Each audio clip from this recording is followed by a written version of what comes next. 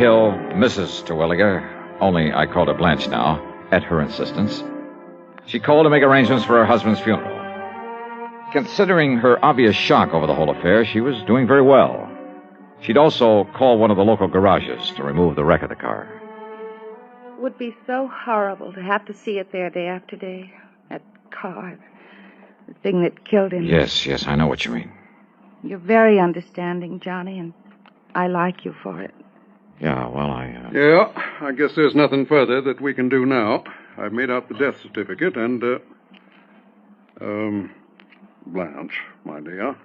Yes, Doctor. You sure you wouldn't like to come down the hill, stay with Mrs. Parker and me until this is all over? Oh, no, Doctor, but thank you very much. You've all been wonderful to me, and I appreciate it. That means you too, Chief Allen. Oh, now, it's a real pleasure, Miss Blanche. Well... Yeah, I suppose we... Oh, but Johnny... Yes? Would you stay and help me make out the insurance? Oh, it sounds terrible to talk about it at a time like this. Yeah, but all those things have to be done, my dear. So, Mr. Dollar, if you'd like to stay here... No, I'd better run on down to Emmer's Hotel and arrange for a place to stay overnight. A hotel when we have this nice big house with plenty of... I'm sorry. I forgot that I'm alone now. You really shouldn't be, my dear. Johnny, maybe you'd come back to tell me what I must do about the insurance. And maybe have dinner with me? Well, that would be a good idea. Yeah, maybe it is.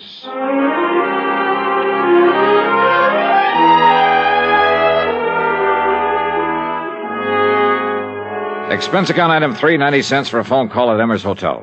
Orson Terwilliger is dead. And, George, there's just one thing I want to know. Johnny, I simply can't... Yes, what is it? Who are the beneficiaries of Terwilliger's insurance? Why, there's only one. His wife, Blanche Terwilliger. Yes. I knew it. George, is that policy pretty much a standard form? Yes, it is. Double indemnity, as I think I told you. But he said he wanted some changes made. Well, to quote him exactly, he said he wanted to make a change in it. But frankly, I can't imagine what or why. 5 will get you 10. He wanted to change the beneficiary. Really? But the beautiful Blanche played it smart. She didn't give him a chance. Yes, I suppose that is a... What? Yeah. Now, Johnny, no, listen. If you mean what I think you do, what I mean is... Yeah, George. Give it some thought.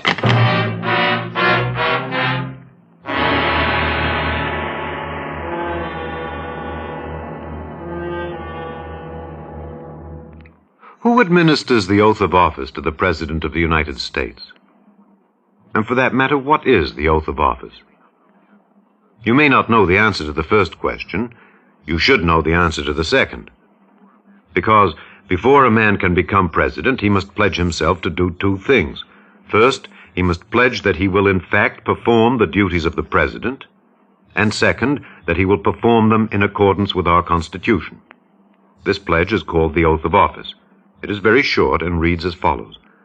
I do solemnly swear, or affirm, that I will faithfully execute the office of President of the United States, and will, to the best of my ability, preserve, protect, and defend the Constitution of the United States. That is the oath of office. The President takes it. But who administers it? The answer is that the Constitution does not say. Washington was sworn in by an official of New York City. Calvin Coolidge took the oath of office before his own father in the family homestead in Vermont. Frequently, it's administered by the Chief Justice of the Supreme Court. But the important point is not who administers the oath, but that the President, before he becomes President, shall swear to preserve, protect, and defend the Constitution. Because it is the Constitution which ensures that your country and mine shall be our country under God. Now, Act 3 of yours truly, Johnny Dollar.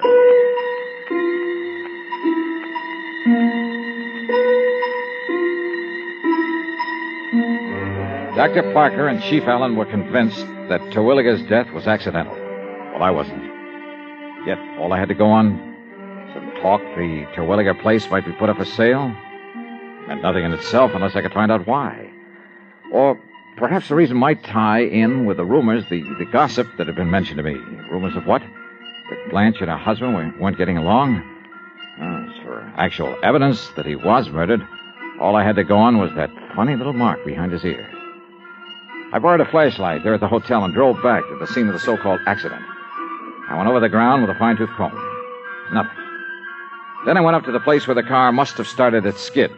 I searched the bushes all around, and then... Wait a minute. What under the sun is... And more important, where did it come from? It's much longer than an ordinary. As for the fletching... Yeah, this thing's been used all right, and recently. And instead of a point, it has the heavy, round stone head. Who is it? Speak up or I'll shoot. Oh, that's a nice way to welcome a dinner guest. Johnny, you had me frightened. Oh, well, I'm sorry, Blanche. I saw your flashlight down here and couldn't imagine who it was. And since you hadn't come up to dinner as you promised... Oh, I was on my way. I hope I'm not too late. Hey, do you always wander around carrying a gun? Oh, I'm sorry. Here, you'd better take it. Yeah. I'm not used to these things, though heaven knows I've seen enough of them. Your husband's gun collection. But why'd you stop here, Johnny? What were you doing, and what in the world's that? Oh, just a... Well, there must have been some Indians around here at one time or another. Oh, yes. I understand this was great Indian country. But now, Johnny... Yeah? My invitation to dinner still stands. Great. I'm starving.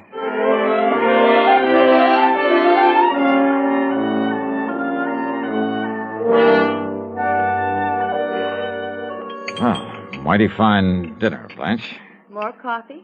I'm almost embarrassed, though. Now, why do you say that? What, a chance to be close to someone is, well... More coffee? Oh, no, it's not another thing. Well, then, let's go in by the fire in the library and talk. Johnny. Yeah? It's a great comfort to have you here, and Thanks. You don't mind if I hold your hand? Kid stuff, huh? No, it isn't. Now, this collection of weapons you were going to show me. No, you have to look at it. Well, I'd kind of like to. All right. It's in the library, too. Okay. You know, Blanche, with your figure... What I meant was you must have been quite the athlete when you were in college. Now, what brought that on? Swimming? Tennis? That sort of thing? Sure, everything. Blanche Ransom, girl athlete. Pistol team? The way you handled this gun a while ago. Only a person who knows guns has the proper respect for them. Well, I still don't like them. Then all things considered, it's better that I keep this one. What? All things considered? Your husband had to drive very slowly around that curve, didn't he? Yes. I guess he didn't for once, or he wouldn't have... Slowly enough so that somebody couldn't have missed him with a pea shooter, much less a deadly weapon. Johnny, what in the world... Archery was your best event, wasn't it? Archery? Yeah. I'm afraid that's why I took your hand. Johnny. Calluses like that come from only one thing, using a heavy bow, a hunting bow. This one here on the wall? Now, Johnny, listen, honestly. Honey, why did you do it? Why did you do it, Blanche? I don't know what With this bow and with the arrow I found out there. Johnny. With its flat, round, heavy stone head, just before he reached that curve in the road. Well? All right, Johnny. But listen, if you knew how long If you knew what I had to... Listen, please. Murder. For a chance and a lousy $1,000,000. I guess I lost, didn't I? Oh, yeah. You lost.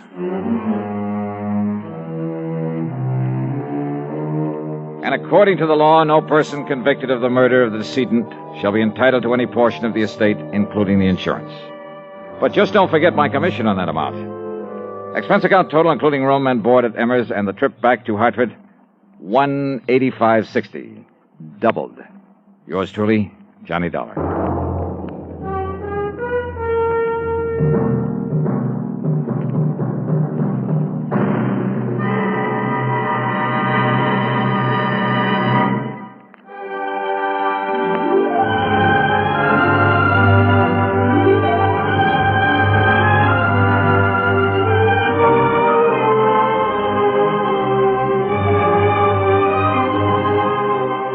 Yours truly, Johnny Dollar, starring Bob Bailey.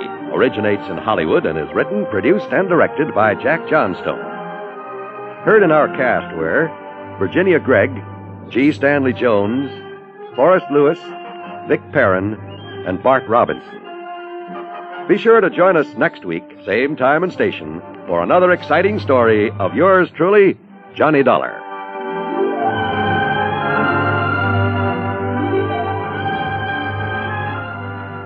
This is John Walls. Johnny Dollar. Pat McCracken, Johnny. Universal adjustment. Sorry, Pat, but the answer is no. Huh? My bags and fishing tackle are all packed. Johnny. My plane ticket is just waiting for me out of Bradley Field. Plane's due to take off in a few minutes, and believe me, I'm going to be on board. Well, fine. So don't try to stop me. Well, because what I called you about...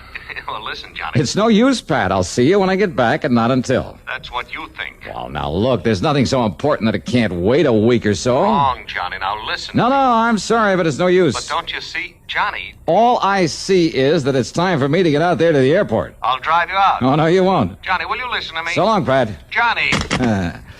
And so help me if he tries chasing me out to the airport.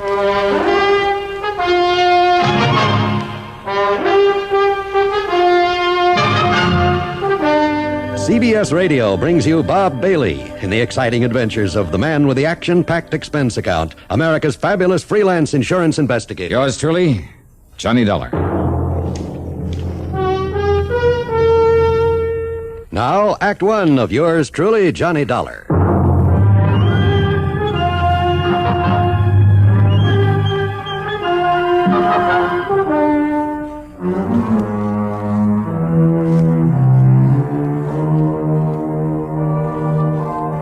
Expense account submitted by Special Investigator Johnny Dollar. Yeah, to the Universal Adjustment Bureau, Home Office, Hartford, Connecticut. Following is an account of expenses incurred during my investigation of the wholly unexpected matter. Well, it looked as though even my taxi out to Bradley Field was conspiring against me. It developed a flat tire along the way that almost made me miss the plane. Oh, and that cab and plane fare, item 1 on the expense account, $163 even.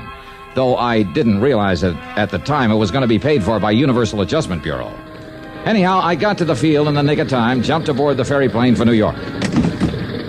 Just sit right here by the door, please, Mr. Dollar, Okay. until we get airborne. Oh, and be sure to fasten your seatbelt, please. Yeah, sure, miss. There. I thought for a minute we'd have to take off without you. Oh, not a chance. I wouldn't have missed this plane if I'd had to fly after it under my own power. Johnny Dollar. You're the famous private investigator, aren't you? Yeah, I'm an insurance investigator. Oh, I listen to every one of the exciting cases you handle every Sunday on CBS. Do you? Good. Only, believe me, they're not as exciting as they sound. I don't believe that. No, it's just like any other job of work. And as for that wild expense account of yours, thousands and thousands of dollars, That's a very touchy subject, Miss... Claire, my name's Claire. I mean, after all, Claire, a man has to wangle some kind of compensation on a job like mine. You mean because it's so risky and all, and I don't blame you a bit. Are you off on some dangerous investigation now, Mr. Dollar? No, sirree. No, ma'am. I'm heading for a place over in western Arizona, Lake Mojave Resort on the Colorado River. I know. The place you're always going to fish. Well, the place where I always try to get in some fishing. That's right. Something always happens and spoils your plans. But not this time. You see, I do listen to your program. But now we're airborne, Mr. Dollar, so you can get rid of the seatbelt and go up to seat 11 that I saved for you. Oh, yeah, sure. Thanks a lot, Claire. Pleasure, Johnny, and I hope you have a wonderful trip. Oh, believe me, nothing's gonna stop me this time. For once in my life, I'm gonna...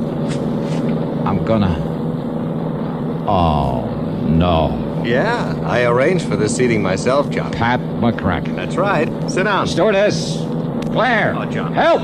Now, you listen to me, Pat. Come on, sit down and make yourself What is it, easy. Mr. Dollar? What's wrong? Give me another seat on this crate. Oh, now, Johnny. I'm sorry, Mr. Dollar, but this is the only one left, and Mr. McCracken insisted that I save it for you. Oh, he did he? You wouldn't want to stand all the way down to New York. Besides, the airline wouldn't like it. Now, Pat...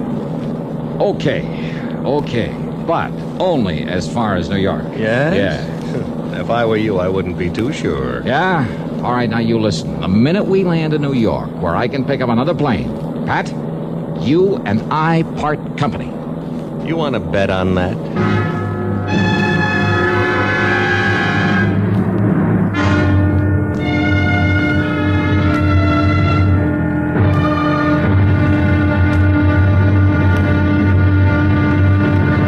It's an interesting fact that many of our greatest inventions and discoveries have been hit upon accidentally by doctors, engineers, or inspired tinkerers while working toward some other objective.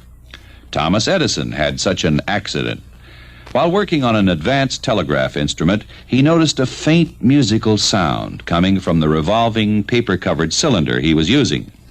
He noticed that indentations in the paper caused the needle to vibrate, and the vibrations produced the sound. Setting aside the telegraph instrument momentarily, he experimented with the principle he had accidentally discovered. He fixed a needle to a diaphragm mounted on the short end of a horn, and arranged this apparatus so that the needle would scrape on the revolving cylinder as it turned. Instead of paper on the cylinder, he used a covering of tinfoil, and then spoke through the horn as the cylinder turned, and the vibrations of his voice caused the needle to make indentations of varying depths in the tinfoil surface. After a few models had been made and tested with minor success, Edison recited into the horn the nursery rhyme, "Mary Had a Little Lamb." Then it was played back, and for the first time in history, a machine spoke with a man's voice. Thus the phonograph was born, an invention that grew out of an ingenious inventor's attempt to produce something else.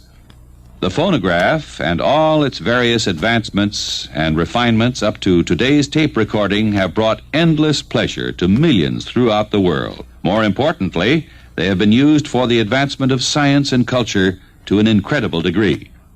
This is just one of many cases in which the illustrious Thomas A. Edison succeeded in his efforts by following the American inventor's traditional philosophy, there must be a way. Let's find it. Now, Act Two of yours truly, Johnny Dollar, and the wholly unexpected matter.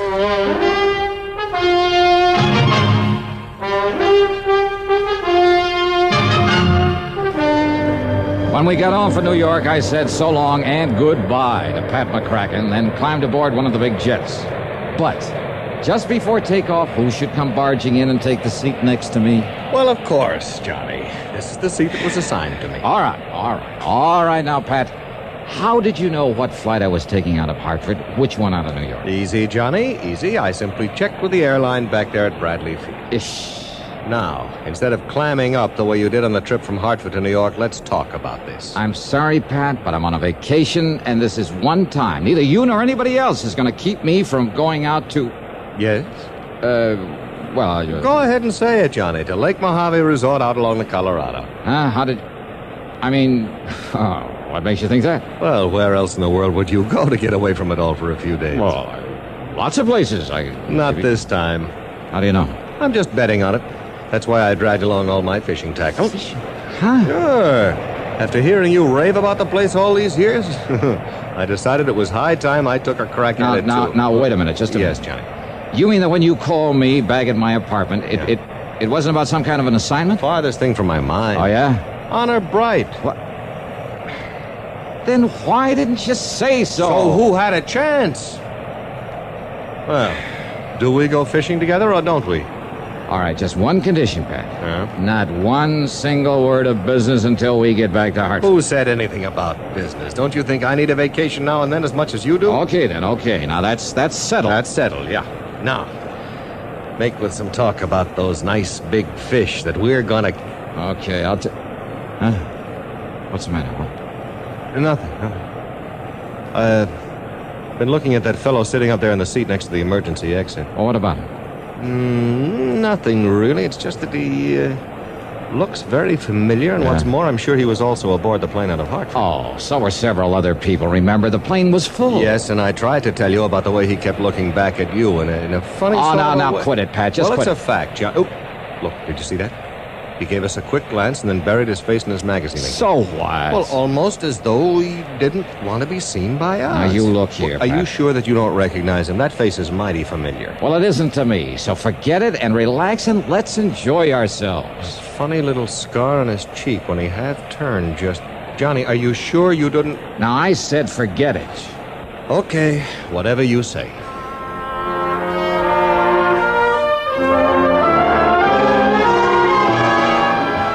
At Los Angeles, we grabbed another ferry plane, this one to Las Vegas, Nevada. Johnny, look, that same man aboard. And don't tell me so what.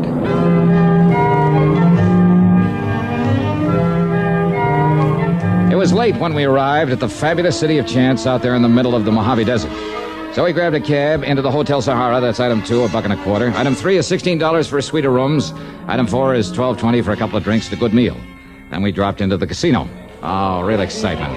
Yeah, watching the little ivory ball click around the roulette wheel, the snap of cards at the blackjack table, the rattle of dice, the click of poker chips, the ring of silver dollars, and over it all, the constant chuck and whir of the slot machines.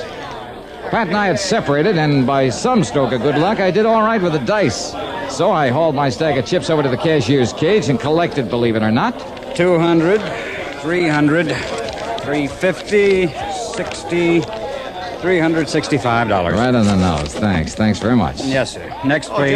Johnny, there you are. Yeah, I sure am. Well, how you doing, Pat? All right, fine. Now listen. Yeah? That man we saw on the plane. That you saw. Well, I saw him again a little while ago while you were at the roulette table. He was watching you, and when he saw me watching him... Now, Pat, would Johnny, you... Probably, look, half a dozen people from Hartford have taken this same set of planes out here. After all, it's vacation time. A lot of people. Okay, Johnny, I hope you're right. Well, sure I'm right. Now, look, let's get some sleep, and first thing in the morning, we'll head down to the lake, huh? Come on. Well, whatever you say, only stop worrying, will you? Will you? Sure, Johnny, sure.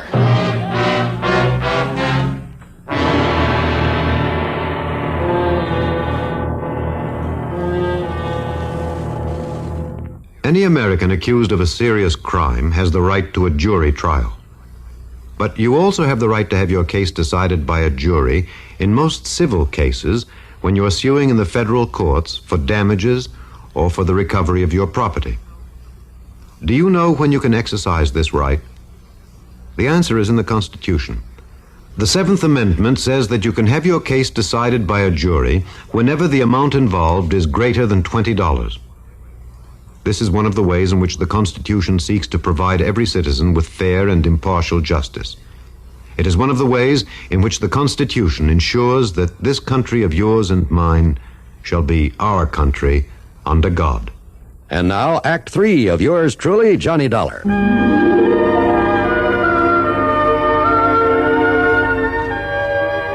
Well, it wasn't much after the crack of dawn that Pat McCracken and I rented a car. That's item 5 on the expense account, $50 deposit. And then we headed south. 5 miles short of Kingman, Arizona, we swung right on 68 down toward Davis Dam, down to Lake Mojave Resort. Once over the mountain pass, there were miles and miles of nothing but sun-baked rock and sand, of sagebrush and Joshua trees, of tumbleweed and cactus. And then, right in the middle of it, that clear blue water of Lake Mojave. The resort itself, with everything for water sports and, more important for me, for the fishermen. Buster Favors signed us in at the office, and then... Okay, you're number 8, Johnny. And if you and Mr. McCracken don't get limits every day... Mr. McCracken? Out here, Buster, it's Pat. Okay, Pat. Wow, shall we? Oh, incidentally, you're not the only one that's out here from Hartford. Oh, all right, Buster? Mr. Malloy arrived late last night. Malloy. Does that name ring a bell, Johnny? It certainly does not. Now, will you forget about that man you saw? Excuse me. Okay, I'm sorry. Well, you ought to be. Okay. Now let's unpack and go fishing. Oh, brother, just try and stop me. Just forget all about business. Excuse me, Pat. What? This calls for you. Oh, thanks. You mean you told somebody where you were coming? Only my office, Johnny, you know. Idiot. Here you are. Thank you. Hello? Mr. McCracken, this is Marion at the office. Now, Marion, I said the only calls I want out Please, here... Mr. McCracken, is Johnny Dollar with you? You know he is. Why? That arson case you assigned him 3 years ago, the Morley warehouse. The Morley warehouse fire? What? What's that? Get this, Johnny. Yeah? What about it, Marion? Well, it was Mr. Dollar who told the police how to catch Danny Maloney for that job. Yes, that's right, Scarface Maloney, and when they put Maloney in state prison for it, he swore that if he ever got out... Well, he's out. Maloney. Did you hear me, Mr. McCracken? Scarface Maloney has escaped from the state prison over at Weathersfield night before last. Yeah. And if he carries out his threat against Johnny Dollar... You hear that, Johnny? Yeah, I heard. The man aboard the plane with a scar on his cheek? And you wouldn't bother looking at him. All right, now. Okay, Johnny, you're on the expense account. Hey, what's this all about? Buster, the man from Hartford. Malloy, is it? Has he got a scar on his face, Buster? Why, yeah, on his cheek. Where is he? And come to think of it, Johnny, he asked when you'd be arriving. Where is he? Oh, he went out fishing early this morning. You know where, Buster? Just up the lake somewhere is all I know. All right, now. Did you tell him when I'd arrive? No, wasn't sure myself. Then we're one up on him. Maybe. Mr. Malloy looks like a mighty fine man to me. Don't be fooled, Buster. Johnny, what'll we do? Buster, you're the best judge of character I've ever known. Thanks, Johnny. Well, Johnny? Pat, you and I are going fishing. What?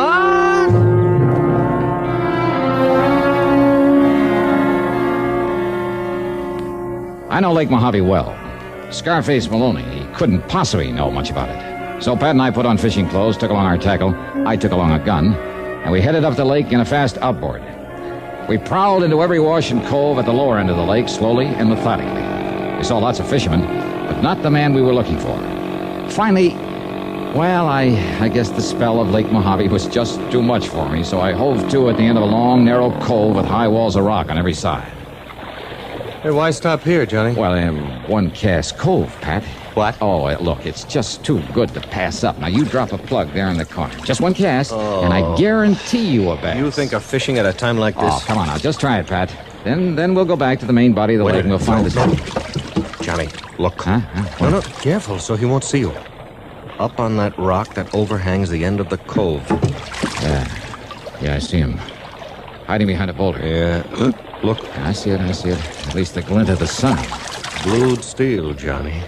Yeah. I can't see what it is, but I don't need to, Johnny, because it's aimed this way. Of all the heavenly bodies, the moon has gained such importance that it's continually in today's news. Now, to land a rocket ship on the moon, you must know the moon's exact orbit and rate of speed around the Earth. For decades, scientists were sure they knew these facts, but one man felt they were wrong and proved it. Simon Newcomb was born in 1835 in Wallace, Nova Scotia. Throughout his childhood, he amazed his elders with his uncanny perception of mathematics. While in his teens, Newcomb joined his father, who was teaching in the United States. In 1854, they finally settled in Maryland, where Newcomb also became a teacher. One day on a trip to Washington, he visited the Smithsonian Institute. From then on, he spent every free moment studying from its wonderful wealth of books. Reading book after book, he stumbled onto 4 volumes which kindled his enthusiasm into a brilliant flame. The books told of the amazing world of astronomy. Early in his new career, he became especially interested in the moon. He studied it intensely. One evening, he noticed that it seemed to be lagging a little behind its predicted schedule of motion.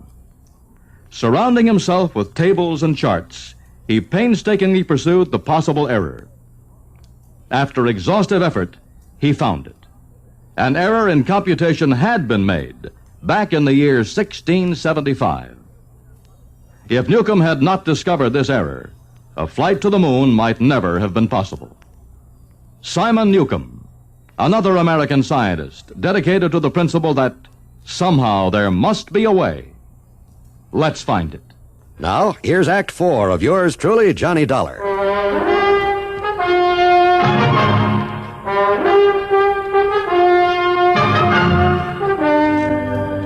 The end of a long cove surrounded by high walls of rock, and on top, a man with blued steel in his hand, aimed straight down at us. Johnny, with the sun on our faces, he's got the advantage of us. We're like sitting ducks down here. What do we do? Now listen, Pat. Yeah? I don't like it, but it's the only way. If I rock us forward a bit, like this, it'll put my end of the boat behind the ledge. Yeah? I'll tie up to it, out of his sight. You'll be the sitting duck. So what? It's you he's after. You'll be in plain sight of him, so go ahead and fish. If you get something, and I'm sure you will, make like you're talking to me, like I'm still here, huh? And you? Through that crevice. Do you see it there? Yeah. Maybe, just maybe I can get around and up behind it. Oh, Johnny, that gun It's our only chance, Pat. Now look, I can tie us up now, with only you inside of me. Okay, Johnny. All right, start fishing. And believe me, brother, good luck. Right. One cast cove, huh? Well, Johnny, we'll just see about that. Right there in the corner, huh? You mean like this? Carefully, Holy smoke, slowly, you are right. He's a lot I of edged my way up the balls. long crevice in the rocks toward the man who'd been spying on us from above. I was afraid that every step would loosen a slide of rocks and warn him. Come on, Johnny. But all of his attention was on the boat in the cove below where Pat, bless his heart, was dragging out his fight with the fish. The man's back was to me, and then... Wait a minute. Blued steel? Sure it was. Yeah. An old pair of binoculars. Then I slipped on a small rock. Oh, why, Mr. Dollar. Yeah, that's right. Who are you? Malloy's the name, Mr. Dollar. Franklin J. Why, that gun. That's right. Why, good heavens, I didn't realize you were this jealous of your fishing secrets. Now, what's that supposed to mean? Malloy, Maloney, whatever your name is? Please put it down, sir. Rather you start talking. Well, you see, it's just that I've heard so much about your fishing over here over the years. Oh, yeah? And when my lady friend who works for the airline back there in Hartford... Your lady friend... what? Well, when she told me you were coming out here again, I thought maybe if I kind of spied on you, well, maybe I could learn to catch some of the nice big fish out here the way you do. Now, Mr. Malloy... I didn't think you'd go so far as to use a gun to protect... Johnny! Yeah, I'm here, Buster. Oh, yeah. Well, I just thought you and Pat here ought to know about another phone call just came in. Yeah? Those Hartford police of yours must be pretty good. What's that mean? They picked up that Scarface Maloney about an hour ago, and he's back in the pen. Johnny! Oh, and I see you found Mr. Malloy. Buster, please, Mr. Dollar. I'll get to you in a minute. Hey, Buster, you take Pat out where he can catch some little bluegill or a tired old carp, maybe. Eh? Mr. Malloy and I are going after some real lunkers. Couple of secret spots I know. Well, sure. Okay, Mr. Malloy? Bless you, Mr. Dollar.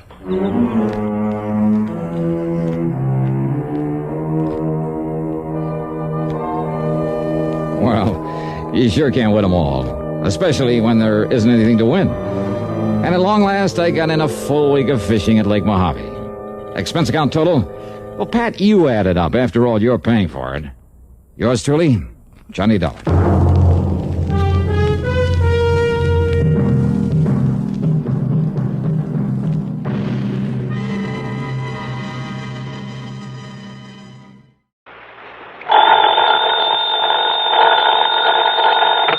Johnny Dollar.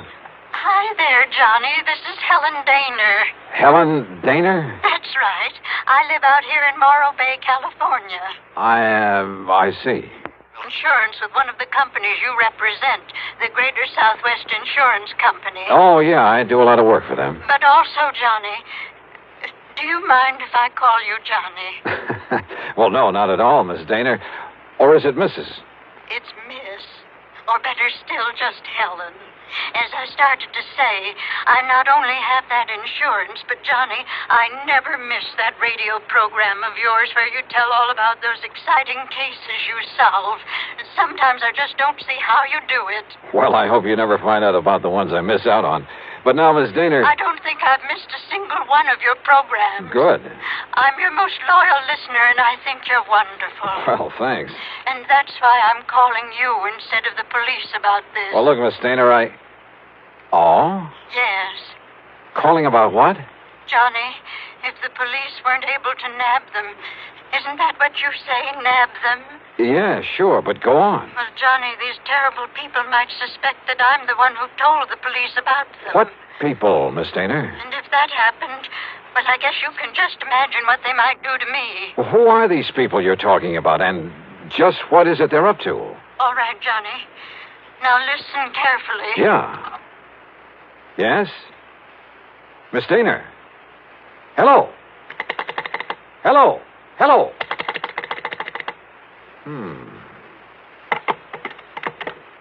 Oh, come on now, Dollar. Don't be a sucker for a... And yet... I wonder...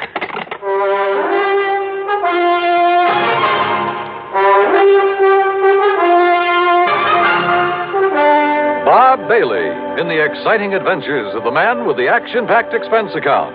America's fabulous freelance insurance investigator. Yours truly, Johnny Dollar.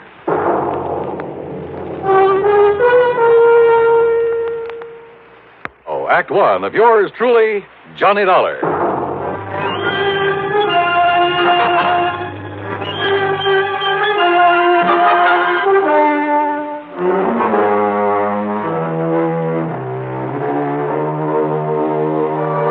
Expense account submitted by Special Investigator Johnny Dollar to the Greater Southwest Insurance Company, Home Office, Los Angeles, California. Following is an account of expenses incurred during my investigation of the Big H matter. Expense account item 1, 275, long-distance telephone call to Hollywood 82124. That is to say, the office of Royal J. Harkins, contact man at Greater Southwest Insurance in Los Angeles. It was late in the day, but luckily he was still in his office. Nice to hear from you again, Johnny. What can I do for you? Roy, I'm putting this call on expense account. Oh? But that ain't all. If I could make connections down to New York, well, let's see. There's a plane leaving for the West Coast a little after midnight, so I'd arrive in L.A. early in the morning. You coming out here? Unless somebody's been pulling my leg. Roy, do you have a policy holder named Helen Daner? Yes, somewhere up we certainly do. Well, now, what's that mean? She's an elderly woman, a spinster, who lives up in the little town of Morro Bay. That's about 200 miles north of here. Johnny, she called this office early this afternoon. She demanded your phone number there in Hartford. And? Well, I didn't give it to her. Why not? Because she wouldn't say why she wanted to get in touch with you. Oh, fine. And knowing how busy you always are, well... But then, just a few minutes ago, I began to wonder about it. Yes? Well, after all, if she wanted to contact you about some insurance matter... Yeah. What? Well, did you call her back? Yes, since we handle all her insurance. That is, I tried to, but I got no answer. Then, Roy, I'm going to grab that plane I was talking about. Well, now, wait. Did she get to you? Did you talk to her? Yes. And it has something to do with her insurance? Plenty. So I'm flying out there, Roy, at your company's expense. Now, just a minute, Unless, Johnny. of course, you'd rather pay off her insurance to some beneficiary. Johnny. Then just be sure to have a rental car waiting for me when I pull into the airport. Item 2, 162.85 plane fare. The big mainliner took off from New York's International Airport promptly at 12:30 a.m. At 6:30 Pacific time, I stepped off the plane at L.A. International. Dollar, oh, this way. Oh, hi, Roy. I didn't exactly expect you to be here in person this early in the morning. Well, I am. Got a rental car ready and waiting for you out at the curb. Good. But listen, you still haven't told me what this is all about. Because I'm not too sure myself. But you sounded over the phone as though something's happened to the old lady. Miss Helen Daner, I mean. That's exactly the way I meant it to sound. And since I still haven't been able to get her on the telephone... Well, what? What's happened to her? I don't know. This my car? That's right. Oh, start making some sense, will you? I wish I could. Well, do you actually know that something's happened to Miss Daner? Nope. But if it hasn't, I've got to do everything I can to prevent it. Johnny, prevent what? Royal, I only wish I knew. Johnny!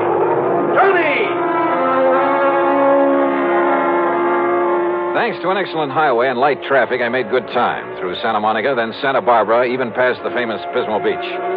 It was just afternoon when I pulled into Morro Bay. When I stopped for gas, that's item 3, 420, I looked up Miss Helen Daner's address in the local phone book. It turned out to be a modest little frame house about half a mile south of Morro Rock on the landward side of the bay. It had some nice, well-kept flower beds in front, and at the back I could see a small, rather decrepit dock that stuck out into the bay. A brand-new, expensive automobile was parked in the street in front of the place. Hardly the kind of car you'd expect a sweet old lady to be driving along.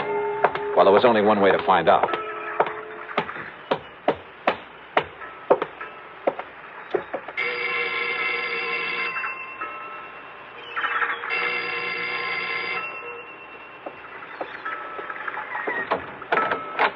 Yes? Miss Helen Daner? No, I'm Bessie Daner, Helen's sister. And who are you, young man? Johnny Dollar. I'm from Hartford, Connecticut. Is your sister... Oh, yes. I've heard Helen speak of you. You're an old friend of hers, aren't you? Well, yes, I guess Won't you come in? Well, is she here, Miss Daner? Well, she ought to be back from the market any minute. The market? She hasn't been at all well, you know. That's why I've come to live with her, sort of take care of her. I see. But I did think it was all right to let her walk down to the market this morning. Would you like to come in and wait for her? Which market, Miss Daner? Well, it's the first one down the street. Now, do you see it? That little supermarket just 2 blocks away. Oh, yeah, I see. So if you'd like to come in and wait... No, thanks. I'll pick her up there. Well, but Mr. Dollar... Thank you very much. Mr. Dollar...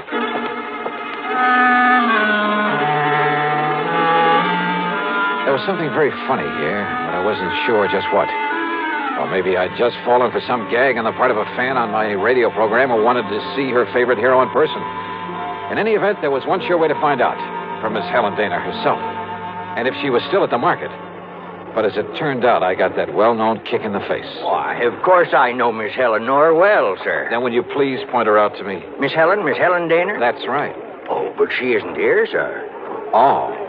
Then perhaps she went to some other store. Most certainly not, sir. What? We deliver everything that she orders to her little house up the street. Well, that still doesn't prove Well, anything. you see, Miss Helen hasn't been out of that house for weeks, hasn't budged. You're sure of that? Why, of course I'm... Why, what's the matter, sir?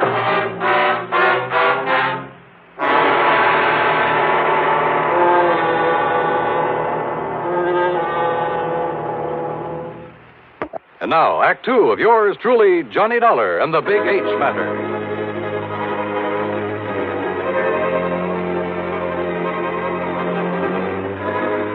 If old Miss Helen Daner, who telephoned me in Hartford, asked me to come out here to Morro Bay in California, if Miss Daner hadn't budged from her little house in weeks, why had her sister told me she was at the market? Could all this somehow tie in with the people, the terrible people she tried to tell me about on the telephone? I jumped into my car and drove back to the little home on the bay.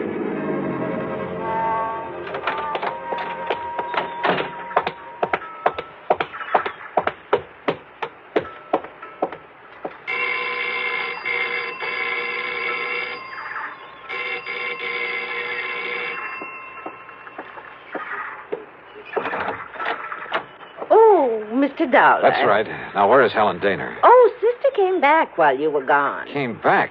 Without my seeing her? Now, listen, I was... Yes? Well, the manager of that market said she hasn't been out of this house for weeks. What? Oh, you must have gone to the supermarket.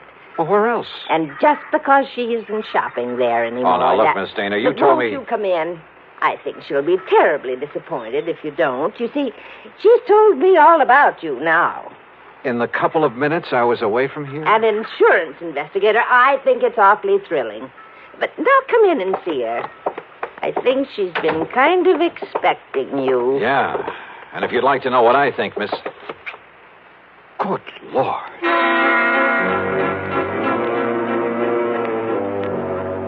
In the middle of the tiny living room was a heavy open armchair. Sitting in it, tied down to it, was a sweet-looking gray-haired lady of maybe 70 or 75.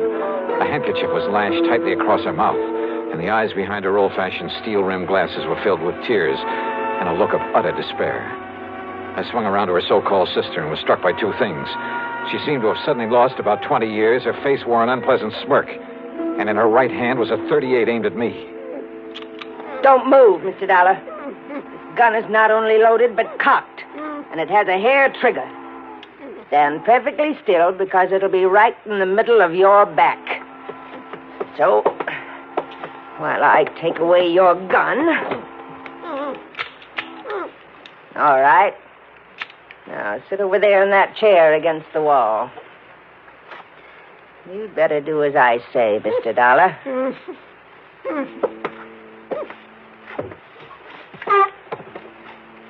Now, we may have to wait a little while. So get one thing straight. Any move, any tricks, and I pull this trigger. Mind telling me what we're waiting for? You'll see. And why you've tied her up that way? That is Helen Daner, isn't it? Why, what's the matter, honey? Getting a little short of breath with that gag in your mouth? Well, then why don't I take it out for you? No, Dollar. Not a single move. Just crossing my legs. Sure. Here now, honey. Don't want you to conk out on it. After all, you may be of some use before we're through with this caper. There you are. Johnny, I don't know what... These terrible people, they sneaked in while I was phoning you. Yeah, Helen, I guessed that. If only you hadn't come, but I thought maybe... They're smugglers, Johnny, of the worst possible kind. You tell them, honey. It'll help to kill time while we're waiting for Pete and Dollar. Okay. They're smuggling in narcotics, heroin, from the way down in Mexico. Oh, pretty smart picking a spot as far up the coast as this. If only I'd known. When this man, Pete, asked if he could use my dock. He said it was to tie up his boat at night when he came in from fishing. How did you get onto them, Helen? When they saw I turned my lights out so early every night, they thought I was asleep. That I wouldn't notice he wasn't taking fish off his boat, but little cans of Of heroin. Heroin. Then Bessie here, who can look so sweet when she wants to. Why, Helen, I thought I was pretty sweet. Then Bessie would meet him with her car. How did you know it's heroin? Because they told me they'd use it on me if I don't behave myself. Which is a lot better than you'll get, Dollar. And besides, Johnny. Yeah. I found a little of it that was spilled on the dock. And I remembered how you described it once when you caught a man bringing in the terrible stuff. Yeah, she's a real smart old biddy. Except when she phoned to you, Dollar, and we caught her at it. We can handle her all right. With a little H in her veins, we can even let the neighbors see her now and then. And with me acting as her sister, taking care of her. Oh, listen, here he comes now from the dock. Just relax, Dollar.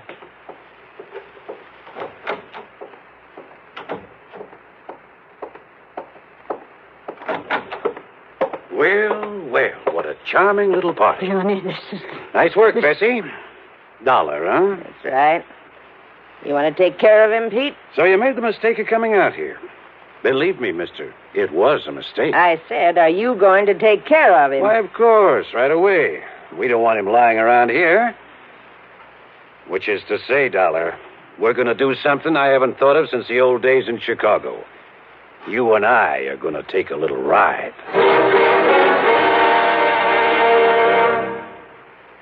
Act 3 of yours truly, Johnny Dollar. Take a little ride, huh? That's right. Chicago style. Exactly, Dollar. Oh, Johnny, don't you see what that means? He's going to take All her right, out. honey. Just keep out of this. No, I won't. Pete's going to kill him. That's right. Now, shut up. Oh, now, just a Dollar. minute. Sit down. Bessie, be sure you keep the gun on him. Oh, don't worry, Pete.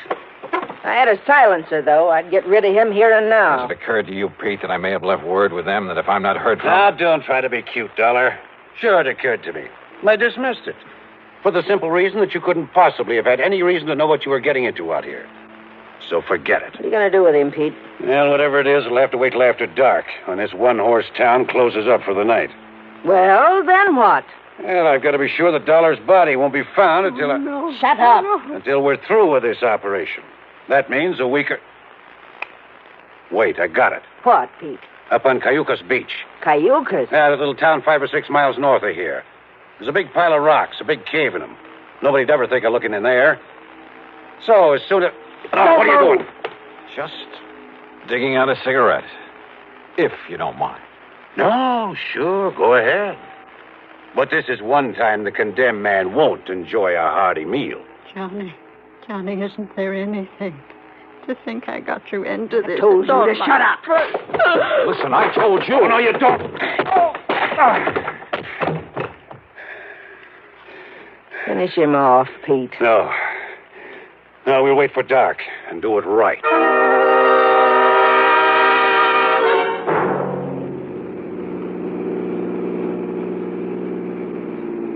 I guess he had really slugged me, because by the time I fully came to, it was night. I was in the back seat of a car driving along the highway beside the ocean. Pete was at the wheel. Beside him, leaning over the back of the seat watching me, was Bessie. And the .38 in her hand was aimed straight at my head. You're sure the old lady won't be able to work herself loose, Bessie? I'm sure. If we'd had any sense, Pete, we would have brought her along on this ride, too. It would have saved us a lot of trouble. Oh, so you've woke up, Dollar. Yeah. Well, just stay put in that back seat. Any funny business? And I said any funny business. Just trying to dig out a cigarette. Stay back in that seat. Yeah.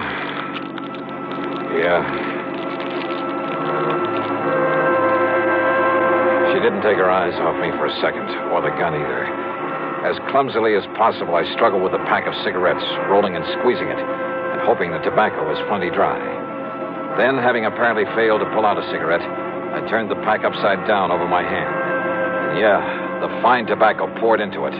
I took a deep breath. What's the matter, Dollar? You need some help with that. Oh, no! No, my eyes! My eyes! Oh! Instinctively, she dropped the gun, put her hands to her eyes, now filled with tobacco dust. With what little strength I had, I picked up the gun and slammed it against the side of Pete's head.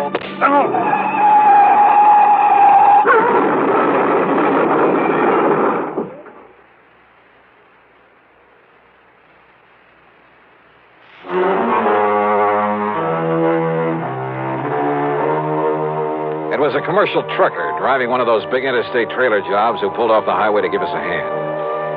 Yeah, somehow those boys are always around when you need them. And he used his head. When he found my credentials in my pocket, he saw the whole picture in a flash. So he hailed down the first police car that came along and turned both Pete and Bessie over to them. Miss Helen Daner? Bless her heart. The spunky little old character was tickled pink to be involved in the whole thing. Yeah, she just can't wait to go to court and testify against those two. Expense account total, including the trip back to Hartford, $447.45. Yours truly, Johnny Dollar.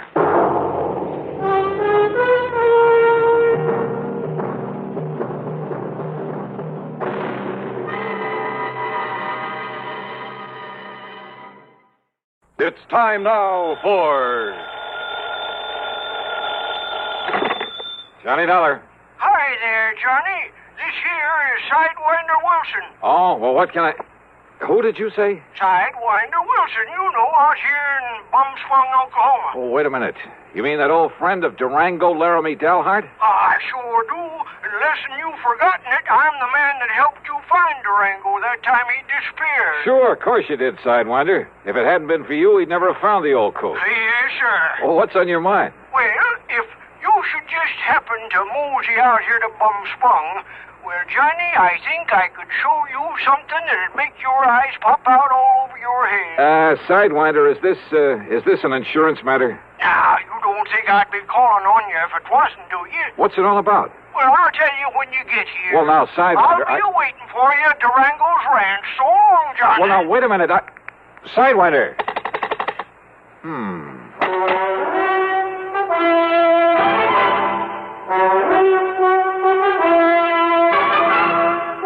Bob Bailey in the intriguing adventures of a man with the action-packed expense account. America's fabulous freelance insurance investigator. Yours truly, Johnny Dollar.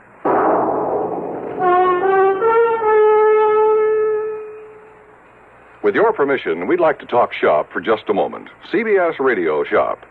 Recently, one of the foremost publications in the broadcasting field polled 465 critics and editors. The question, which radio network programs do you rate tops?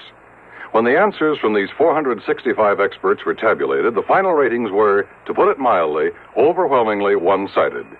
Total honors accorded CBS radio programs exceeded those of all the other networks combined. Let's put it another way.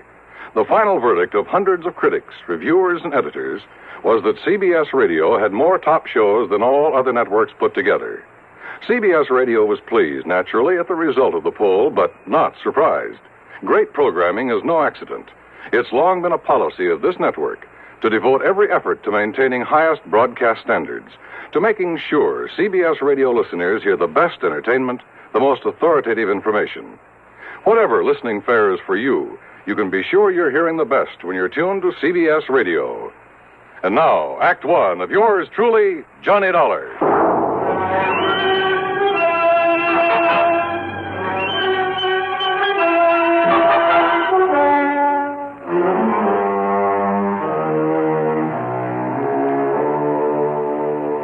Expense account submitted by Special Investigator Johnny Dollar to Floyd's of England, North American Office, Hartford, Connecticut. Following is an account of expenses incurred during my investigation of the Fairweather friend matter.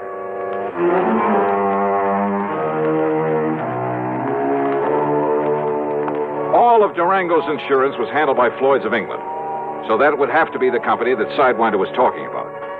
Expense account item one, $1.20 for a taxi to Floyd's headquarters in Hartford in the office of George Reed. Well, this is a switch, Johnny. You're coming here. George, I just got a call from that town out in Oklahoma with the unlikely name of Bum Spung. The old Indian name, I understand. It means bad spring, bad water. Yeah, it was from a friend of Durango, Laramie Dalhart's, an old character by the name of Sidewinder Wilson. You know, of course, that Durango was here a few days ago. Here in Hartford, and he didn't drop in to see me? He dropped in to pay the $4,500 premium on that insurance he carries for the benefit of his niece, Carol Dalhart. He must think an awful lot of that girl. Yeah? Well, who wouldn't? What? George, that Carol's a living doll. If I were ever to think seriously of getting married, well, believe me. Oh, what's the hitch? Does old Durango object? Object? Far from it. Hey, tell me, did he pay off that premium in the usual brand new $100 bill? Yes, and as usual, he peeled them off a roll that was big enough to choke a horse. Johnny, why that man carries so much cash around with him? Now, what did this fellow Wilson call you about? Sidewinder wouldn't tell me. Well, now, wait. There was a robbery-murder case out there a while back in the little town of Fairweather. Oh? That's a few miles north of Enid, Oklahoma. What happened? Well, it was the messenger carrying some negotiable securities to the small bank there in Fairweather. Ah, you get stuck for insurance on both the man and the securities? Only on the messenger. The securities were returned. By whom? Well, neither the bank nor the police out there ever found out. Funny. Do you suppose that's what Sidewinder called me about? Well, there's only one way to find out, Johnny. Which is to say that Floyd's of England will pay my expenses. Well, now, within reason, of course. Huh? Well, why kid about it, Johnny? That freewheeling expense account of yours. George, you sound as though you don't trust me. Well, of course I do. Oh? Well, you shouldn't. Huh? George, I'll be in touch. Expense account item 2, 9730, transportation. The plane dropped me off at Enid, Oklahoma, shortly after 6 p.m. Item 3, $2 even for some food. Item 4, a $50 deposit on a drive-your-own car. I drove north on Highway 81, then, after some 27 miles and after crossing the Salt Fork of the Arkansas, which, much to my surprise, had a trickle of water in it, I turned left on the rough dirt road leading to Bum Spung. Finally, there it was. The same 2 or 3 acres of poor, barren, sandy soil. The ramshackle house and the remains of a barn, leaning tiredly on the timbers that helped to prop it up. And out in front were the same 2 sad-looking cows, the old and weather-beaten horse, a friendly, mangy, toothless hound who shook himself as he got up out of the dust and proceeded to assert his authority. And I still couldn't figure why Durango, who was worth millions in oil royalties, had ever chosen to settle down in this lonely, desolate spot. And yet, thanks to Carol, his attractive niece, the inside of that huge, unpainted house was clean, modern, well-furnished. I wondered if Carol would show up, but I saw no sign of the sleek convertible she always drove. Swinging open the sagging wire gate, I wondered if the ancient Maxwell, parked at one side, belonged to Sidewinder Wilson. I didn't have to wonder for long. Hey, you crazy old coot! Sidewinder! What the Sam Hill's the matter with you? Welcome to Bum Spung, Johnny. Oh, listen, you wild old character. Put that thing down or I'll start throwing some lead around myself. With that little 38 lemon squeezer of yours? Why, you... No, sir, Sonny. You wouldn't stand a chance. Well, now, what's the big idea? Well, I just wanted to show you that when Durango leaves me in charge of his ranch, he leaves it in good hands. And also, I wanted you to feel real welcome around here. Yeah. Now, how are you, Johnny boy? Well, still in one piece, no thanks to you. The crazy way you and Durango have of making somebody feel welcome around here. Where is he, by the way? Well, first he went to Hartford to pay up on his insurance. Then he flew down to Washington. Oh, what for? Well, to pay up on his income taxes. Wanted to make sure he got them in the right hands. Well, now, he didn't have to go to Washington for that. Well, he figures it makes it easier that way. He just carries along a big bundle of money and lets them take whatever they think is right. Oh, no. Now, listen, Sidewinder. Yeah? Did you call me in connection with that bank messenger who was killed down in Fairweather? That's right, Johnny. I understand the securities he carried were returned to the bank. Yes, sir. They were sealed up in a big envelope and laid on the front doorstep of that bank.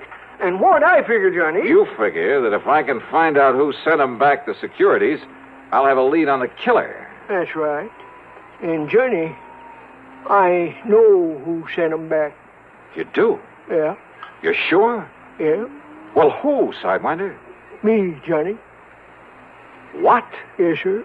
Me.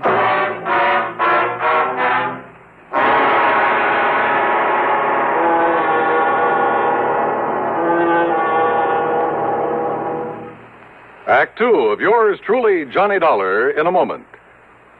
Are you going to write that letter today or put it off until tomorrow, or maybe the day after? How about that spring suit you plan to have altered? Will you take it to the tailor tomorrow morning bright and early, or will the week somehow glide by while the suit just hangs on in your closet? If you're a confessed procrastinator, you're not unique.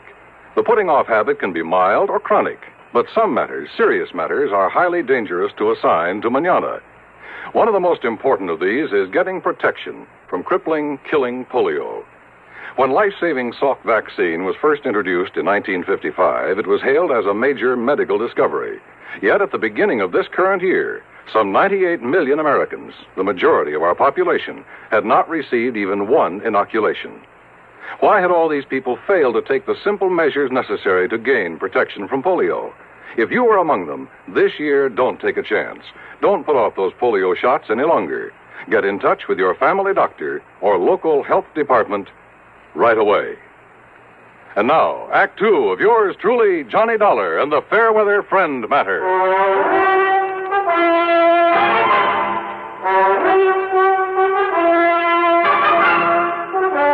on in the house, Johnny, and I'll tell you about it.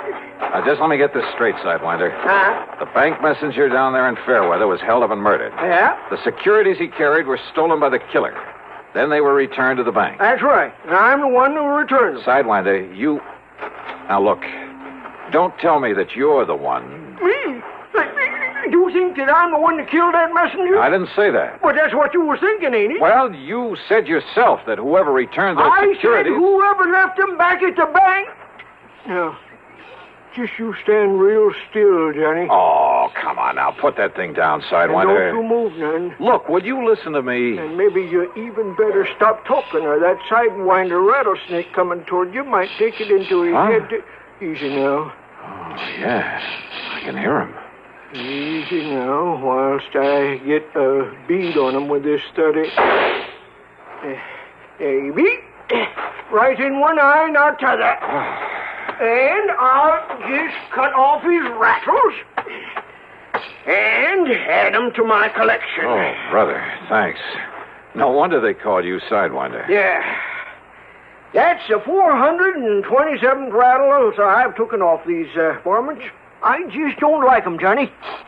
They ain't like Diamondback. These Sidewinders around here will sneak up on a man. Just like that dirty snake that killed the bank messenger. And you know why he done it, Johnny? You still haven't told me who he is. It was to collect that insurance on him, that's who. Oh? Yes, sir. The man that killed him was his hair. What you call his beneficiary. How do you know, Sidewinder? Because I lived on the Fairweather. That is, when I ain't up here looking after Durango's place. Yeah?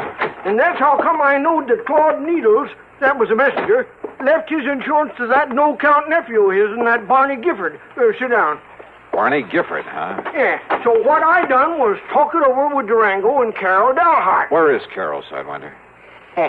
I've been waiting for you to ask that, Johnny. Oh, she'll be around. Good. You're kind of sweet on her, ain't you? Wow. Nah, don't you try to fool me, Johnny boy. And you know how she feels about you, too. And if you don't think Durango knows, well, I'll tell you this. You say you talked it over with her. I'll tell you this, Johnny.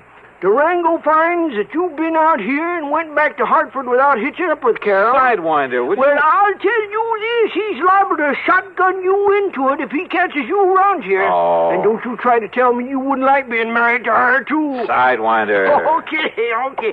So anyhow, me and Durango and Carol. Carol. Hi, Johnny. Oh, I'm glad to see you. Carol, I'm glad to see you. Oh, then don't just stand there. Give me a kiss. Oh, you think I need an engraved invitation? Come here. Oh, hi. Oh, don't stop, Johnny. It's been a long time. If Durango could see this. Oh, drop that, Sidewinder. Yes, sir. He'd have that shotgun out so fast. Oh, man. Oh, it's been an awful long time, Johnny. Oh, too long. I thought you were never coming back here. I'm here. Uh-huh. So let's make up for lost time. Oh, why not? Oh, come on now. Come on, you kid. Oh, it's good to see you. Johnny, don't you want to hear the rest of what I was... Now, look at here. If you don't cut loose from each other there, you know what I'll do. I'll walk right out of here, and I'll go back to Fairweather. And I'll send a telegram to old Durango, and I'll tell him you two are making out like this all alone inside of his house. And if that don't bring him out here to get you two married... Oh, why don't you mind your own business? Well, I tell You you... old goat. Why don't you go somewhere and get lost? That's it. I'm going right down to Fairweather and send him a telegram. No. Just settle down there, Sidewinder. I'll settle down, Johnny. With you. Anytime, any place. Oh, Carol, you're the only girl I know who makes me wish sometimes I was the marrying kind. But now listen. I'll bet I can make you the marrying kind, Johnny. You like to give me a chance, huh? Well, that settles it. I'm leaving right now. No, you aren't, Sidewinder. Oh, let him go. Let's just be sensible for a minute, will I you? was trying to, Johnny. I mean about this murder case. And when we finish talking about it... We'll see. Well, then let me tell you about it. It won't take me so long. And Sidewinder, you stop making those silly eyes or I'll let you have one right between them. Well, I still think I ought to leave. So do I. But as long as you're already... Well, listen, Johnny. I'm listening. When Mr. Needles was killed, Sidewinder wanted them to make him a cop down there in Fairweather. Or even just a deputy, so as I could go out and hunt for that killer. Claude Needles was a friend of mine. But the police said no, they didn't need him, didn't want him. So that made me sure. So we talked it over about who could ever do a thing like that. And that's when I remembered Barney Gifford would get the money from Claude's insurance. So I told Sidewinder I'd have a date with Barney, and that would give him a chance to go through Barney's house and look for the security. And I found him, Johnny, under a loose board in the floor. Yes. So, when he come home, I lassoed him, and I tied him up, and I took him and locked him up in the tool shed on my place. You didn't turn him over to the police? Oh, the chief in that little old hick town told Sidewinder that if he interfered in the case, he'd lock him up. That's what he said. Well, look, nevertheless, And that's when Durango, just before he left to go to Hartford, always has to be there right on time, you know, with that insurance payment. Yeah, I know. Well, that's when Durango said to call you up on the phone. Yeah. Sidewinder. Huh? I thought that was your idea. No, Durango's. And also for getting Johnny out here to see you again. What? Why, sure. Well, who does Durango think he is trying to run my life that way? What kind of a trick is that to pull on? Just you wait until he gets back here. Is that my cue to leave these parts, Carol? Well, it certainly... Oh, no, of course not, Johnny, but... Well... All right, now. Sidewinder, where is this Barney Gifford? Locked up in my tool shed. Well, who's looking after him? Oh, Pete Willie, I told him not to let on to the police. You sure he can handle a man like Gifford? Oh, yes, Sidewinder. Well, I don't see why Hey, not. look, maybe we'd better drive on down there. Well, sure, but wait till I answer that phone. It's probably Durango saying to hold on to you, Johnny. He's probably on his way. If that's Durango, you tell him I've left. Hello? Now, you don't mean that, Johnny. I bet Durango really would make you marry me. Oh, would that be Carol. so bad? Johnny. Johnny. Carol. Oh, why don't you stay on that...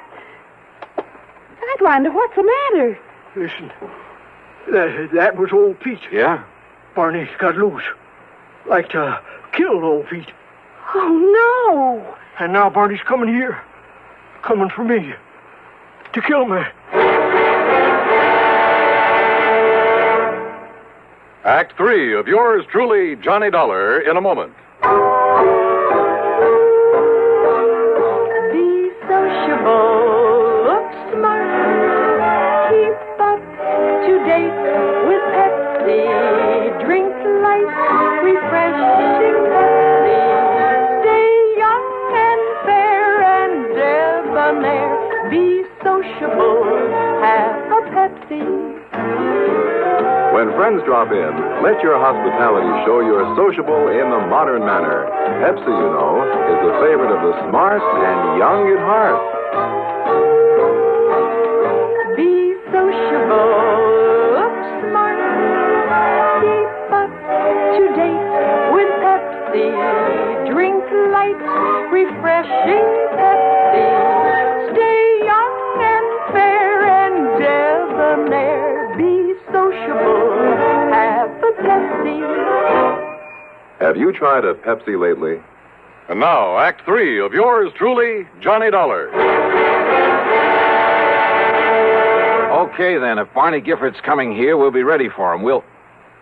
Sidewinder, you aren't afraid of him, are you? He's a bad one, Johnny. But if Sidewinder was able to subdue him before... Well, I caught him off guard, Johnny. He didn't have no gun then, but he has now. He took old Pete. And Barney's a deadly shot. It's the only good thing you can say about him. And don't you see, it's dark outside now. If we stay around here inside the house, we'll be like a flock of sitting ducks. Yeah, but I don't think we'll stay inside. You mean we'll just run away from him? No. How long ago did he get away from Pete? Well, Pete says it was more than an hour ago. Then we haven't any time to waste. What are you going to do, Johnny? I know what you're going to do, Carol. Yes? Get out of here. Go on back to Enid. Tell the police. By the time they can get up here, Sidewinder and I will either have things under control or, well, then they can take over. Why don't you phone the police? Because I'm telling you to go on down there. You're just trying to get me away from here, aren't you? That's right. No, Johnny.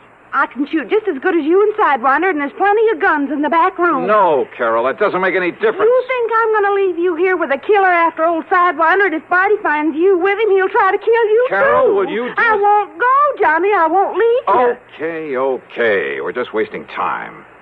I haven't seen any car lights out on the road, but that doesn't mean that... That's right, mister. It doesn't mean a thing. Damn. The front door had been pushed open by the barrel of a high-powered rifle that slowly fanned the three of us. I knew that if I made a move to draw my handgun, if Sidewinder took a step toward his .30-30 on the table, and if Barney was the excellent shot that Carol said he was... All right. Put your hands up and come walking out this door. Listen, Barney Gifford... Do like I say. Come on, Carol. Sidewinder. Come on, don't try anything. All right, Barney. Not so brave now that I got the advantage, are you, Sidewinder? All right, if you gotta kill somebody, kill me. You leave them alone. Now that they know all about me? No, sir. I'm gonna kill all of you like I killed old Pete. Now, stop. You keep your dirty hands off of me, you... Keep them up, Carol. So you're not carrying a gun. I know that Sidewinder never carries it. But you do, don't you, mister? Thanks. And I think I'll use it to kill you. So if you want to put your hands down to pray... Well, Sidewinder... Yes, Johnny? You think maybe this is retribution for that killing you did today? Killing, Johnny? Yeah, when I first got here. You remember. Oh... I don't know what you're talking about, mister. But I'm not going to waste any time. Barney, Shut up, Carol. You're going to go first. All right, now listen, Gifford. And you, mister. And last of all, Sidewinder. Huh? What's that? It's a snake. It's a rattler. It's back of you, Sidewinder. No. It's over next to Barney. Where? I can't see it. Where is it? I'll kill it. Where is it? Right here. Oh.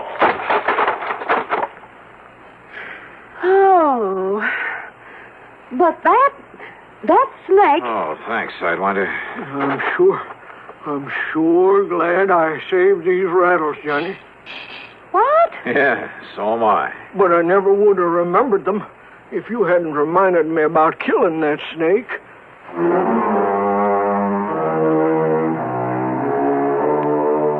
You know something? I hated to leave that place. To leave Carol is what I really mean. But there was another phone call. Sidewinder answered it. And yep, it was from Durango, phoning from Enid. Durango was so tickled to learn I was still around that he promised to come out to the ranch as fast as he could. Yes, sir, just as soon as he can pick up the preacher. Sidewinder. Well, much as I love that gal. Well, expense account total, including the trip back to Hartford and mileage on the rental car, $203.50. Yours truly, Johnny Dollar.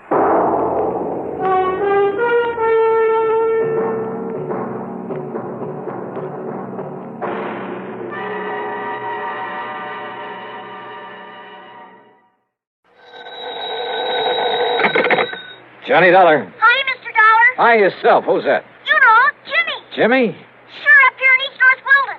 East-North what? And I saved up the money for this long-distance call from my newspapers. Use my own money, because it's very, very important. Oh, well, I'm sure it is. But now you haven't told me Jimmy who. Jimmy Carter. You remember the artist. Artist?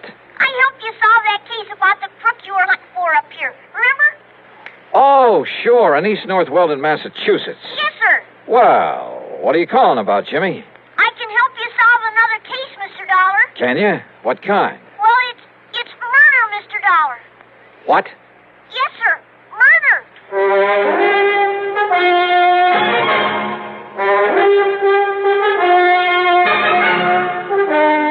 Bob Bailey in the exciting adventures of the man with the action-packed expense account.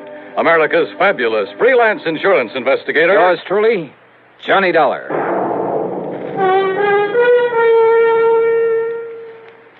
The station to which you're listening right now is an affiliate of the CBS radio network. That fact makes several important differences in the kind of radio service you receive whenever your dial is set here. Take the matter of news. Over this station, you hear frequent reports gathered by the foremost broadcast news organization, CBS News. Reports supplemented by the perspective commentary of such distinguished newsmen as Edward R. Murrow, Lowell Thomas, and Eric Severide. In addition, of course, this station provides you with late local news so that you may keep up with what's happening in your community. You hear top dramatic programs, comedy, variety, and music to fit your every mood. In addition, this station provides you with further listening entertainment, courtesy of your favorite local broadcast personalities, plus the cream of today's crop of top songs. Well-balanced, highly listenable broadcast fare can come to you only through teamwork, the kind of teamwork made possible by the combined resources of CBS Radio and this station. And now, Act One of yours truly, Johnny Dollar.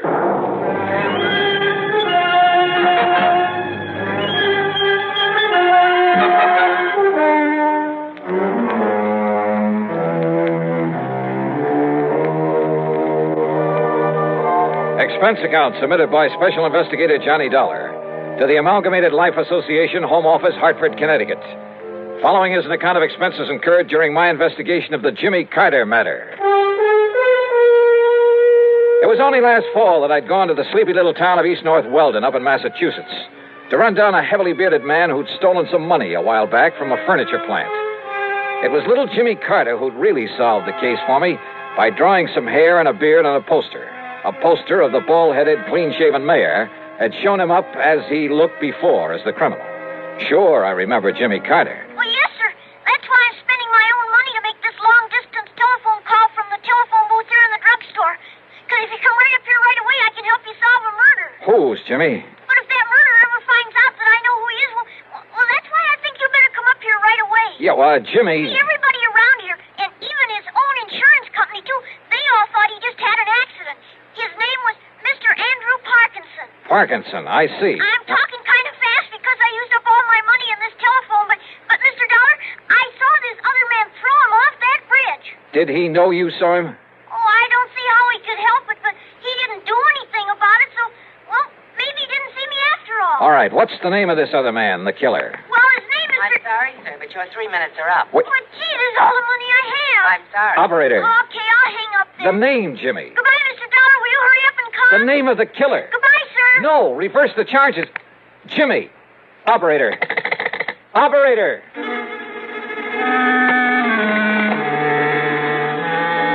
Expense account item 1, 10 cents. Phone call to the Auto Club for some route information. Item 2, another dime for a call to Pat McCracken at Universal Adjustment Bureau. It was pretty early in the morning, but fortunately he was in his office. Yes, Johnny? Hey, Pat, listen. Yeah? I'm driving up to Massachusetts fast as I can. Well, good for you. Listen, will you? What? Andrew Parkinson. Get that? Yeah, Andrew Parkinson. What about him? Well, he died a few... Well, that is... He what? He died, and, well, it was supposed to be an accident, but Well, anyhow, he's dead. Johnny, easy. What's this all about? I want to know who his insurance company is. You're a clearinghouse for that sort of information. That's right. Well, will you see if they have a representative or an office up in East North Weldon, Mass? East North Weldon? That's right. It's just east of North Weldon. Oh, no. You know, up north of Fitchburg. Oh, that place I have heard of. Well, somebody in that company called it accidental. But listen, I have reason to think it wasn't. What? So if I can contact whoever it is up there, and listen, Pat, there may be a kid's life at stake. Johnny, this is about as confusing as anything. Yeah, I know. I'm sorry. Just get me the name of the company that insured the life of Andrew Parkinson. Well, whatever you say. Good. But it may take a couple of hours. Okay, just get it for me. I'll call you when I get up there.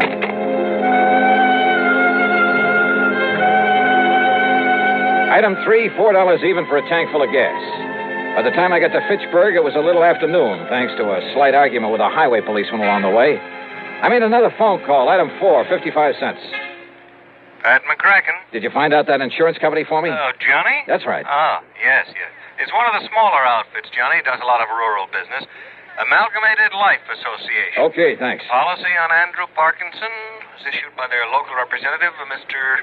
Waldo Bottomley. They're in East North Weldon? That's right. Good. And the company's report on Parkinson says that his death was accidental. It's already been reported? Mm-hmm. Well, when did he die, Pat? Day before yesterday. And a claim's been filed? Yes. $10,000 with a double indemnity clause. Wait a minute. Who's the beneficiary? Lucius R. Weatherby. Same town. Okay, thanks a lot. No, wait a minute, Johnny. Tell me what all Wait, this... nothing. I tell you, a kid's life may be in danger. What does a kid have to do Sorry, with this? Pat, I gotta hit the road.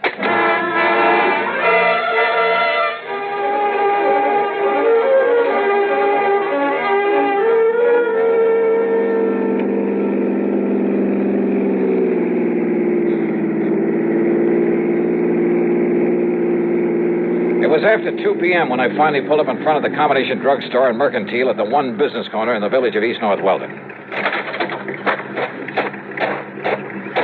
One of the local citizenry, looking slightly under the weather, sat on the rickety porch of the store, hacking away at a stick of wood with an old pocket knife. Howdy. Hiya.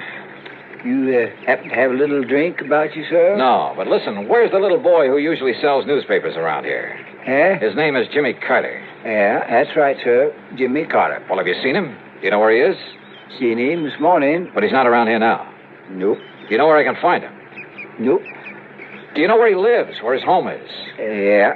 Well, where? Up the street. Oh, sure. What street? Spruce. North Spruce. And the number? 18. Okay, thanks. Listen, my name is Johnny Dollar. If you see him, please tell him I'm looking for him. Johnny Dollar, eh? Yeah. You got the price of a drink on you? Some other time. Just be sure and tell him. Yeah.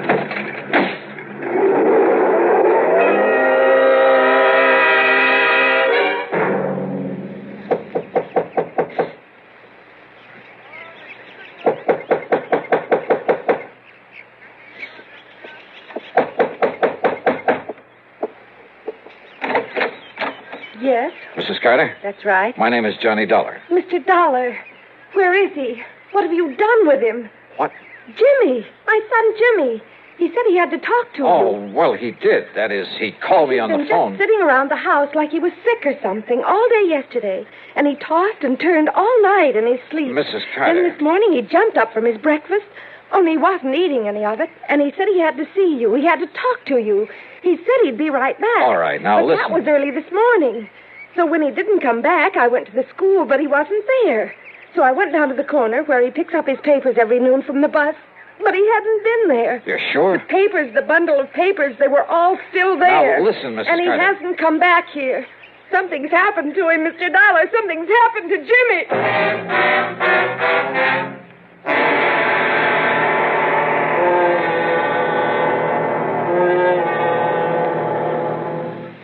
Act 2 of yours truly, Johnny Dollar, in a moment. Coming up to 10 gallons, Mr. Johns. There. To check your oil filter and air filter might pay you $1,000. How's that? Well, haven't you heard about Fram's big silver treasure hunt? Oh, yes. Heard something about it over my car radio this morning. What's it all about? Well, a regular filter check is so important that Fram Corporation is paying $60,000 to get car owners to check their filters now. $60,000 in cash? Yeah, this is Fram's silver anniversary. Last year, 10,000 secretly numbered Fram filters were distributed all over the United States and installed in cars during regular servicing. You may have one in your car and not even know it. A Fram filter cartridge worth 1,000 silver dollars. And if you do, I get $1,000 too. Well, what are we waiting for? Let's check those filters now. Hurry, folks. You could win up to $1,000 in cash. Join the big Fram treasure hunt. Check your car filters now. And now, Act 2 of yours truly, Johnny Dollar and the Jimmy Carter matter.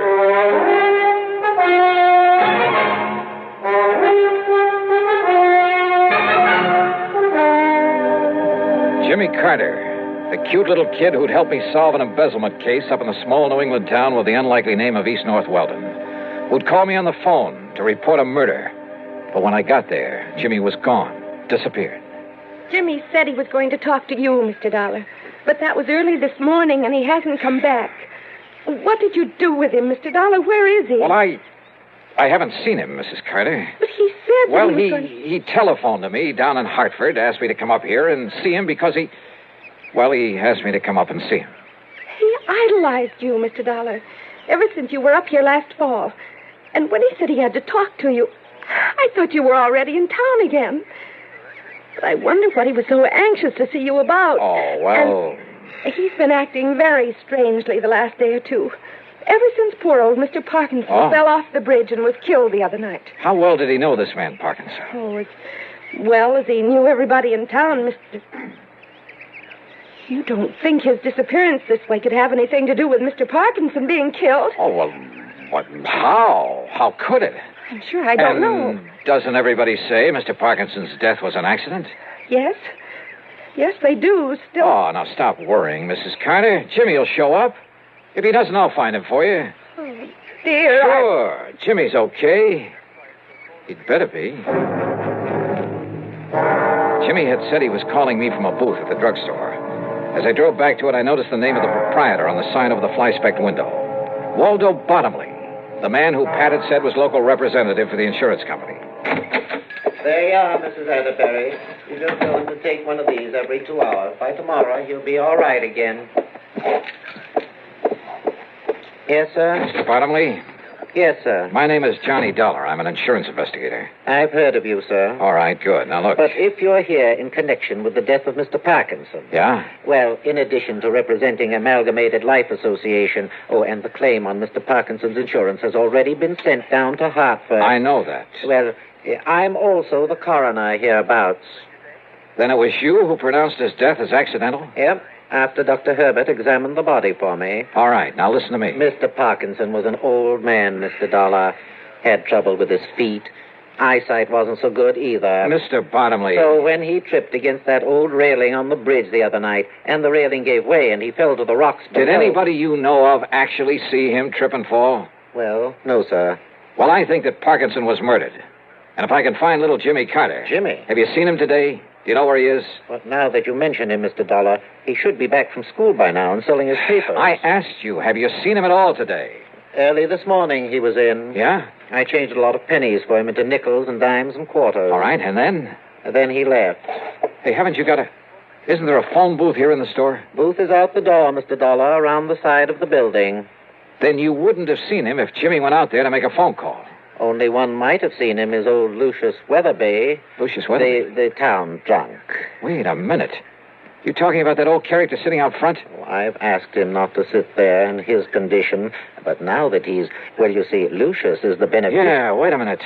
Lucius Weatherby is the beneficiary of Parkinson's insurance. Yep, as I was about to say. No wonder he wouldn't tell me anything about Jimmy. What's that, sir? So he killed Parkinson to collect the insurance. Jimmy saw him. And what was that? Bottomley, I have a few questions I'd like to ask that Lucius Weatherby. Now, wait, sir. Yeah? If you expect old Lucius to remember anything... You bet I do. Plenty. Then you'd best take along this bottle of medicinal brandy. What? Yes, sir. That'll be $3.75. Well, break it over his head. Yeah, but you don't understand. No? He can't remember a thing unless he's had a little... Mr. Dollar! All right, Weatherby. Howdy. You changed your mind about buying me a little... Oh. Where's Jimmy Carter? What did you do with him? If you don't mind letting go of my collar, sir. Come on, start talking. Jimmy? That's right. Where is he? Well, sir, I seen him this morning. You told me that before. Now, what did you do with him? Well, nothing, sir. I swear. He came out of the store this morning, went into that phone booth. Yeah, he did do that. Yeah, and then what? What did you do? Now, sir, if I had a little drink, I could remember better. Come on, you old son, answer me. Well, he went off in that car. Car? What car? Well, he didn't want to, but... Who? Well, who made him go off in a car? Well, if I could just remember, it was a man. Come on, who? Somebody I know. Yeah? I'm sure I could remember if I had a little drink. Now, you listen to me, you lying... He's telling you the truth, Mr. Dollar. Oh, sure he is. Yes, sir. But if you give him a bit of this medicinal brandy to refresh his memory, truly... Okay, let me have it. That'll be $3.75, if you please. Okay, here. I'll get you the change. Don't bother. Because if this doesn't bring the truth out of him, so help me, I'll... Act 3 of yours truly, Johnny Dollar, in a moment. Be sociable, look smart, keep up to date with Pepsi. Drink light, refreshing Pepsi. Stay young and fair and debonair. Be sociable, have a Pepsi. When friends drop in, let your hospitality show you're sociable in the modern manner. Pepsi, you know, is the favorite of the smart and young at heart. Be sociable, look smart, keep up to date with Pepsi. Drink light, refreshing Pepsi. Stay young and fair and debonair. Be sociable, have a Pepsi. Have you tried a Pepsi lately? And now, Act 3 of yours truly, Johnny Dollar. The town drunk, who could only remember things with a drink under his belt. If you ask me, that's a lot of hooey. Nonetheless, item 5, $3.75 for the bottle of what the local druggists call medicinal brandy. Old Lucius Weatherby started lapping it up. Mighty fine, sir. Mighty fine. All right, now listen. You listen to me. I'd better let him have a little more, Mr. Dollar, if he's to remember properly. Yeah, a little more. Oh, and here's your change from the Lucius, $5. you say that when Jimmy walked out of the phone booth, he drove away with somebody. Yeah. Against his will. Yeah. Your change, Mr. Dollar. Forced little Jimmy right in his car. Who forced him? Well, now let me see. His name was... Yeah? You know him, Barron. Think, Lucius. Think hard. Come on. Yeah. Now listen, you old son. I want to... Harvey. Huh? It was Harvey. Harvey who? Barron, you know everybody. Harvey Willman? Harvey Willman, yeah. Who is he? Well, he's not one of our more respected people, Mr. Dollar. Respected, Yeah? sir. And come to think of it, I believe he was a distant relative of Mr. Parkinson. What does he do? Where does he live? He does nothing, really. He was always trying to beg money from Mr. Parkinson. Never got it, though. Anybody else? I ask you, where can I find him? Where does he live?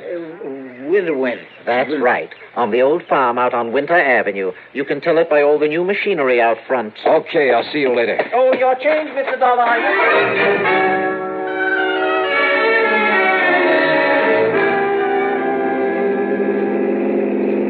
On the way out to Harvey Woolman's farm, I suddenly realized that for once in my life, I'd forgotten to bring along a gun. Judging by all the equipment out front, Woolman must have gone through the Alice Chalmers catalog and taken one of everything. But the farmhouse was nothing but a one-story clapboard shack. Half hidden at the back of it was a beat-up old sedan. Come on, open up. Jimmy! All right, Willman, open up this door. I'll break it down. Willman! Okay, brother, you asked for it.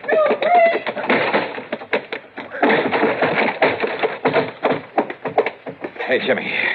Jimmy, are you okay? Where's Harp? Behind you. Back at the door. Don't move, Dollar.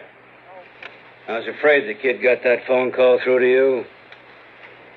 Too bad for you, he did. All right, look, Willman. No, don't, Mr. Dollar. He'll shoot you. I know he will. He was going to kill me. He still is. The kid's right, Dollar. Up against the wall. Face the wall. Put your hands up high against it. Go ahead. I'm not carrying a gun, woman, if that's what you're worried about. Now, that's something I'm going to find out for myself. Yeah? Yeah. That could be a mistake. I got the gun! Ah. Jiu-jitsu, huh? Not this one. Oh, well. Oh, hey, come on now, Jimmy. Hey, Jimmy, it's okay now. Everything's okay. He was going to kill me. He was going to kill you. Oh, look, you and I kind of stopped him in his tracks, didn't we? Hey, you know something, Jimmy? Now you're a real hero. Because this time you trapped a killer for me. Gee.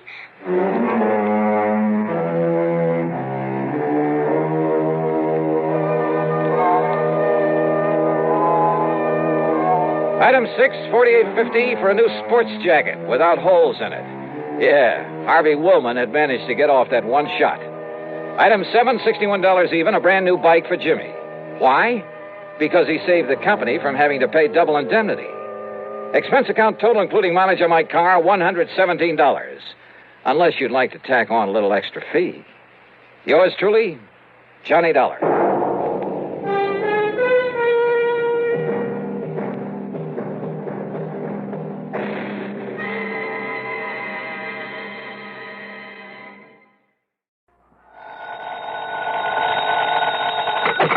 Johnny Dollar. Pat McCracken, Johnny, at Universal Adjustment Bureau. Greetings, Master. No, don't give me that. Johnny, I believe you spent a couple of weekends down in Sarasota, Florida early this month. Pat, you know darn well I did. Have a chance to get in some fishing? You know darn well I didn't. That's why I've been sitting here dreaming about those lunker bass at the Lake Mojave Resort out in Arizona. Oh, what's the matter with Lake Mead? Huh? You know, the huge man-made lake that's backed up by Hoover Dam? Yeah, I know. A few miles this side of Las Vegas, Nevada. A lot of big ones in that water, I understand. Okay, Pat, you got me all excited. Now, what's it all about? I told you, fishing. Yeah, and? That's all. Except... Yeah, except what? Slight case of murder.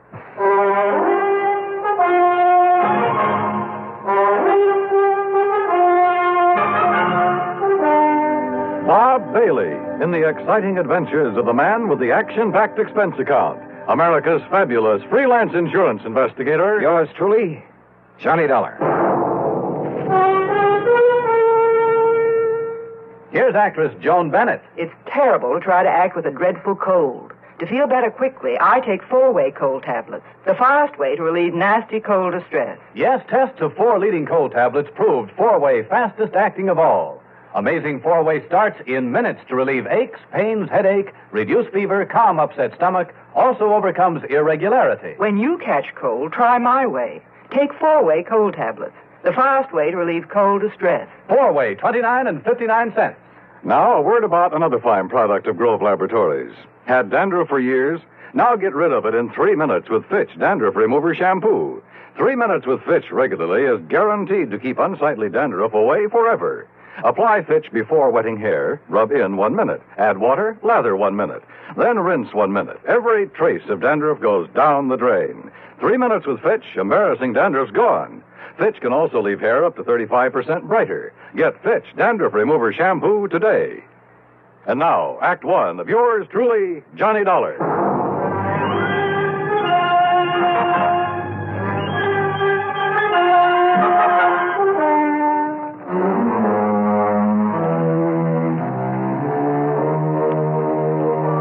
Expense account submitted by Special Investigator Johnny Dollar to the Universal Adjustment Bureau, Home Office, Hartford, Connecticut. Following is an account of expenses incurred during my investigation of the Lake Mead mystery matter.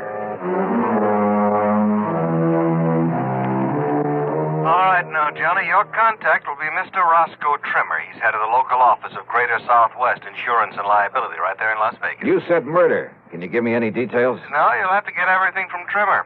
All I know is there's a $20,000 policy involved and double indemnity.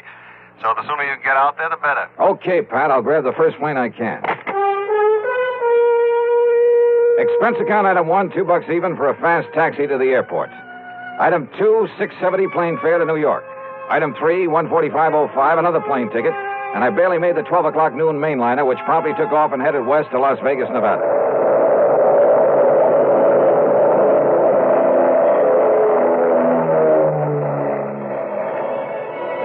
It was 9:45 p.m. Pacific time when we started the long glide down from a starlit sky to the landing strip at McCarran Field in Las Vegas, Nevada.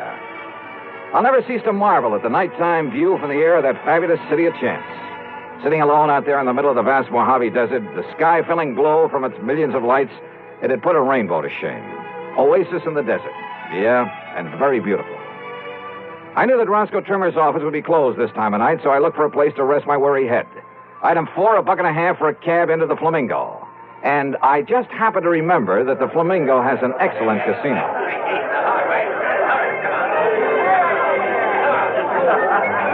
Now, I'm really not a gambling man in the usual sense of the word, but who can resist the lure of the dice and roulette tables, the blackjack, even the slot machines in a setting like this? Sure, the house always wins, and the sucker who forks out his hard-earned money doesn't stand a chance. But you know something? After a few hours of play, I came out so far ahead that I won't even bother to list my food and hotel room on this expense account. I really cleaned up. How much? Well, if I told you, you'd probably want me to absorb the whole thing, so I won't. Then, early the next morning, I met Roscoe Trimmer at the office of Greater Southwest Insurance and Liability. Dollar, I'm glad you could make it. I don't like this one at all. How are you? Hiya, Rosk. Sit down, will you? Yeah, But sure. not for long. Huh? I've arranged a drive-it-yourself car for you. And the sooner you can get over to Lake Mead, the better. Well, just where, Roscoe? That's a pretty big lake. Overton. A little town 50, 60 miles north and east of here. At the upper end of the lake. So what's happened up there? Johnny, a client of mine, Thomas Mayfield Thomas, came out here from Chicago last year. Retired here. I don't know much about him, except that our Chicago office sent me his file when he came and asked me to look out for him. Uh-huh. Go on. About a week ago, Thomas and a friend went fishing together out of Overton Landing. They went out with Hob Fulton on a charter boat. Incidentally, if you ask me, Hob's the best guide on the whole lake. Good, I'll remember that. Only you're here on a case, remember? Oh, sure. But go on. Well, the fishing must have been pretty good, because they stayed on at the Overton Motel. Then the next morning, they went down to the landing, rented a little Arkansas Traveler and a 10-horse Johnson, and went out fishing on their own. Rosk, I may try that very thing myself. But about the middle of the afternoon, a big east wind came up. You know what that means? I know that when a big Easter hits one of those desert lakes, there's only one thing you do. Get off it quick. Well, they didn't, Johnny. At least not quick enough. The following morning, when the blow had died down, Hob Fulton went out to look for him. And? He found the boat, all right. Beached on a point down near Goat Island. And Mr. Thomas's friend. What about Thomas? His friend says that Thomas went overboard when the squall hit him. Well, it's certainly possible. Yes, it is. Possible. The chomp on a lake like that can build up waves 8 and 10 feet high, enough to throw a man off any kind of a boat. Yes, I know. But you don't think that's the way it happened? I didn't say that, Johnny. It's just that... Well... Okay, Rosk. What was his fishing pal's name? Charlie Wentworth. Does that mean anything to you? No. Well, I'm afraid I don't know very much about him either. Except that he, too, came here from Chicago. Arrived in town about 2 weeks ago. I take it that's where he knew Thomas, back in Chicago. Yeah, apparently. Well, what about him? What does this Charlie Wentworth do? Apparently nothing. But hang around the gambling joints. Oh, he does a little dealing and shilling for some of them now and then. There's talk he's been making illegal book on the races, though nobody's pinned it on him. So, in your book, he's an undesirable character. That's right. But is that reason to suspect he took Mr. Thomas out on that lake and murdered him? Now, Johnny, there's been a lot of worry around this town about some of the people who've come out here recently from Chicago. You know, ever since those investigations began back east. So what? Does that mean everybody who comes from there is a killer? No, of course not. But a man who doesn't really work for a living, you know, just spends all his time around the gambling tables, has no visible, regular means of support. Thomas was retired. Maybe Charlie Wentworth is, too. Oh, Johnny. Besides, who knows? Maybe Thomas will show up. Maybe he swam to shore and is plotting his way back through the desert. Oh, now, you know the odds against a city man surviving out there. Well, does anybody really look for him? Everybody. The police, the National Park boys, everybody. Not only in boats, on foot, but they even use planes and a helicopter. They found no trace. Well, that still doesn't prove anything. Tell me this. Are the police holding Charlie Wentworth? No, they're not. Which means they don't feel they have any reason to. But you still think I ought to investigate? Yes, I do. Roscoe? So do I.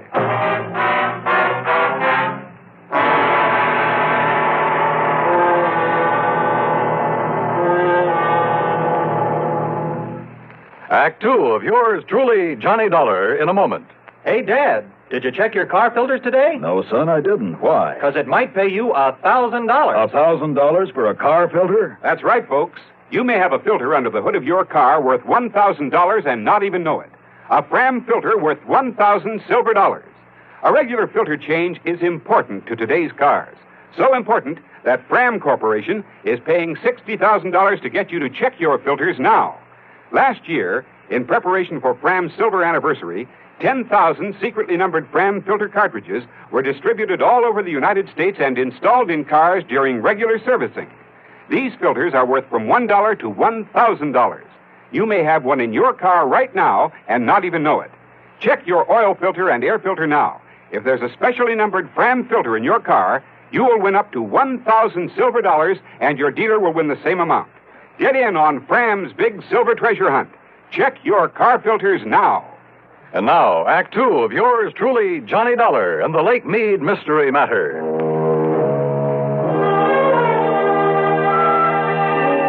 Neither the police nor anybody else in Las Vegas seemed to think Thomas was murdered out on Lake Mead. But what Roscoe Trimmer told me made me suspicious, of Thomas's fishing pal, a man named Charlie Wentworth. Expense account item 5640. I telephoned to my old friend Ken Bugby, reporter on the Chicago Citizen News. Thomas? Yeah, that's right, Ken. What can you tell me about him? Well, not everybody knew it, Johnny, but he was a mouthpiece for the old Moretti mob. That was some years ago. Oh? When they started the big cleanup, well, either Thomas couldn't or just plain wouldn't get him off the hook. Let them all go to jail. Then he settled down, retired in his home out in Elmhurst. Well, he's certainly not there now, Ken. No, about a year ago, he suddenly sold his place, packed up, and moved out west somewhere. Why? Do you know? Change of climate, I guess. What about him, Johnny? Ever hear of Charlie Wentworth? Are you kidding? He was one of Moretti's trigger men. Casual Charlie, they called him. You, know where he is now? Oh, they sent him up to Joliet prison along with the rest of the mob. Those boys will be in the clink the rest of their natural... Oh, wait a minute. Yeah? Casual Charlie and Snooty Wilson were released. Yeah, and... Hey, that was just about the same time that Thomas moved away from here. If that means anything. Baby, I got a hunch it means everything. Oh? Like what, Johnny? Thanks a lot, Ken.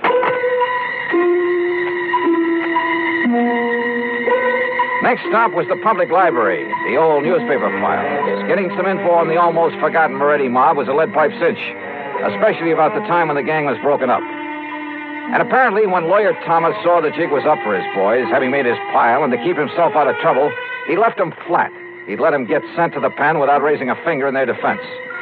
So don't tell me that a mobster wouldn't want to get even with the guy who'd let him down. Sure, Charlie had killed Thomas. I was sure of it without even seeing him. But to prove it, without the corpus delicti, I spent item $632 even on some equipment at a sporting goods store. Then I drove north on Highway 91 to the quiet little town of Overton. There I learned that for once, Hob Fulton, the fishing guide, had a free day on his hands, that he was down at the lake some 12 miles east of the town. I met him at the dock, and within a few minutes, we were on board as Higgins runabout and heading south. Lake Mead is a tremendous thing, something like a 550-mile shoreline, the biggest man-made body of water in the world, I believe. Just thinking about the record-breaking largemouth bass that have come out of that lake fairly made my mouth water. I carefully checked out the equipment I'd brought along. So you spent a lot of good money renting that stuff from Shelby's Sporting Goods down in Vegas, huh? Yep. Well, where's the spear? Hob, I don't think I'm going to need a spear. I don't think you can need any of that stuff. You ask me, Dollar, if you want to catch fish, borrow one of those rigs I brought along. Hob, I just want you to take me to the same spot you took Mr. Thomas and Charlie Wentworth. Too bad about that, Mr. Thomas. I got him a lot of nice bass, though. You know, fishing only the real deep holes. That's where they are this time of year. That's what I figured. If only they'd had sense enough to come back in that next day when the wind started to blow. Did they seem to get along all right, Hob? I told the police about that, Mr. Dollar, but I guess it didn't mean anything. Told them about what? Well, you ask me. Mr. Thomas wasn't any too happy fishing with Charlie Wentworth. But Charlie kept saying, let bygones be bygones, and let's enjoy the fishing, so... When you found Charlie in the boat the next morning, was there tackle still in it? Have you ever seen this lake when there's a big blow from the east, Mr. Dollar? I've seen Lake Mojave when it's been that way, but you haven't answered my question. No, sir. Their tackle boxes got thrown overboard along with everything else. Even that big one of Charlie's. Dollar, he had enough stuff in that thing to sink the Queen Mary. He did, huh? Like what, Hob? Well, I didn't poke around in it. when I heisted on board. Oh, look, there's the glory hole. First place to stop for him. So if that's what you want, that's where we'll start. How deep is it? Oh, I'd say about a 3 1/2. A 3 1/2? Well, you know how high a fair-sized tree is. Glory hole's about a 3 1/2. Oh, I see. Johnny, if you're going to use that rig you brought along... I'll just pull up to the same spot you showed them where to fish.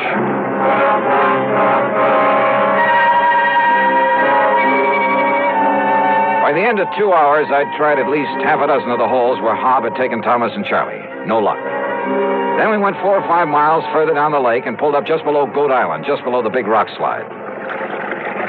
Deepest hole in this part of the lake, Dollar. Must be near the 5 trees. A lot of ledges down there on the sides of it, so you better go kind of easy. I covered every inch of that hole, and with the aid of a powerful waterproof headlamp I brought along. Then finally I came back up to the surface. That's right, I said came back up to the surface. Here, Johnny, let me give you a hand back in the boat. No, thanks. I'll rest you in the water for a minute. That's a pretty deep hole. Yeah, but how you ever expect to catch bass in that skin diving rig without even a spear? Hand me a long rope, Hob. I found it down there. Huh? Yeah, on a ledge about 50 feet down, lashed onto that heavy tackle box you were talking about. That's what made it sink. Hey, what are you talking about, Johnny? The body of Thomas. What? Yeah, and there's a bullet hole right between the eyes. Act 3 of yours truly, Johnny Dollar, in a moment. Be sociable, look smart, keep up to date with Pepsi, drink light, refreshing Pepsi, stay young and fair and debonair, be sociable, have a Pepsi. When friends drop in, let your hospitality show you're sociable in the modern manner. Pepsi, you know, is the favorite of the smart and young at heart. Be sociable, look smart, keep up to date with Pepsi, drink light, refreshing Pepsi, stay young and fair and debonair, be sociable, have a Pepsi. Have you tried a Pepsi lately? And now, Act 3 of yours truly, Johnny Dollar. I took the body of Thomas back to headquarters in Las Vegas and hung around long enough to hear Dr. Richard Fallon say the bullet hole was definitely made by a .38 and at close range. To hear Police Captain Willis say there'd be no action taken until the bullet could be removed for study. But I knew he'd change his mind when he had time to think about it. So I left headquarters and started making the rounds of the gambling casinos. Luck was with me. At the second place I stopped, one of the public joints on Fremont Street. A winner, everyone. That's 34, red and even. Well, have you seen him around here today? Yeah, that's Charlie Wentworth. They just come in the door, mister. Thanks. All right, ladies and gentlemen. Excuse me, please. Make your bets for the Pardon me, will you? May I get through here, please? Thank you. Excuse me. Charlie Wentworth? Yeah, Buster? Johnny Dollar, insurance investigator. Here's my credentials. Oh, yeah. I guess you want to talk about my pal, Tommy Thomas, got drowned over in Lake Mead last week. Is that it? Yeah, something like that. Oh, Buster, that was an awful thing, him going like that. He was an old buddy of mine. Was he? Sure was. An old buddy. Hey, why don't we talk over in my room, huh? Too much noise around here. Okay by you? Sure. Why not?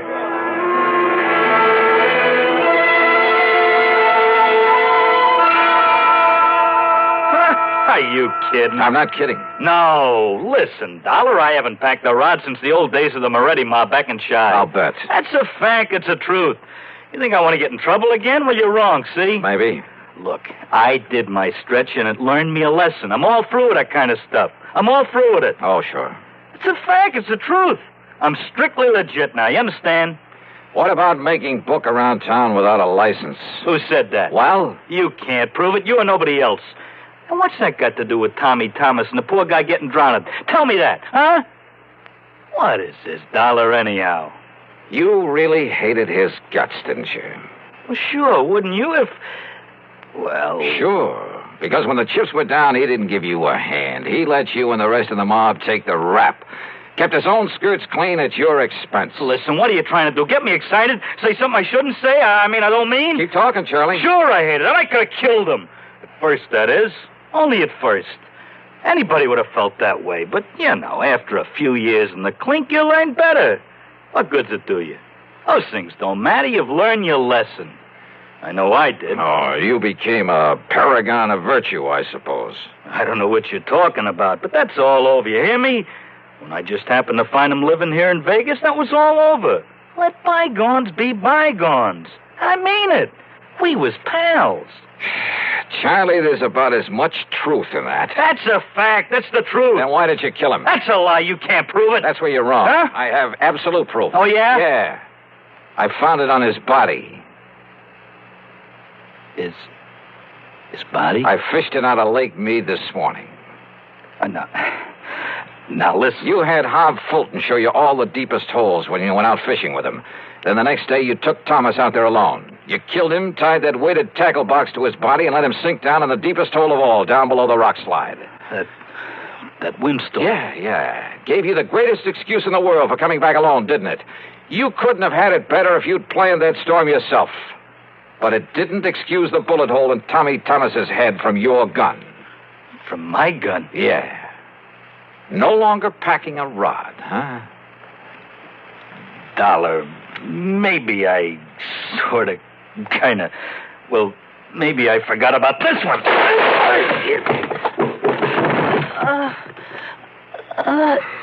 Trigger man, huh? You're a lousy shot. And pretty slow draw, thank heaven. You know something? Now I think I have got proof. Yeah, this gun of yours.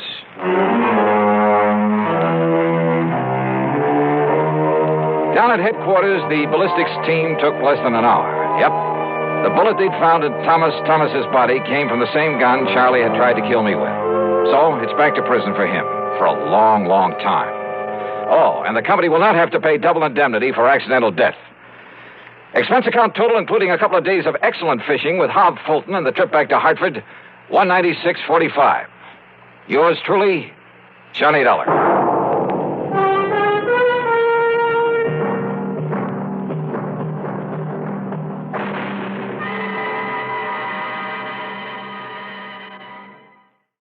From Hollywood, it's time now for...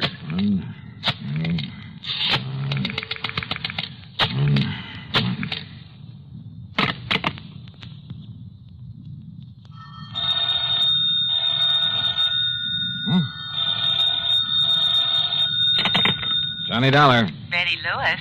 Hey, it worked. Sure it does. So hang up that extension. Come on back here in the living room. We'll finish up our cocktails and be on our way. Yes, sir. How about that, Johnny? Where'd you learn that trick of making your own phone ring? And the extension, too. From the man who put the extension to my apartment. Yeah, it's kind of a line check. You dial that number and hang up.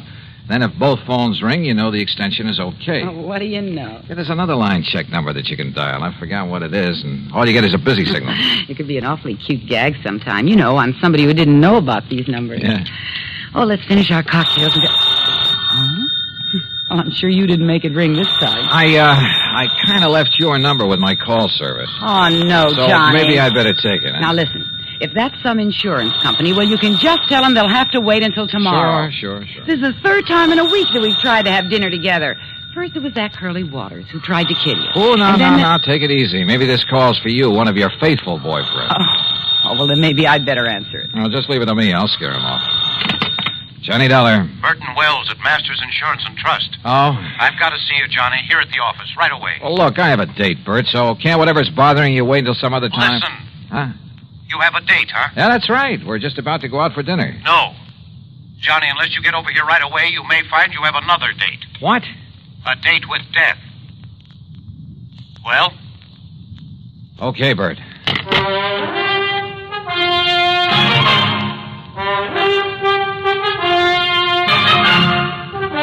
Bob Bailey in the exciting adventures of the man with the action-packed expense account. America's fabulous freelance insurance investigator. Yours truly, Johnny Dollar.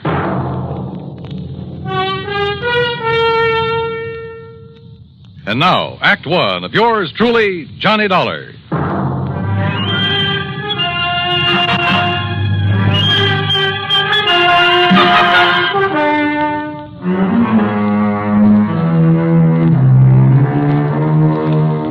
Expense account submitted by Special Investigator Johnny Dollar to the Masters Insurance and Trust Company, Home Office, Hartford, Connecticut. Following is an account of expenses incurred during my investigation of the date with death matter.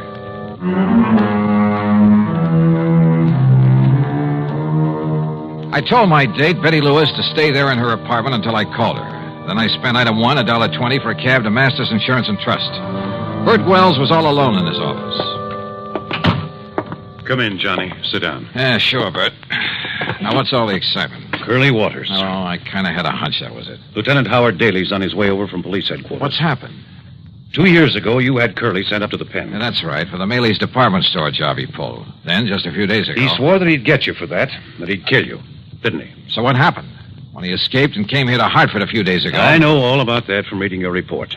Thanks to some quick thinking on your part, the police nabbed him instead. Plus the loot from the department store robbery. You know who deserves the real credit for that? The girl I had a date with tonight. Until you spoil things with your phone call. Johnny, as you know, either you or the police wounded Curly Waters, which is why he was taken to the hospital and placed under guard instead of being locked up. So? Well, Mr. Wells, I see you managed to locate him. Yes, Lieutenant. You okay, Dollar? Any reason why I shouldn't be, Howie? Has Mr. Wells told you what's happened? No, but I think I can guess. Curly Waters escaped from the hospital. Yes. I had 3 good men there watching over him, but he managed to get by them. How? With help. One of his old cronies. Gimpy Taylor? Yes. Gimpy created a disturbance out in the hall, and when they went after him, Curly crashed out through the window. When they went back in after him, Gimpy took it on the lam. 3 good men, did you say? Well, the odds were all with Curly and Gimpy. When the boys went out in the hall after Gimpy again, it was full of interns and nurses and stretchers with patients on them. If they'd fired a shot, they might have killed somebody. Well, what goes? Do you want me to go out and look for him? No, sir. Don't you see, Johnny? The reason I called you is because of the threat against your life. Of course. And, Johnny, I'm going to provide you with a bodyguard 24 hours a day until Curly is picked up. No, wait a minute. Listen, Howie. You listen. He almost got to you just a few days ago. Don't you forget that. And one way or another. The lieutenant's right, Johnny. You said yourself that if it wasn't for your girlfriend, this Betty Lewis... Uh-oh. Bert, let me use your... Here.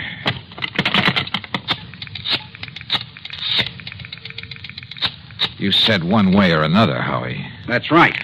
And, yeah, maybe through your girl. Is that who you're calling? Yes. Are you sure she's at home, Johnny? That's where I just left her. And I told her to stay there, not to move until she heard from me. Johnny. Oh, if Curly Waters ever... Come on, Betty. Pick it up.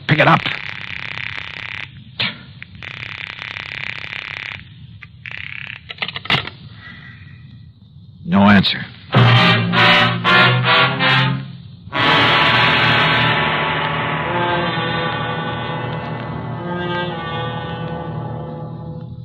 Act Two of yours truly, Johnny Dollar, in a moment. And now, Act Two of yours truly, Johnny Dollar, and the date with death matter.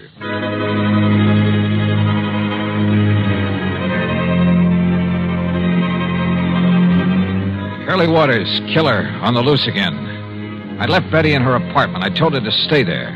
But when I tried to call her on the phone, no answer. Lieutenant Howard Daly and I took the elevator down to the street to his prowl car.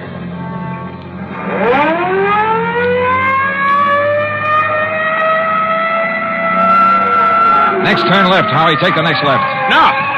We'll make it the one after that. But it's one way, the wrong way. Yeah, but it'll give us a shortcut. After a couple of blocks. Hang on, Johnny. Hold. Now, it's the third building in the block.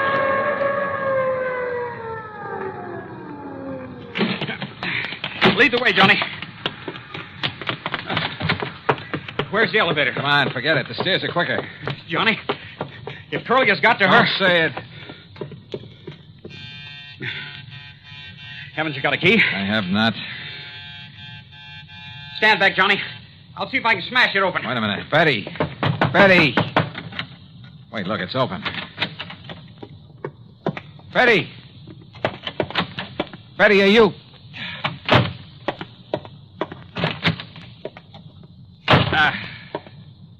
I'm afraid she's gone, Johnny. Just gone. We went over the apartment with a fine-tooth comb, hoping to find some clue as to where she'd gone. Yeah, and how she'd gone. Curly was a desperate man, likely to do anything. Betty had left in a hurry, we were sure of that, because the closet in the foyer was left open, the coat hanger lying on the floor, and because of the way she'd left the front door unlocked. But that was all we knew. At least there was no sign of a struggle. Because he probably had a gun. And your girlfriend probably knows he's one of the best shots in the country. All right, Howie, now listen. Huh? No, let me take it, Johnny. But it may be. I'll get it. Hello? Lieutenant Howard Daly there? Who's calling? Riley down at headquarters. Who'd you think? Oh, it's Riley. Thanks. Yeah? We got one of them, Lieutenant. Gimpy Taylor. What's that? Where? About 11 miles up North Road. Yeah? He wrapped a stolen car around a big elm tree, up at Dead Man's Cave. Did it kill him? I managed to crawl a couple of 100 yards into the brush before he conked out. Was Curly Waters with him? Riley. Was Curly Waters with him? There was no sign of him, but the man they stole the car from said there was two of them. There was two of them then. Ask him. Any sign of Betty there? Riley, any sign of a passenger, a girl? No, sir, Lieutenant. Okay, I'll keep checking with you. You hear it all, Johnny? Yeah. 2 men stole the car. So the other one must have been Curly. Yeah, but whether they were both on the rack and Curly was able to get away. After all, if Gimpy was able to crawl a couple of 100 yards... Yeah. Curly may be a couple of 100 miles away by now. Or maybe not. Howie, I don't think he left town with Gimpy. Helped him steal the car, yeah, to make it look as though he was leaving. Why do you say that, Johnny? Because of Betty. Because I think he's holding Betty to get me to him. Then maybe you'll agree to a 24-hour-a-day bodyguard after all, huh? No, absolutely not. Johnny, You think that Curly's a jerk? I Well, he know. isn't. He's smart. He's smart enough to smell a cop a mile away. Just the no, same, Howie, no. There's only one thing to do. Only one way to flush him out. Johnny. Betty, what happened? Where have you been? What happened to you? Well, I got a phone call. Yeah? From the hospital. At least they said it was the hospital. Yeah? They said you were down there. That you'd been shot by Curly Waters. See, I told you he's clever, Howie. Oh, Betty, thank heaven he isn't out to get you. Oh, this is Lieutenant Daly from headquarters. Hi, Lieutenant. Hello. What were you going to say, Johnny? I say he's clever. This means that Curly's still in town, still gunning for me. He called Betty to get her away from this apartment, knowing that I'd come here. Johnny. Yeah. And he might have been here waiting for me if you hadn't come, too. But he's smart enough to want to catch me alone. So, Howie, it means there's only one bait in the world that'll bring him out in the open. What's that, Johnny? Me. Alone. Johnny. All right. Betty, you're staying here. Howie, you're going back to headquarters. Me, I'm going to my apartment. I'm going to sit there and wait for him. Oh, Johnny, no. Okay. Sure, Johnny, you go right ahead. But I'll have enough men hidden away surrounding that place of yours. No, then you'll never get him. Then he'll have to skip out. Maybe skip the country. I'd like to see him try it. Howie, he's an actor, a good one. If that costume of a priest he was going to use before, he can... Well, in that, he could have walked right by you or me or anybody else and never have been recognized. And with a phony passport, which he already has, he'll skip the country, all right. But when he comes back, I won't know. I won't be ready for him. Right now, I am. Oh, but please, Johnny. Yeah, don't listen. keep- No, Howie. But you'd be a sitting duck for him. Sorry. It's the only way. Act 3 of yours truly, Johnny Dollar, in a moment. Now, Act 3 of yours truly, Johnny Dollar. Johnny Dollar. Pigeon. Maybe soon to be a dead one. But the only way to bring Curly Waters out in the open was for me to wait for him. Wait for him to come and try to kill me. So after making Betty promise to stay in her apartment and Lieutenant Daly to go back to headquarters, I went over to my own apartment. And I waited. Believe me, I felt anything but brave. But I'd rather take my chances on having it out with him now than spend the rest of my life knowing he was still alive, somewhere, still gunning for me. That sooner or later he'd catch me off guard. 11 p.m., 12, 12:30. Huh? My impulse was to raise my gun and pull off a couple of shots right through that door. Yeah? Who was it? It's Howie. Open up. Oh. Oh, Howie, what the devil are you doing here? Just Checking up, Johnny. Checking up. You got a bunch of your boys scattered around out there? No. Those bodyguards you were talking about? No, Johnny, but... Listen, will you? Sitting here alone, waiting for him, you're taking too much of a chance. Can't you get it through that thick skull of yours? I tell you, it's the only way to make him show himself. And I tell you, it's the surest way in the world to get murdered.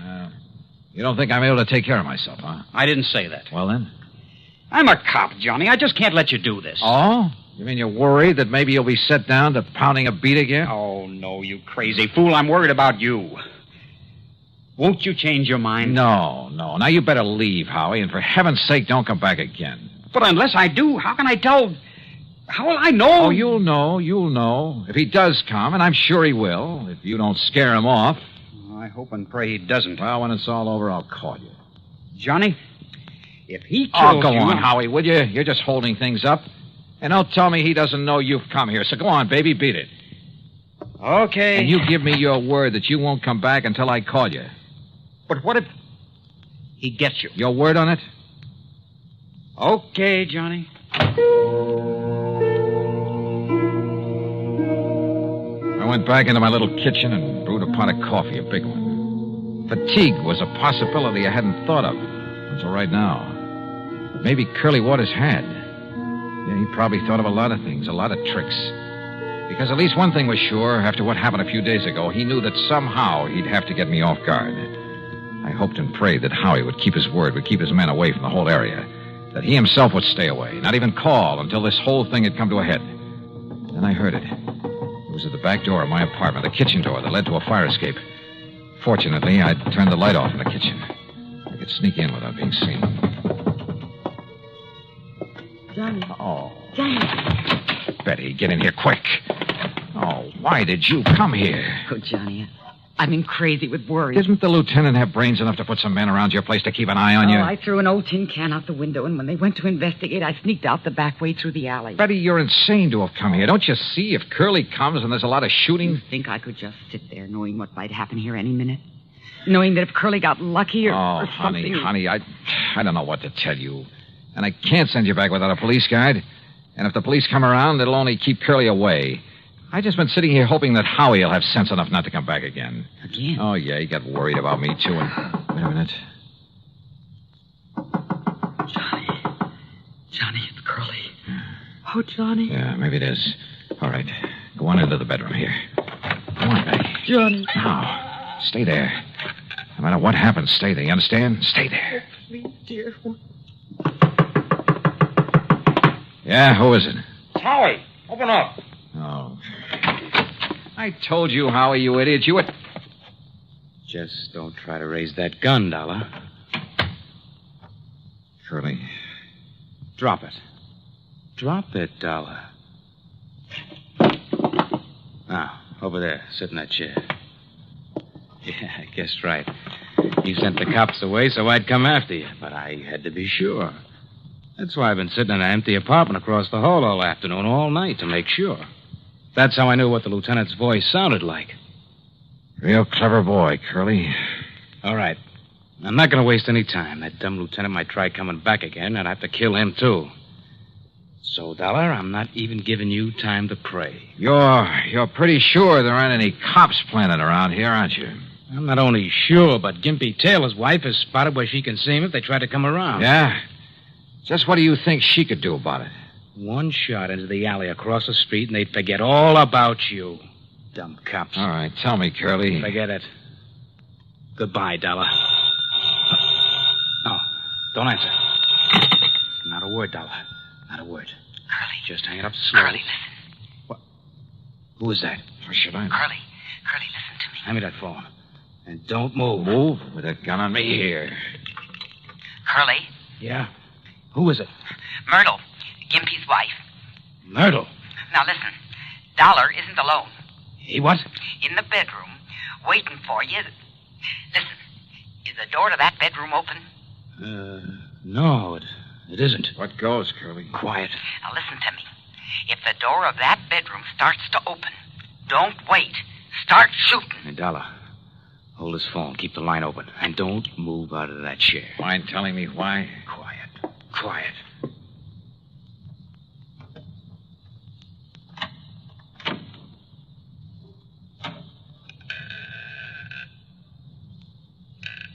No, you don't. But I do.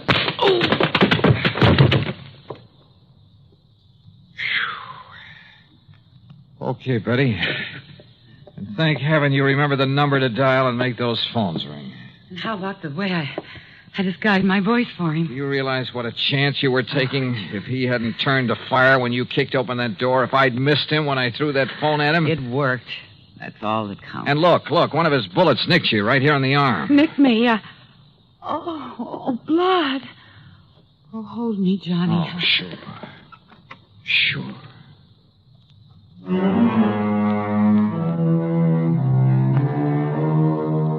Yeah, Curly's back in the clink.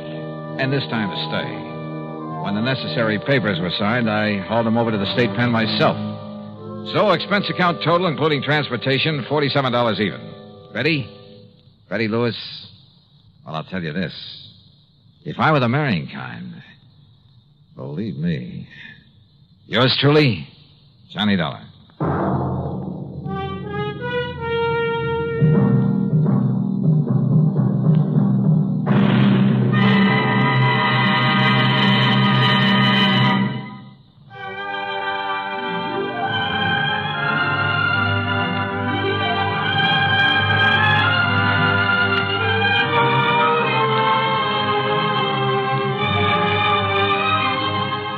Yours truly, Johnny Dollar, starring Bob Bailey, originates in Hollywood and is written, produced, and directed by Jack Johnstone. Heard in our cast were Lucille Meredith, James McCallion, Russ Thorson, Sam Edwards, and Herb Bygren. Be sure to join us next week, same time and station, for another exciting story of yours truly, Johnny Dollar. This is Dan Cubberly speaking.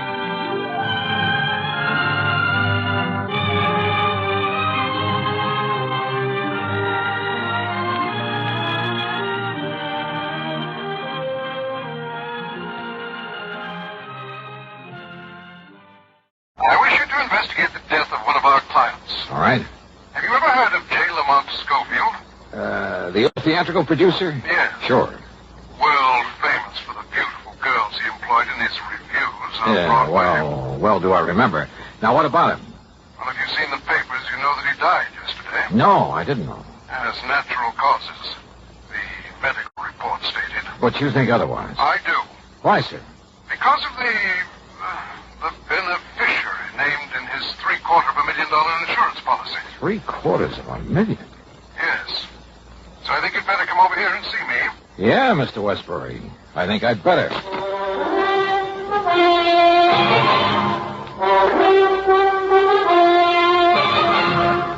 Bob Bailey in the exciting adventures of the man with the action-packed expense account. America's fabulous freelance insurance investigator. Yours truly, Johnny Dollar.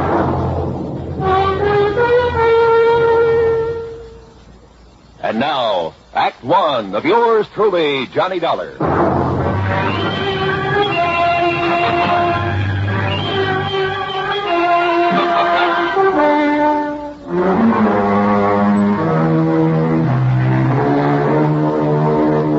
Expense account submitted by Special Investigator Johnny Dollar to the Worldwide Mutual Insurance Company, Home Office, Hartford, Connecticut. Following is an account of expenses incurred during my investigation of the Noxious needle matter.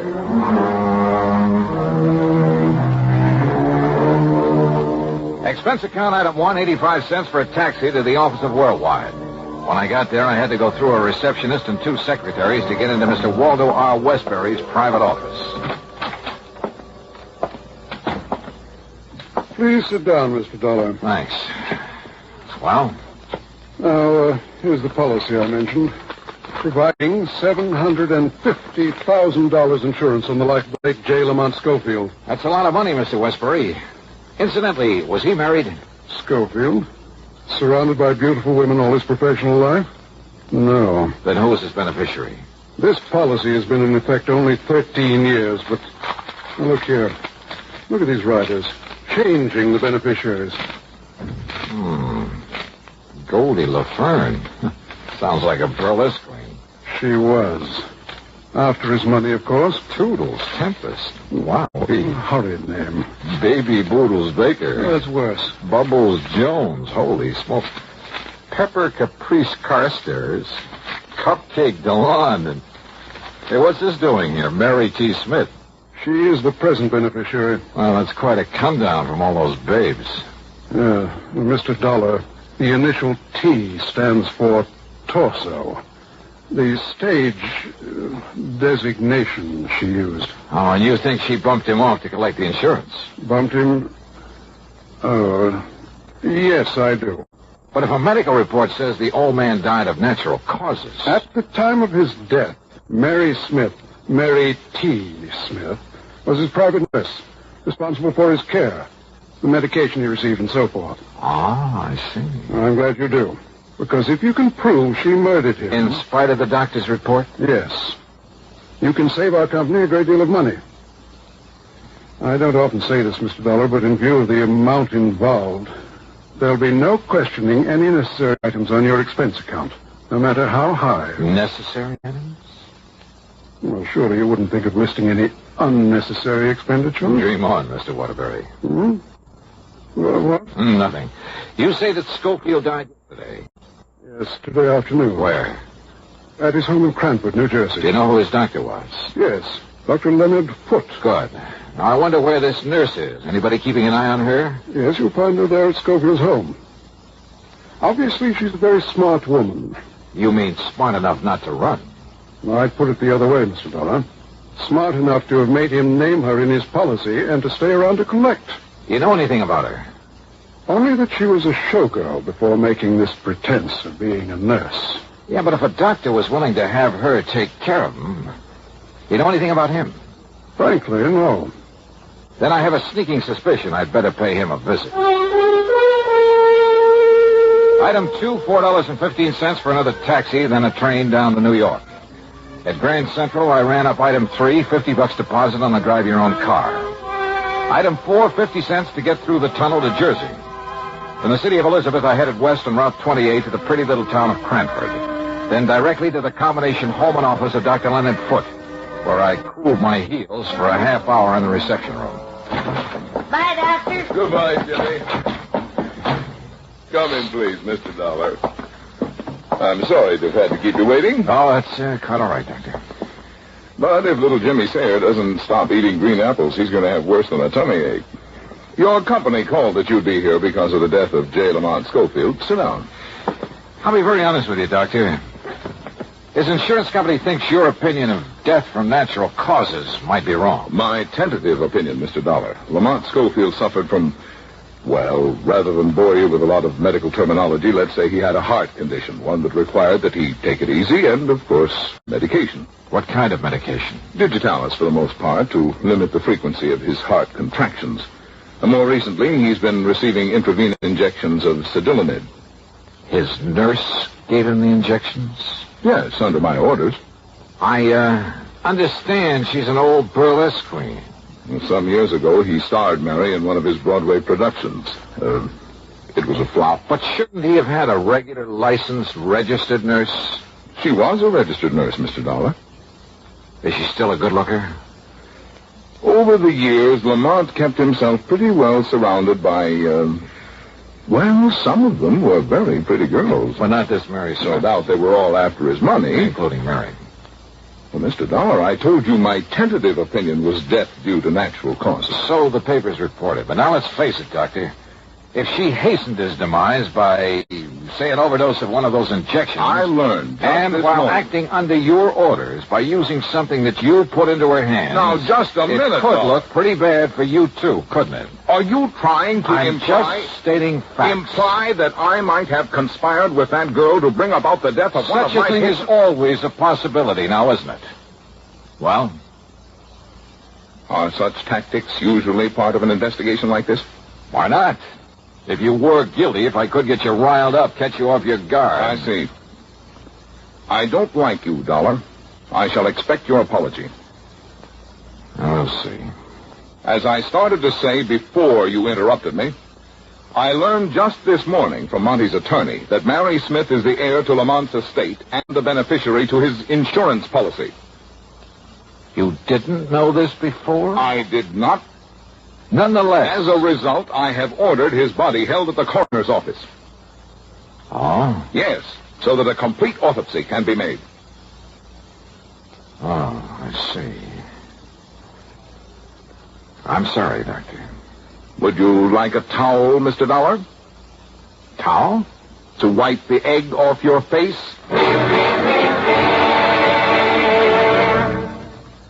Act 2 of yours truly, Johnny Dollar, in a moment. Sometimes we may wonder why a football team doesn't quit playing and walk off the field when it finds itself 50 points behind with only a few minutes of play to go. What is that indomitable spirit that fills men with hope and keeps them going in spite of terrific odds? Keeps them going just to play the game according to the rules, just to get the job done as well as they know how. This kind of spirit pervaded the feelings of heavy bomber crews of the 9th Air Force on that day of glory, August 1st, 1943, the day of one of the most secretly planned surprise bombing missions of World War II. The day of the low-level attack on the Romanian oil refineries at Felicity. More than 170 B-24 heavily loaded bombers took off in a swirl of red dust from Benghazi, Libya, to bomb a highly defended priority target. The element of surprise in the low-level attack was to be one of their greatest weapons. But things went wrong from the start. 3 planes exploded during takeoff operations. 11 more aborted due to engine trouble. Of those that reached the target area, less than 1/3 returned to home base. The leaders of the mission encountered navigation difficulties and difficulty in identifying the specific targets. And due to the loss of that elemental hope, surprise, they also encountered devastating enemy firepower from flak and fighters. The mission was partially successful, but a horrifying experience. 5 medals of honor were awarded to the heroes of the Felicity raid for valorous action above and beyond the call of duty. At any time, the men would have been justified in turning back, but they had a code of conduct that made them want to see the unequal game through to the end. It was a job that had to be done. A charge of the Light Brigade in the air as they flew down the valley of death to glory. And now, Act 2 of yours truly, Johnny Dollar, and the Noxious Needle Matter.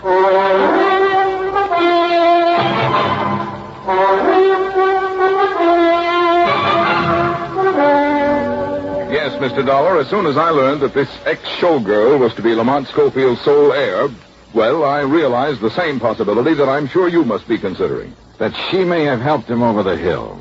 Precisely. I know, all things being equal, Doctor, do you feel that he should have lived on a while? Where a bad heart is concerned, one can never be certain, of course. But knowing his desire to live, his willingness to adhere to my instructions and take care of himself, plus the medication I provided. Medication given by this Mary Smith? Yes. I would have wagered he could live on for 10 or 15 years. When do we know the results of the autopsy? A toxicologist by the name of Stanley has been called in at my request. It may take several days. I see. Meantime, then, I'm going to see this Mary Smith. Incidentally, the police found no sign of any poison, of anything that might have been used to cause Lamont's death. You mean the police have been in on this? Yes, they've been very thorough. Then why the autopsy and a toxicologist? Because the least detectable means would have been an overdose of medication. I see. Now, Doctor... I've really told you all I can, Mr. Dollar. Why don't you go along and see Mary Smith? Yeah, well, I intend to, but now tell me... Call me if you need me after you've talked with her. Goodbye, Mr. Dollar. When that autopsy report comes through... I'll let you know. Goodbye, Mr. Dollar. And that was all I could get out of him. The home of the late J. Lamont Schofield turned out to be a small place on 3rd Street, nestled in among some fine old oak trees that gave it a quiet sort of isolation. A far cry from the bright lights of Broadway. Apparently, he had taken his doctor's advice. I wondered about the ex-Burley Queen turned nurse who'd managed to save enough of her looks and figure to charm him into leaving her his all. Matter of fact, I've often wondered how a lot of those old war horses... Yes? Oh, how do you do? That is, I'm looking for a Miss Mary Smith. I'm Mary Smith.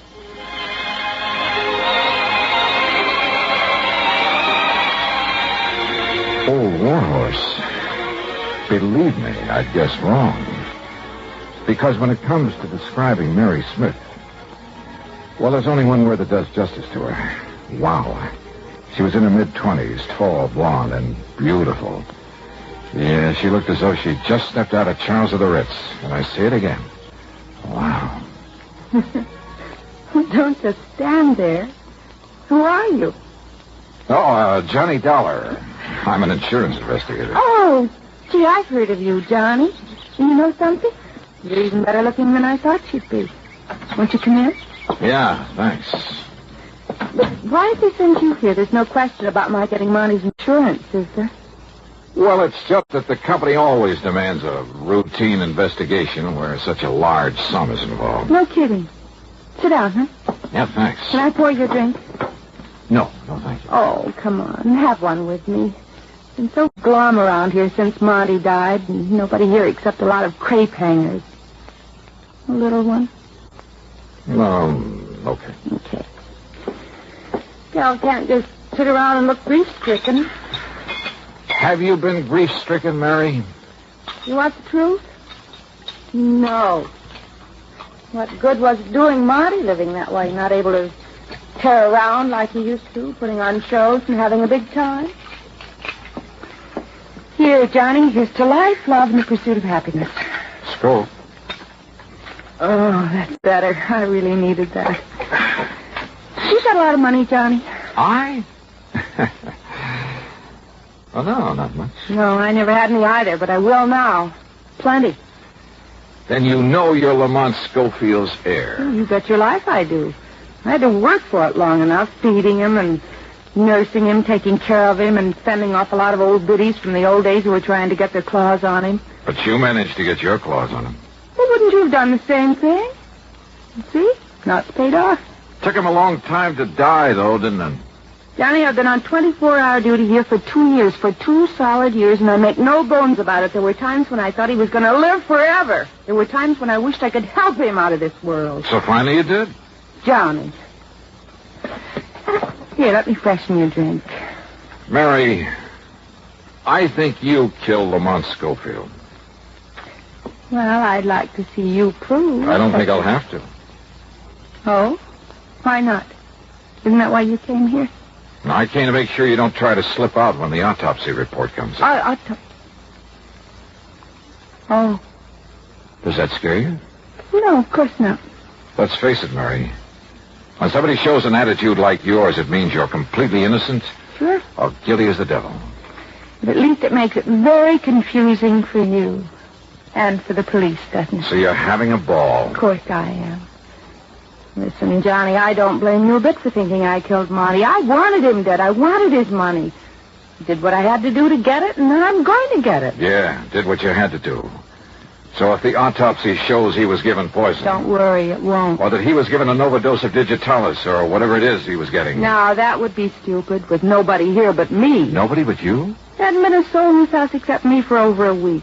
Since the last time Dr. Foote came to see us. You're sure of that? Well, of course I am. Then if somebody did kill him, it would have to be you, yes. Nobody else. Yes, sure.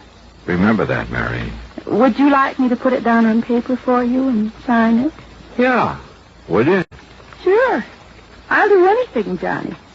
If it'll confuse you. All right. Then start writing. Why not? Now, let's see. I, Mary T. Smith. Is that all right for a start? Oh, excuse me. No. Keep writing. I'll take it. All right. I, Mary T. Smith. Oh, yes, Doctor. Yes.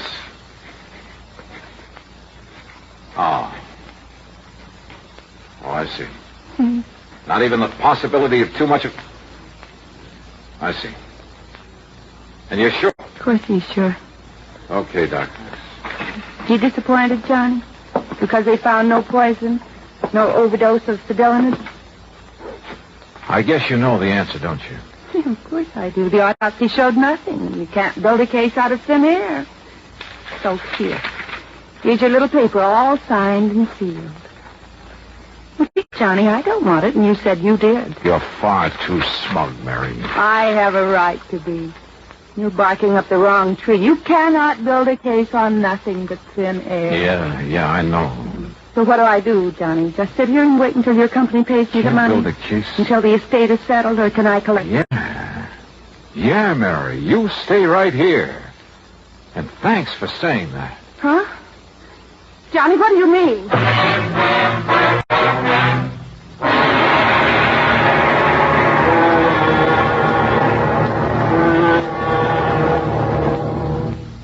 Act 3 of yours truly, Johnny Dollar, in a moment. Times have changed, and so has the man. In the year 1775, a patriotic, enterprising American by the name of David Bushnell invented a strange craft. It was constructed of two oak beams resembling two platters clapped together and propelled by a water screw attached to a hand-operated crank. Another water screw regulated the depth to which the craft could descend. This was the American Turtle, the first United States submarine. 179 years later, in 1954, the United States came up with another first.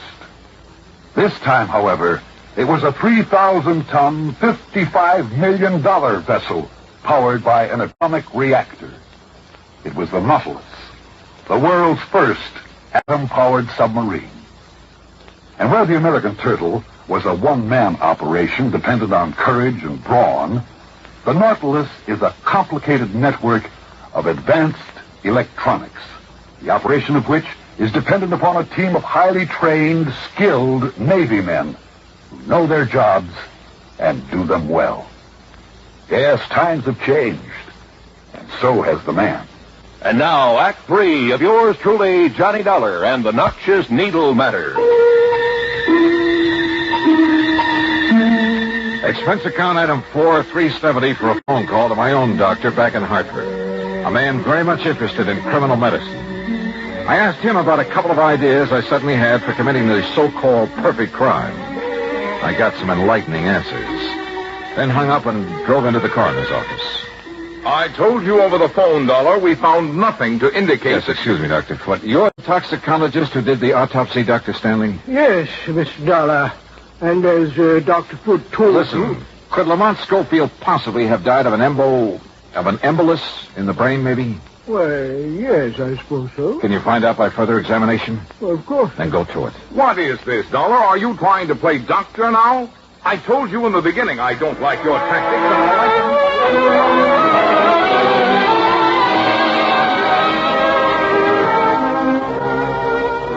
You were right, Mr. Dollar. An embolus in the brain. Though what should have led you to suspect... All right, now listen. I don't know where the equipment is that Mary Smith used to give the medication to Mr. Schofield. I have it all here, Dollar. The remains of the bottle of Cedilanid that I prescribed, the hypodermic with which she administered, all in this kit. Which needle did you use, Dr. Foote? The small one, of course. He only received 2 cc's. What are these others, this big one? Simply part of the set. Only the smaller one ever had anything in it. We checked. The others never contained anything more substantial than air. That's right. Air. What? Mr. Dollar. Yes, Dr. Stanley. 30, 40, 50 cc's of air, plain air, injected into a vein? Yes, of course it would cause an embolus. And if you were to find traces, microscopic traces of the flesh of Lamont Schofield in that hypo that contained nothing but air... Yes, of course. I'll go to work on it immediately. If he does find traces of dermal tissue on that needle, I can't believe it. A case built on nothing but thin air. Yeah. And the ironic part of it is, the tip-off came from Mary T. Smith.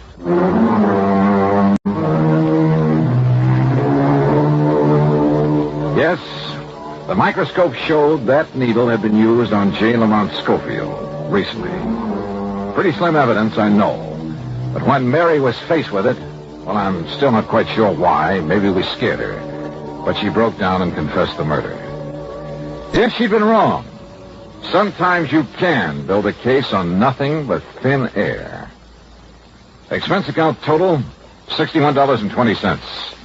Yours truly, Johnny Dollar.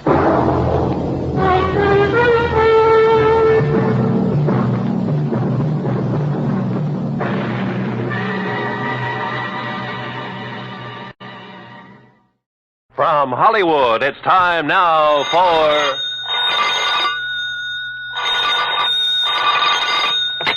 Johnny Dollar. Here's your number in Kingman, Mr. Dollar. Oh, thank you, operator. One moment.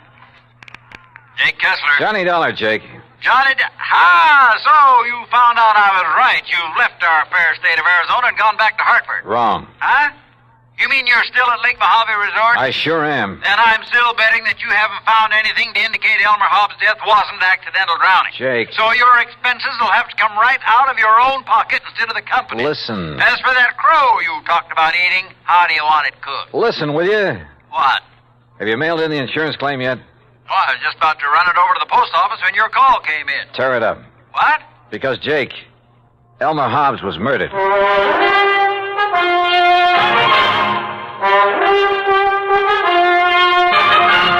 Bob Bailey in the exciting adventures of the man with the action-packed expense account, America's fabulous freelance insurance investigator. Yours truly, Johnny Dollar.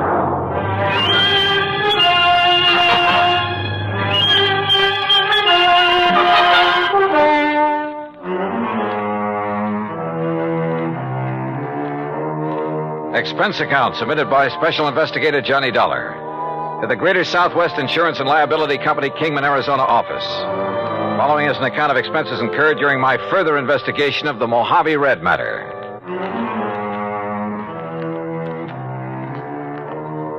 Expense account item 1, 20 cents for the phone call to Jake Kessler in Kingman. I made that call in the office there at Lake Mojave Resort. And needless to say, Jake didn't quite believe me at first. Murdered?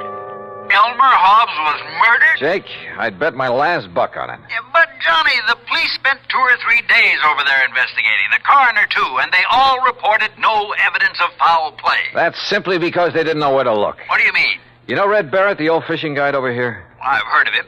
Well, Red found the boat that Hobbs used that day. It was lying on the bottom of one of the coves up in the big basin. Sure, because of the storm that drowned Elmer Hobbs. Because somebody sank it. That boat had a couple of air tanks on it that would keep it afloat even if it was swamped. Oh? But, Jake, those tanks were cut open by whoever killed Hobbs. Good Lord. Yeah. But who did it, Johnny? That's what I'm going to find out. I'll call you later.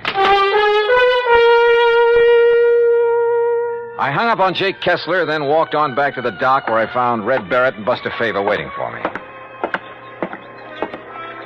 Did you get your call to Kingman through all right, Johnny? Yeah, Red. Jake Kessler's holding up the claim on Elmer Hobbs' insurance. Good. That's good. Did you, tell Buster what we found up the lake? Yes, sir. Yeah, Johnny, he did. It's like I said in the beginning, I just didn't see how a man like Mr. Hobbs could ever get himself capsized up in the big basin, no matter how bad a wind came up. Buster was the only one that agreed with me, Johnny. Well, quite frankly, I don't see why everybody wasn't suspicious when Hobbs' boat wasn't found after the storm. Right, Johnny. But now that you and Red found it, sunk in the bottom of that cove and with the flotation tanks cut open, yeah, it sure looks like murder. Oh, that's what I thought from the first, Buster. That's why I telephoned all the way to Hartford to get Johnny out here. But who could have wanted to kill him? Any ideas, Buster? No, sir, Johnny, I certainly haven't. You sure there was nobody here at the resort who might have wanted him out of the way? Johnny, the other folks who were here at the time it happened, why, they didn't even know Mr. Hobbs. You're sure of that? Absolutely. See, he wasn't much of a mixer. He stayed by himself all the time. That's right, Johnny. Elmer used to go out fishing first thing in the morning, and he'd be the last to come in at night. He'd go to his room, cook his supper, and then go to bed. All right, listen. He was killed just before or during the big storm you had. That's right. Who else was out on the lake at that time? Nobody. Nobody from here, that is. All our people, all our boats were back here at the landing. They'd got the storm warning. So don't you see, Johnny, it must have been somebody from up the lake. What do you mean? From one of the other landings. What other landings? Cottonwood, Emery's, any one of them. Yes, sir. Somebody sank his boat and tried to sink his body with it. But we found his body washed up on the Nevada shore. You found it, Red.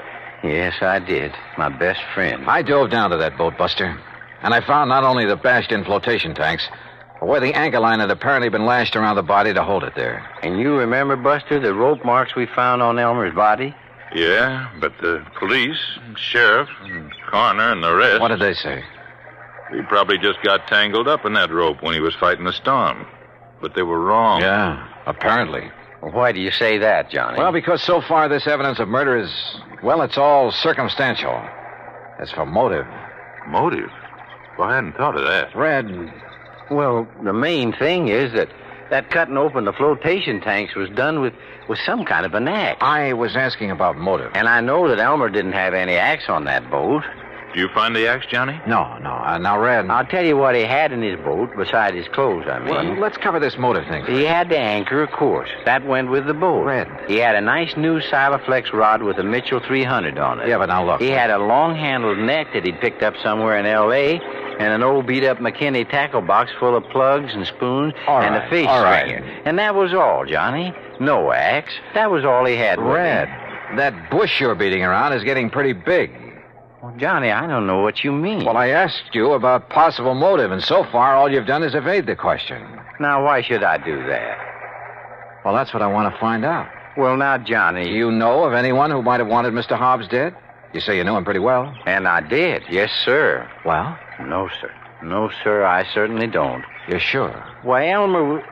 Well, nobody could want to kill a fine man like him, Johnny. He was one of my best friends. Yeah. At least while ever he was here, I mean. I never knew anything about him in L.A., I mean. He was in business back there, I understand. That's right, with a man he called Stu Manley. Wait a minute. What is it, Johnny? I'm going back to the office and call Jake Kessler again. Yes, sir. Elmer was my best friend. Come on up to the office with me, Buster. Well, you can use the phone here on the dock, Johnny. No, come on. Red, we'll see you later. I'll be here, sir. You look like you just got hit with an idea, Johnny. Yeah, and I'm afraid it isn't a very pretty one. Oh? Morning, What Buster. is it, Johnny? Any of the early fishermen come in yet? Oh, yes, sir, Mr. Carson, and they picked up some nice bass up above the power line crossing. Good. I was thinking of going up that way myself. Yeah, well, good luck. Now, what were you going to say, Johnny? Were Red and Mr. Hobbs such really good friends? Well, they were always together when he came here. Of course, they were always fighting like cats and dogs over some silly thing or other, but didn't mean it.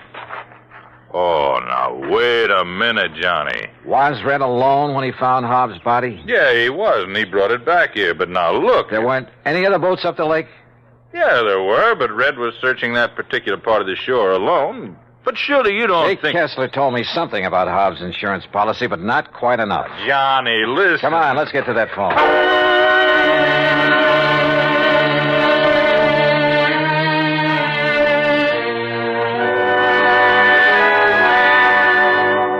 Well, then, Johnny, don't you think you ought to call in the police? No. If you're right, that is. No, let me handle this alone for the moment. Now listen, Jake. Yeah?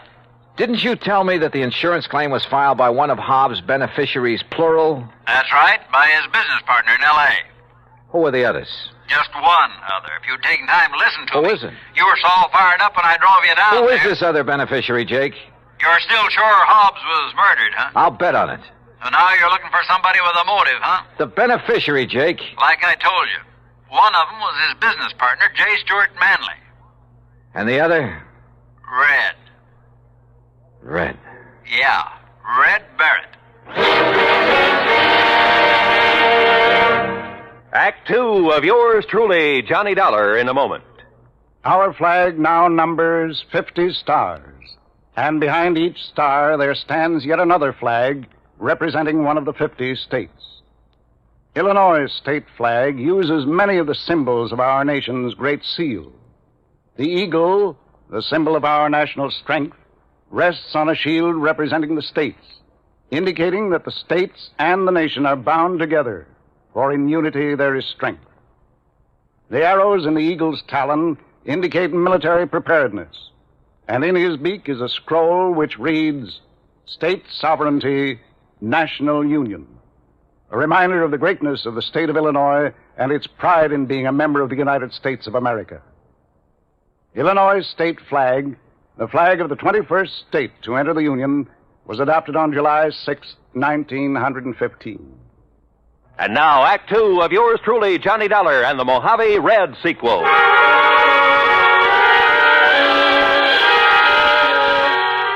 Two people who I knew stood to gain by the death of Elmer Hobbs. One, his business partner, J. Stuart Manley in Los Angeles. The other, Red Barrett, fishing guide at Lake Mojave Resort, who said he'd found his body, who professed to have been his best friend. I wondered. I said as much to Buster Favor as we sat there in the office of the resort.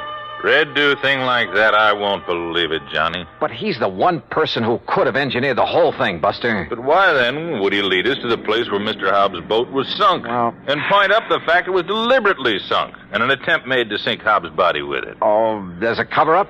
To make him look clean? Oh, no, Johnny. Well, the boat would have been found in that cove sooner or later anyway. I tell you, you're wrong if you suspect Red.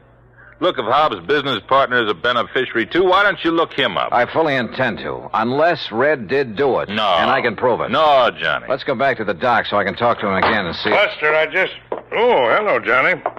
I suppose you've heard, Ham. Yes, Red told me. You're quite sure it was murder? Yeah. I'm sorry. Listen, Buster. Yeah. Look, Ham, as manager of this resort, you know Red pretty well. I sometimes wonder. That's what I came up here to ask you about, Buster. Huh? Did you send him skiting out of here? What? We just left him down at the dock. You mean you didn't see him tearing out of here in the pickup truck a few minutes ago? What? Ham. Red? Where'd he go? I don't know, but he certainly left in a hurry. Johnny. Yeah. No, I still can't believe it. What are you boys talking about? Nothing. Ham, is there a car around here I can use? Oh, sure. Take mine. There are the keys. Thanks. Now, look. Incidentally, Buster, I was poking around where Red kept his fishing tackle trying to find that rig he borrowed from me last week. What did you find, Ham? Well, I thought Buster might know where the old coot got hold of that new spinning outfit. Silaflex rod. What? Yeah, and a brand spanking new... Mitchell Reel. Oh, yes. Oh, no. All right, Ham, Buster, you just sit tight. If Red comes back here before I do... Comes back? Yeah, say nothing to him about what we've learned. Just keep him here and tell him I'll return to talk with him later. Nothing else. But, Johnny... No, do as I say. Look, boys, what's going on I'll here? see you later. Well, now, Johnny... Red was one of Elmer Hobbs' beneficiaries. He was the one who'd found the body. He had the fishing tackle that had belonged to Hobbs. And when it was discovered by Ham Pratt, he'd left in a hurry. All pretty incriminating. Which is not why I took off in Ham's car. West on 77, south on 95, and west again on 66.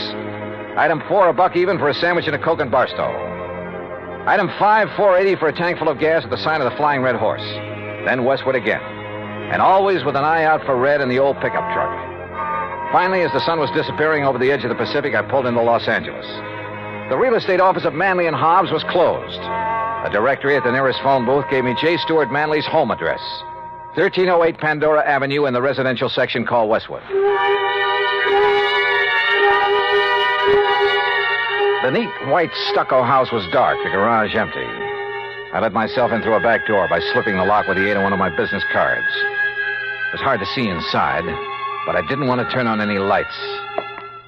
And that was a mistake. Because as I quietly rounded a corner and started toward the den, I'd guessed wrong. Somebody was at home, was in that den behind the now closed door. And that somebody knew that I was in the house. There was only one thing to do, try to bull my way through. Well, Mr. Manley, you're just... Oh, you killer! Wait a minute. Oh.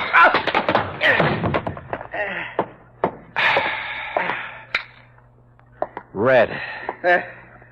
Johnny Dollar. Well, it kind of looks like I made a mistake, doesn't it? Yeah, Red. The biggest mistake of your life.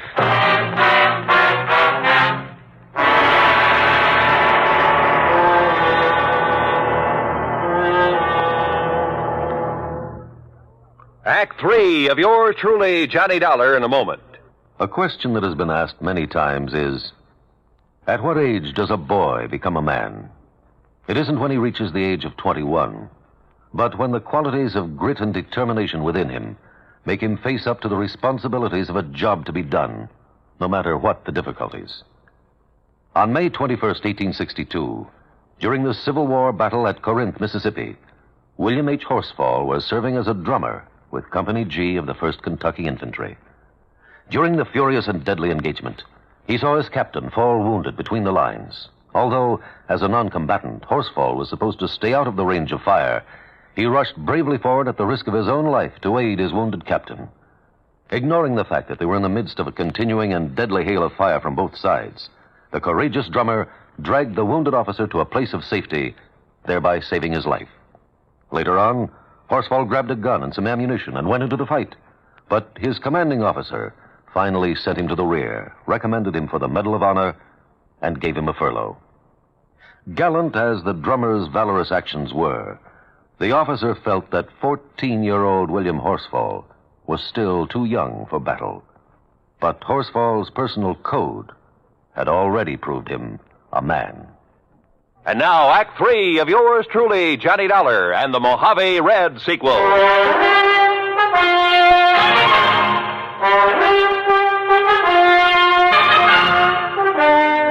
You know what common sense tells me, Red? What, Johnny? That you and J. Stewart Manley were in cahoots in the murder of Elmer Hobbs. Oh, no, sir. You can't believe that. You told us that Hobbs had a Silaflex rod, a Mitchell reel in his boat. Yes, sir, he did. Just like the We found him, Red, among your things back at the lake. Oh, you found mine, Johnny, that Elmer gave me to match his. Look. Now, look what I found here in Manley's closet. This was Elmer's rod and reel, Johnny. What? All strung up with a wobble right spoon on it, just the way he fished with it. And he could cast so accurate. You're sure this was his? Well, here's his initials right on the butt, and scratched on the reel, too. E.H. Yes, if you'd have looked, you would have found my initials on the rod there at the lake. But look here. Look what I found in the corner of this closet, all wrapped up, like to hide it. The axe. And I'm no detective, Johnny, but just look at these marks, like it was used to hack at some kind of thin metal. The flotation tanks on that boat. Maybe you are a detective, Red, and a good one. But why did you come tearing in here to L.A.? In the hopes, Johnny, I'd find these things. I thought from the first that Manley might be the one. Elmer never did really trust him. He told me that many a time. But you didn't accuse him when I talked to you at the lake. I wanted some proof. Manley'd not only get a hunk of Hobbs' insurance, but a share of the business. That's right, sir. I pulled a little trick on him, too. What do you mean? Well, I stopped along the way and I phoned him to make sure that he wouldn't be here for a while. Well, what did you tell him? I disguised my voice, Johnny, real good. That voice of yours? I told him that this was a friend, I said. That I thought he ought to know that you were working on the case. Oh. That if he'd left any evidence at Lake Mojave, he'd better get there and steer you away from it. Red. And that's the way I got him away from here so I could find this stuff. But if he's gone to Lake Mojave... Oh, I knew you could take care of him. And if I did find these things like I did, I was going to phone you there to be ready for him. Well, then why did you attack me when I came in here? Sorry, Johnny, but I thought maybe he'd got wise and come back and maybe recognized my voice after all. Exactly what happened, Red. Mr. Manley? Sir? That's right, J. Stewart Manley. And this is my wife, Mr. Dollar. Red. Shoot them. Kill them, Stewart. They're burglars, don't you see? And we caught them robbing the house. Quiet, Mary. I suppose that means we were right. That you did kill your partner, Elmer Hobbs. That stupid old man, fishing all the time instead of tending to the office, taking all the money. Mary. But now we'll have some money for a change. Own the business. Mary, shut up. I see you found old Elmer's things. No, sir. This fishing rod is his, not yours. Oh, put it down. Pretty foolish of you to bring that stuff here, Manley. Especially the axe. I'm sure any good police lab will find traces of aluminum from the boat on it. Kill him, Stewart. They're robbers. Their fingerprints will be all over. Yeah, Mary's right. Your prowler's ransacking my house. And I can see the bulge of your pistol, Dollar. So any court in the land will uphold my right to kill you in self-defense. And Dollar, you go first. Listen, you think you can shoot as straight as I can cast a fishing plug? Huh? Like this? Oh, no.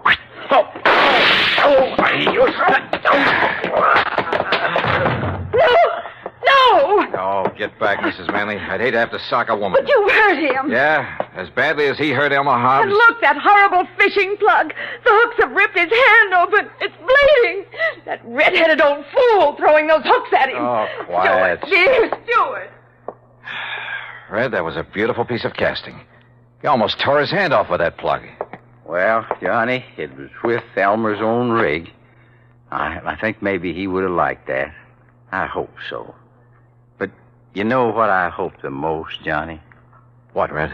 That the fishing is real good up where Elmer is now.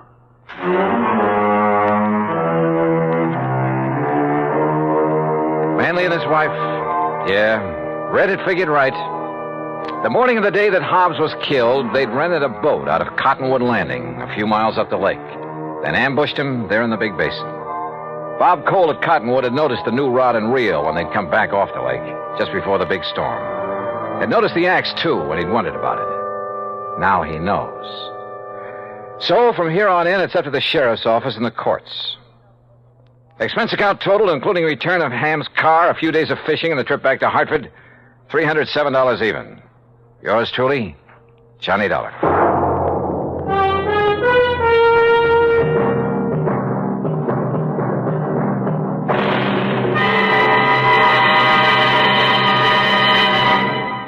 Our star will return in just a moment.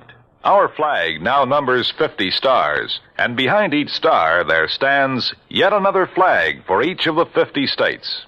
New Mexico's flag is an ancient Zia sun symbol, a red circle on a field of yellow. Radiating from 4 points, which we might indicate as north, east, south, and west, are 4 parallel lines. 4 was a sacred number of Zia, the number most often used by the giver of all good gifts. The earth had 4 main directions, each with its own gifts. The year had 4 seasons, each with a different offering for mankind. The day had 4 phases: sunrise, noontime, evening, and night. Life had its 4 divisions: childhood, youth, manhood, and old age.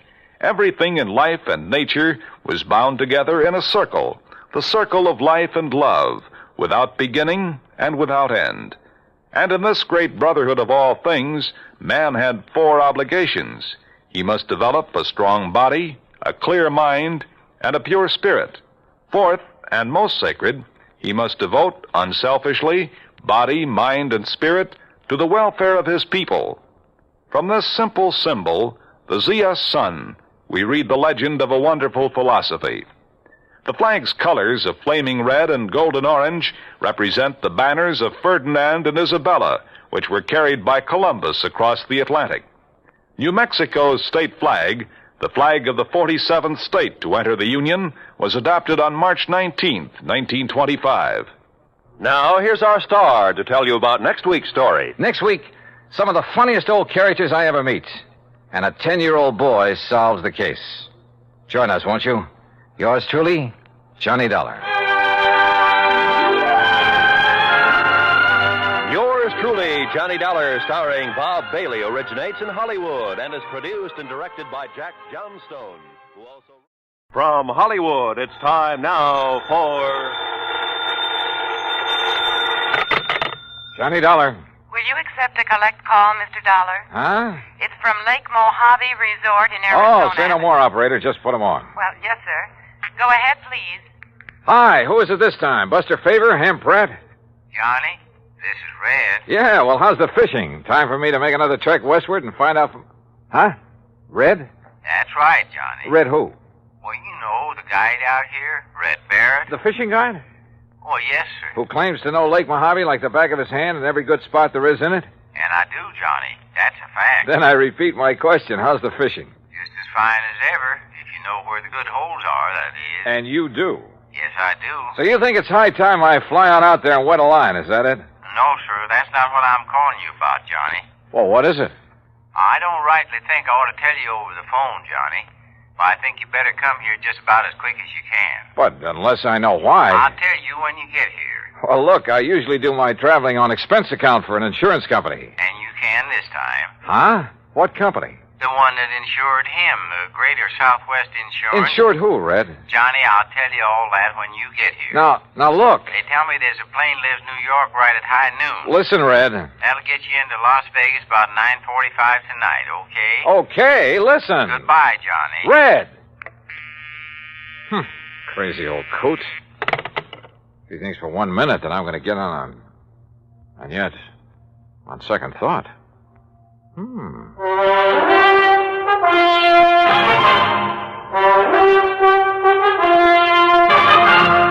Bob Bailey in the exciting adventures of the man with the action-packed expense account, America's fabulous freelance insurance investigator. Yours truly, Johnny Dollar.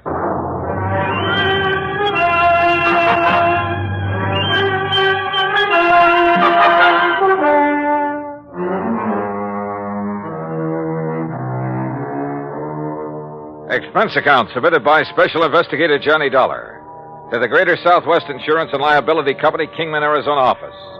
Following is an account of expenses incurred during my investigation of the Mojave Red matter.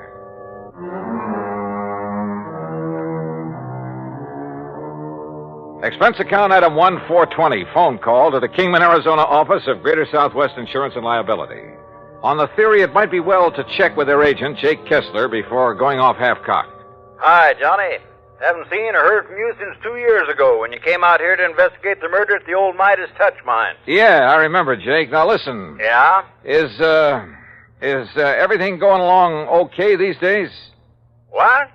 Well, I mean, no trouble with any of your clients, that sort of thing, huh? Why, not a bit, Johnny. Why do you ask? Just wondered. Well, if I did have, you know who I'd call. No problems at all, huh? I told you, not a... Hey, just what do you got stuck in your craw, Johnny? Nothing. I just... Well? Well, tell me this. Any of your clients, policyholders, have any kind of trouble, accidents, anything like that over at Lake Mojave Resort lately? Ah, so that's what's eating you.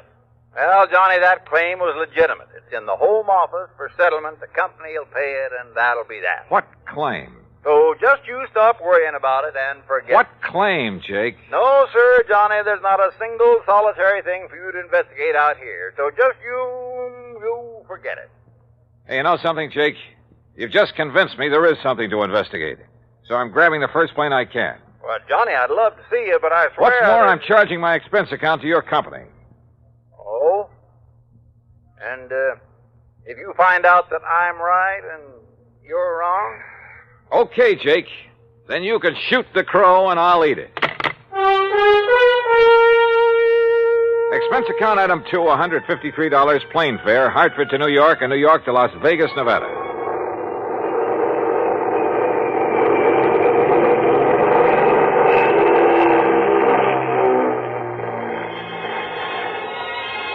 It was 9:45 on the dot as the big mainliner slowly circled down out of the clear, starlit sky. Unless you've seen the millions of stars that twinkle brightly through the clean, dry air over the Mojave Desert, you've really missed something. And as we glided down toward the landing strip on the south edge of Las Vegas, the multicolored lights of the fabulous resort town made it sparkle like a vast field of jewels. Beautiful. Yeah, and expensive. That is, if you insist on trying your hand at the gaming tables and the casinos that line the main drag. Believe me, brother, I know. But that's neither here nor there. As I grabbed my luggage and started for the car rental office, a tall, angular man, well-tanned and dressed in blue jeans, high-heeled boots, and 10-gallon hat sauntered over to me. Yeah, so you wouldn't take my word for it. Oh, Jake. That's right, Jake Kessler in person. And, Johnny, if you're here to investigate the claim on the Hobbs policy, well, there just isn't Hobbs, anything... huh? Well, now I know that much. And suppose you tell me who Hobbs is, or was. I'll tell you all about it, and when I have, you can hop on another plane and go right on back to Hartford. And all at your own expense. I still don't see whatever made you come out here, Johnny. Apparently the Hobbs matter, so start telling me. Well, come on, Jake, come on. All right, Johnny. All right, Elmer P. Hobbs, real estate in Los Angeles. Came over to the Lake Mojave Resort about 2 weeks ago, spent a few days fishing with his old pal, the guide they have there. You mean Red Barron? Yeah. Well, okay, go on. And on Tuesday, a week ago, he rented one of the boats and went out by himself. Apparently he went up to a place called the Big Basin. Yeah, I know it well. The lake's 3 or 4 miles wide up there. Yeah, well, that afternoon, a big wind came up, regular screamer. All the other boats came back to the landing, all but Mr. Hobbs. Oh? The next morning, when the wind died down, they found his body washed up on the shore on the Nevada side. That's all? That's all. You say a claim has been filed? That's right, by one of his 2 beneficiaries. Who? His business partner back in L.A., Mr. Stuart Manley. I've passed the claim, and the company will pay it. No investigation of any kind? Oh, of course there was, Johnny. The Kingman Police, the Sheriff's Office, and the County Coroner. Accidental death due to drowning. So that's it, Johnny. Now you just make your reservation back to Hartford at that window right over there, and you are paying the freight. Oh, not so fast, Jake. I'm sticking around. Well, now you can see for yourself there's no reason for you to be here, much less at company expense. Well, after all, now that I am here, it'd be kind of silly not to run down to the lake. Well, you mean just to do some fishing on your own time. You want to drive me down there? Johnny. Yeah? Johnny, do you know something about the Hobbs case that I don't, and the police, and the sheriff? Jake, I don't know a thing about it. Okay, Johnny. How do you want me to fix that crow you're gonna eat?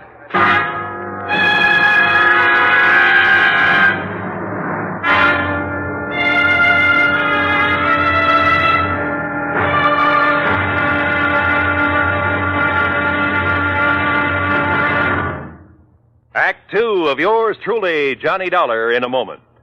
Our flag now numbers 50 stars, and behind each star there stands yet another flag representing one of the 50 states. Vermont's state flag, in its early form, imitated our national flag, uniquely bearing 17 stripes and 17 stars, with only the inscribed word Vermont to distinguish it. The good people of Vermont assumed, as did our national government, that stripes as well as stars would be added as each new state entered the Union. Vermont entered the Union after Tennessee and Ohio, and with Kentucky to join shortly, the Vermonters naturally put 17 stripes on their flag. In 1818, the United States Congress put a stop to this, and since then the stripes have always been at 13, and only stars are added for each new state. Vermont's present flag captures the famous beauty of the Green Mountain State in its coat of arms, and inscribed is the phrase, Vermont, Freedom and Unity. Vermont's state flag, the flag of the 14th state to enter the Union, was adopted on April 26, 1923.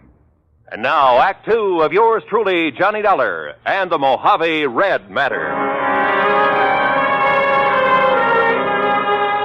Elmer P. Hobbs of Los Angeles had died of drowning when his small boat capsized in a high wind on Lake Mojave.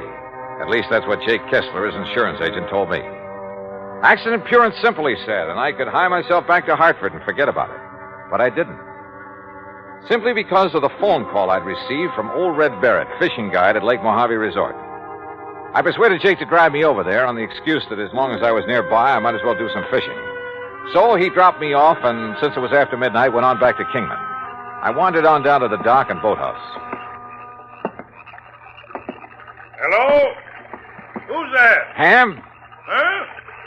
Johnny? Johnny Dollar? Yeah. Johnny Dollar. Hi. What are you doing here? Hiya, Ham. Hey. You know darn well what he's doing here, Ham. The fishing has never been better. Only how'd you get the word? And how are you, Johnny? Oh, just great, Buster. Did you stop by the office, let Marilyn fix you up with a room? No, because as I recall, old Red usually sleeps here on the dock. Oh, Red. Well, why do you say it that way, Buster? Because Ham and I are wasting good sleeping time down here, wondering why he hasn't come in yet. You mean he's still out on the lake? Yes, the crazy But it's as black as the ace of spades out there. And no moon tonight. Buster and I were about to take off and about to look for it. He pulled this very same stunt night before last. We finally found him drifting around about 9 miles up. He said he'd run out of gas. Showed his empty tank to prove it. Yeah, but we knew better. What do you mean, Buster? I mean, when he saw us coming after him, he dumped out what gas he had. Oil slick all over the lake. If somebody'd struck a match, why? You know, Red's been doing a lot of crazy things this past week or so. Ever since his old friend, Mr. Hobbs, died, they were pretty close. And that is why he phoned me. Red phoned you? Yeah, early this morning. And if you ask me, it's because he doesn't believe Mr. Hobbs' death was accidental. Johnny? You know something? I didn't quite believe it myself. Well, sure, we have some pretty big winds on the lake now and then, and it was a big one that day. Yeah, and then when the coroner and the other authorities, well, who's to argue with them? Do you know if Red has found out anything? Anything at all? All we know is he's given up taking out fishing parties and spends all his time prowling around the lake every day. And night. Says if he can find the boat Mr. Hobbs used. What kind of a boat was it? One of our regular rentals, an aluminum Arkansas Traveler. Yeah, with a 10-horse Johnson on it. Well, listen. Those boats have flotation tanks. Why, yeah. So even if it did capsize, it wouldn't sink. You're right, Johnny. And there's been no sign of it? None at all. Then let's go up to the lake and find Red.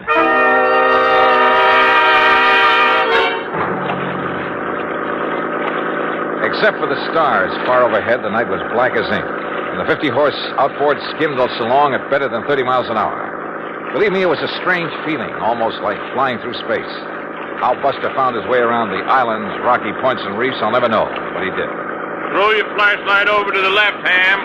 You ought to be about even with Sculpture Rock. Yep, there it is. And we're coming into the big basin. Would you please tell me how you ever expect to find Red in all this darkness? Oh, don't worry about him. He hears us coming. He'll signal by striking a match or something. Sure, Johnny, no matter how crazy you are, you never let somebody wander around in the dark looking for you out here. Red knows that because he's had to come out and hunt for too many people at night himself. Ham, look. Yeah? On the east shore. I'm swinging over there. Hey, you're right. There's a fire on the beach. Yeah, it must be Red. What's he doing out here? We'll soon find out.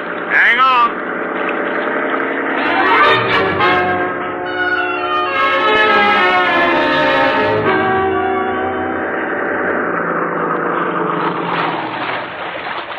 Well, all I have to say is you took long enough to bring Johnny up here. Red, you old reprobate, what under the sun are you up to this time? I just told you. I've been waiting for you to bring Johnny.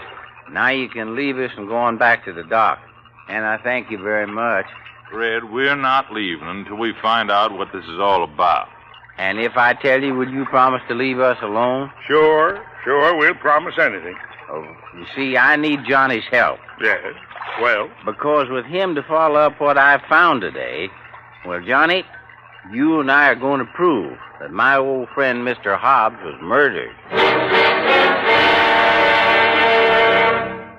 Act 3 of yours truly, Johnny Dollar, in a moment. Every American fighting man has heard the expression, above and beyond the call of duty. How many of us have sat down and considered just what that word duty means? According to one dictionary definition, duty is man's conduct as required by his station or occupation, and that to which he is bound by moral obligation to do or not to do. When a man does more than his duty requires, he becomes more of a man in the eyes of his fellow men. One such was Captain John Philip Cromwell, commander of the submarine USS Sculpin, flagship of a submarine-coordinated attack group of the United States Navy. Possessing secret intelligence information of our fleet movements, strategy, tactics, and attack plans, Captain Cromwell led his attack group in patrol of enemy waters around Truck Island in November 1943, just prior to the launching of our first large-scale offensive in the Pacific. Despite savage enemy opposition, he established a line of submarines around the enemy-held stronghold of Truk until his ship, the Sculpin, became so rocked and battered by depth bombs that he ordered it to the surface. He engaged the enemy with deck guns, giving his crew an opportunity to abandon the mortally stricken ship.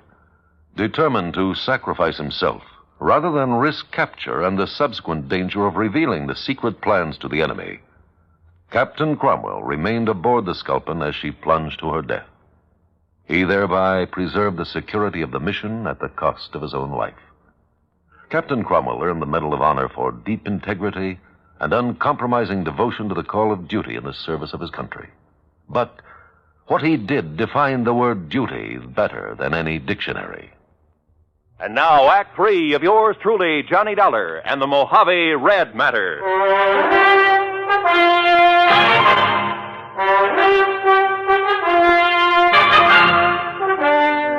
I'll tell you this, Johnny. Red here's one of the wildest, most irresponsible old characters I know when he wants to be. But he's okay nonetheless. And if he thinks you and he can find proof that Mr. Hobbs was murdered, well, he must have a good reason for it. Well, Red? Oh, now, Ham, do you think a man like Elmer Hobbs, knowing the lake the way he did, would ever let the big wind catch him off guard up here in the basin? No, I don't, Red. I know that's the way Buster felt about it, too. Well, I said that to you myself, Red. But now, what's this proof you have of murder? Well, Ham and Buster, aren't you going on back now that I've told you why I wanted you to bring Johnny here? Was there any harm in our knowing what you found, Red? After all, we might be able to help you and Johnny. Yeah, I thought about that, but you see, I might just possibly be wrong about...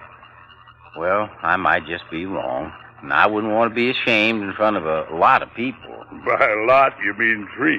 Well, that's 3 times as many as just Johnny here. Oh, well, now look, No, Red. Johnny, he means it, so Ham and I'll go on back to the dock. But I still don't see what difference. Johnny, when you get to know Red as well as we do, you'll stop trying to figure out the whys and wherefores of some of the things he does and what makes him tick. But you'll also learn that in the long run, no matter how unorthodox some of those things are, well, oh, come on, Buster. Right. See you when you get back to the dock, Johnny. Oh, you got some food, Red? Now, you know I always keep something in my boat, Buster. Okay. Well, far be it from me, Red, but all I have to say is that whatever you think you found proof of, it sure better be something. Oh, it is, Johnny. At least I think it is. Now, you just scrunch yourself a place to sleep in the sand. It's pretty late. Huh? Well, it took you so long to get here, and we can't see anything in the dark anyway. Oh, now look, Red, for heaven's sake. Good night, Johnny. Sleep well. And that was the end of our conversation. And I began to wonder if Jake Kessler hadn't been right in the first place. If I hadn't come out here on a wild goose chase after all. But the more I wondered and thought about it, with nothing but the warm desert night about us, the twinkling stars, the magic sound of fish jumping in the lake, the sleepier I got. So I slept. The smell of bacon frying over the campfire awakened me, although the sun still hadn't shone over the mountains that border the eastern side of the lake. Douse your face in the lake, Johnny. Then grab yourself some of this bacon and egg. I did as I was told. Then, squatting in the sand in front of the fire, stuffed away a hearty breakfast of bacon, eggs, and pancakes made from sourdough. And you know, there's something about a meal cooked over a campfire that, well, we had other things to do. So we climbed into Red's old aluminum boat and slowly drove up the lake, staying close to shore. Finally, we reached a small rocky cove. Right here is the spot, Johnny. This little cove. The spot for what, Red? You know, you still haven't told me. You see there? You see where somebody has climbed up the rocks? No, but I'll take your word for it. Well, he couldn't have climbed up off of the water, so he must have climbed out of a boat. So? And there's footprints leading away across the desert. And, Johnny, they aren't Elmer Hobbs' footprints, no, sir. So somebody climbed out of a boat here for one reason or another and took a walk into the desert. The man who killed Elmer Hobbs. What makes you think so? Look down over the side, in the water. Yeah, a boat sunk down there. That's the boat that Elmer had. Can you see it clear? Yes, very. Then you can see it wasn't damaged enough to sink it. Not that boat. You're right, Red. Particularly since it has flotation tanks. But it's down there. It's sunk. So you better strip to your shorts, Johnny. Yeah. I'll go down and take a look. Me? I already have. But I want you to look, Johnny. And remember, I knew everything that Elmer had in his boat when he left the dock. Remember that. Okay. And you're sure the footprints leading into the desert couldn't possibly have been made by Mr. Hobbs? That I'll swear to, Johnny, by all that's good and holy. All right. Now then. Now, slip in easy so you won't disturb the water too much. I took a deep breath, surface dived, and swam down to the sunken boat. And the water was clear, and I could see plainly. And I saw that Red was right. I bobbed back to the surface. Did you see him? The cut? Yeah, Red. Those flotation tanks were slashed open with an axe or a sharp, heavy tool of some kind. But Elmer had no axe on that boat. So it was somebody else, Johnny. Somebody who murdered him. Yeah. And then sank the boat. Red, I'm afraid you're right. Elmer Hobbs was murdered.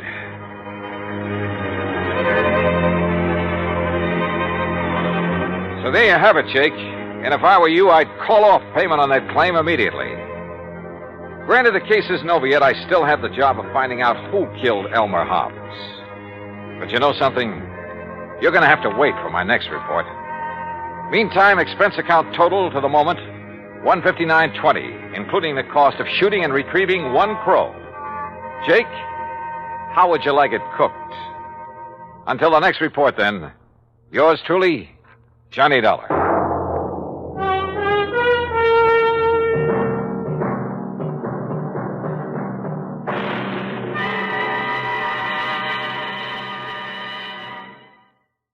From Hollywood, it's time now for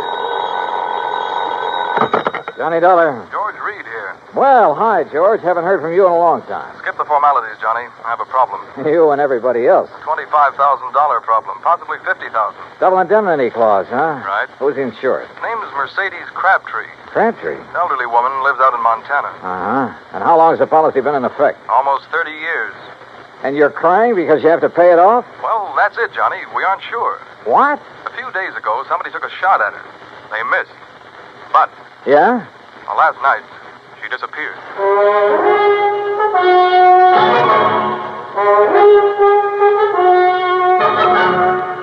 Bob Bailey in the exciting adventures of the man with the action-packed expense account. America's fabulous freelance insurance investigator. Yours truly, Johnny Dollar. And now, Act One of yours truly, Johnny Dollar.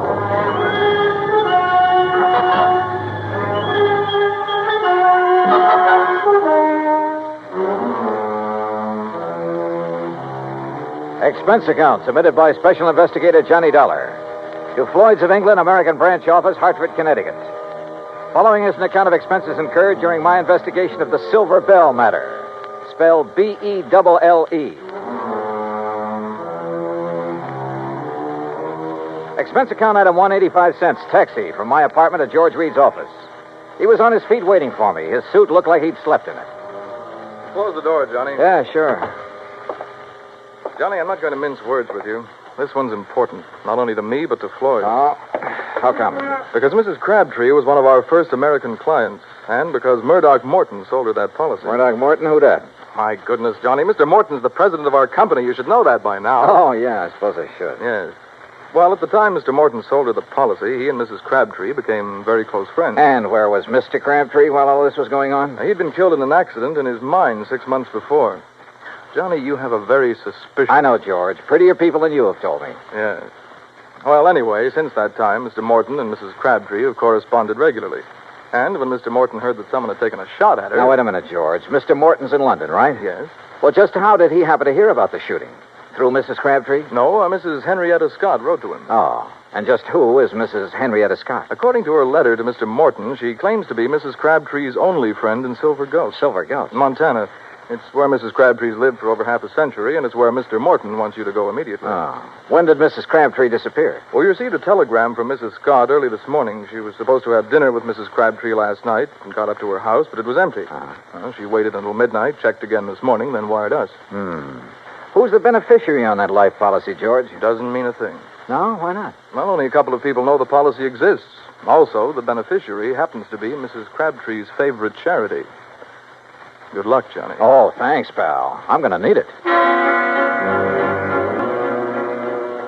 Expense account item 2, $178, air transportation to Butte, Montana. Item 3, $14.90, bus fare, Butte to Silver Gulch. Like George had said, it wasn't much of a town. I checked into the Silver Queen Hotel, rented a battered Model T, and drove out to the home of Mrs. Henrietta Scott.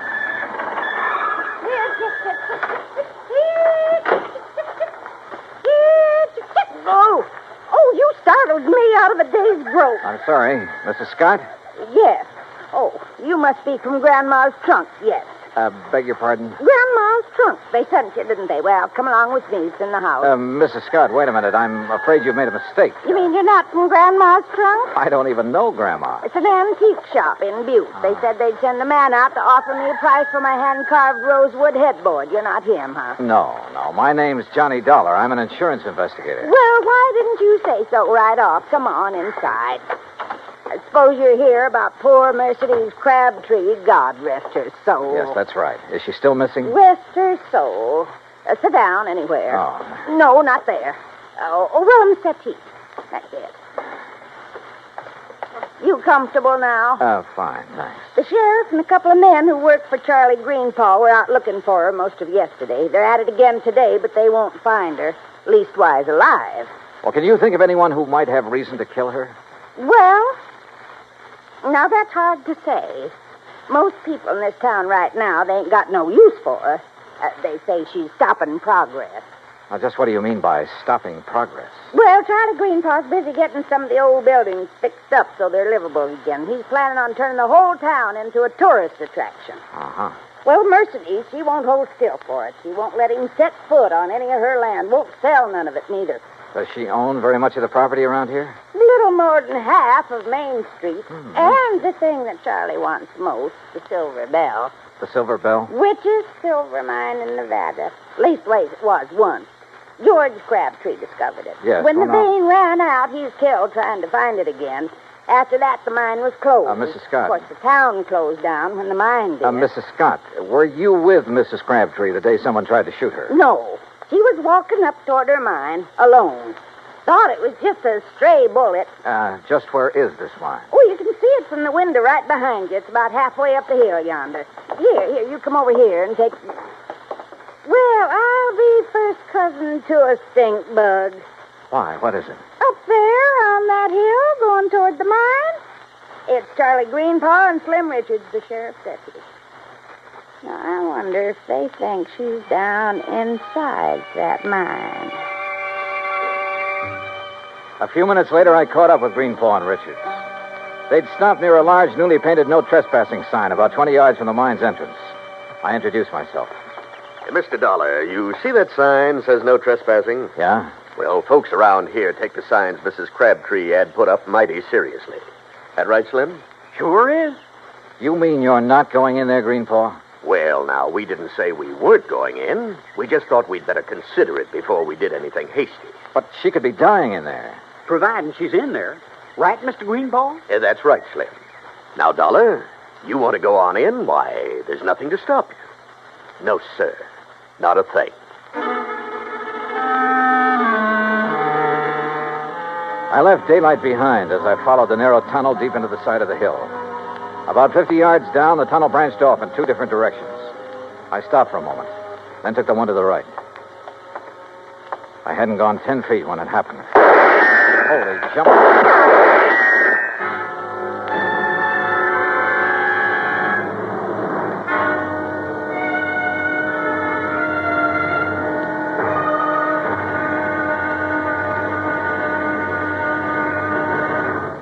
Act 2 of yours truly, Johnny Dollar, in a moment.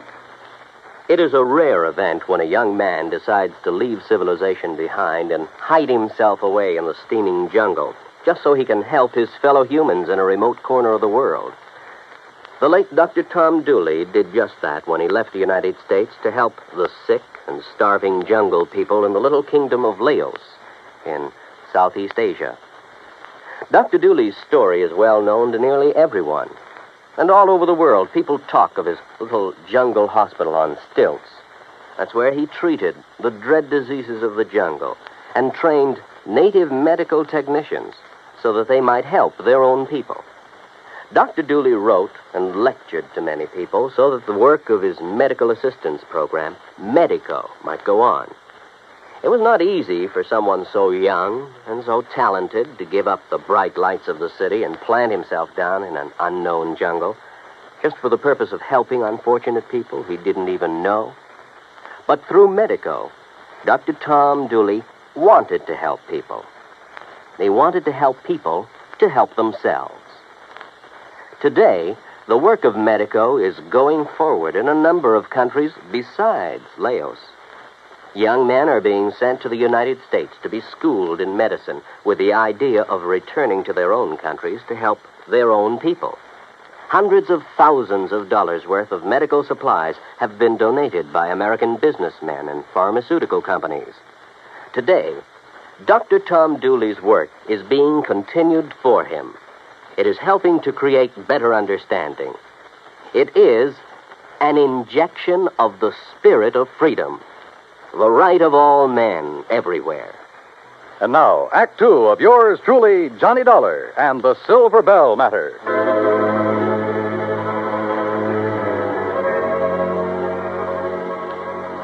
I wasn't alone in the mine, that was for sure. But whoever was in there with me wanted to be alone and resented the intrusion. I wondered if they could hear, so I picked up a rock and tossed it on down the side of the tunnel. Oh. You hurt bad, stranger? Well, I'll be him. Mrs. Crabtree, is that you? You're trying to trick me. No, wait a minute. My name's Johnny Dollar, insurance investigator. I got a bead on you now, mister.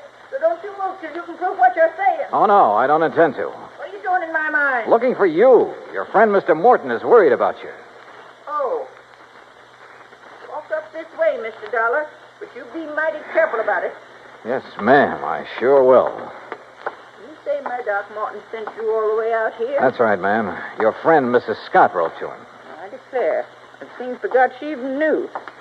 You know Murdoch? No, ma'am, I've never had the pleasure. Oh, he's such a fine gentleman. I remember years ago when I first met him.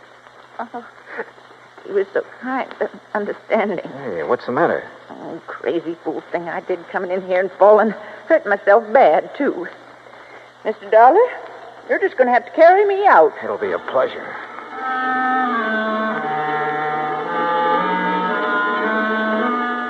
She couldn't have weighed more than 80 pounds, 6-shooter and all.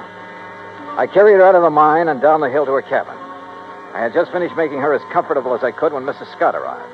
Oh, dear.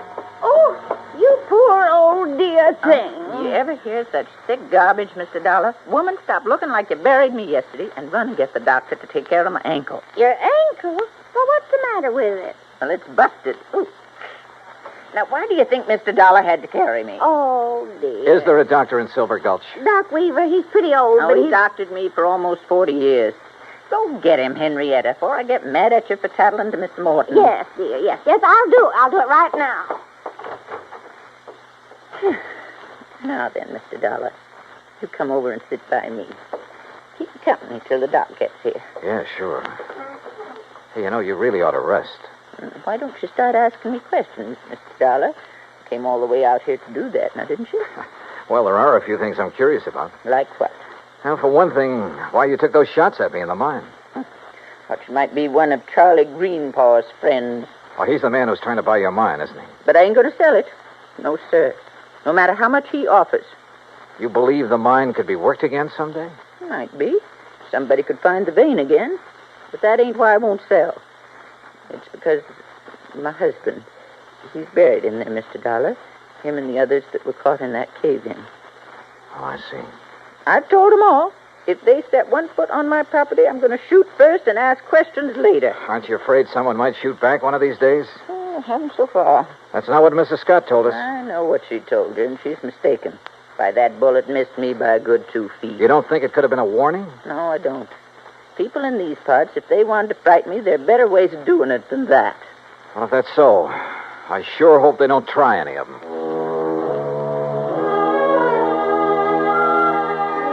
No one, at least so far as she knew, had reason enough to try killing her. Not even Charlie Greenpaw, although she refused to cooperate with the Silver Gulch Improvement Committee. I waited until Mrs. Scott returned with the doctor, then left and drove back to my hotel. I had finished supper and was heading toward my room when someone called me. Oh, Mr. Dollar. Yeah? Oh, Mr. Greenpaw, I was just thinking about you. That's so? Yeah. I was wondering why you hadn't thought to take a look in the Silver Bell mine when you first heard that Mrs. Crabtree was missing. Well, to tell the truth, I'd left the search up to the sheriff until today. Then this morning, Isabel, that's my wife, she said if something did happen to Mrs. Crabtree, it'd sure look like I did it. Good thing you listened, because she was right. Yes, I know. Say, Dollar, I hear Mrs. Crabtree's taking quite a shine to you. Oh, where'd you hear that? Doc Weaver said that's all she talked about. Hey, look, if you'd like to pick yourself up a few $100s, you sure could do it easy. Oh? How's that? Just get the old lady to sell me her mine and the acreage along next to Mrs. Scott's place. I'd give her full value for both.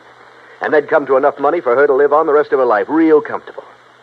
Now, you do that, Dollar, and I'll give you $1,000 cash. You know something, Greenpaw? What's that? I could have been mistaken about you. You want that mine and the land around it real bad, don't you? Sure. I spent a good deal of money fixing up the old buildings here in town. If I can get the Silver Bell and enough land out there to put a dude ranch on, why, this town will be able to make Virginia City look second-rate. Now, what do you say? I don't know. I'll relay your proposition to Mrs. Crabtree. The rest is... What's all the excitement out there? Oh, it sounds like... Miss Greenpaw! What is it, Slim? What's going on? Fire! Miss Crabtree's cabin. It's blazing like fury.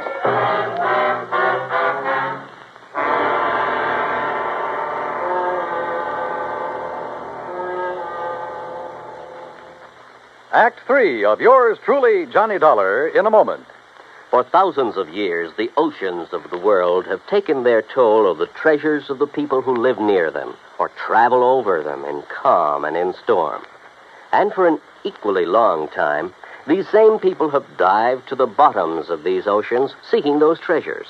Gold, silver, jewels, and emblems of tradition or symbols of history have been the sought-after prizes.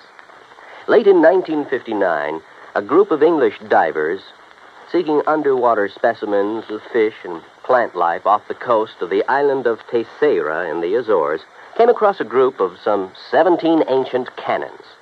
They'd been swept off the walls of the old fortress by a tidal wave sometime during the middle of the 19th century and sank about 100 feet to the bottom of frequently storm-swept waters. News of the discovery was relayed to the Portuguese government, which gave permission for the raising of the relics. American skin divers stationed at the Air Force Base on Terceira volunteered to do the job on off-duty hours. In cooperation with the Portuguese Museum, the men made a few exploratory dives to determine the situation. Then the salvage work began. After cleaning the cannons, some made of brass, others of bronze, it was discovered that they had been forged in England, France, and Portugal more than 110 years before. Now the shiny symbols of history are on view in a Portuguese museum. The Portuguese people are happy because of an unselfish American gesture that brought back to them their symbols of the defense of freedom, the right of all men everywhere. And now, Act 3 of yours truly, Johnny Dollar and the Silver Bell Matter.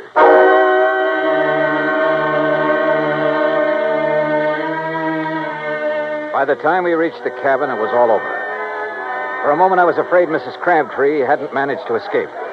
Then I saw her on the ground in the sheriff's car, wrapped in blankets. Hey, you! Get back over there! It's all right, Sheriff. This is Mr. Dollar. Oh, I heard you were in town, Mr. Dollar. This is Sheriff Wilkins, Johnny. Sheriff, do you have any idea how this fire started? Not yet, I don't. I asked her, but... I'd rather not talk about it now, Johnny. Maybe some other time. Whatever you say. She's pretty done in. Johnny? Yeah? You tell Mr. Greenpaw. Tell him I'll sell. Will you do that for me? Well, look, I'll talk to you about it in the morning. No. I want to sell now. Nothing to stay here for. Nothing. We'd better get her down to Mrs. Scott's place. Doc Weaver's given us some morphine. You go ahead, Sheriff. I'm going on back to town. Sure. See you later, Dollar. Oh, Mr. Dollar, is she going to be all right? Yeah, I think so. Greenpaw, do you have a map of this area, including all the land you're planning on buying? Not on me. It's down at the office. You want to see it tonight? Yeah, I sure do.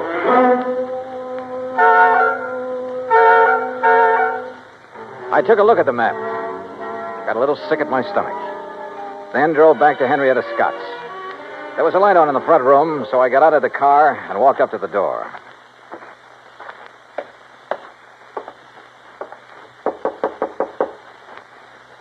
Yes, who is it? Johnny Dollar, Mrs. Scott. Oh? Well, isn't it a little late to come calling, Mr. Dollar? I mean, after all, Mrs. Crabtree is sleeping sound, and I'm all ready for bed. I want to see Mrs. Crabtree. I want you to wake her up. Well, I just couldn't do that. The doctor told me she should have as much sleep as she can get. Yeah, you took his orders a little too literally, Mrs. Scott.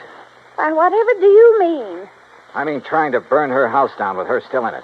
What? Yes, she trusted you. She thought you were the only person she could trust. Then when she found out different, she decided to sell her land and get away from here. Why, that's a pack of the biggest lies I ever did hear. Now, what reason would I have for wanting to hurt the poor old dear? Money. Money? You own most of the land adjoining the Crabtree property, including that around the Silver Bell. Greenpaw wouldn't buy your land unless he could buy Mrs. Crabtree's. When she refused to sell, you decided to see that property changed hands the hard way. If that's so, why would I be so concerned about her? Now, why would I write Mr. Morton telling him she'd been shot at and then wiring when she disappeared? Why? To protect yourself. You purposely missed her that day. You had to set up your alibi. You've got no proof. No, you're right. I haven't. But Mrs. Crabtree has. She knows who and what started that fire in the cabin. Now, get out of my way. No. Oh. Mrs. Crabtree. Mrs. Crabtree. Huh? What is he? All right, Mr. Dollar. You move away from her. Not until I find Move out. away now, or I'll shoot. Oh, well, when you put it that way, Mrs. Scott, I'll have to. You were right about me missing her on purpose. Anybody's lived up here long as I have. They don't miss with a rifle good as this one. Mr. Dollar? Mr. Dollar, she started the fire. Mercedes, you shut up. You try and make me. Maybe I will, like I should have before. You see that... Oh, no, you don't. No. Give me that rifle, Eddie. No. Why? Why did you have to ruin it?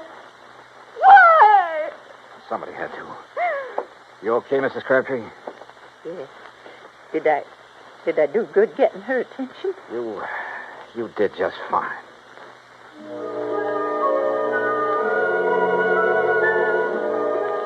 I was ready to leave Silver Gulch the next day, but I stayed over for another week, waiting for a little English gentleman by the name of Murdoch Morton to arrive and claim his bride.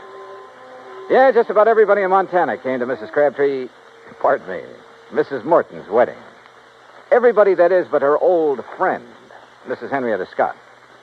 Expense account total, $317.10. Yours truly, Johnny Dollar.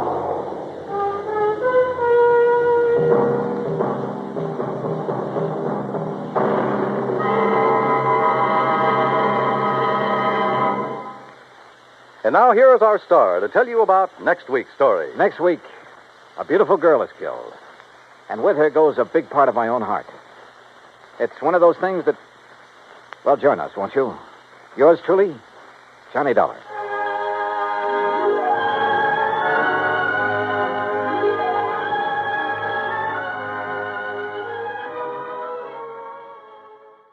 From Hollywood, it's time now for... Johnny Dollar. Howdy, Mr. Dollar. My name is Jake Denham. I own a cattle ranch out here in Craig, Colorado. How'd you like to come out here and see me? Colorado? That's right. I have a policy with one of your companies, Tri-Western, office over in Denver. Well, what seems to be the trouble, Mr. Denham? Trouble? Oh, nothing like that. Not at all. Then why have you called me?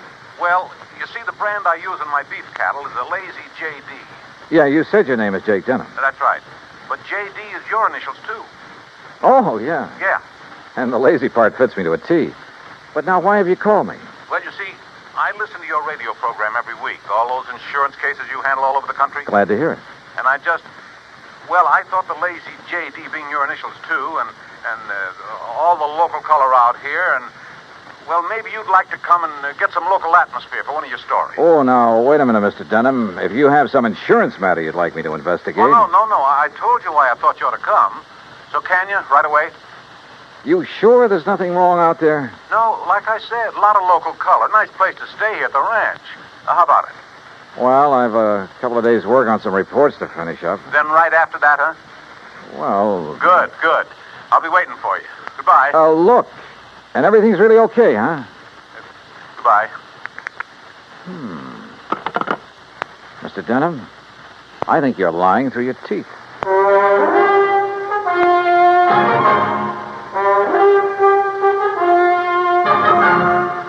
Bob Bailey in the exciting adventures of the man with the action-packed expense account. America's fabulous freelance insurance investigator. Yours truly, Johnny Dollar.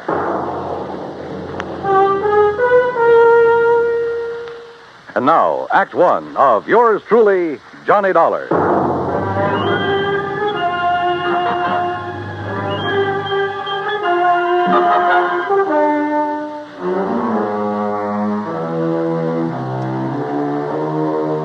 Expense account submitted by Special Investigator Johnny Dollar to the Tri-Western Life and Casualty Insurance Company, Home Office, Denver, Colorado. Following is an account of expenses incurred during my investigation of the bum steer matter.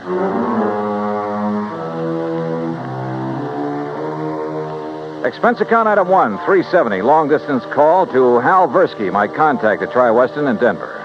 Johnny, good to hear from you. You out in this neighborhood? Nope, still in Hartford. Hal, I want you to okay an expense account for me. Well, now that depends. Listen, do you know a client of yours by the name of Jake Denham? Yes. As I recall, he owns a big cattle ranch over near the little town of Craig. Uh-huh. Carries a straight life for something like 40,000, 50,000. Well, look, I got a phone call from him begging me to come out there and see him. Oh? Something wrong? He says not, but I don't believe him. Well, have you any reason to think something is wrong? Well, only the half-baked excuse he gave me for wanting to see me. Look, Hal, I realize this is just a hunch, but... Certainly sounds like it to me. But my hunches have saved your company a lot of dough on occasion. So how about it? Okay. Put it this way. If you run into something out there and clear it up, we'll pay the freight. If not, well, you just go ahead and have yourself a vacation at your own expense, okay? Oh, now, why don't you relax that iron grip on the purse strings for a change, huh? Why? What would you do? Okay. But I warn you, Hal, if this does turn into a case for your company, my expense account is going to knock you right off your feet. Oh, now, wait a minute. Bye-bye. Johnny! It took me nearly 4 days to clear up the reports I had to finish. I wish now it hadn't, that I'd left Hartford immediately. Expense account item 2, $133. Plane fare and all the incidentals I could think of, Hartford to Denver. I got there shortly after 7 a.m. Item 3, $50 deposit on a drive-your-own car, in which I promptly headed north and west on Highway 40. That is, after getting out of the traffic in Denver itself, and believe me, that town has it. The 200-mile drive to Craig was routine, except for the lush green hills, the snow-topped mountains, the vast meadows and forests. Colorful Colorado, they call it, and it sure is. Finally, about noon, I pulled into Craig and stopped at the Cosgrove Hotel for lunch. That's item 4, $350. From the waitress, I got directions to the Lazy JD Ranch. About 8 miles south on the Yampa River, just off Route 789. You want some dessert? Oh, no, thanks. This is fine. Hey, you one of the relatives? Oh, of course not. You're... Too late for what? It was real beautiful, though. Half the town turned out for it, and most of the big ranchers. What are you talking about? Oh, my gosh, it's after 1:30. Look, I'm not supposed to be on duty now, and I got a date with my boyfriend. Hey, well, now... Excuse me, now, I wait gotta a go. second. Just say the cashier in the lobby. Well, but look, Okay.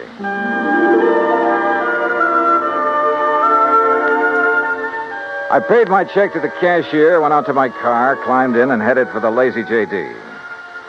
There must have been several thousand acres to the ranch, all rich, green, healthy-looking pasture land, and Lord knows how many head of beef cattle. The main ranch house was a rather small but well-kept affair near the gate to the road from the highway.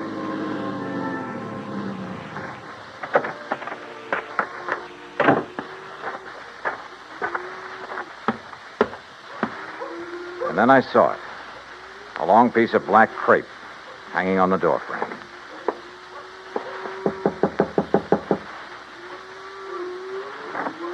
Yes? How do you do? My name is Dollar, Johnny Dollar. Oh, Johnny Dollar. Why didn't you come before? What? He begged you to come, didn't he? To come right away? Mr. Denham? Yes, but I Then told him... why didn't you? You might have saved him. Saved him? Yes, saved him. We buried him this morning. And I think he was murdered.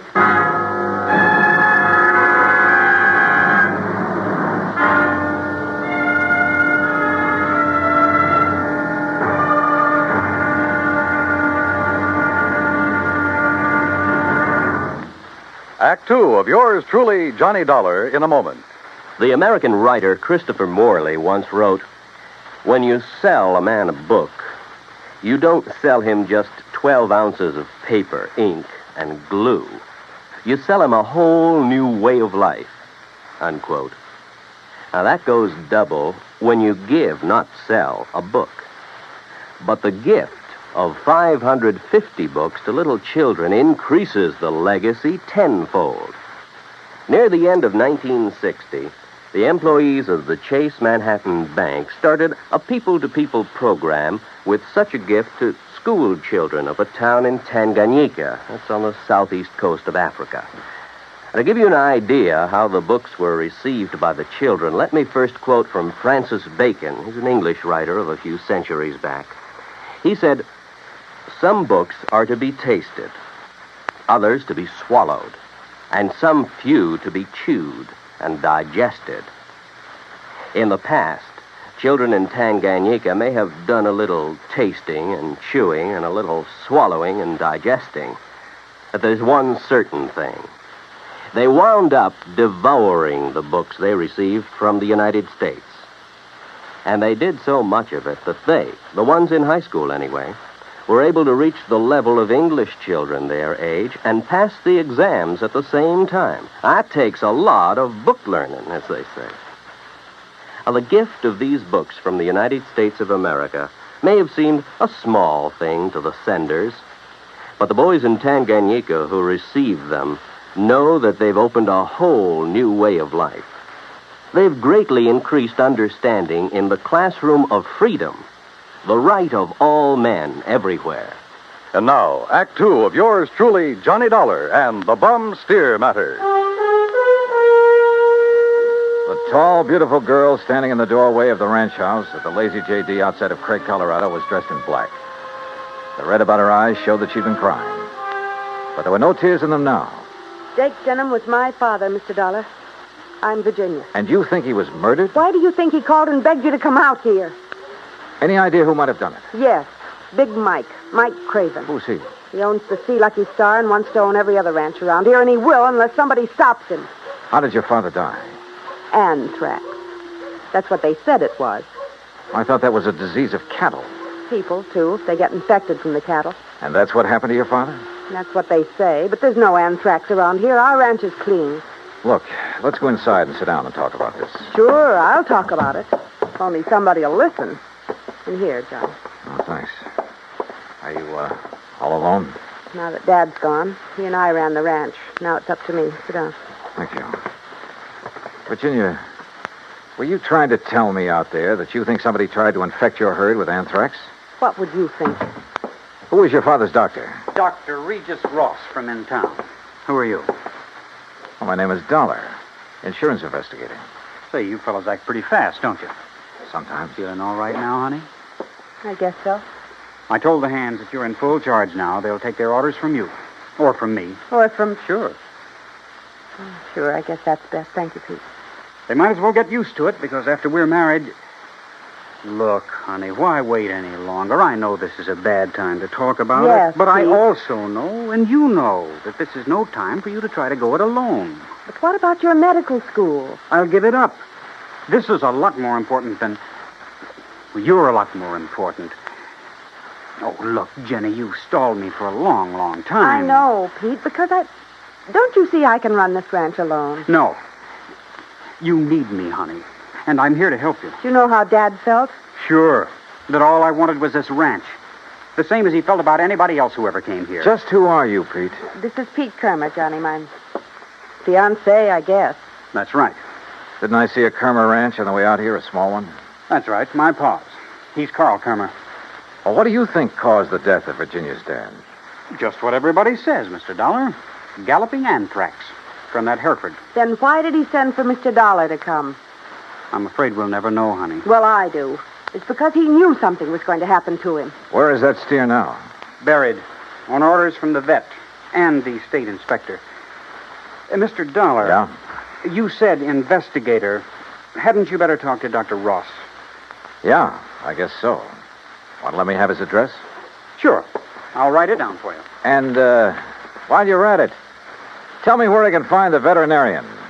And that state inspector, too. Huh? Sure. Why not? When I left them, a few minutes later, Pete was still making a quiet, but I must say effective pitch for Virginia's hand. Expense account item 5 cents for a phone call to the state inspector. He told me he'd never seen the infected steer on the Lazy JD, that he was confined to his bed at the time.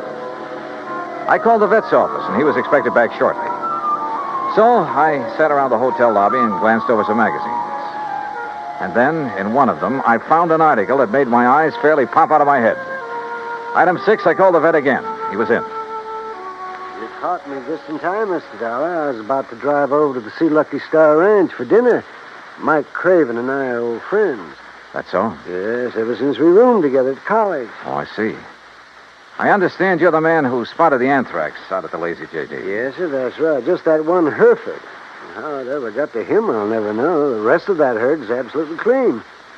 That poor old Jake Denham, too. You think he became infected from that steer? Well, how else could it be? Galloping anthrax. just like that. Doctor, where is that steer buried? Do you know? Yes, I had it buried myself. It's some miles out in the far corner of the lazy JD property. Then phone the Sea Lucky Star and call off your dinner date. You and I are going out to take a look at that carcass. Oh, no, just a minute, young Investigator, did you say you are? That's right. Uh-huh. I suppose you have some authority. What I don't have, I can get. Tell me, Doctor, is there some reason why you don't want me to see the carcass of that steer? No.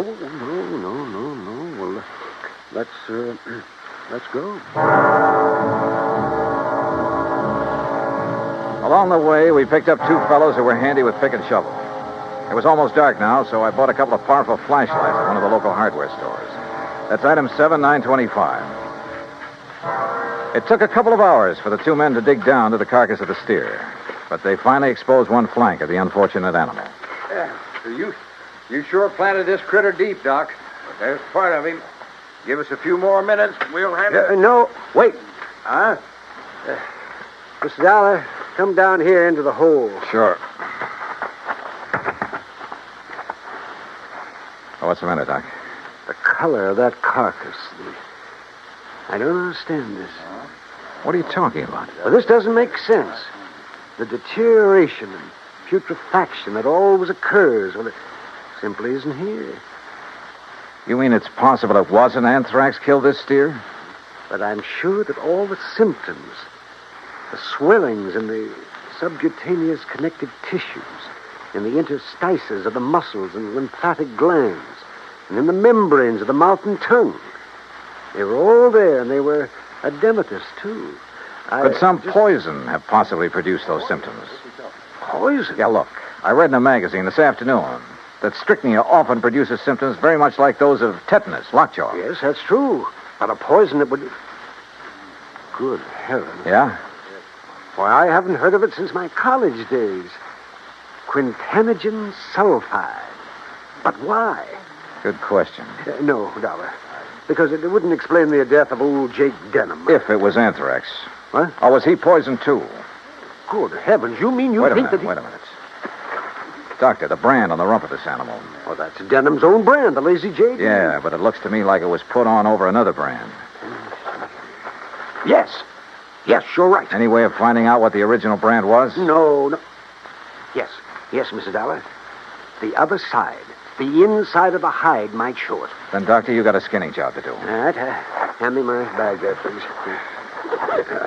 Okay, here you are. Go to it, Doc. Thank you. Oh. That poisons.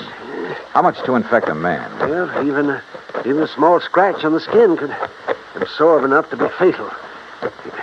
No wonder the Dr. Ross... Ross was the one who treated Jake Denham. Yeah. No wonder we couldn't understand why death came so... Well? No. Can you see what the original brand was? Yes. Yes, I can. I'm afraid so. Let me hold the light a little. Oh. I see. But I can't believe it, Mr. Dollar. Pretty clear, though, isn't it? Sea Lucky Star. Act 3 of yours truly, Johnny Dollar, in a moment. A couple of 1,000 years ago, the ancient sage Diogenes remarked that all things are in common among friends. Well, he didn't mean that only material goods were in common among friends, but that they shared their troubles as well. For a long time, the United States Armed Forces have been a friend in time of need, during fires, floods, and pestilence all over the world. Many peoples of the earth have come to believe in the friendship which the U.S. military personnel have spread for so many years, and the calls for help they answer in time of personal emergency, a response which has always been immediate. Not long ago, a Korean Buddhist nun was suffering from beriberi, an advanced form of acute malnutrition. But she was living in an isolated monastery deep in the Korean hills and valleys. Her sister nuns contacted the nearest Army Signal Corps relay station, and wheels began turning. In no time, an Army helicopter landed at the station's helipad. American soldiers carried the stricken nun to the copter. She was flown to a waiting ambulance and whisked away to the hospital. Her recovery was rapid, thanks to the United States Army, her newfound friends. Army helicopter men helped in many other ways. Over the 108 islands of the Ryukyus that spread from southern Japan to northern Formosa, Army helicopters are constantly whirling their blades as they hop from one island to another on missions of mercy.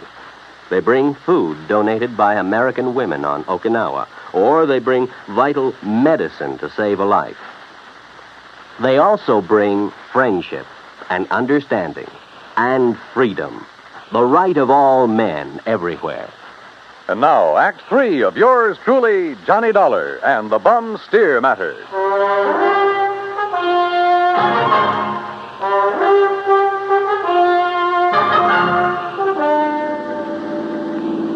Looks pretty bad, doesn't it, Mr. Dollar? Yeah, Doc. It looks as though this Hereford steer was brought over from the Sea Lucky Star, was rebranded with a lazy JD, was given the poison to make it look like it died of anthrax. Yeah, but Mike Craven, who owns the Sea Lucky Star, I know him, Dollar. I've known him ever since our college days. Medical college? Oh, no, just during the preparatory years.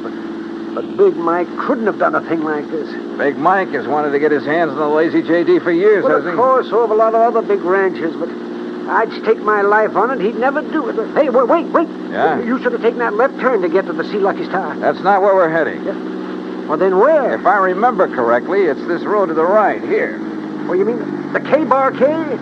Got any better ideas? Well, I'll be...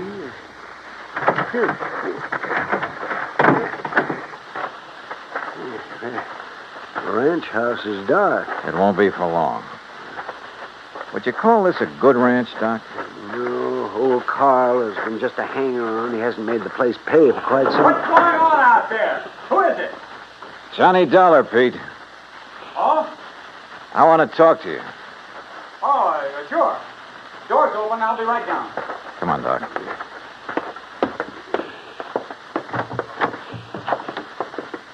Let's see if I can find the light switch. This flashlight will do. And we're going on upstairs. Huh? Wait down there. I'll be right down. We'll be right up. Well, now, wait a minute, if you don't mind. Wow. Nice place you have up here. Look, I asked you to wait down. Dr. Cummings. I'm sorry, Peter, but this... How'd you make out with Virginia Denham, Pete? Convince her to marry you? That's none of your business, Mr. Dollar. Now, just what do you want? Pretty nice ranch to get your hands on, that lazy JD. I beg your pardon. Combination bedroom and study, huh? As Virginia told you, I've been going to college. Yeah, medical school. Nice set of books you have here. Of course, I'll have to give that up now. Well, you're going to have to give up a lot of things. What? Where did you get it, Pete? What was the name of that stuff, Doctor? Quintanogen sulfide. What do you know about... Well? I don't know what you're talking about. Then why the marker in this book on toxicology? Marker? That was a foolish thing to do, Pete. A dead giveaway. Yeah, I told you. I don't know what you're talking about. Yep. Right here. Quintanogen sulfide. I never heard of it. You're lying, Pete. No. Giving it to that Hereford was probably a cinch.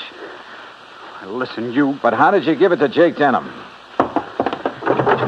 Dollar, that's something you'll never live to know. Oh, look, now wait a minute. Put the thing away. No. Now stand back. I said look out. You... Stop! Oh, thanks, Doc. I guess he'd forgotten all about you until you landed that chair on his head. Yes. Now, I suppose I'll have to patch this... patch him up a bit. Oh, absolutely. He'll have to look nice for the trial, won't he, Doc?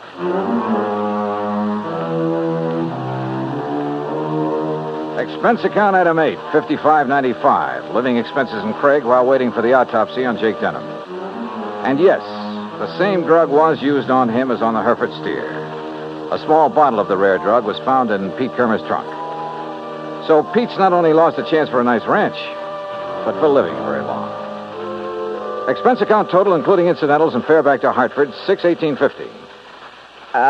On second thought, how's about just sending that check to the community chest? Then I'll feel a little better about this case. And about myself, too. Yours truly, Johnny Dollar.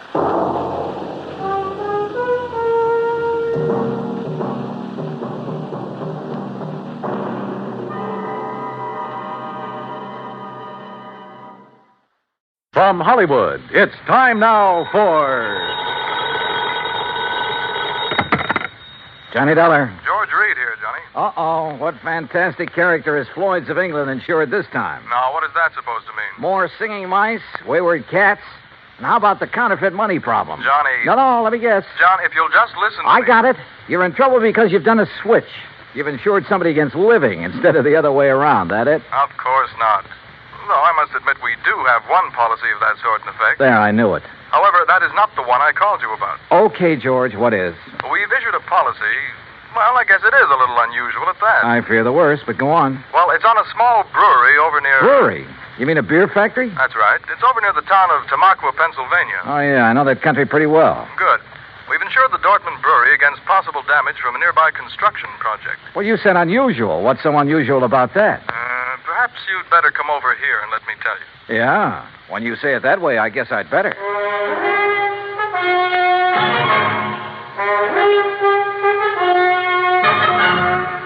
Bob Bailey in the exciting adventures of the man with the action-packed expense account. America's fabulous freelance insurance investigator. Yours truly, Johnny Dollar.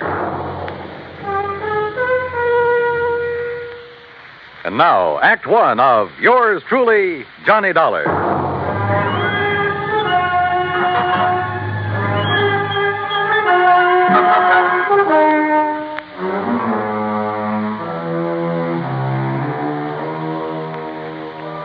Expense account submitted by Special Investigator Johnny Dollar to Floyd's of England, North American Office, Hartford, Connecticut. Following is an account of expenses incurred during my investigation of the JPD matter.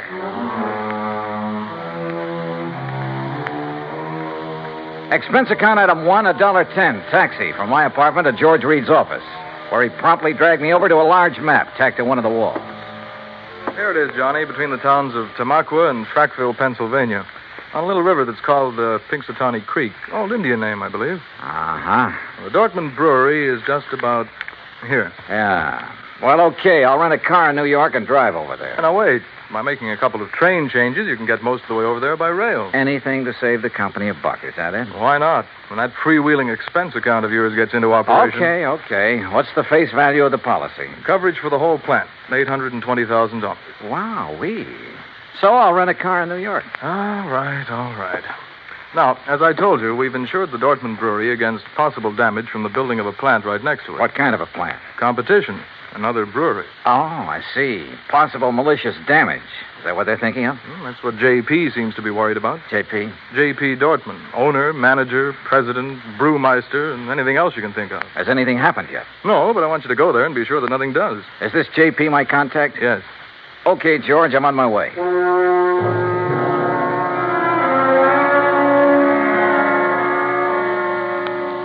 Expense account item 2, $935, fare and incidentals, Hartford to New York.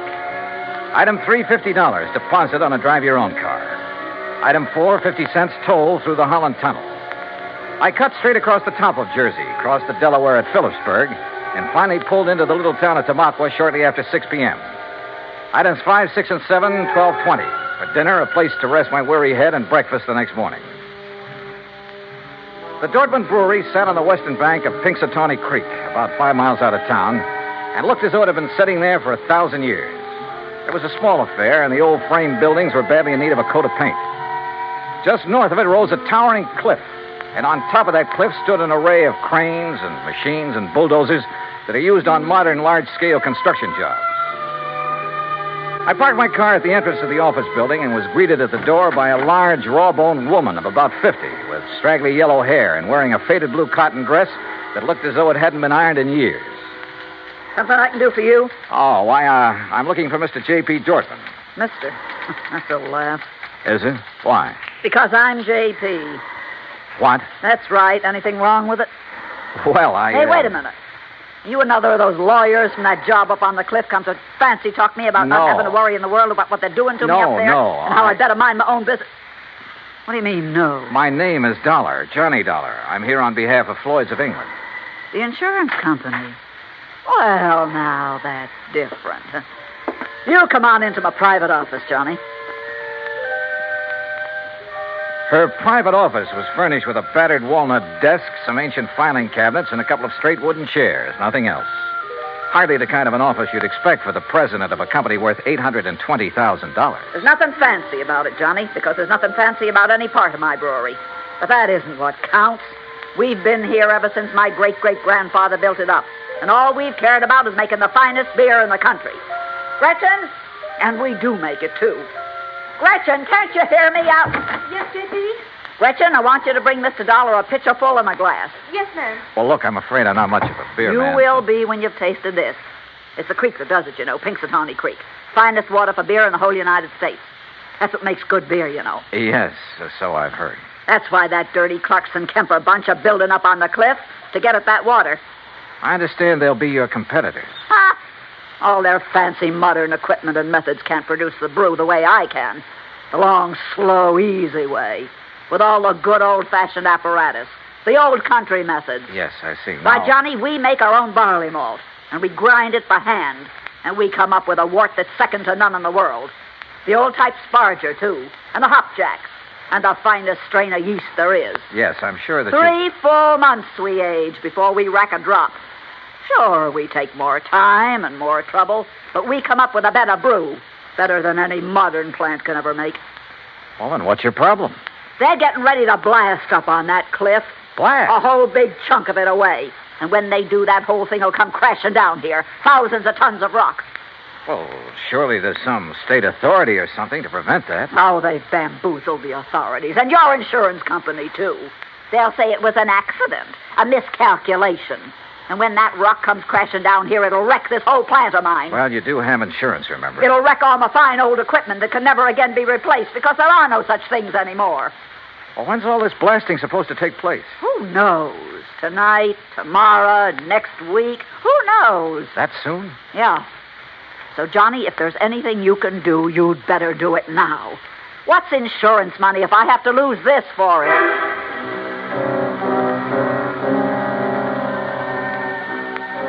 Who knows? Maybe she was right suspecting her rivals might try a stunt like that to put her out of business. But it all seemed a little too far-fetched. And yet, when I think of some of the unscrupulous things that have been done to put down competition, maybe she was justified in suspecting this Carlson Kemper crowd of... Yeah, maybe she was.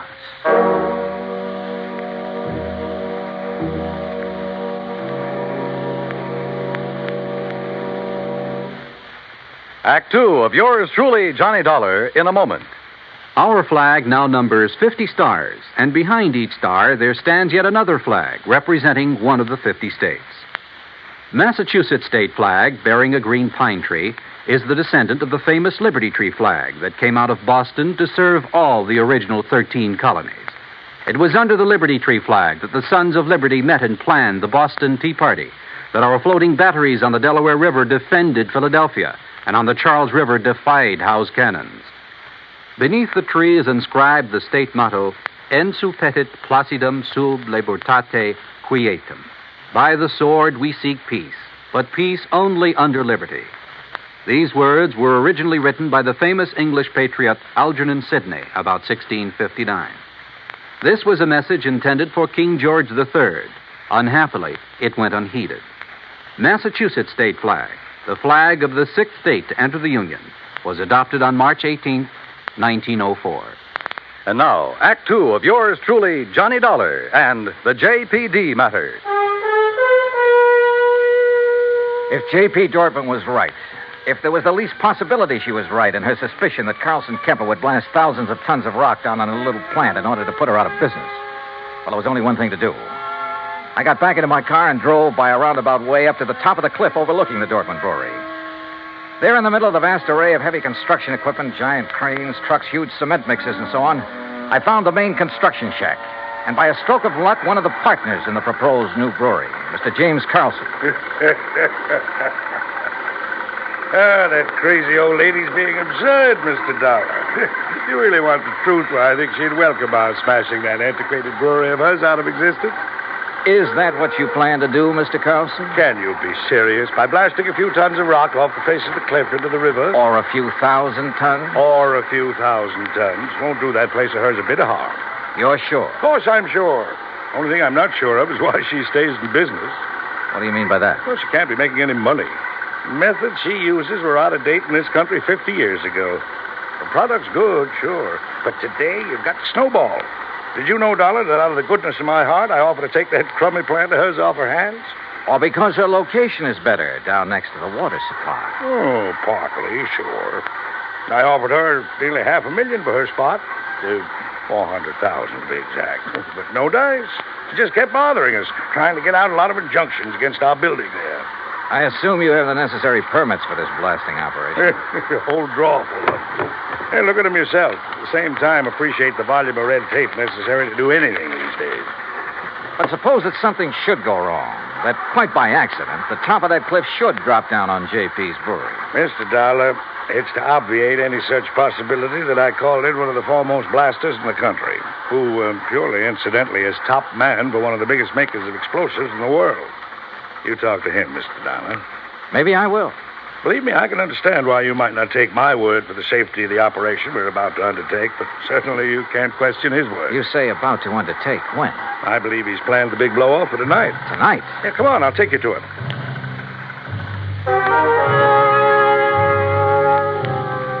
We found this expert, Mr. Sidney Crutchfield, in a small, tidy shack set out near the edge of the cliff, working over a series of complicated diagrams with a busy slide rule in his hand.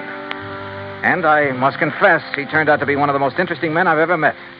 Tall, slim, and gray-haired, he had a quiet, easy, yet confident manner that completely belied his hazardous occupation.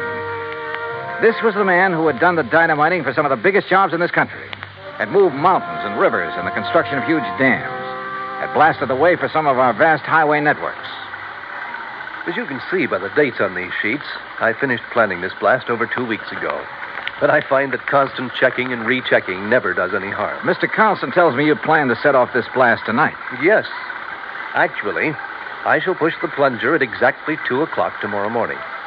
If Mr. Carlson is ready. Don't you worry about it, Mr. Crutchfield. We're moving the equipment and the shack's away right now. Excellent. And at the time of the blast, no one is to be here but me. That's what your contract says. And that's the way it must be. For safety, Mr. Crutchfield? Well, call it a fetish of mine. Uh-huh. And there'll be no damage to the brewery plant down below? I'll stake my reputation on it. Come, Mr. Dollar. If you like, I'll show you how I've made the sets for this blast. We spent the rest of the day inspecting every tunnel, shaft, and drill hole into which the explosives have been packed and fused. And the artistry of this man was evident from the word go. By 6 p.m., all the machines and shacks and equipment had been moved back from the edge of the cliff that was to be blown off. The place was deserted, except for Mr. Crutchfield and me. And now, you must get into your car and leave, Mr. Dollar. But if there's no danger... Please. I prefer it this way. Surely you're not still concerned about the blast? To be honest about it, no. Not one bit. And I wasn't, at the moment. Yeah, this amazing man simply couldn't do anything wrong. I would have staked my life on it. But by the time I'd driven the long, curving road to the Dortmund Brewery below, had found the place not only deserted, but completely shut down, a funny little hunch began to grow in the back of my head. Even the office building was dark as far as I could see. With the help of a business card, I slipped the lock on the front door. And then I saw the thin streak of light under the door of JP's private office. I thought I heard something in there. The office was a shambles. Account books and papers scattered all over the place. A couple of cartons. The drawers of the crusty old files were open and, for the most part, empty. Somebody had been hastily packing and removing all the important papers. But why? I'm sorry, Johnny. Oh, what? Sorry. Oh! And you seemed like such a nice boy.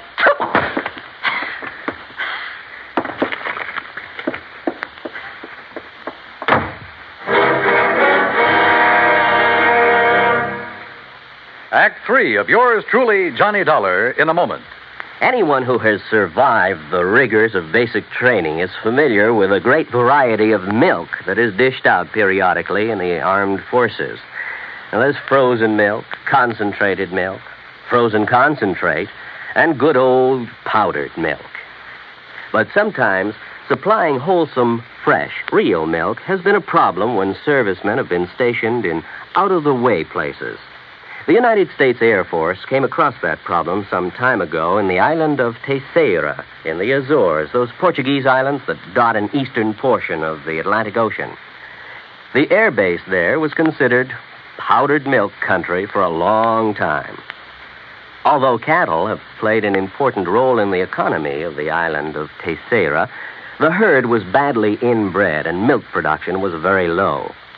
Modern milk processing was not a part of the picture. And with the help of Portuguese veterinarians, the men in the United States Air Force unit worked out a free breeding service by using a small herd of milk cows acquired in England, and the cattle there at Terceira improved. Then, a complete pasteurizing, homogenizing, sterilizing, bottling, refrigeration plant was flown in from the United States. As soon as this activity got underway, milk production began to climb steadily, and thirsty Air Force men and civilians were soon buying and drinking the new fresh milk. When economy of the island began to rise rapidly, the people were happy and grateful. You might say that a little milk of human kindness increased understanding on an island of freedom, the right of all men everywhere. And now, Act 3 of yours truly, Johnny Dollar, and the JPD matter.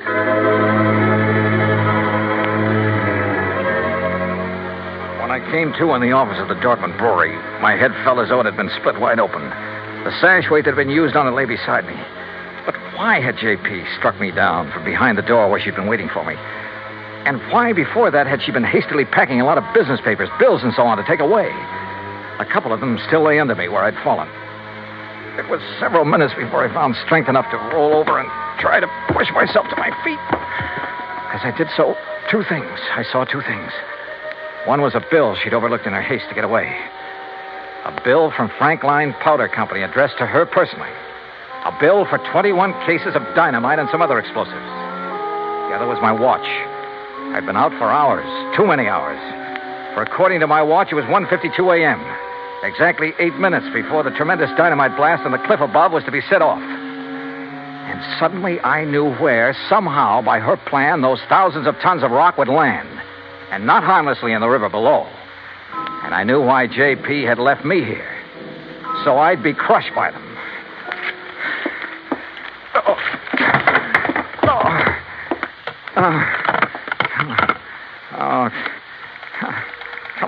Come on. Oh, please, come on. Hello. Oh, please, hello. Operator, this is emergency.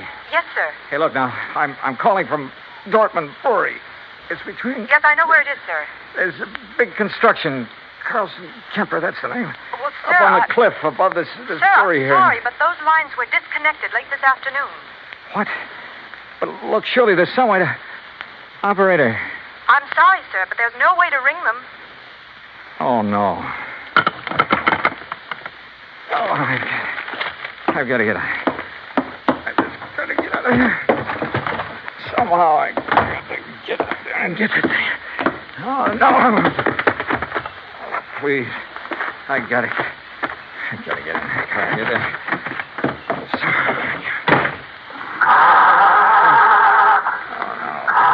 My head, I can't...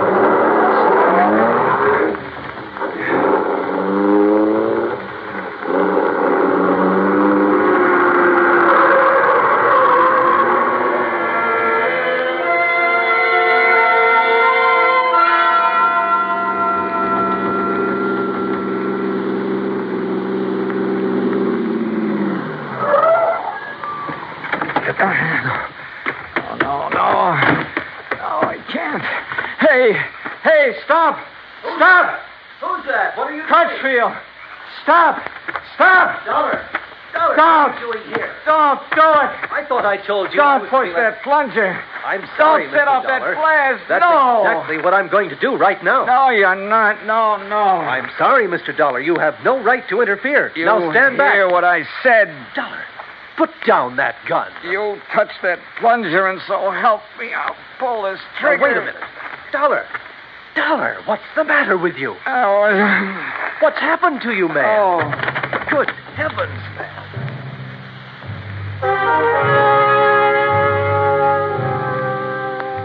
I guess it was just luck that I was still hanging on to that bill for the dynamite that I'd found. I guess it was luck that made Crutchfield grab it when he tried to keep me from falling. Made him look at it carefully by the light of his flashlight. But it was his good sense that kept him from going ahead and setting off that charge. When daylight came, he found the spot on the face of the cliff where J.P. had another charge planted. It was set to go off by concussion from the blast that Crutchfield had set. It would have diverted the rock from Crutchfield's blast to smack dab on top of her little beer factory. Nobody would ever have known who'd really done it. And J.P. would have collected $820,000 insurance for it. Incidentally, when the police caught up with her, which wasn't hard, they also found the book she'd taken from her office. Yeah, J.P. Dortmund was broke. Stony. Expense account total, including a handful of doctor bills for my aching head and all the incidentals I could think of, $204.80. Yours truly, Johnny Dollar.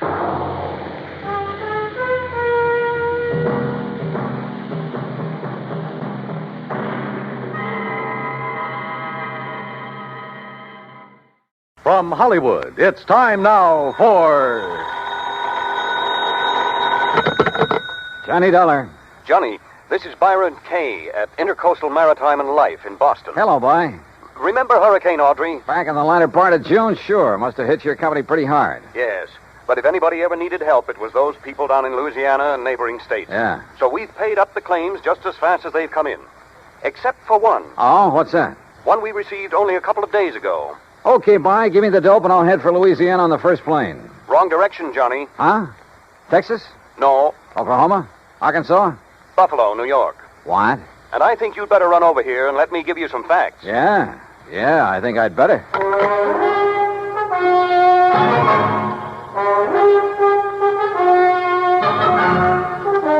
Bob Bailey in the exciting adventures of a man with the action-packed expense account. America's fabulous freelance insurance investigator. Yours truly, Johnny Dollar.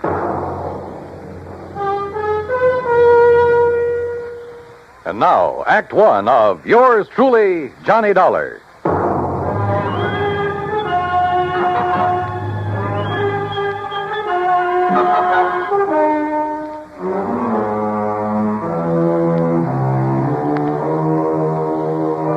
Expense account submitted by Special Investigator Johnny Dollar to the Intercoastal Maritime and Life Insurance Company, Boston, Massachusetts.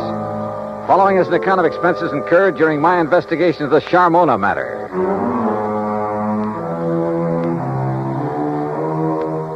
Expense account item 1, 1845. Plane fare and incidentals, Hartford to Boston, and a cab to Byron Kay's office in the Little Building. Glad to see you, Johnny. Hi. I'm glad you can take this on for me. Sit down. Okay, thanks. Ever hear of Charles Francis Keeley? Keeley? A very much reformed man, Johnny, who was apparently making a valiant try to live down some of the things he did earlier in his life. Like what? Well, he was I guess you'd call him a promoter, stock manipulator, that sort of thing. The point is, he made himself a lot of money a few years back until the authorities, the Securities Exchange Commission and so forth, put a stop to his fancy dealing. Sounds like a real nice guy. In any event, he had enough money by the time he quit to live pretty well. Nice home, beautiful wife, 62-foot cruiser, and that, by the way, is our biggest problem. Oh, I wish my biggest problem was a 62-foot cruiser. It is, Johnny. Now. Then tell me all. Yes. Early in June, he took his boat across Lake Erie to Detroit to have some work done on it at the Detroit Yacht Basin. Then, a couple of days before the end of the month, he started back for Buffalo. Oh, yeah, that hurricane was moving north about then, wasn't it? Yes, it was. And his failure to appear in Buffalo within a reasonable time didn't worry his wife a bit. Often before making that same trip, he'd stopped off in Cleveland to visit some of his old cronies. Uh-huh. But by July 20th, she began to get worried. She called the friends in Cleveland. They hadn't seen him. Then she called the Coast Guard. No word. A few days later, a couple of the life preservers from his boat washed up on the south shore of Erie near the little town of Lindsay. That enough for you, Johnny? How much insurance did he carry? On himself, $35,000. On the boat, $106,000. I see. Okay, bye. I'm on my way. Expense account item 2, transportation to Buffalo, where I signed in at the Statler Hotel. Item 3, $520 for dinner. Then taxi, that's item 4, to the Keeley home north of Delaware Park on Colvin Avenue. I don't know just what I'd expected Keeley's wife to look like. Suffice it to say, I was pleasantly surprised. She was young, tall, blonde, and beautiful, with eager, sparkling eyes and none of the signs of grief I'd anticipated. I don't know why you registered at a hotel, Johnny. May I call you, Johnny? Why, sure. Please call me Mona. May I pour you another drink? No, thanks. As I started to say, you could have stayed here. There's plenty of room, as you can see. Yes. This is a very beautiful house, Mona. Yes, but so empty now. I get terribly lonely, Johnny. Well, of course I don't blame you. But now suppose we talk, if you don't mind, about the Johnny, thing if you have to be around for a few days, why don't you move out of that hotel and... Oh, I'm sorry. I shouldn't say that. I guess I'm sorry. It's all right. But I am lonely. Sure. Now, Mona, you realize this investigation is, it's just routine. Of course, Johnny. Now, as I understand, every effort has been made to find your husband. Of course. And to find the Charmona. Charmona? The cruiser. Oh, yes. It was a beautiful thing, Johnny. But now it's gone. And Paul. Paul? Yes. Paul Matthews was the pilot. Only he was more than that. He was very nice. Yeah. Well, now, as I... Oh, excuse me. Every time that phone rings, I hope it's some word, some news that perhaps... Well, you know. I'm not sure that I do. What? But by all means, answer it. Yes, excuse me. There was something distinctly wrong with this whole setup, that was for sure. The Coast Guard, yes. Yes, this is she. This is Mona Keeley. Perhaps Charles Keeley wasn't the only one in this family to arouse suspicion. What? Say that again. Especially now, with nearly $150,000 involved. Yes, well, how about Paul? I said, how about Paul? Then, when she finally finished with the phone call, came a couple of other surprises. Thank you. Johnny, he's all right. Huh? That was the Coast Guard. They found him. He's all right. Isn't it wonderful? That was the real surprise. Not what she said. Isn't it wonderful? Or even the way she said it. But something deep back in her eyes that gave her away, that told me beyond the shadow of a doubt that she was lying through her teeth.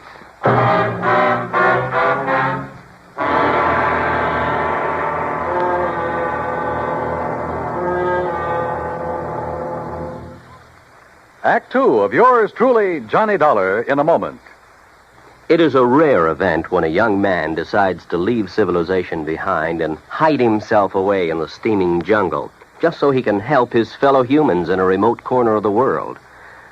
The late Dr. Tom Dooley did just that when he left the United States to help the sick and starving jungle people in the little kingdom of Laos in Southeast Asia. Dr. Dooley's story is well known to nearly everyone. And all over the world, people talk of his little jungle hospital on stilts.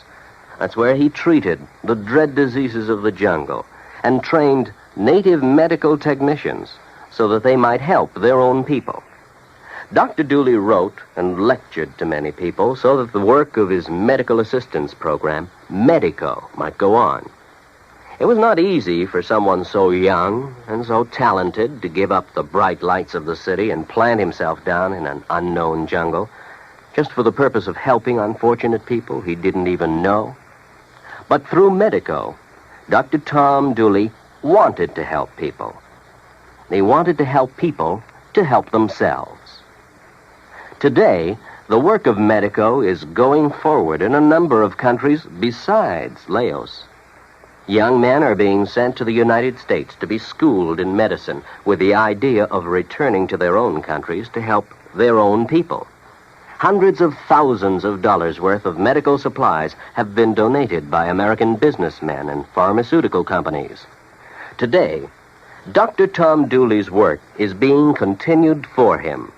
It is helping to create better understanding. It is an injection of the spirit of freedom. The right of all men everywhere. And now, Act two of yours truly, Johnny Dollar, and the Charmona matter.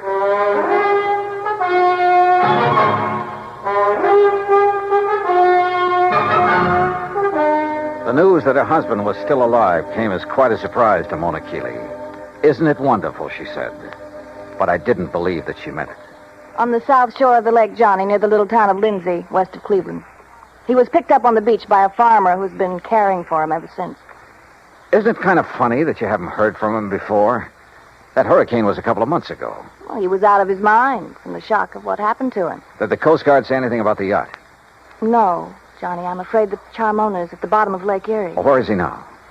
In Cleveland, in a small private hospital. Well, hadn't you better go over there and get him, bring him back here? I told the Coast Guard we would. Mona, you're not really glad that he's been found, that he's still alive, are you? No, I'm not. I guess I never really loved Charles. I'm not sure he really loved me. He was a big shot, always out in the town, doing a lot of entertaining, that sort of thing. I was very pretty then. Kind of a business asset for him. When were you and Charles married, Mona? 9 years ago. It looks as though he's done pretty well by you. I never had any reason to complain. About that, I mean. But the things he did to make his money, it was... Well, I guess it was legal, but it wasn't right. It was almost like stealing, the way he promoted a lot of worthless inventions, penny stocks, worthless real estate, that sort of thing. But he always did all right. And you? Well, who worries about conscience when things are going well? A lot of people, Mona. But then they made him stop the things he was doing. And Charles became very strange. He took up religion like a fanatic. Oh? Kept giving his money away to a lot of crazy charities. Money I could have used. And he got moody. He'd go off alone for weeks at a time, pay no attention to me. That's what I meant when I said I was lonely, Johnny.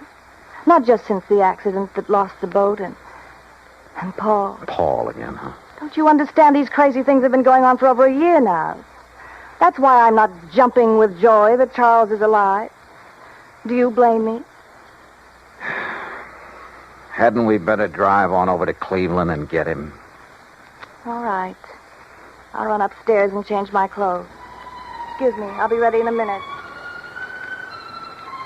Maybe I should have felt a bit more sympathetic, but I didn't. Maybe Charles Keeley did marry her simply because he could afford to keep a smart, pretty ornament around at his beck and call. Yeah, but the chances were she'd married him solely for the things his money could buy her.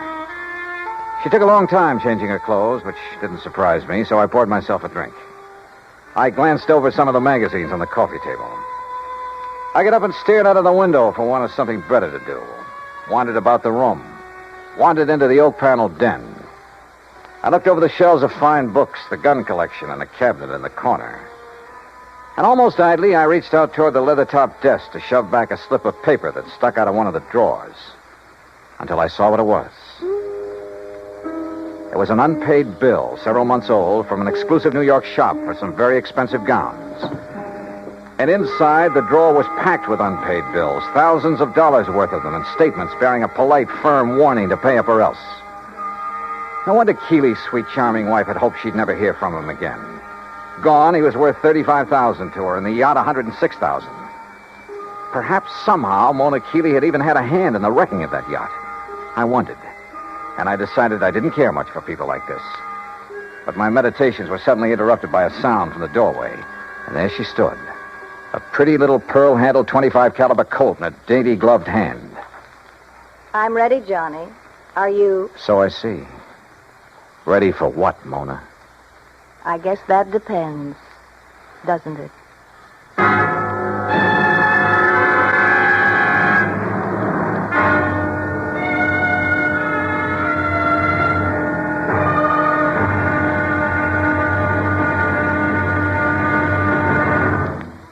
Act 3 of yours truly, Johnny Dollar, in a moment.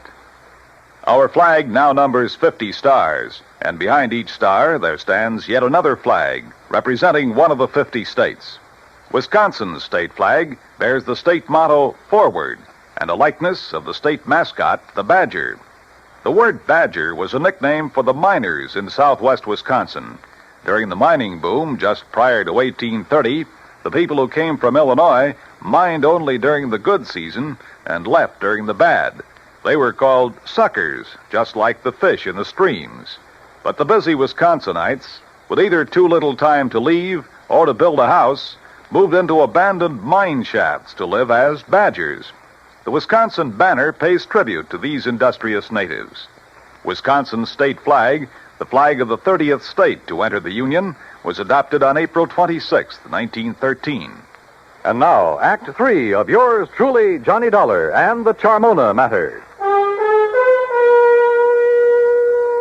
Mona Keeley stood there in the door of the den, a .25 caliber Colt in her hand.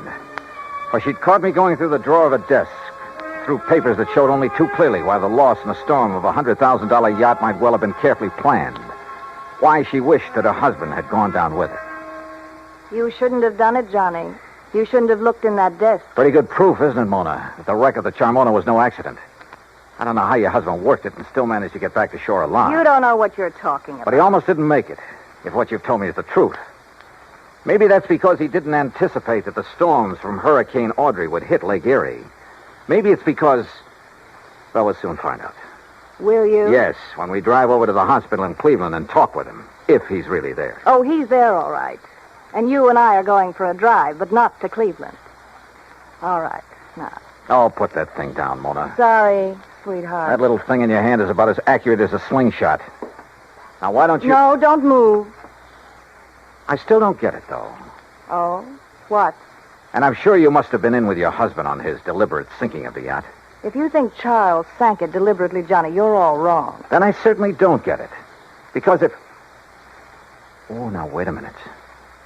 You've made a couple of cracks about... What was his name? Paul? Do you want to know the truth? Paul was the pilot for Charles, and there's been no word about him. So he must have gone down with the Charmona. That's why I'm lonely and feel the way I do. Mona, this whole thing smells worse to me every minute. He was young, and he was kind, and he loved me. I was glad when they found that Charmona had gone down, because the money for it would be mine. And I could get free of Charles, and Paul and I could... That's why I hoped Charles was gone. Yeah, another $35,000 for you. You're about the crummiest lot I've ever run into. Look at this, Mona, here on the desk. What? This solid gold table lamp. What about it? And there beside you, that expensive mirror. What are you talking about? Well, look. Why did you do that? To get this gun away from you. No, you... Oh, you... A lot of good this would have done you with the safety on. I'll kill you for this, Johnny. No, I don't think so. And I don't think the police would like it if you tried. Oh, no. Do you think they'd blame me for trying to stop you from going through the papers in my desk? For shooting you? No. Wait. I didn't mean that. I couldn't have shot you, Johnny. Johnny? Before we go, is there anything you'd like to tell me? Go? Where? Is there anything you'd like to tell me about why Charles really sank the Charmona? No. And I don't think you'll ever know how and why the Charmona went down. Want to bet? No, stay right there. Now I've got the gun, remember? Hello? What? Charlie? No. This is a friend of the family.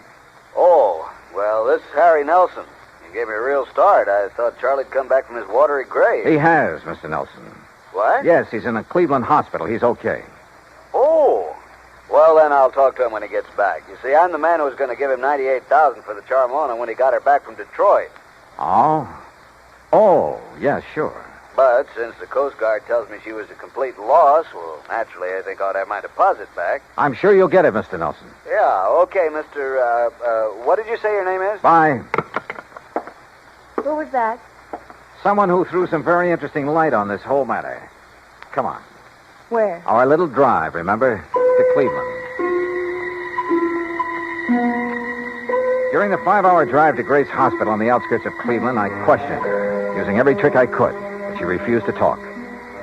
The theory that Charles Keeley had deliberately sunk his yacht had gone up in smoke. If he had a buyer for it, he wouldn't need to try to collect the insurance on it. But I still knew the whole case was anything but lily white, and hoped that Keeley could explain a few things. When we arrived at the hospital, there was a police lieutenant in Keeley's room and a stenographer. When she saw them, Mona gasped slightly and sank into a chair, to which the lieutenant promptly handcuffed her. As Charles Keeley talked, the whole case became crystal clear, and at the same time about as sordid as anything I'd ever heard. I should have realized what was up when Paul Matthews suddenly refused to make the trip back to Buffalo with me. He was my pilot, Lieutenant. I phoned the Coast Guard about him as soon Yes, sir. It was on the Coast Guard's tip that we ordered Paul Matthews picked up. Picked up. Then he's all right. Shut her up, Lieutenant, or get her out of here. As I started to say, they not only picked him up, but found where he bought the various parts for the little device he used. Good. Device? What are you talking about, Lieutenant? Let me tell him. Sure, go ahead, Mr. Cayley. Then this stenographer will have it all down on the record. I should have known what was up when Paul suddenly decided not to go back with me just before sailing time. You see, I've suspected for some months that he and my wife behind my back... Charles. Shut up, you rotten little... Go on, Mr. Keeling. I should have known then, but I had to get the cruiser back to Buffalo to a friend who'd offered me cash for it. Harry Nelson. Yes. Enough to get me back on my feet again. And I didn't know why Paul had left me to make the trip alone until the explosion about 5 hours out. What? Yes, Mr. Dollar, up forward, where there couldn't possibly have been anything explosive. A bomb of some sort? What else, Dollar? It was luck, sheer luck, that I was sailing in close, that I'd put on a life preserver because of the storm. That was the tail end of the hurricane down south, you understand? Yes, and it was luck that she went down right off Palace Rock. Yeah, that's exactly where the Coast Guard divers found her early this morning. A hole as big as a house blown out of her front end. Yes, that storm, that hurricane may have taken a lot of lives, but it saved mine.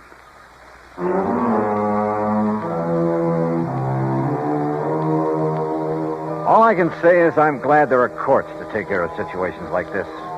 I myself would hate to have to dirty my hands any further. Yeah, it probably does take all kinds to make a world. But believe me, the world would be a lot better off without some of those kinds. The claim on the yacht, sure, it'll have to be paid. And to a man I honestly think is trying to live a decent life for a change.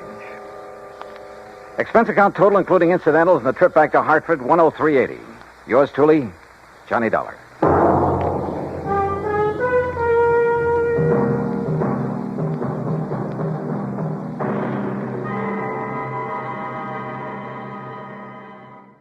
From Hollywood, it's time now for...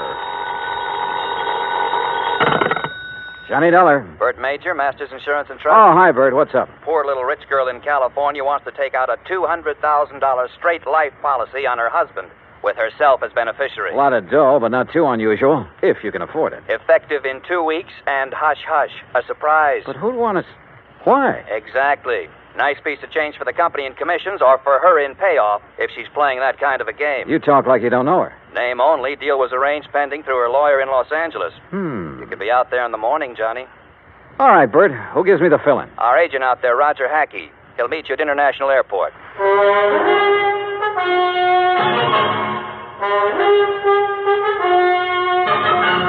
Bob Bailey in the exciting adventures of the man with the action-packed expense account, America's fabulous freelance insurance investigator. Yours truly, Johnny Dollar.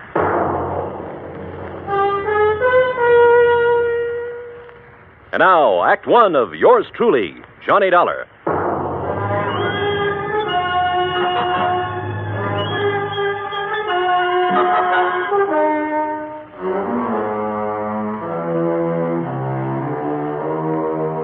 Expense account submitted by Special Investigator Johnny Dollar.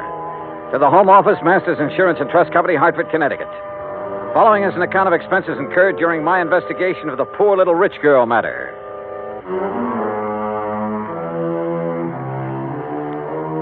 Expense account item 1, $280 round-trip plane ticket and incidentals, including sunglasses, Hartford to Los Angeles.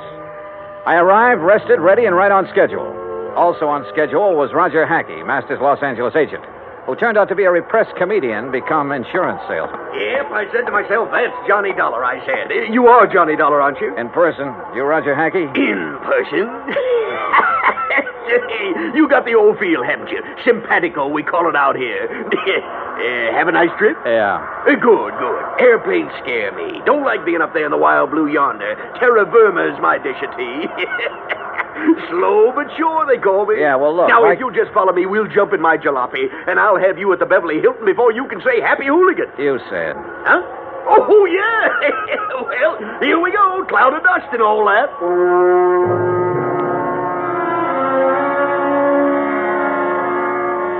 The ride from the air terminal to the hotel was hot, silent on my part, and unproductive so far as the case was concerned. Roger Hackey kept up a running commentary on everything from bad actors to the Zodiac. It wasn't until I was settled in my room with drink in hand and Shula's feet propped up that I could get him to switch to the $200,000 surprise. Her name is Cynthia Durbin. Now, how much do you know about her? Nothing. Bert Major said you'd give me the background. Now, she's a strange one. You know what a chameleon is? Well, sure, a lizard that changes color, so what? So, that's the kind of a gal Cynthia Durbin is. At least she is now. You're losing me, Roger. Begin at the beginning. Now, you're the doctor. As the Siamese twins said after the operation, what's missing? Yeah. Yeah. How did you meet Cynthia Durbin? Well, she came into the office yesterday. No call, no appointment. There she was. Oh, what's she like? Trim. Real trim.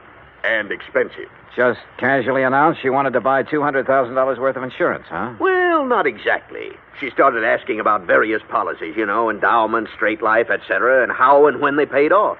And she kept giving me the big eye and cross-leg routine. She tell you anything about herself? Oh, didn't have to. I already knew. She's practically a fixture in the society section of the Sunday papers. Garden parties, opening nights, and all that. Yeah, but only lately. Her husband? Peter Durbin. He's been a public figure ever since they got married about 3 years ago. But she hasn't. No, just the last couple of months or so. How old is she? Oh, around 25. Blonde, blooming, and gorgeous, figuratively speaking. I take it she has the money, huh? Yeah, right. He was a well-torsoed movie bit player with a champagne appetite. I see. Now, what about this surprise angle? Well, she came right to the point. Said her husband had just had a complete physical. Asked if his doctor's report would be acceptable. If so, okay. But you didn't sign her up. Why? She didn't give me the chance. What do you mean? All of a sudden, she reached in her purse and pulled out a piece of paper with a name and address on it, announced this was her attorney. See him, she said, smiled big, and walked out. Did you go and see the attorney? Right away. A guy by the name of Crane Collins. Has big plush offices downtown, old senior partner type. What did he have to say? Oh, nothing except routine questions about filling out the forms, expediting the procedure, importance of secrecy for the surprise. Well, why didn't you ask a few questions? Couldn't. What do you mean, couldn't? She was there. Doing what? Sitting back in a corner, all huddled up like a mouse waiting to be pounced on.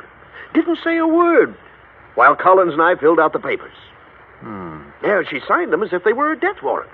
Went back to the corner and stared at the wall. Now I see what you meant by that chameleon remark. Yeah, she's too much for me. Yeah. A leopard can change its spots, too. Expense account item 2, $3.25 taxi fare to the offices of Crane Collins. So far, all I knew was that the wealthy young woman wanted a pot full of insurance on her husband. If it hadn't been for the surprise request, it would have been routine. Now it wasn't. And the people involved, one of them at least, were not routine. I was ushered into an oak panel office high above the streets of Los Angeles. Good afternoon, Mr. Dollar. Mr. Collins? Your card identifies you as an insurance investigator, Mr. Dollar. I don't believe I understand. Cynthia Durbin is your client? Why, yes. You represented this client yesterday in the signing of an application for a $200,000 straight life insurance policy on her husband. Yes? I represent the company. Everything is in order, is it not? Insurance is a lot of things, Mr. Collins. A surprise to the insured is one of the things it isn't. My client is adamant in this respect. Call it a quirk, if you will. You expect the company to issue a $200,000 policy on a quirk? Well, how long have you known Mrs. Durbin? Since she was born. Then you know her father? Knew him. I am his executor. Uh-huh. Mother? Also deceased. Both parents died when Cynthia was 17. I was her guardian and have been her legal advisor since she came of age. Was she well provided for? Very. What kind of a man is her husband? Young, about 30. Tall, good-looking. No, Mr. Collins, not statistics. Your impressions. He plays an excellent game of golf. Gets along well with people when he wants to. But you don't like him, do you? In this profession, Mr. Dollar, I neither like nor dislike people. I represent them, and that representation is based on fact. Well, in my profession, we go by feel as well as fact. Well, tell me candidly, Mr. Collins, do you think there's anything strange about this request for insurance on her husband? As I said, I deal in facts, not feelings. As a client, she sought professional assistance. Ergo, I supplied it. Where do the Durbins live? I'd rather Oh, not. now look, I can get it from any society editor in town. My secretary will give you the information. All right, thank you. By the way, don't tell Mrs. Durbin or anyone else that we've had this discussion. If you do, there will be no insurance issued. Interference with investigative procedure. Fact, Mr. Collins. I understand. Expense account item 3, $2.60, phone call. Then taxi to Roger Hackey's office. A neat one-story building in the Miracle Mile on Wilshire Boulevard. Purpose? To borrow Roger's company car.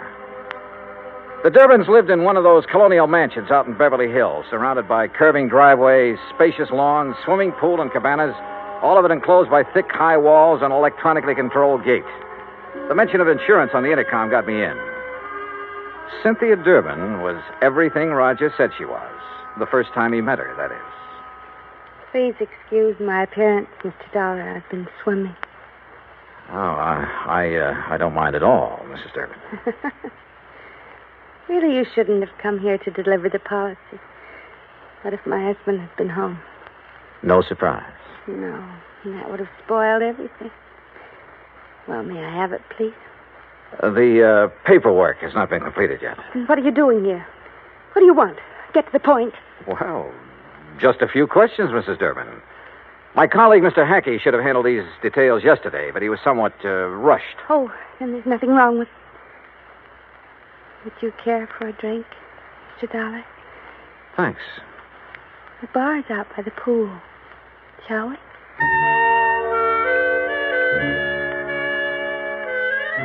She was wearing a bikini and high-heeled beach sandals, and she led the way.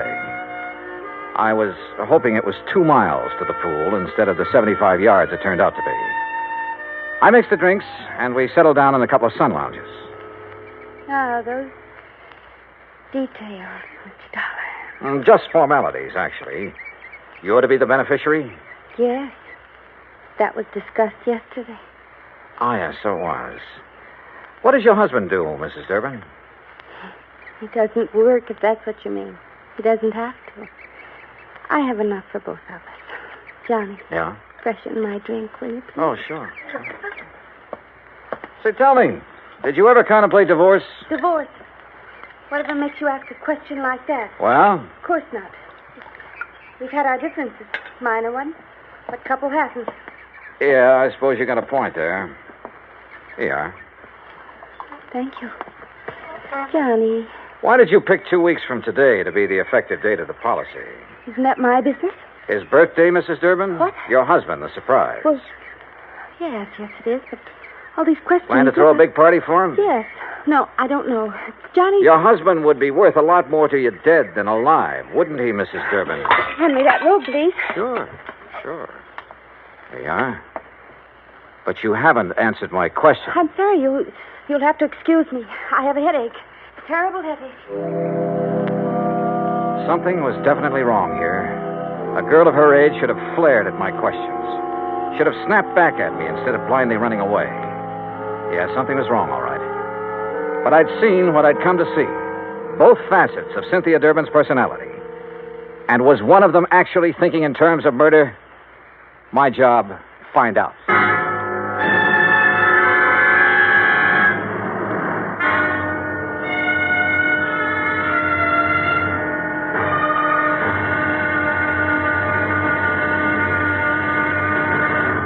Act 2 of yours truly, Johnny Dollar, in a moment. An interesting parallel hit me the other day. When a baby takes its first 3 steps, everybody is happy and gives a cheer for its progress. The same thing happens when a country takes important steps toward lasting world peace and freedom. That great American patriot, Benjamin Franklin, outlined 3 important steps in the drive toward a lasting world peace and freedom of mankind. The last and most important of these steps was, and is, to get the people of the world to talk to each other and to help each other. This is the essence of the people-to-people program that Americans have put into operation all over the world. It has been such a great success that it is beginning to work both ways. Not too long ago in Korea, Tom Lawrence, a yeoman in the United States Navy, lost his wallet on a street in Seoul. The wallet was found by a 15-year-old Korean boy who gave it to his father. The father promptly returned it to Lawrence with nothing missing. Tom Lawrence decided that this kind of honesty should pay off. He visited the 7 members of the Korean family and gave them 80 pounds of rice. He then promised to bring the family 50 pounds of rice each month he remained in Korea. The Korean father said, "I think this is much more than I deserve." Maybe it was, and maybe it wasn't. But who can put a price on better understanding among the peoples of the world? For through better understanding of each other comes an understanding of freedom, the right of all men, everywhere. And now, Act 2 of yours truly, Johnny Dollar, and the Poor Little Rich Girl Matter.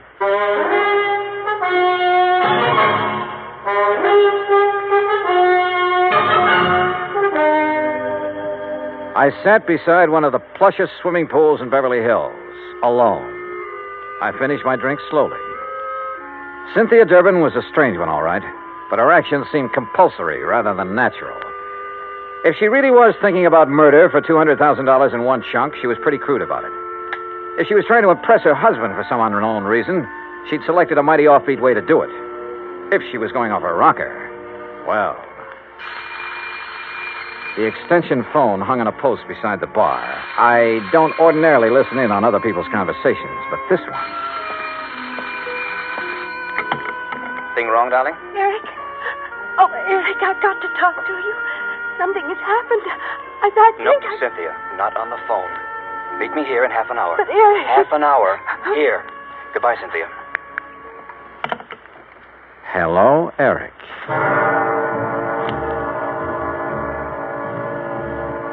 As I strolled to my car, nobody asked me to come back again sometime.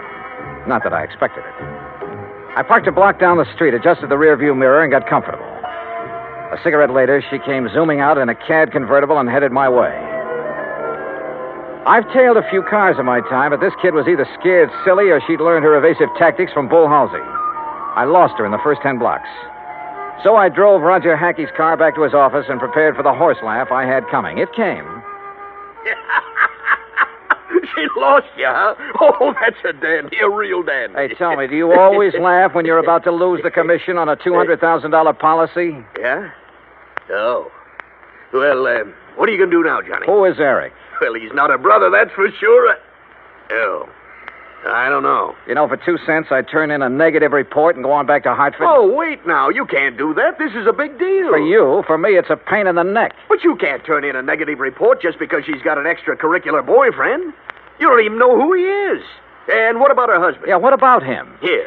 I got the dope right here. Today's paper, and it's a good picture of him. Read what it says. Peter Durbin, one of Los Angeles' better amateur golfers, plays out of Silver Oak Country Club, where the state open is being held this week. He's expected to finish in the top... Roger, what time is it? 4:30. Thanks. Huh? Hey, where you going? I'm going to try my hand at being a reporter. What? What are you talking about? Roger, I'm going to interview Mr. Peter Durbin for the Interstate Publicity Press Association. Huh? Expense account item 4, $2.40, cab fare to the Silver Oak Country Club, which nestled in a big ravine north of Sunset Boulevard, some 15 minutes from Roger's office. The last players were coming in for the afternoon round when I got there, and Peter Durbin was among them. I waited until after the radio and TV boys had got through, and then caught him in a corner of the locker room. Yes?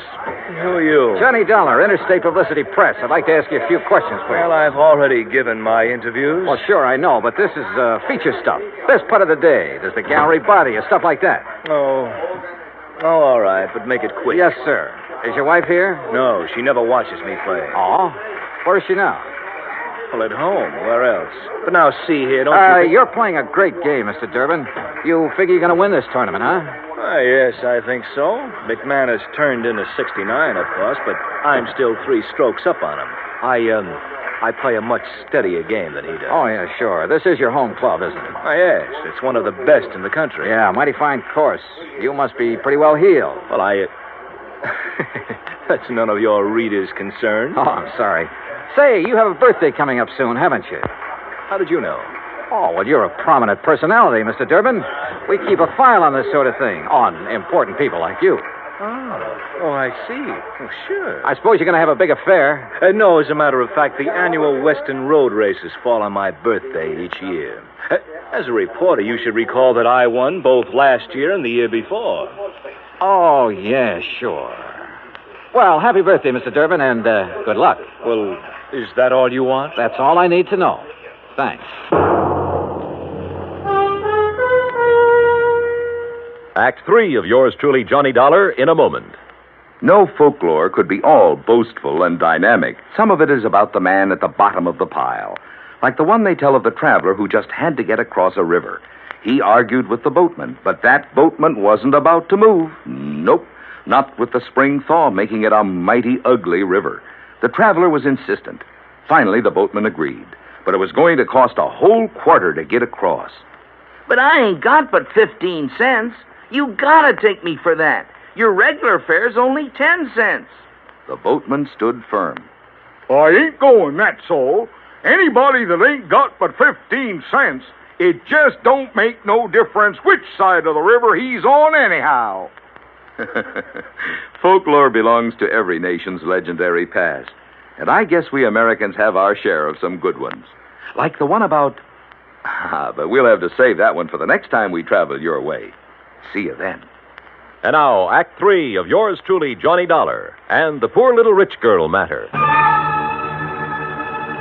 Expense account item 5, $6 even. Taxi fare to the office of Attorney Crane Collins, with whom I could now agree on one point. I didn't like Peter Durbin either. It was 6:15 after hours when I entered the office of Collins, Douglas, Walsh, Hanley, and James. The senior partner was still there. His door was slightly ajar, and I heard voices, which stopped abruptly when I entered. Oh, Mr. Dollar. Rather late in the day, isn't it? I don't keep office hours, Mr. Collins. I'm very busy. Then I'll wait. Very well, as you wish. I wished, so I waited. But not for long. Because about 3 minutes later, Collins came out, carefully closed the door of his office behind him, and strode easily toward me, oozing his most charming professional smile. Now, Mr. Dollar, what can I do for you? Why didn't you tell me the first time I was here that Peter Durbin, in addition to being a first-class golfer, was also a racing enthusiast? Why, it just didn't occur to me.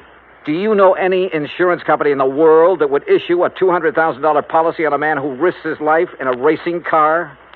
Then your company will not issue the policy? What do you think? Now tell me something. Who is Eric? Eric? That's right. Well? The name is not familiar to me. Now, look, Mr. Collins, I have a feeling that even you will admit that withholding information in connection with a possible murder is punishable by law. Fact. I am fully aware of that, but I fail to see what that... What are you doing? You didn't invite me into your office. I just wondered why is all. Have you no ethics, man? Cynthia Durbin was in there a few minutes ago, wasn't she? Mr. Dollar. Wasn't she? If it is the intention of your company not to issue the insurance to my client, I will so inform her, and that will end the matter so far as you are concerned. Now, please be good enough to leave. You really don't know or care what's going on, do you?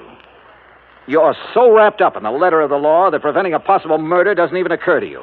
Another one of your feelings? Well, I don't have the remotest idea what you're talking about. Good night, Mr. Dollar. Good night, Mr. Collins. Expense account item 6, $9.50, cocktails and dinner. I should have written my report negative and hightailed it back to Hartford. But when you see in your mind's eye the possibility of a racing car careening off the road at 125 miles an hour exactly 2 weeks from now, you don't just stick to business and call it quits. Eric, wherever he tended bar, was the key. But how to find him? I was on dessert in the evening paper, giving my subconscious mind a chance to work it out when all of a sudden I was looking at it on the society page. Expense account item 7, $19, including taxi fare to Los Angeles Police Headquarters, where I had a pleasant chat with the captain on duty. Then a tuxedo rental in the same taxi to the Statler Hotel. A special pass let me in as guest at a crowded and bejeweled society benefit. Enjoying the party, Mr. Collins? Dollar, what are you doing here? Enjoying the party, too. Have Mr. and Mrs. Durbin arrived? You are the most annoyingly persistent individual I have ever... Please, no compliments. See you later. After a few minutes, I spotted her, dressed to the teeth. She turned suddenly and saw me. I expected surprise, chagrin, fear, most anything but what I got. Mr. Dollar, Johnny, I am glad to see you. I was such a bore this afternoon. Forgive me. Well, your exit was rather sudden. My headache's all gone. Isn't that wonderful? Fine. Will you dance with me? Pleasure. Dollar. That's such an exciting name. Is your husband with you tonight? No, poor dear. He's playing in a golf tournament and has to get his rest. You came alone? Yes. Don't you find it warm in here, all these people? Let's go out on the terrace, hmm? Sure, why not? Once more I was following her, and it was just as interesting as the first time. But my mind and eyes were elsewhere. Somewhere in this crowd was the Eric I was looking for. He had to be. Then I spotted him, 35, big and broad, hawk-nosed, circling toward the terrace from the left. She threaded her way to a potted palm in a far corner of the terrace, turned and looked at me. Her eyes were feverishly bright in the moonlight. She was beautiful. You're a very charming man, Johnny. I wish... You wish what? Do you find me interesting? You haven't answered my question. Oh, I find you interesting, Cynthia. Who is Eric? Eric? The man you went to see this afternoon after you left me. This afternoon? You know who I'm talking about. Because you and Eric, I don't know how, were planning to kill your husband 2 weeks from now and collect $200,000 insurance. 2 weeks from now in the road race. Make it look like an accident, no doubt. No, Eric! No! I ducked and whirled around as a fist grazed past my ear and brought up one from the floor with all I had. Cynthia stood there a moment, then quietly folded up and lay on the floor in a heap, sobbing. Oh, there you are, Dollar. What have you done to this poor girl? And that man? Very simple, Collins. I've been combining feel and fact.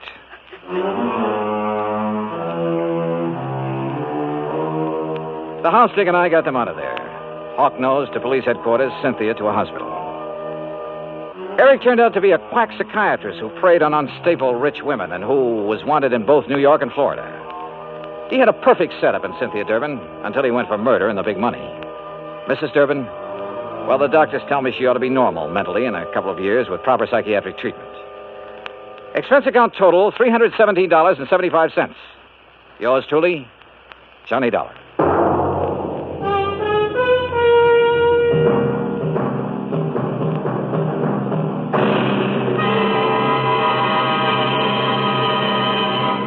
Our star will return in just a moment.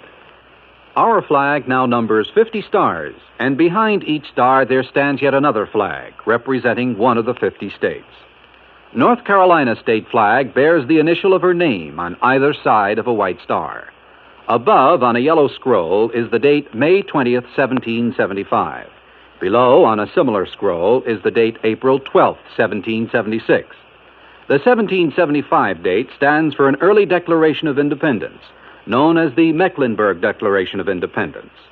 April 12, 1776, was the date of the first Constitutional Convention held in Halifax. The Halifax Resolve was a document that placed the Old North State in the front rank, both in point of time and spirit, among those colonies which demanded unconditional freedom and absolute independence from any foreign power. North Carolina state flag, the flag of the 12th state to enter the Union, was adopted on March 9, 1885. Now, here's our star to tell you about next week's story. Next week, a beautiful yacht, a beautiful, charming girl, and a man who wished he'd never heard of either of them. Join us, won't you? Yours truly, Johnny Dollar.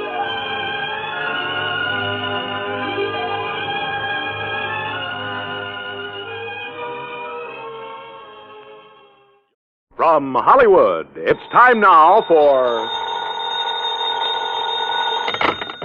Johnny Dollar. John, this is Harry Branson of Philadelphia Mutual Liability and Casualty Company. Well, hi, Harry. What is it this time? Fraud, murder, arson? No, none of them. Then what kind of a case has you in a dither this morning? As a matter of fact, John, there is no case. Oh, now don't tell me you're spending company money on just a social call. Why, Harry. Of course not.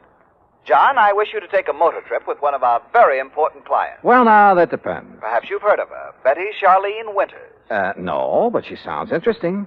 She is. She's one of the most charming people. Very wealthy, too. John, you'll love her. Oh, tell me more. I want you to accompany her to her summer place on Lake Wawayanda in northern New Jersey. Sounds better all the time. On expense account, of course, plus a fee of $1,000 for the week or any fraction thereof. How can I lose? Harry, I'll grab the first train.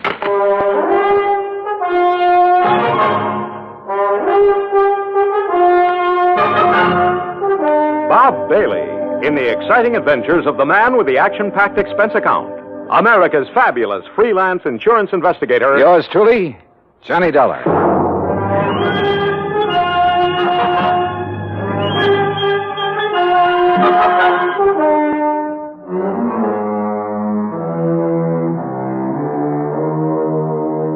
Expense account submitted by Special Investigator Johnny Dollar to the Philadelphia Mutual Liability and Casualty Company, Philadelphia, Pennsylvania.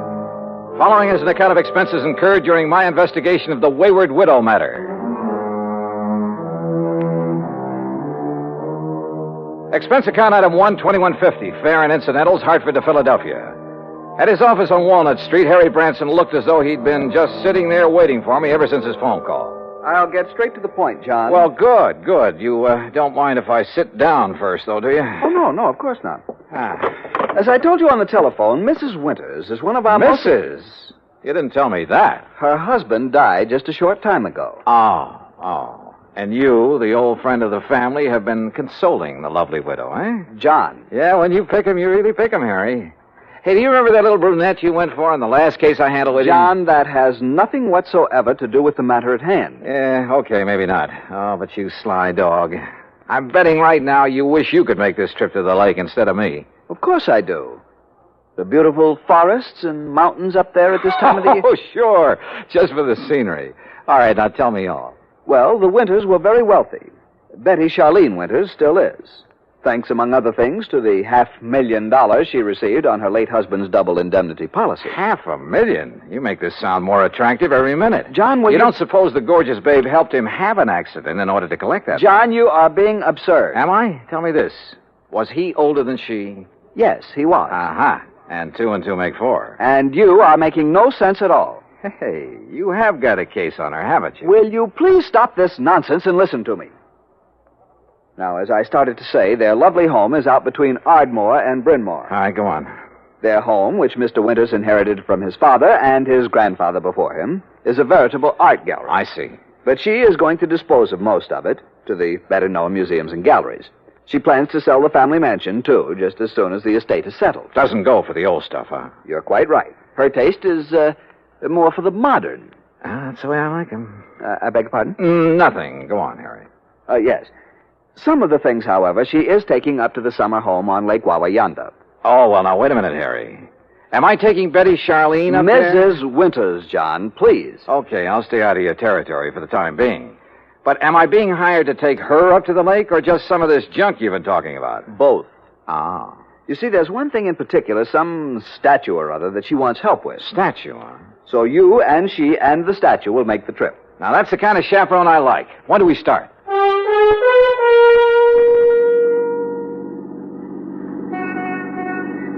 I must confess it's quite a relief to get out of that office for a while. Oh, don't try to kid me, Harry. The only reason you wouldn't let me find my own way out to this winter babe's home. Babe? Honestly, John, you sometimes carry this levity much too far. By the way, how long ago did her husband die? About, 4 months ago. Oh, brother, you don't even wait for the ashes to get cold, do you? John, I tell you that... What did he die of? Well, it was an accident. Yeah? In the car during a little trip that they were making south of here. He'd taken over the wheel from the chauffeur. They struck the abutment of a bridge over a tidal creek leading out to Delaware Bay. Oh?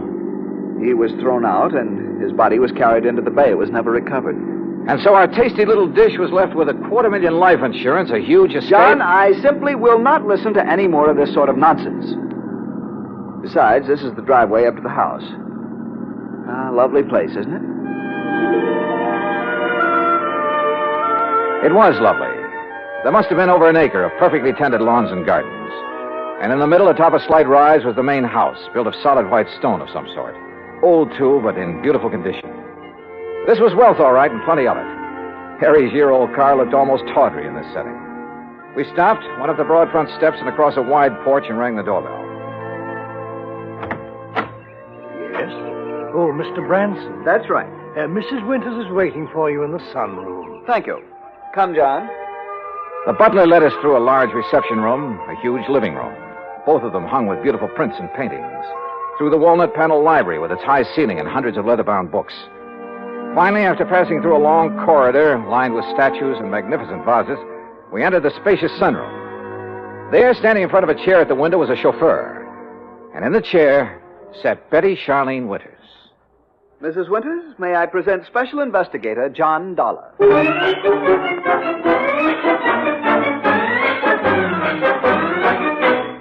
Well, she was a cute little thing, that I will say.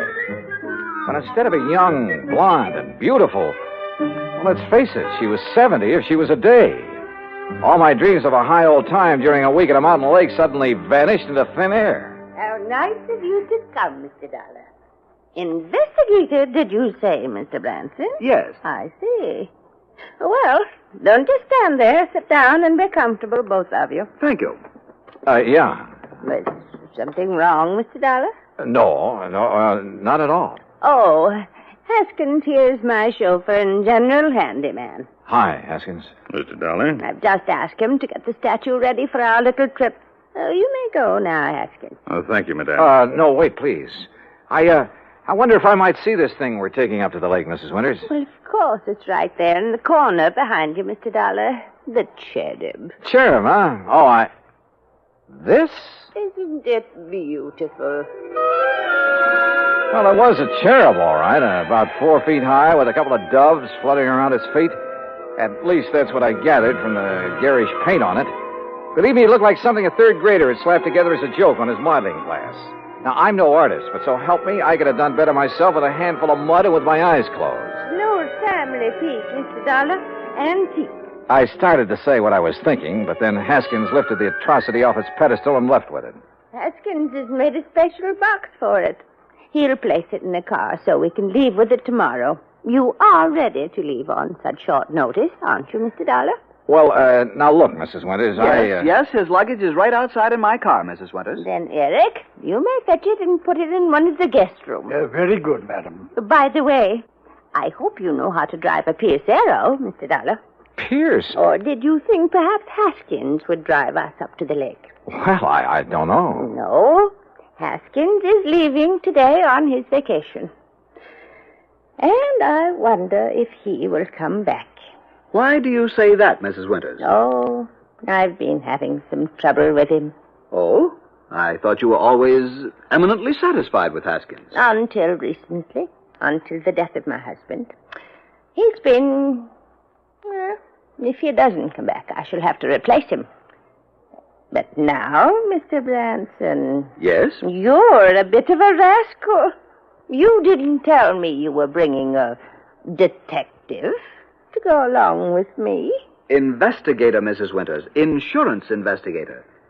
Since the company wouldn't permit me to issue any special insurance on that thing... But I'd thought you were going to bring me just some strong bodyguard. I have known John for many years, Mrs. Winters, and I assure you... Oh, now, don't apologize. I think this is fine. I just hadn't expected so much. Such a nice, good-looking young... But now come, Mr. Dollar, and I'll show you the rest of the house. We spent the next hour or so on a tour of the place, and Mrs. Winters pointed out the various works of art destined for specific museums and galleries all over the country after she moved out, after the estate was settled. Then Eric caught up with us and announced that Haskins had created the statue and placed it in the car. You know, I was curious about that car, so we went out to the garage and inspected it. It was a Pierce Arrow, all right. Vintage of 1928, complete with headlights on top of the fenders and as bright and shiny as the day it was made. When I tried the starter, it purred like a contented kitten. With a bass voice, that is. Along about 5 o'clock, Mrs. Winters, with a sparkle in her eye, announced it was cocktail time. Harry, being a teetotaler, decided to leave, but not before I buttonholed him for a quick conference. What doesn't make sense, John? Oh, that silly statue, Harry. All the fuss over that piece of junk. After all, John, with all the big policy she carries with us on the legitimate artwork, well, we just can't afford to displease her. But if it had any real value... Perhaps it does to her. How can it? Unless she has a lot of jewelry hidden away in the base of it or something. What, John? Cocktails, she said, and I'm sure ready for them. Go on back to Philly, Harry, and wait for my final report. Well, I must admit that Betty Charlene Winters turned out to be a charming hostess, a very interesting conversationalist. Even long after dinner, over brandy and cigarettes, we chattered away like a couple of magpies. I didn't question her about the statue because I wanted to find out more about it on my own hook. Finally, about midnight, we decided to retire, had a nightcap, and went to our respective rooms. But instead of going to bed, I sat around and read for a few minutes, turned off the light, waited a few minutes more. Then, quietly, I slipped out of my room. That was a mistake. For as I reached the end of the long hall to the stairway, a door behind me suddenly opened. Huh? Who's there? I said, who's... Oh!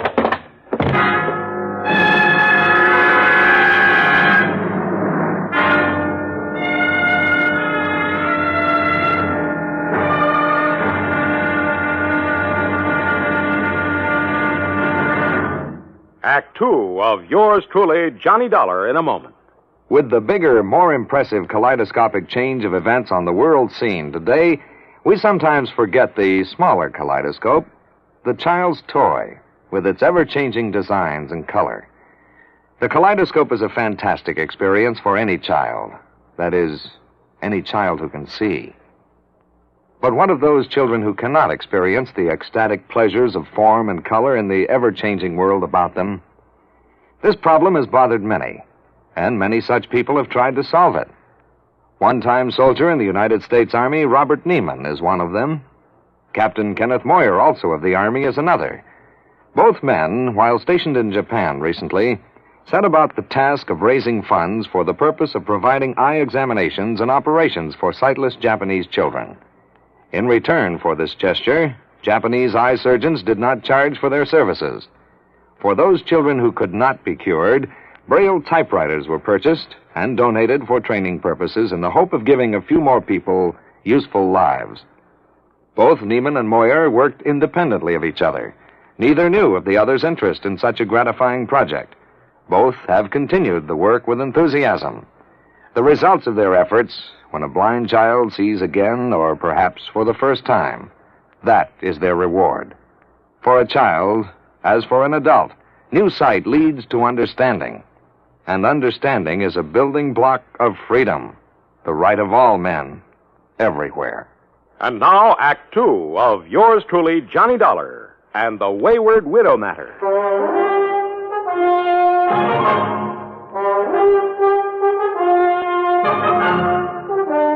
When I came to, it was morning, and I found myself in my pajamas lying comfortably in my bed in the guest room. But there was nothing comfortable about the lump on the back of my head. Whoever had slugged me out there in the hall had meant business.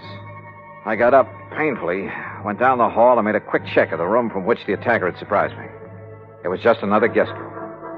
I showered, dressed, and went downstairs, where I found Mrs. Winters at the breakfast table. She was very much distressed over what had happened and suggested we go out and look in the trunk of the car immediately.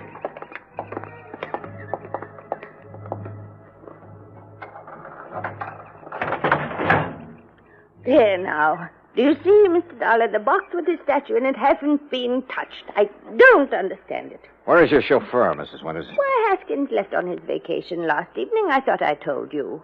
But surely you don't think Haskins... Well, you said you were having trouble with him. Maybe we'd better open that box to make sure that... But it hasn't been touched. And I'm the only one who has a key to that little lock on it. Yeah, I see. But now it's pretty logical to assume that whoever slugged me last night was interested in... Hey, Mrs. Winters, how long has Eric, your butler, been with you? Why, Eric, the dear boy, has been with me for nearly 30 years. But good heavens, you surely don't suspect him of anything like this. He's a very fine person, Mr. Dollar, and a perfect gentleman. Oh, certainly more of a gentleman than my late husband ever was, in spite of his money. Oh? I must confess that although his death was a terrible shock, life has been a great deal easier for me since he passed away. Just how do you mean that, Mrs. Winters? No, well, why talk about it? Something that... Oh, why not talk about it? I married Charles for his money, Mr. Dollar. I'd never got any further than the front line of the chorus until he came along. Would you believe that I was a chorus girl? Well, as a matter... And the wealth and the luxury that he could give me was very attractive, was very satisfying for a long, long time. But for the past 10 or 15 years, maybe more, he insisted that we just stay penned up in this musty old museum he called a home. And what happened? Well, all our friends were traveling around the world, seeing new places and new people. We just sat here looking at four walls and at each other. Except for a couple of blessed months up at the lake. You'll love the place up there, Mr. Dollar. It's new and fresh and modern. I had it built over his protest. Young people came to see us, and it was such a relief from a... Well, I'm sorry. This must be so boring for you to hear. Not at all. Now, look. Why don't we call the police in about this thing that has happened to you? Come, we'll go right back into the house and Wait a we'll minute. No, let's not. A bunch of policemen prowling around would scare him off, whoever he is. Suppose you're attacked again. Well, at least I'm ready for it now. I just don't like your taking this chance. Of course, we could leave. Go up to the lake. Run away from him? Well, yes. Oh. Of course, it might prove whether he's interested in the statue. If he follows us, I mean. Oh, dear. Why don't you let me call the police? Only if you think they ought to be around here to protect the house while we're gone. No, that isn't necessary. We have a very efficient burglar alarm system. Well, it doesn't look as though it was working very well last night, does it? Unless it was someone in the house who attacked me. Who else is there besides you and Eric? No one, except the cook. Male or female? Oh, no, Mr. Dollar, not Martha. Why, the poor dear is nearly as old as I am, and a real companion for me. Sounds strange, I know, but we're real nice friends. All right, let's go back in, have our breakfast, pack our things, and go on up to the lake. Eric, who served the breakfast and whom I hadn't seen since dinner last evening, kept giving me a rather strange look. And as soon as breakfast was over, I quickly stuffed my things into my handbag and headed down to the garage. Eric was waiting for me there. He insisted that he put my things into the trunk of the car, which killed any chance I might have had to pry open the box with the statue. I started to question him about the night before, but as it turned out, my questions were quite unnecessary. Yes, Mr. Dollar, it was I who carried you back to your room and put you to bed. Oh? You see, I was making a final inspection of the house, as I always do after everyone else is retired. I'm always concerned about the many valuable things we have. I don't blame you. Well, I was on my way up the main staircase when I heard you fall. I was slugged. Forgive me, sir, but when I found you there at the head of the stairs, I thought your condition was due to... you must pardon me, sir, but was due perhaps to having imbibed too much brandy after dinner? Not a bit of it.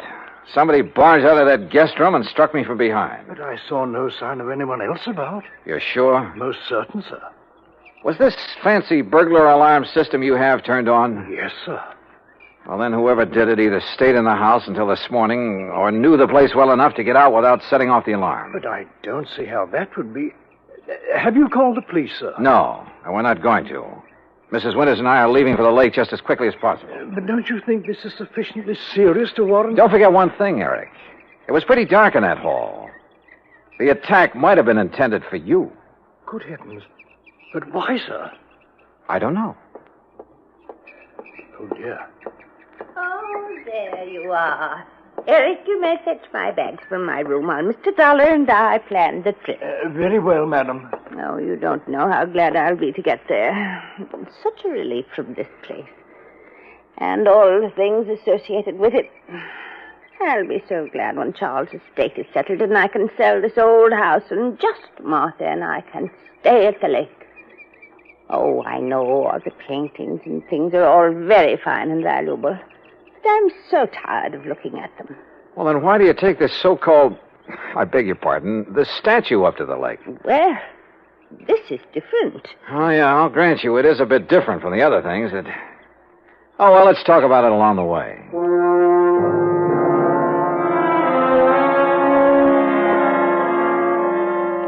But we didn't. Simply because I didn't bring up the subject again. Why not? Because a couple of pretty wild ideas had begun to peck away at the back of my brain. Ideas just crazy enough to have some basis in fact. The 1928 Pierce Arrow ran like a dream in spite of its advanced age. And Mrs. Winters, in spite of her advanced age, kept the conversation going at a merry clip. There was a sparkling, almost buoyancy about her. And the hunch that had hit me began to grow. We crossed the Delaware River at New Hope on Route 202, and in Lambertville, we stopped at the sign of the Flying Red Horse to gas up the car. That's item 2470. While the attendant was busy with that and checking the tires and battery and so forth, I made some excuse or other and stepped around to the telephone booth at the back. Harry Branson here. Harry, I want you to drive out to the Winters home in Bryn Mawr again. Oh, what for? Just do it, right away. Then call me up at the lake. Well, whatever you say, John, but I wish you'd tell me... Gotta go now. Goodbye. The rest of the trip through the pretty North Jersey countryside was uneventful. And finally, north and east of the little town of Andover, we came to Lake Wawayanda. We drove along a private road to the far end of it, and there, perched on a little cliff above a deep basin, was a real smart, modern brick and glass home. That's right. Straight up the little hill and park in front of the garage. Little hill? I just hope we can make it. Right here. I hope the brakes will hold, or this thing could roll right on back into the lake. Oh, and the lake is so deep right there, nearly 100 feet. An old mine or something before the water came up. Oh, this is a pretty dangerous driveway. Here now, let me help you. Thank you. One of the first things I'm going to do is have this driveway built up and leveled off and a big stone wall built around it. Yeah, you'd better. Careful now. This is pretty steep. Oh, listen. Yeah? Telephone is ringing inside the house. Oh, well, let me have the key and I'll go in and answer it for you. I'll answer it. You can unpack the car while I do. I suspected the call was from me, but didn't want to say as much. So I opened the car trunk, proceeded to take out the luggage and the big, clumsy box for the statue. The box was heavy, very heavy. And I wondered how Haskins, the chauffeur, had been able to pick up and carry the statue so easily back in Bryn Mawr. I finally got the box perched on the edge of the car trunk when Mrs. Winters called to me. It's for you, Mr. Dollar. It's Mr. Branson. Oh, okay, I'll take it. Leaving the box there on his precarious perch, I went on up to the house. Right here in the front hall, Mr. Dollar. Oh, all right, thanks. I'll go on out to the car and get my coat and purse. Yeah. Johnny Dollar. John, this is awful. Terrible. As I just told Mrs. Winters, this is... Well, I couldn't believe it. How did you know? How did I know what? Eric, the butler. Yeah? Dead. He's dead. And John, Dead from what? How did he die? He apparently fell down the main staircase. The poor cook, Martha, is the only other person in the house. She's beside herself. Yeah, I'll bet she is. But whatever made you suspect something was wrong out here? Call the police, Harry. Make sure they look for a possible blow on the head that might have been delivered before he fell. What? Mr. Dollar's going to fall. So long, Harry.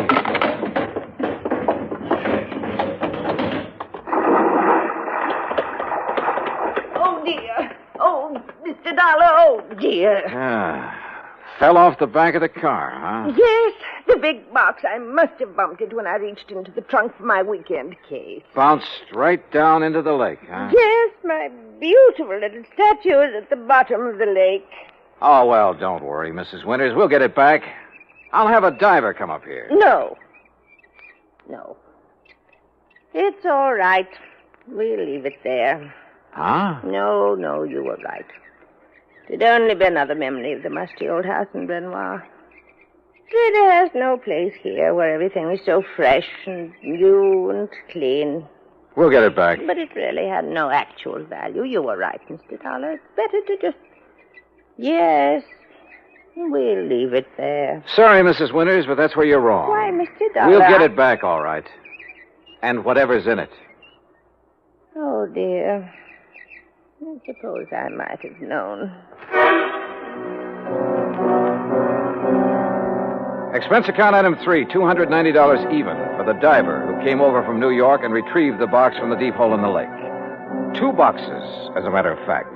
One with Haskins' body in it, and the other with the body of Charles Winters. The body that was supposed to have been washed out to sea after a car accident. The story? Well, of course. After Haskins got rid of Charles for me, I had to do something about him. Or rather, we did. Martha, you know. He's such a wonderful friend. Was Haskins the one who slugged me? Yes, so foolish of him, wasn't it? But he'd heard Mr. Branson say you were an investigator, and it frightened him. Worried me a little, too. Well, he might have killed you, too, if Eric hadn't stopped him. And, of course, Eric knew that Haskins had unwittingly made this second box for his own body. So now Eric's gone. Martha, huh? Yes, she did it. But she had to put him away. Oh, yeah. You see, he was the one who took care of Haskins for us. And we couldn't have him around knowing everything. Oh, dear. Martha and I had planned so many wonderful things together. But now... Oh, dear.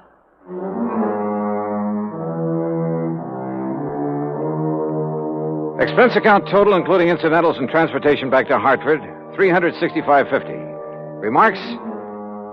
Well, I'd rather not say how I feel about a case like this, Harry. A whole crime wave by a couple of apparently sweet old ladies. The legal procedures, and there'll be plenty of them, are up to you and the company, as well as recovery of the insurance paid on poor old Charles Winters. Hey, next time, give me a case that doesn't turn my stomach, will you? Yours truly, Johnny Dollar.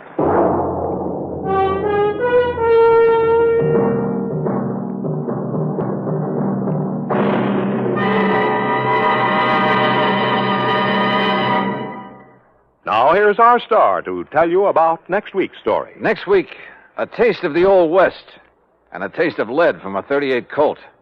Join us, won't you? Yours truly, Johnny Dollar.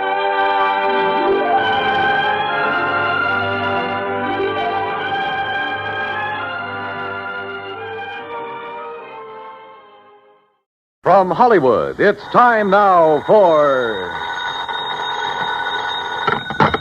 Johnny Dollar. I have your call to Hartford, Connecticut, Mr. Dollar. One moment, please. Thanks, operator. Hello? Pat McCracken. Hi, Pat. Johnny Dollar. Oh, good. Still out on the West Coast, Johnny? Practically. Did you clear up that Kincaid matter? Mailed you the final report 2 days ago. Oh, good. Now sit tight, because I think I'll have another case for you out there. Yeah? Well, I've got one all lined up for myself. I just want to get your okay for an expense account. Oh, that depends. Who holds the policy? Holds several policies with the companies that you serve. Who is he? Or is it a she? Oh, it's a he, all right. The most important client I know. Who, Johnny? And certainly the one deserving the most attention. Well, who is it? Me, Pat. What? Me.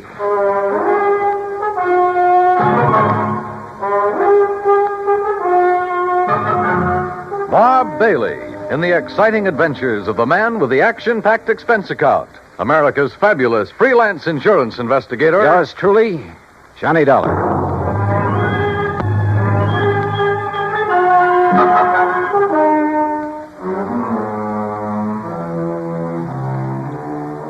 Expense account submitted by Special Investigator Johnny Dollar. To the Universal Adjustment Bureau, Hartford, Connecticut. Attention, Mr. Pat McCracken. Following is an account of expenses incurred during my investigation of and participation in the Yours Truly matter. Item 1, $34. Transportation and all the incidentals I could think of. Los Angeles to Las Vegas, Nevada. I needed a couple of days of relaxation after that Kincaid affair. Item 2, $31.40 for my room at the Flamingo Hotel, plus 2 fancy meals and a couple of drinks to go with them. Item 3, 85 cents phone call to my old pal Buster Favor down at Lake Mojave Resort on the Colorado River. Sure glad to hear your voice again, Johnny. Coming down here for some fishing? Buster, how did you guess? Big lunker bass are practically jumping into the boat. How big? 3 to 6 pounds. Ah, I did that well on the Flamingo boat yesterday on Lake Mead. Then I'll arrange for some bigger ones that stand by and wait for you. Want me to drive over and pick you up? No, I like to be independent, so I'll rent a car here. Well, in that case, wait for me. Huh? I've got to have 3 or 4 days' work done on my car at a garage there in Vegas. So? So I'll drive on up, leave my car, and you and I can come back here together in yours. Then time when you've had your fill of fishing. Okay, Buster, it's a deal. See you when you get here.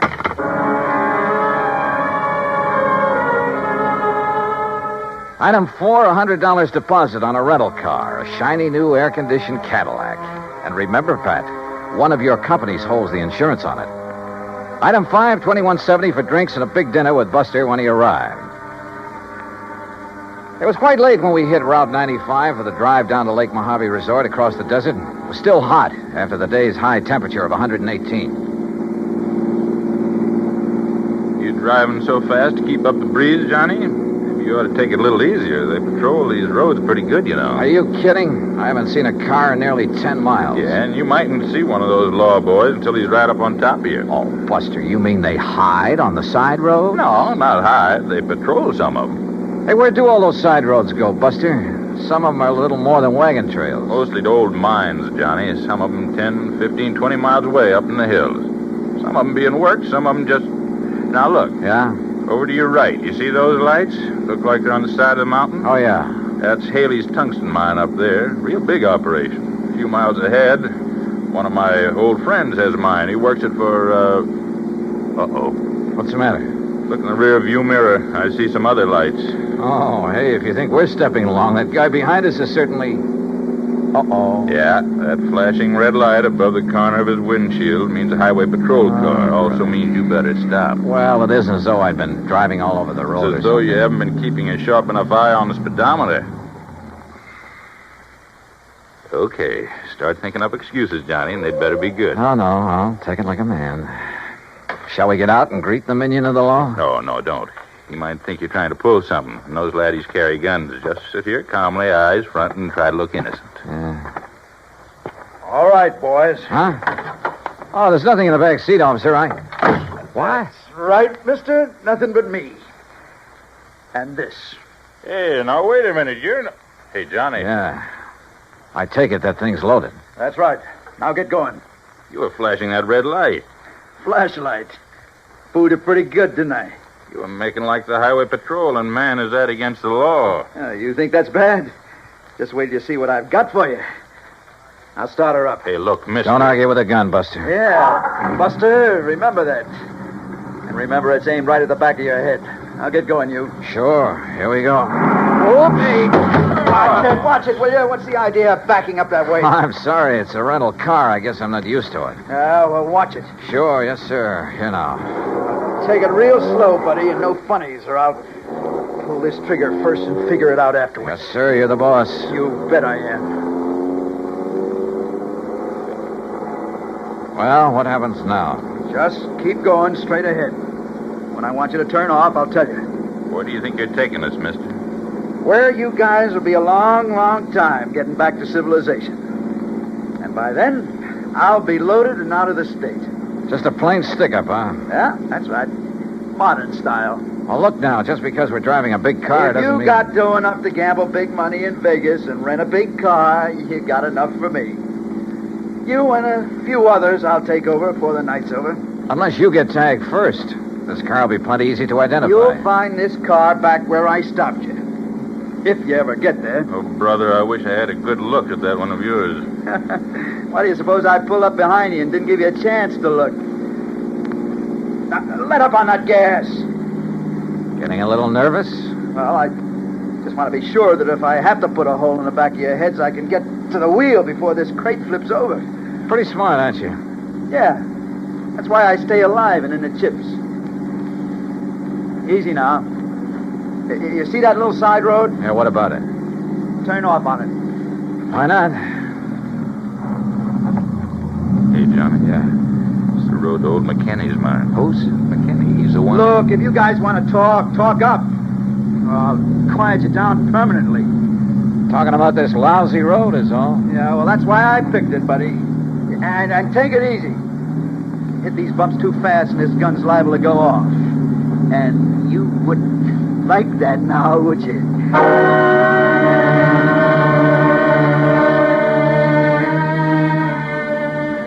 We continued up the rough, curving road on the side of the mountain. 10, 15 miles, I guess. And I could see nothing but the road itself and the shadow of the mountain ahead of us.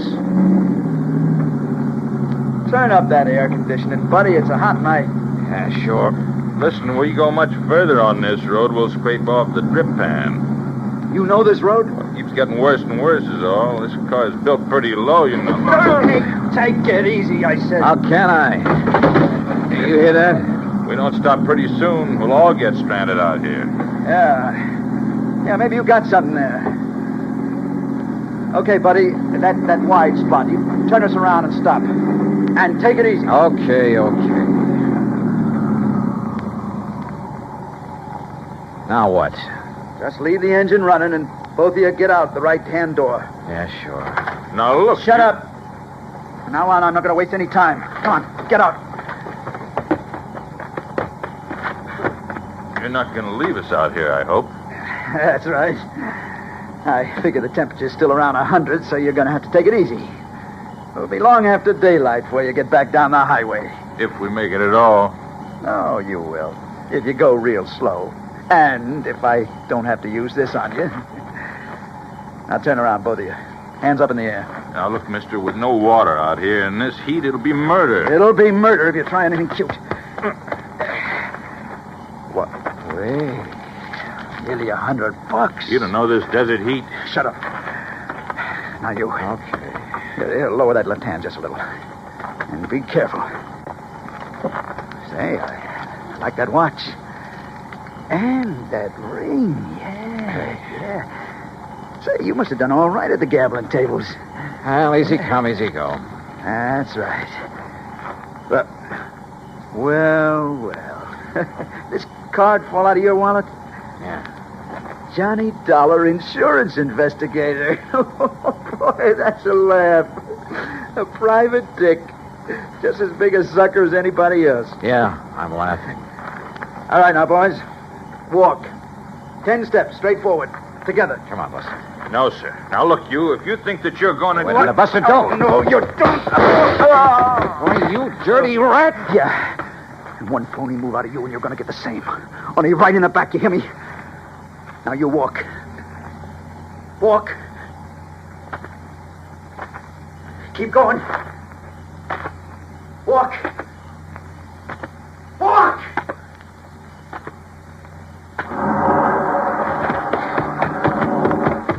Buster.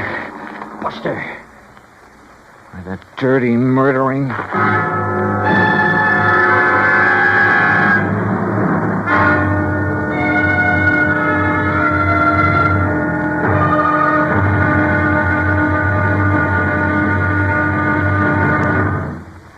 Act Two of yours truly, Johnny Dollar, in a moment. While her husband was a captain assigned to a unit of the United States Air Force on the island of Okinawa, Mrs. Carolyn Pesaturo went along, but friends and build greater understanding with other people of other lands. A chance to demonstrate her convictions. Her maid, Kikuko Chibana, invited her to her home. Kikuko's mother intimated that Mrs. Pesaturo had never done a hard day's work in her life, not with a manicure job like that. Well, that did it. Carolyn Pesaturo volunteered to do a full day's work, just like any Okinawan housewife, and be no more tired at the end of the day. Bright and early one day, she found herself in the Chibana home. And after washing the breakfast dishes in cold, soapless water, she scrubbed the kitchen floor, prepared meals on a wood-burning stove, drew 25 buckets of water from the well, and worked in the fields for the rest of the day, carrying 50-pound bundles of cut rice stalks through knee-deep mud. Well, she did such a good job, she was invited back for the rice planting. But more importantly, Carolyn Pesaturo planted understanding, so that others could reap the harvest of freedom, the right of all men everywhere. And now, Act Two of yours truly, Johnny Dollar, and the Yours Truly Matter.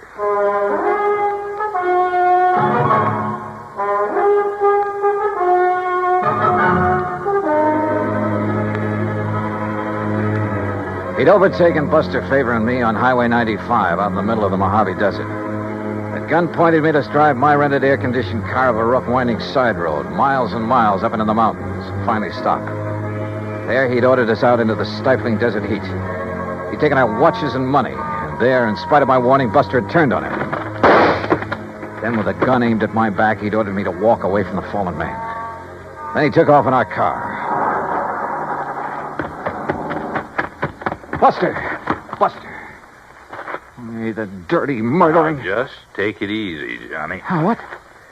Buster, you're okay. Yeah, but I sure had myself worried there for a minute. Pretty lousy shot, wasn't it? Oh, brother, you were crazy to make a dive at him. Only legitimate way I could think of to get down on the ground. What are you talking about? You see these? I can't see a thing, but it sounds like a couple of stones. Yeah, real sharp ones, the kind that cut a tire to ribbons out here, chunks of lava. Oh, what? I shoved them under the right front wheel. Buster, those tires are probably self-sealing. Sure, so just to make certain, I went to work with this old knife of mine that he didn't seem to want. When he hits a few of those washouts, we went over. Oh, good boy. But on that rough road and with power steering... Don't you worry, he'll have to stop and change a tire before he gets very far. Rubber sealant was already leaking out fast. Meantime, we better get on after him. Come on. Are you forgetting he still has that gun? Johnny, I'll show you tricks for getting a man in the desert at night that you never heard of. And don't forget, he'll be the one standing in the lights from his car. If he's had to stop. He'll be stopped. If you stumble onto any rocks about the size of a baseball, pick them up. Oh? Yeah, maybe I'll show you why I ought to be pitching for the New York Yankees. And while I'm occupying them from one side in the darkness, why... Okay, Buster, let's go. Easy. This heat'll get you faster than you think. Then let's hope it gets him when he stops to change a tire. That's what I'm banking on. If he does. Don't you worry, Johnny. He will. Slowly, carefully, we trudged on down the side of the mountain, conserving our strength. I was glad that Buster knew the ways of the desert. A couple of times we left the winding trail to make shortcuts around big mounds and rocks, around old mine workings. And then we saw them. Car lights, Johnny. You see? Yeah, but they're moving down there, winding back and forth. He hasn't had to stop yet. No, I guess it... Hey, wait a minute. Those lights are coming up the trail. Yeah, why would we be coming back here? I don't know. Come on, toward that little hill on the side. When he comes around it, we'll let him have a handful of rocks through the windshield. Yeah, right. Pick up stones, anything you can get your hands on. Right. Hey, look, there's a good spot on that mound. Huh? He won't see us, but we'll see him when he pulls around it. We'll be practically on top of him. Here we are. Okay, good. And don't forget, our eyes are used to the darkness. His won't be. We'll just aim for his windshield, Johnny, with all we got. But don't forget, he still has that gun. Once we stop him, we'll have the advantage. With a cracked-up windshield, he won't be able to drive, and as long as it stays nice and dark... You listen. Yeah, I am listening. That's no Cadillac. That sure isn't. You think maybe he's nailed somebody else down on the highway and is bringing him up here? He hasn't had time to get halfway down there yet. Well, then who is? Buster, I'm going to jump down and hail him. But if it is him... I have to take that chance. Johnny, wait! That's easy. Hey, stop! Hey, you, stop, will you, please? Now, what the howling tarnation are you doing out here? What's the matter? You get lost or something? Hey, listen, mister. Did you pass a big sedan on the way up this road? Now, wait a minute, young fella. Just who are you? Mac. Hey, Mac. Mac McKinney. Huh? Who's that? That's Buster, can't you see? Buster Faber? That's right. Well, hey, you gone crazy or something? Wandering around out here this time of night? Look, never mind that. I asked you about a car. Did you pass him? Pass him? I helped him out. Just below that last hill What do there. you mean? Well, he had a flat tire, so I helped him put on his spare. You what? City dude, having a lot of trouble with the heat, so I'll give him a hand. Oh, no. And him, he give me a 10-spot for my trouble. Doggone it, Mac. That guy stole our car and money from us and left us up on the mountain. No kidding. Who's kidding? Well, well, then, maybe I done right at that. What do you mean? Yeah, I've been worrying about it ever since I left him down there. What are you talking about, Mac? Well, I got an instinct. Yeah? The same kind of instinct about everything that I got about finding Mac. a gold mine. Buster, don't you tell the government, but I have took over 40,000 worth of ore out of my mine up there since the turn of the year. Yeah, well, go on with whatever it is you were getting at. Yeah, come on. Yeah, well, instinct. Now, you take my gate down at the end of the road. Oh, Mac. That wasn't closed when you come up here, was it? No, come to think of it, I wondered about that. But now, Mac... Usually, when I go into Vegas, like tonight, I close it. But you know something? Tonight, I clean forgot. All right, Mac, get to the point, will you please? Well, the point being that I did lock up the gate when I come off the highway just now. Oh? And I clean forgot to tell that fella I locked it after I fixed his tire. Wait a minute, Mac, wait a minute. You mean he can't get back on the highway? He sure can't. And he can't break down that gate? Not without wrecking his car. All right, then. That's what I was worrying about on the way up the hill. All right, now listen. Should I go back on down and let him out or not? Will you listen, Mac, But then I remembered that bulge in his coat pocket like a gun. It was a gun, all right. Yes, sir. And my instinct Mac, told please, me... I don't care what your instinct... me I'd better get back to the mine and telephone the county police on account of maybe he'd been prowling around my mine. Look, Mac, you've got a phone at the mine? Son, I got everything up there. Electric... How far is it? On this road? Ooh, about 3 miles. All right, then listen. But walking across that ridge, not more than a half mile. Good. Can you make it on foot? I ain't been wandering around these hills the past 41 years for nothing. Then, brother, go to it. Huh? Buster and I'll take the Jeep. Well, now, you go son. up to the mine and call the police. Tell them to set up roadblocks, whatever they want to do. And stop a 1956 Chevy. It's gray and white, license CGJ158. You got that? Sure. CGJ158, a gray and white... Now, look, Mac, I'll pay you for the use of this Jeep. Anything you like. $50, $100. Oh, yeah? He's not kidding, Mac. You sure? You know him, Buster? His word's as good as mine, better, and he's kind of a lawman. Oh, well... now, why did you tell me... get on up there to that mine. Yeah, Fast please. As you can. Will Tell you? the police what happened to us. Give them that description. 1956 Chevy CGJ158. That's the car the crook is using. Got it. And you then go to it. Right, Buster. Come on, One Buster. more way. Yeah. Right? And you better let me drive. Okay, Bill. Okay. Now, hold on to your seat, and I'll show you how one of these things can really take these roads. What do you mean?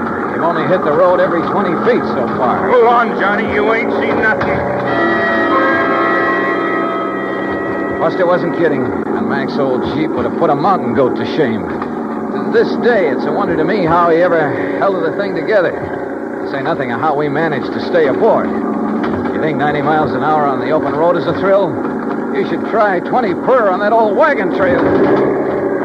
Hey, wait a minute. Wait, nothing. We got to catch up on that guy. No, what I mean is, how'd you ever know the make and license of his car? There wasn't enough light when he stopped us to see a thing. Why do you suppose I put the car into reverse when we started? Huh? Doing that turned on the backup lights. Backup lights? Sure. Gave me a good look at his car in the rearview mirror. Johnny, you're all right. Oh! Hey, how much more of this is there? We ought to get to the gate any minute. The gate? Buster, we ought to be shot. What's the matter? Oh, Mac didn't give us the key to that gate. We'll be locked in as well as that bandit. Well, you don't think he's just going to be sitting there, do you? Oh, yeah, you're right. He'll have to go on to his own car on foot. Which gives us more time, Johnny, to take advantage. Now, look. No, you look. Huh? Oh. Yeah. Either he didn't see the gate or he tried to plow right through it. And look what it did to that nice car. Come on. Okay. Over this way, Buster. All right? Stay out of the Jeep's headlights. Circle around. He may still be in that car. Oh, yeah. Yeah, you're right. Okay, we'll take it easy. And pick up a rock or two. I'm way ahead of you, brother. I don't see any sign of him. No. He's probably hoofing it down the highway to his own car. We're going to take no chances. Right. That gun of his looked pretty... Right, easy now. Uh-huh. Okay. Well, he's gone. Yeah. Oh, brother, what he's done to this car. Somebody's going to pay a pretty penny. The insurance company. But come on. We'd better light out after him. We'll use the Jeep. But, Buster, if this big car couldn't knock down We'll that drive gate... off the road and cut through the fence if old Mac had a pair of pliers in the toolbox. Come on. There were pliers in the toolbox, all right. And a pair of wire cutters, too. But it took us longer than it should have to find a place where even the Jeep could navigate through the fence. Finally, though, we got out on the highway. All right, not too fast, Buster. If he's still on foot, I want to be sure we see him first. You know what I'd like to see? What's that? The lights from a couple of patrol cars coming this way. You think they'd have time to get there? Even if Mac phoned him right away? Yeah, that's true. Where's our little pal with a gun? We ought to come on his car pretty soon. Unless he's already got to it and taken off. I just don't think so, Johnny. He'd try to move too fast in this heat, he'd collapse. Must be somewhere along this highway.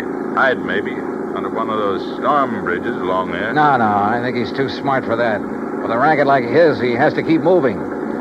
Maybe he's bummed a ride back to his car. Is on his merry way again. Well, we'll soon find out. The place he stopped is right ahead, on the curve behind that hill, just beyond that next bridge. All right, then take it easy, will you? Yeah. Maybe we ought to stop the other side of this bridge. Say, along about here. Buster, there was something underneath that bridge. Looked like a car. Your eyes are deceiving you now. Let's stop right here. Let's keep going. What? Now what? Just keep driving until you get to my car. Get it? Why don't you put that thing down? Listen, how'd you get in the back of this Jeep? While you two bird brains are prowling around the cad there at the gate playing detective. Pretty smart, aren't you? That's right. Like I told you, that's how I keep alive. Which is more than I can say for you boys. What's that mean? Pull up. There's my car.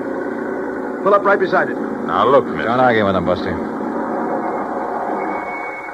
Okay, here's your car. All right, now. Give me those keys. Come on. Yeah, and kill your headlights. Kill them. Okay. Now, look. Things got balled up tonight. I got held up too long. Now, I heard you say something about getting word to the cops, so I got to get out of here. I got to get out of the state. I don't know how you guys got the Jeep away from that crazy old man. I didn't plan on you getting down off that mountain before daylight, see? But it's too bad you did. Oh, you sure? Oh, yeah, I'm sure. Because I didn't take a chance on your getting away now. I can't. Especially you, Mr. Private Eye. Well, thanks. That means you think I might find some way to get the police on you in a hurry. Yeah, that's right. Maybe I have. No chance. Before I leave here, you're gonna be dead. From this. You're out of your mind. Yeah, Buster, I think he is. Oh, yeah? Oh, stop waving that gun. One shot, just one shot, and you'll be dead so fast. Oh, yeah, wise guy, how? You know, Buster, I was right. Huh? What, Johnny? There was a car parked under that bridge back there, a police car. You're crazy. Oh, yeah, Johnny, I see what you mean. What? What do you see? You don't think you're the only one who can hide in a back seat, do you? What are you talking about? Old Mac must have really got that phone call through in a hurry. What are you talking about? That officer there. Oh, that old bluff. The officer waiting there in the back seat of your You're car nuts. with his gun aimed straight at your head. Oh, yeah? Where? There! Oh,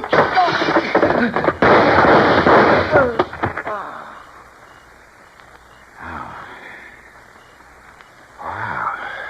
Boy, that took a lot of nerve, Johnny, and throwing that rock in his windshield when he turned was just enough. Hey, where'd you get that rock, anyhow? For some silly reason, I'd been hanging on to that rock ever since we started down the side of the mountain. Silly reason, huh? Not by a long shot, no, sir. Oh, and what do you know? Here comes a patrol car. The one you were supposed to see hiding under that bridge. You know something, Buster? I really did think I saw a car under there. Oh, no. No, really, honest. I think I saw it back there. Look very much. Expense account total, hold your head, Pat, including incidentals and my fare back to Hartford, $528. And that includes $50 to old man McKinney for the use of his Jeep and $81.50 for the repairs to Buster's car by way of thanks for his help. The car rental agency will present you with its own damage claim on the cab. Oh, and of course the windshield on that Chevy will have to be replaced. You see, it was also insured with one of your companies. So, Pat, you can just charge off this case to recovery of that car. Yours truly, Johnny Dollar.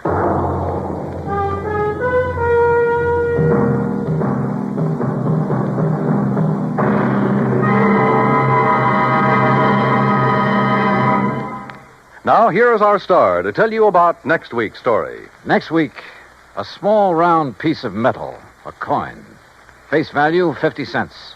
Insured value, $20,000. Join us, won't you? Yours truly, Johnny Dollar.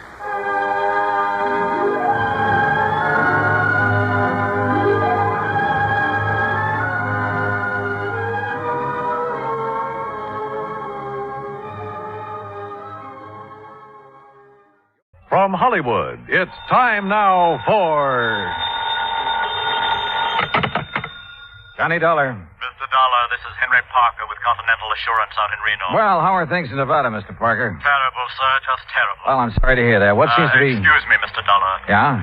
There's someone here who would like to speak with you. Oh, who? Give me that. Who do you suppose it is, you sloth-eyed Pinkerton? Sounds to me like a cantankerous old character named Jodiah Gillis. Cantankerous? Why, you miserable... What are you doing in Reno, Mr. Gillis? I'll tell you when you get here. When I get... Oh, no, now, wait a minute. I can't wait. If I do, he'll be dead and it'll be your fault. Who? A feline friend of mine. A what? Oh, being uncouth like you'd probably call him a cat. Oh, no. Look, Jodiah. Also, he's rich. He's what? Rich, yes, sir. Last week he inherited $60,000. This week somebody's making sure he won't live long enough to spend it.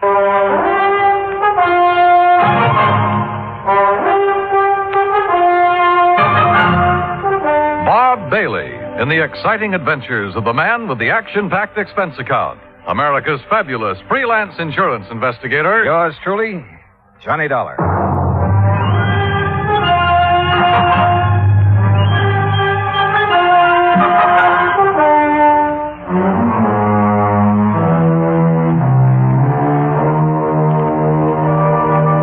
Expense account submitted by Special Investigator Johnny Dollar to the Continental Assurance Company, Reno, Nevada.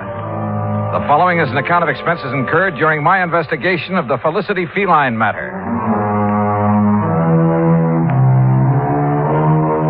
Expense account item 1, $164 air transportation, Hartford to Reno. En route, I wondered again what Jodiah Gillis was doing in Nevada. At Reno, he was on the flight deck waiting for my plane, and standing beside him, wearing a dark suit and expression to match, was a tall, cadaverous-looking gentleman. As I started down the ramp, Jodiah began calling me. Yeah, there he is. Dollar, yoo-hoo. Hey, John. Oh, hi. Afternoon, Jodiah. Well, you are a sight for sore eyes, boy. Yes, indeed, you are. Johnny, this is my friend and business associate, Henry Parker. Mr. Parker? Oh, I'm certainly glad you've arrived, sir. That's so? Yes, Mr. Gillis has been quite concerned over Felicity. The Felicity? The feline. What do you think you came out here for? Your help? Well, no. Yeah, then give Parker your checks. My checks? So what's the matter with you? The altitude affect your mind? Hand over your claim check so Parker can fetch your luggage. Sure. Here. Yeah. Go on, Parker. Go on. We haven't got all day. Whatever you say, Mr. Gillis. Yeah. We'll be in the waiting room. You hurry up. Yes, sir. Now, come on, Dollar. Come on. Jodiah, before I left Hartford, I tried to check up on this Continental Assurance Company. Nobody ever heard of it. A lot of things those white-bellied clerks in Hartford haven't heard of. But the fact is, Continental ain't exactly worldwide. Oh? In here. No, sir.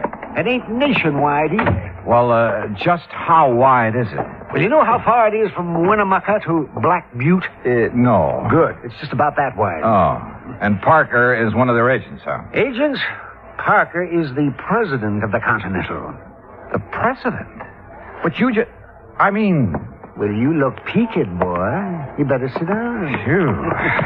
Jodiah, I shouldn't let the man that's paying my salary run after my bag. Pish-tash. Here. Take a look at this. It's my new business card. Yeah, go on, read it. Jodiah Gillis, chairman of the board, Continental. What? Yes, sir. But Floyd's of England has always carried your policy. Carried, yes, past tense. I don't take guff from anybody, especially a ninny of an insurance agent telling me what I can insure and what I can't. You had a fight with him? Yep. My cousin Rachel, oh, she's a sweet girl. She lives in the Belgian Congo. She sent me an African anteater. Now, all I wanted Floyd's to do was insure it for $15,000. And of course they wouldn't. Nope. So you canceled all your policies and bought the controlling interest in Continental. Same as anybody else would have done. Oh, sure. And naturally, you insured this anteater. Yeah, Archie. That was his name. Was his name. What happened to him? Well, it was a terrible thing, Johnny. Oh, it was just poor old Archie. He overindulged. He did what? Yeah, he overindulged. He found a house full of termites. Oh. Yes, finally died. Acute indigestion. Too bad. But of course, Continental Assurance paid off. And of course they paid off, and with a smile. Same as they paid off the $60,000 to my feline friend, Felicity. What 60,000 to Felicity? What do you think? The 60,000 Felicity inherited from Mrs. Hammermeyer. And who is Mrs. Was. All right, was Mrs. Hammermeyer. A client of Henry Parker's. Had a life policy for 60,000. Felicity was the beneficiary. But didn't she have any children or relatives? She had one brother, a nephew, and a niece. Oh, of course, not counting Mrs. Hawkins, who was Mrs. Hammermeyer's best friend. You see, the two ladies lived together 15 years. Right now, Mrs. Hawkins has been appointed trustee to administer the 60 grand as Felicity needs. Oh, I see. Yes, you'll meet her as soon as we get settled. Jediah, what makes you think someone's trying to kill that cat? I don't think so. I know it. There have been 2 attempts in 2 weeks. You ask Mrs. Hawkins. She'll tell you. Mr. Gillis. Mr. Dollar. Well, it's about time, Parker. Well, come on, Johnny, come on. We'll take you down to the Mapes. The Mapes? The Mapes Hotel. I'm staying there. And if it's good enough for me, it's good enough for you. The Mapes Hotel stands high above Virginia Street overlooking the Truckee River. After Gillis checked me in and introduced me to the owner, Mr. Charles Mapes, I unpacked, then went with Jediah out to the old Hammelmeyer place where Felicity the cat, Mrs. Hawkins, and the relatives still lived. We rang the old-fashioned doorbell and waited. In a moment, the door was opened by a pasty-faced man of about 28. Yeah? Oh, Mr. Gillis. Yes, afternoon, Oscar. Mrs. Hawkins in? Ain't she always? Who's he? He's a friend of mine who's also an insurance investigator. An insurance? Name's Johnny Dollar. Johnny, this is Oscar Emmett, the late Mrs. Hammermeyer's nephew. I am. I suppose you're here about that lousy cat. That's right. Come on in. I'll tell the old lady you're here. You know where the living room is at, don't you, Mr. Oh, indeed I do. Oh, friendly sort of character. Oscar's like the rest of the Emmets. They just can't stand seeing Felicity eat steak when they got to have tuna casserole. In here, Dollar. All right. Well, what kind of work does he do? Work? Oh, Oscar, none of the Emmets worked. No, sir. Not even Mrs. Hammelmeyer's brother? Emmett spends all his time in the gambling halls. You know, gambling's legal here. He a professional? Oh, no. He's got a slot machine route. He goes around poking his finger in the payoff trays, picking up the nickels and dimes that people overlook. Yeah, let's sit down here. What the? Oh, Felicity! That cat has claws. Oh, you stepped on his tail, you stupid. Tell him you're sorry, Dollar. Well, I didn't know he was there. Sorry, Felicity. The bad man didn't see you. What's going on? Felicity, you get right down off that table. You hear me. You. Mr. Gillis, would you use your influence, please? Well, I'll certainly try, Mrs. Hawkins. Felicity, come on now, honey. That's a good kitty. There. Now. I just put out a nice dish of scallops for him. Oh, you hear that, Felicity? Scallops. Oh, yum. Sure. So you run along now. Bye-bye. Oh, I do declare I've never seen a man who has such a way with animals. Well, And that goes for lonely widows, too, Mr. Gillis. Oh, now, Leona, stop. Jediah. Oh, yeah. Mrs. Hawkins. Leona is just fine. Yeah, well, this is the young fellow I was telling you about, Johnny Dollar. Oh, well, this is indeed a pleasure, Mr. Dollar. Jediah told me so much about you. Oh, is that so? You're much more handsome than I imagined, Mr. Dollar. Yeah, now, good gravy, Leona. Now, you just tell him what's been going on around here. You mean about Felicity? Yeah, that's what I mean. Well, somebody's after him. Trying to kill him. Tell me, has an actual attempt been made on his life? Wednesday night a week ago. I let him out just before I went to bed like always. He'd been out about an hour when it started to pour. And knowing Felicity hates to get wet, I opened the front door to call him. Well, just as he was crossing the street, I heard this big car start up, and it zoomed straight for Felicity. Whoever was driving it almost turned over, trying to hit him. You didn't get a good look at the driver, huh? I didn't get any kind of a look. It was too dark. Well, what about the car? What make was it? If I knew that, I'd have already told you, Jediah. I haven't any secrets from him.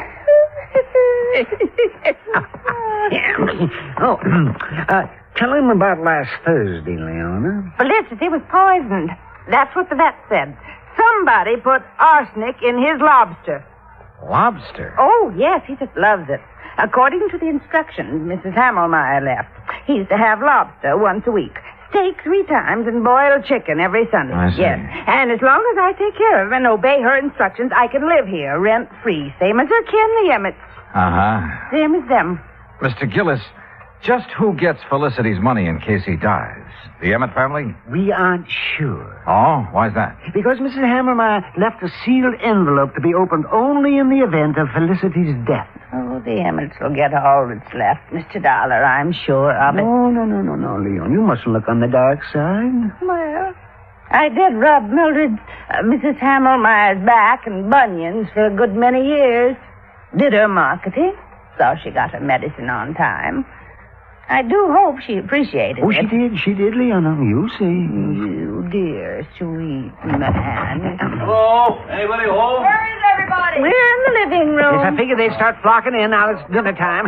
Dollar. Yeah? It's Joyce Emmett, the niece. She hates cats. Told me so herself. Oh. Well, evening, Mrs. Hawkins. Do I have time to take a shower before dinner? Oh, I didn't know he had company. Mr. Emmett, Joyce, you both know Mr. Gillis. Yes. Hi, Mr. Gillis. Terrible. And this is Mr. Johnny Dollar. He's investigating the trouble we've had about Felicity. After the would-be cat killer, huh, Johnny? Yeah, that's right. I'll lay 8 to 5 you never catch him. Or her. Could be a woman, you know. Oh, yes. It most certainly could. Why, Joyce, the way you say that, you act as if you want Mr. Dollar to start investigating you. Maybe I do. How about it, Johnny? Well, how do you feel about Felicity, Miss The Emmett? same as everyone else in this house. Aunt Mildred had no business leaving all her money to that creeping night crawler. Joyce. Well, he is. Mr. Dollar, just what interest do you have in Felicity? He isn't insured. Mr. Gillis sent for me, Mr. Emmett. He did? Yes, I did.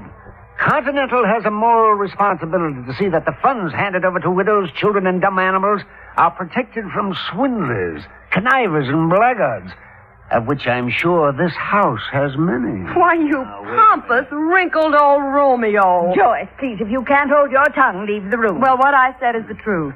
Man his age getting romantic. You wait, girl. 30 years from now, you'll be mighty glad men my age can get romantic. Oh, that's telling it. Mr. Emmett. Mr. Emmett, do you share your daughter's opinion of Felicity? Why, of course I do. I'm a dog man. Besides, I can't see why she left all that money to the critter. Mrs. Hawkins has figured up what it costs to keep him like a king every week. Yes, $23. Maybe a trifle more by the time I get him out of the pretty kitty. The pretty kitty? Well, it's a beauty parlor for cats. Felicity has a standing appointment there every Friday at 1. Oh, no. $23 a week. You know how many weeks it'll take him to spend that $60,000, not counting the interest that'll add up while he's doing it? No, not exactly. No, 2,600 weeks. 50 years. And believe me, the odds of any cat living to be 50 years old, well... I'll lay you 10 to 1 he doesn't live another 6 months.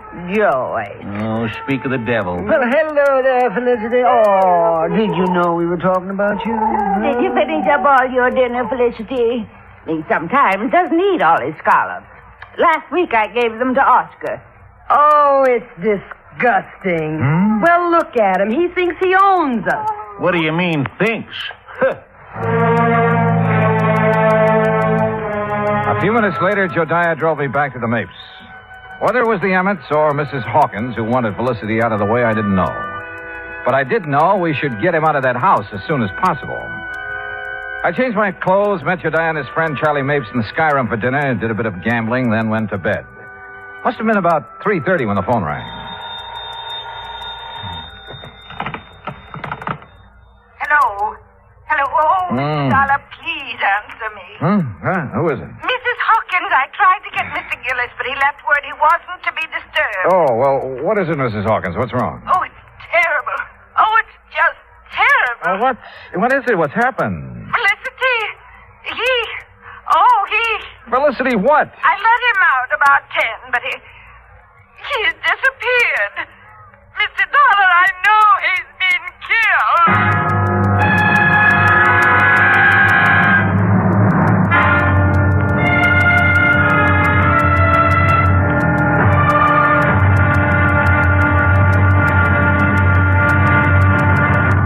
Act 2 of yours truly, Johnny Dollar, in a moment.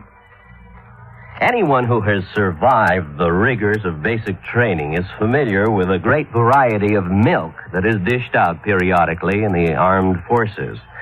Now, there's frozen milk, concentrated milk, frozen concentrate, and good old powdered milk. But sometimes supplying wholesome, fresh, real milk has been a problem when servicemen have been stationed in out-of-the-way places. The United States Air Force came across that problem some time ago in the island of Terceira in the Azores, those Portuguese islands that dot an eastern portion of the Atlantic Ocean. The air base there was considered powdered milk country for a long time. Although cattle have played an important role in the economy of the island of Terceira, the herd was badly inbred and milk production was very low. Modern milk processing was not a part of the picture. And with the help of Portuguese veterinarians, the men in the United States Air Force unit worked out a free breeding service by using a small herd of milk cows acquired in England, and the cattle there at Terceira improved. Then, a complete pasteurizing, homogenizing, sterilizing, bottling refrigeration plant was flown in from the United States. As soon as this activity got underway, milk production began to climb steadily, and thirsty Air Force men and civilians were soon buying and drinking the new fresh milk. When economy of the island began to rise rapidly, the people were happy and grateful. You might say that a little milk of human kindness increased understanding on an island of freedom, the right of all men everywhere. And now, Act Two of yours truly, Johnny Dollar, and the Felicity Feline Matter.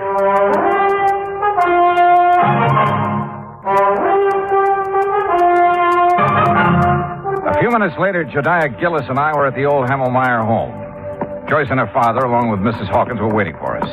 Oscar Emmett was nowhere to be found. He's the one, Johnny. Yes, sir, that shifty critter, that Oscar. He stole Felicity and is going to do him in. Ah, that poor Felicity. Oh, for heaven's sake, Mr. Gillis, pull yourself together. Oscar could be downtown having a run of luck, Mr. Dollar. Well, if he's gambling this time of night, he shouldn't be too hard to find. Mrs. Hawkins. Yes. When did you first realize Felicity was missing? Why, about an hour ago, I guess it was. I woke up and remembered he was still outside, so I came down and called him. Yeah? Always before, ever since he was a little kitten, he's come back home for me. But tonight, well, he's just nowhere to be found. What time did you let him out? About 10:30, same time as I always do. Were you at home then, Joyce? No, she wasn't. I had a real good day yesterday, collected almost $4, so I took her to a movie. A movie? That's a likely story if I ever heard one. It happens to be the truth, Mr. Gillis. What'd you see? Come on, tell me. It was an old one about a giant gorilla. That's right. Oh, I'll bet. Jediah, if anything has happened to poor Felicity, will we... Well, how much time will we be given before we have to move out of this house? Well, that's up to the court, but I'd say a couple of weeks. That's all? Oh, my. Well, it's all they deserve. My. All except you, my dear. Well, Johnny, you've been unusually quiet. What do you think? I think we'll take in the late spots, Jediah. See how our luck's running. We started at the Mapes and went down Virginia Street, stopping in at every gambling casino, hoping we'd find Oscar Emmett. Finally, we found him at one of the roulette wheels in Harold's Club. And in front of him was a large stack of chips. Take your bets, ladies and gentlemen. There's a couple of seats around here, gents. No, thanks. We'll just watch our friend. And a very lucky friend he is, too. Put these on 32 and these on... Good morning, Oscar. What? Well, what are you two doing here? We've been looking for you. That's so? What for? You know what for, you catnapper? What'd you do with Felicity? That cat. You know any other Felicity? You no good loafer? All bets are down. No, wait a minute. I wanted these chips on 13 black. Hurry, all bets are down. What? Now see what you two made me do. If that 13 hits, Well, what do you want to see me about? We told you. Felicity. You know where he is? How would I know? Where have you been since 10:30 this evening? All around town. How long have you been here? Long enough. Look out now. 13, odd, and black. Oh, why, You see what you two clowns cost me? Taking my mind off what I'm doing. Now get out of my way. I'm cashing in. You're not doing nothing to answer our questions, Mr. Oscar Emmett. You hear me? Oh, yeah. Oh. Hey, wait a minute. Just a minute, Oscar. Hold back. Jediah, are you all right? Yes, I guess a fine bodyguard you'd make. Mr. Gillis, I'm sorry. I didn't really mean to hit you. Well, you sure did. Yes, sir. But here, let me help you up. Are you sure you're all right, Jediah? Yes, if I could just sit here a minute, I'll be fine. Okay, folks, it's all over. Let's get back to our business. Want to come over here a second, Dollar? If you say so. That crazy old fool. I didn't really mean to hit him so hard, but well, you know how it is sometimes. That was the best run of luck I had this year. Well, don't worry about Jediah. He sometimes forgets he's not as young as he used to be. You can say that again. Boy, the way he's been letting that Mrs. Hawkins make a fool of him. How do you mean? Oh, you know. Telling him how much she's in love with him, how nice it'll be after they're married, you know. You heard her say this? Sure. You see, my room's on the first floor just off the parlor. And I can't help but hear what's going on. Uh-huh. Well, what makes you think Mrs. Hawkins isn't sincere? Because she's been given the same line to Mr. Emmett. Oh. Only she really loves him. Oh, yes, sir. Sometimes he argues with her and she breaks out crying. Now, that's something no woman like her could fake. Yeah. Maybe you're right. I didn't tell Jediah what I'd learned from Oscar. At least not then. The wind had already been taken out of his sails. So I took him back to the Mapes. I made sure he was going to be all right. Then I returned to the old Hamelmeyer house. Joyce, Mr. Emmett, and Mrs. Hawkins were out in the yard hunting for Felicity. Hi, Johnny. Well, how is so? We've got some coffee inside if you're interested. Coffee? Sure. But have you found any sign of Felicity? Not yet. Poor Miss Hawkins, she's about to go out of her mind. Uh-huh. Did you find Oscar last night? Yeah. He's been having a session downtown at a roulette table. That's what I thought. Johnny? What will happen if we don't find Felicity? I mean, if he's just run away, we won't be able to prove he's dead. And the money... Well, what will happen? Do you know? Well, I imagine there'll be a waiting period, and then the court will declare Felicity dead, and the money will go wherever Mrs. Hamelmeyer has willed it. Mm-hmm. Oh, I sure wish I knew what's in the envelope Mr. Gillis has locked in his office. Mrs. Hawkins! Joyce! Mr. Dollar! What is it, Dad? In here, quick! Johnny, he found something in the garage. Come on. The garage was about 25 yards from where we've been standing. We made it nothing flat. Inside, toward the back and on the ground, was a small hatchet. And near the hatchet was some blood and cat fur. Oh, Johnny. Oh, no. Poor Felicity. Oh, the poor thing. Well, it looks like he met his end here, and then whoever did it carted him away, Dollar? Looks that way. Johnny, take me out of here. Yeah, sure. So ashamed. And you know I hated that cat. I really wanted him dead, but not like this. Not... Oh, hey, come on now. I know it's silly of me, isn't it? No, I don't think it is. Oh, Mr. Dollar. Yes, ma'am. Will you be kind enough to notify Mr. Gillis? I'm afraid I just couldn't speak about it over the telephone. Of course. I'll be glad to. I drove Jediah's car back to the hotel. I made sure he was feeling better, then told him what we'd found in the garage. Naturally, he wanted to call out the police reserves, but I managed to talk him out of it. At 10 o'clock, I made some telephone calls to the local banks. When I got the information I'd been after, Jediah and I again drove out to the Hamelmeyer house. Well, I expected you two gentlemen a couple of hours ago. Sorry, Mrs. Hawkins. I had some things to take care of. Oh, well, come in. What's the matter with... Why, Jediah Gillis, you've been fighting. So I have, woman. So I have. Sweet darling, and at your age... Seems like I've been doing a lot of crazy fool things at my age. Now, just what do you mean by that? You know very well what. Pulling the wool over my eyes. Let me think that I'd found a true sweetheart at last. Oh, you miserable Jezebel. Mr. Dollar, whatever is he talking about? How about you and Mr. Emmett? And how you plan to use Jediah's friendship to get you out of trouble in case your little scheme failed? Well, I still don't understand. No? Well, suppose I tell you that you did away with Felicity yourself. Why, you can't prove that. I won't need to. Jediah's having a copy made of all your bank deposits since the time you moved in with Mrs. Hammelmeyer 15 years ago. And started taking care of her by paying her bills, ordering her food and medicine, and pocketing a good share of the money for yourself. Well, why shouldn't I have? She didn't give me 1 cent of salary. Oh, I know. And your bank balance shows you have $47,000 on deposit. All right. All right. But I'll pay it back. You'll see. Oh, they won't be able to do a thing to me. No, sir. Mildred Hammelmeyer appreciated me even if nobody else did. Or does. You'll see. My name will be in that envelope. She wanted me to have that money all the time. I know she did. Hi. Ready to read the will? Yeah, just about. George, you and your father sit over there, huh? Mm-hmm. Wherever you say, Mr. Dollar. Okay, Jediah, open the will. Sure I will. But if it does give the money to... Jediah. Well, Mrs. Hammelmeyer should spin in her grave if it does. Read it if you dare, you old goat. You miserable female woman. Yes, well, I'll read it now. Here we go. Codicil to the last will and testament of Mildred Emmett Hammelmeyer. Witnessed by... Yes, there's a lot of legal gab here. Here we are. The monies unspent after the death of the cat known as Felicity shall... Well, hold it smooth. Mr. Gillis. This is no time for laughing, Gillis. Read it, Jediah. Yes, please. Oh, doggone. I'll read this thing again.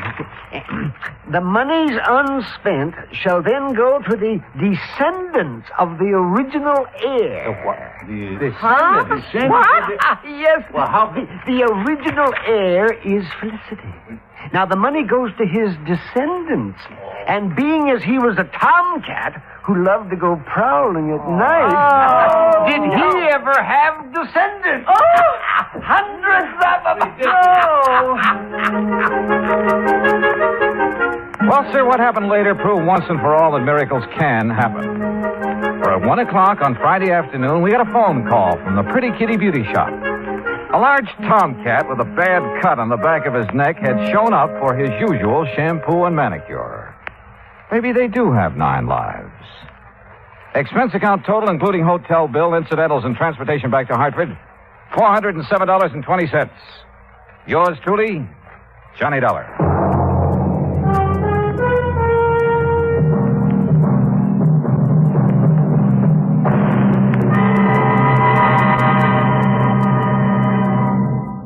Now, here is our star to tell you about next week's story. Next week, an actor who talked nothing but Shakespeare and who talked himself into his grave.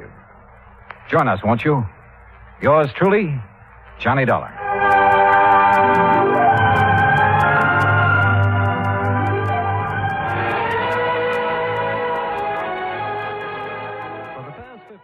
From Hollywood, it's time now for... Johnny Dollar. George Reed here. Oh, hello, Georgie. How's Floyd's of England doing these days? If payments keep on the way they started this morning, the company will go broke. What's that mean? One of our old clients, quite a character, by the way. Oh, now, wait, George.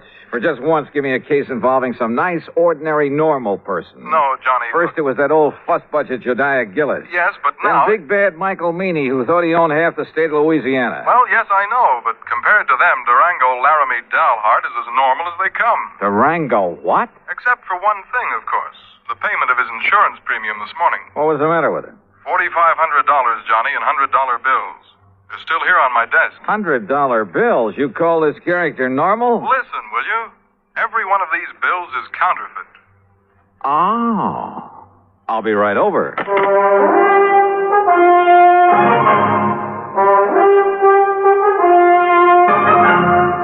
Bob Bailey in the exciting adventures of the man with the action-packed expense account. America's fabulous freelance insurance investigator. Yours truly, Johnny Dollar.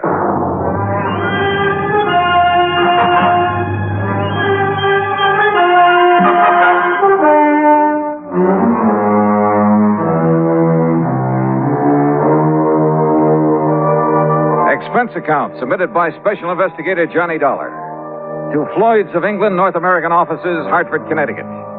Following is an account of expenses incurred during my investigation of the funny money matter. Expense account item 1, $1 even, taxi from my apartment to George Reed's office. I found him sitting, staring grimly at a pile of paper money spread around on the top of his desk. Well, there they are, Johnny. 45 $100 bills, and every one of them as phony as I've ever seen. Look at them. Yeah, I see what you mean. Whoever turned these out didn't even have sense enough to use the proper kind of ink. Yeah, it looks like he must have diluted it. Yeah. Have you ever seen such washed-out-looking money in all your life? Good tough paper, though, just like the real McCoy. Yeah, it's real crisp and new.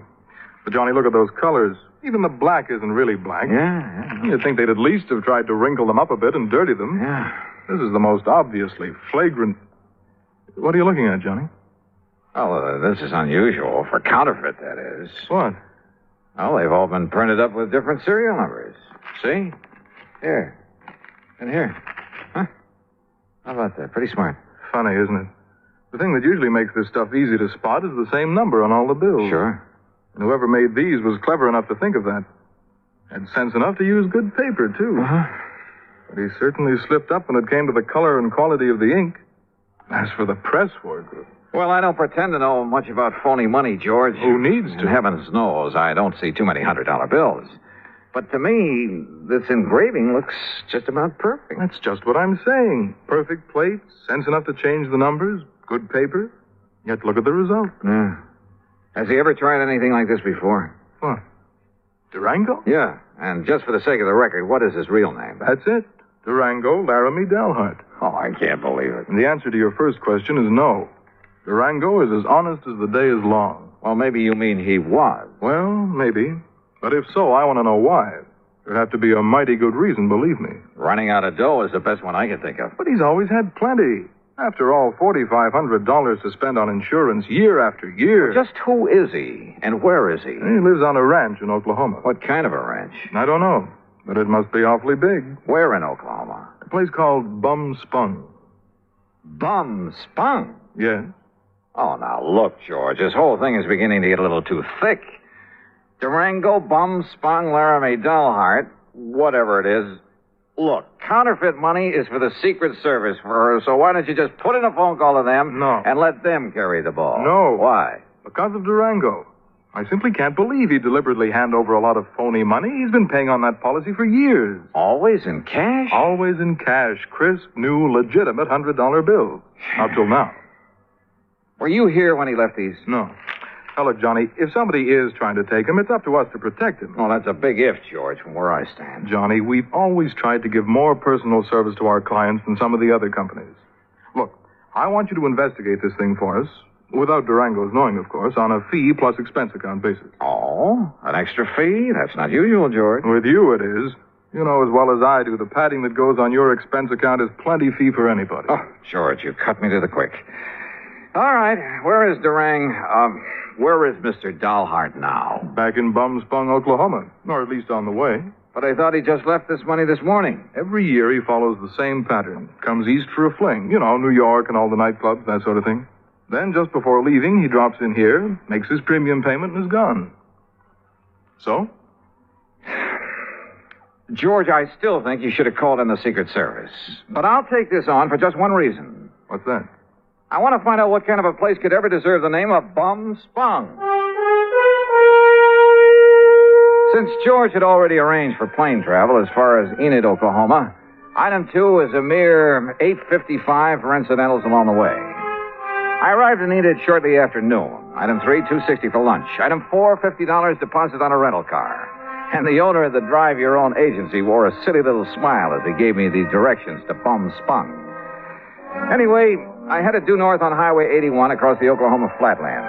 Some 26 miles or so further on, after passing through Pond Creek and crossing the Salt Fork of the Arkansas River, I spotted a rather crude, weather-beaten sign indicating that the place I was looking for was somewhere up a dirt road to the left. Road? That's a laugh. And it twisted and turned for seemingly endless rough miles along the riverbank. I just about decided that Bum Spung was a bum steer when suddenly I almost ran into the gate of an old wooden fence, surrounding some 2 or 3 acres of sandy ground.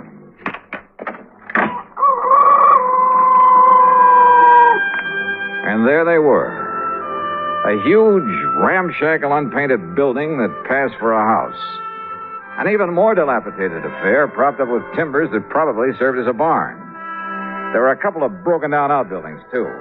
And on a small, irrigated plot in the back, 2 cows. Steers? Well, anyway, 2 rather sad-looking bovines munched on the faded grass. There were some decrepit-looking chickens, a mangy old dog. There was a horse of sorts in a small corral. The windmill, its whole tower sagged with fatigue, and the rudder on it slapped idly against the broken vanes. But right next to it, in complete contrast, stood a spanking new Cadillac convertible. And on the other side of the house, hanging some flimsy pretties on a clothesline, she was maybe 23 or 4, a brunette, and wearing a pair of well-tailored white riding breeches and a tight flowered silk blouse. She was slim, and she was pretty, and had a couple of rosebuds tucked in her hair. Hi. And about as out of place as anything I ever saw. I said hi. It was like seeing the vision of a goddess. And... Come on in. Just swing aside that post at your left. It's what Durango called the gate. Oh, yeah. Durango, did you say? Don't tell me this is Bum Spunk. It sure is. Didn't you see the sign down the road? The vast acreage within this broken-down fence is the cattle ranch of Durango Laramie Dahlhart, who happens to be my uncle. I'm Carol Dahlhart. Who are you? Why, my name's Johnny Dollar. Dollar? That seems to me I've heard that somewhere. Oh? What are you doing out here? Oh, just driving around, you know, summer vacation. You look like a city man. I was intrigued by that sign down the road. You know, curious about what Bum Spunk could mean. Bad water. Bad spring, so the Indians called it Bum Spunk. Ah. Durango liked the name, so he bought up these 2 acres and settled here.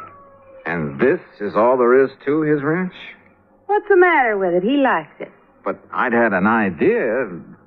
Well. Yeah? Nothing. From what you've told me, I think I'd like to meet Durango. Is he around? You trying to kid me or something? I haven't told you anything about him. Now look, Johnny Dollar. Yeah, look! Suddenly she turned, drew an old Colt 45, and as I ducked, she let go with it. Holy! I got him, see? She got him all right. A small snake that had poked up out of a hole in the ground some 25 feet away. And she got him right through the head with both shots. Oh, God darn rattlesnake? Rattlesnakes? That looks to me like a poor old gopher snake. What's left of him. So what's the difference? Could have been a rattlesnake. Hey, you were plenty fast with that gun. Yeah, gotta be. Or old Durango wouldn't have me on the place. No use for anybody that... Hand me a couple of those clothespins, will you? I gotta get these things hung up. Yeah, sure. Here. You said you're his niece. That's right. Only one left to take care of the old buzzard. You live here with him? Part of the time. Well, enough to look after him, make sure he don't get lonely, that he's got enough food in the house, that kind of thing. And I stick around when he goes out on the West Coast or back east for a fling. That's where he is now. Yeah, and he's due back. Hand me that slip out of the laundromat. Sure. Here you are. I take it that convertible's yours, huh? Yeah, that was my birthday present. Oh, your family must be pretty well heeled. Family? Me and Durango, we're all that's left. Give me them stockings now. Sure. But certainly Durango... Why not? He gives me a new one every year. And this ranch is all he owns? Except for his money. Says he has a barrel of it. Well, he must have. Or else... Or else what? Nothing. Go on with what you were saying. More clothespins. Yeah, here. And when he kicks off, I get it all. And I can give up the filling station. Filling station? Well, you must have passed it, just the side of Enid. Durango says a woman's no good unless she's got a job, so I got a filling station. Let somebody else run it for me, though, and Durango don't know the difference. Or at least he don't care. The main thing is I'm around to keep him happy and give him somebody to cuss at now and then. And say, why am I shooting off my face to you this way? I don't know, but don't stop. There. Them clothes will be dry in an hour, and if you're still here, you can help me take them down again. Okay. Carry that basket for me, and I'll give you a cool drink in the house. Hey, great. You say Durango is due back here, huh? Mm-hmm. Why, don't save yourself time traveling by plane instead of train, I'll never... Johnny, if you're just around here on vacation, I'll eat my shirt.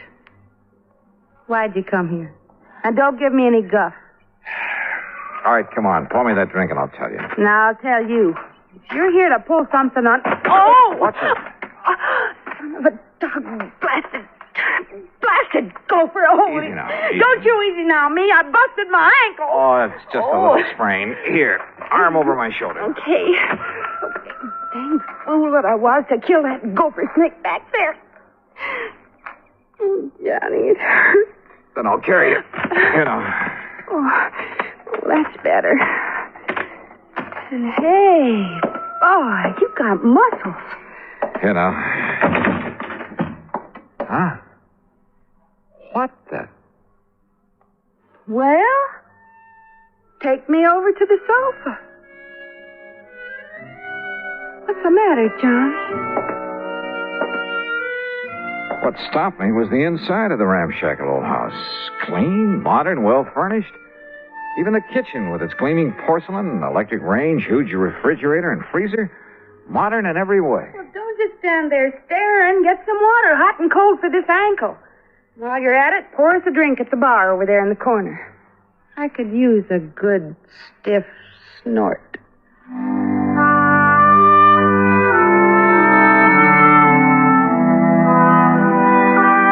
I did what I could to reduce the swelling in her ankle. But by the time I'd taped it up and she was snoozing comfortably on the sofa, it was getting dark. So I hied myself into the well-stocked kitchen to see what I could scratch up to eat. And I'll be honest about it. With this mighty attractive patient on my hands, I'd completely forgotten about my mission in these parts, the investigation of one Durango Laramie Dalhart. I wasn't allowed to forget it long, though. As I opened and was about to reach into the ample freezer... Stop right there, you. Huh? There's only one way to deal with a thieving, stealing, dirty varmint like you. Now, wait a minute. Put that thing down. And that, partner, is this way. Holy, no. Hey, no, you're out of your... No!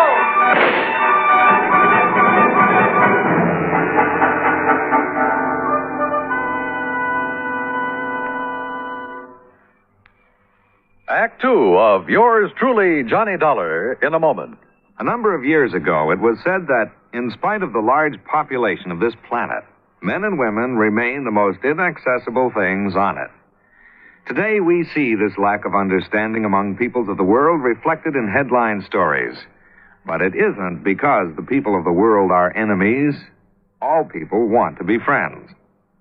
Long before the termination of World War II, Reverend Eugene Wood, a Methodist minister from Oceanside, California, went into a Scottsdale, Arizona camp where German prisoners of war were interned and offered his services to the imprisoned men.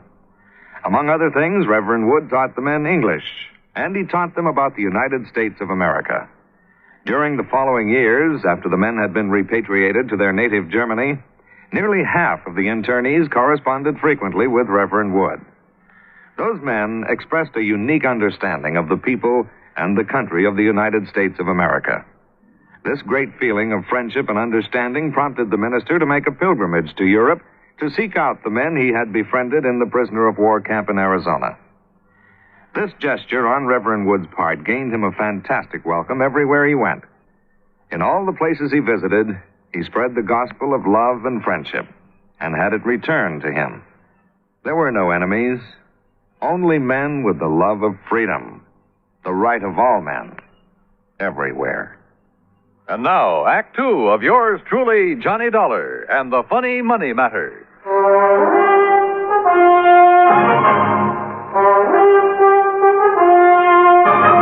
Robbing my house, here, you No. thief.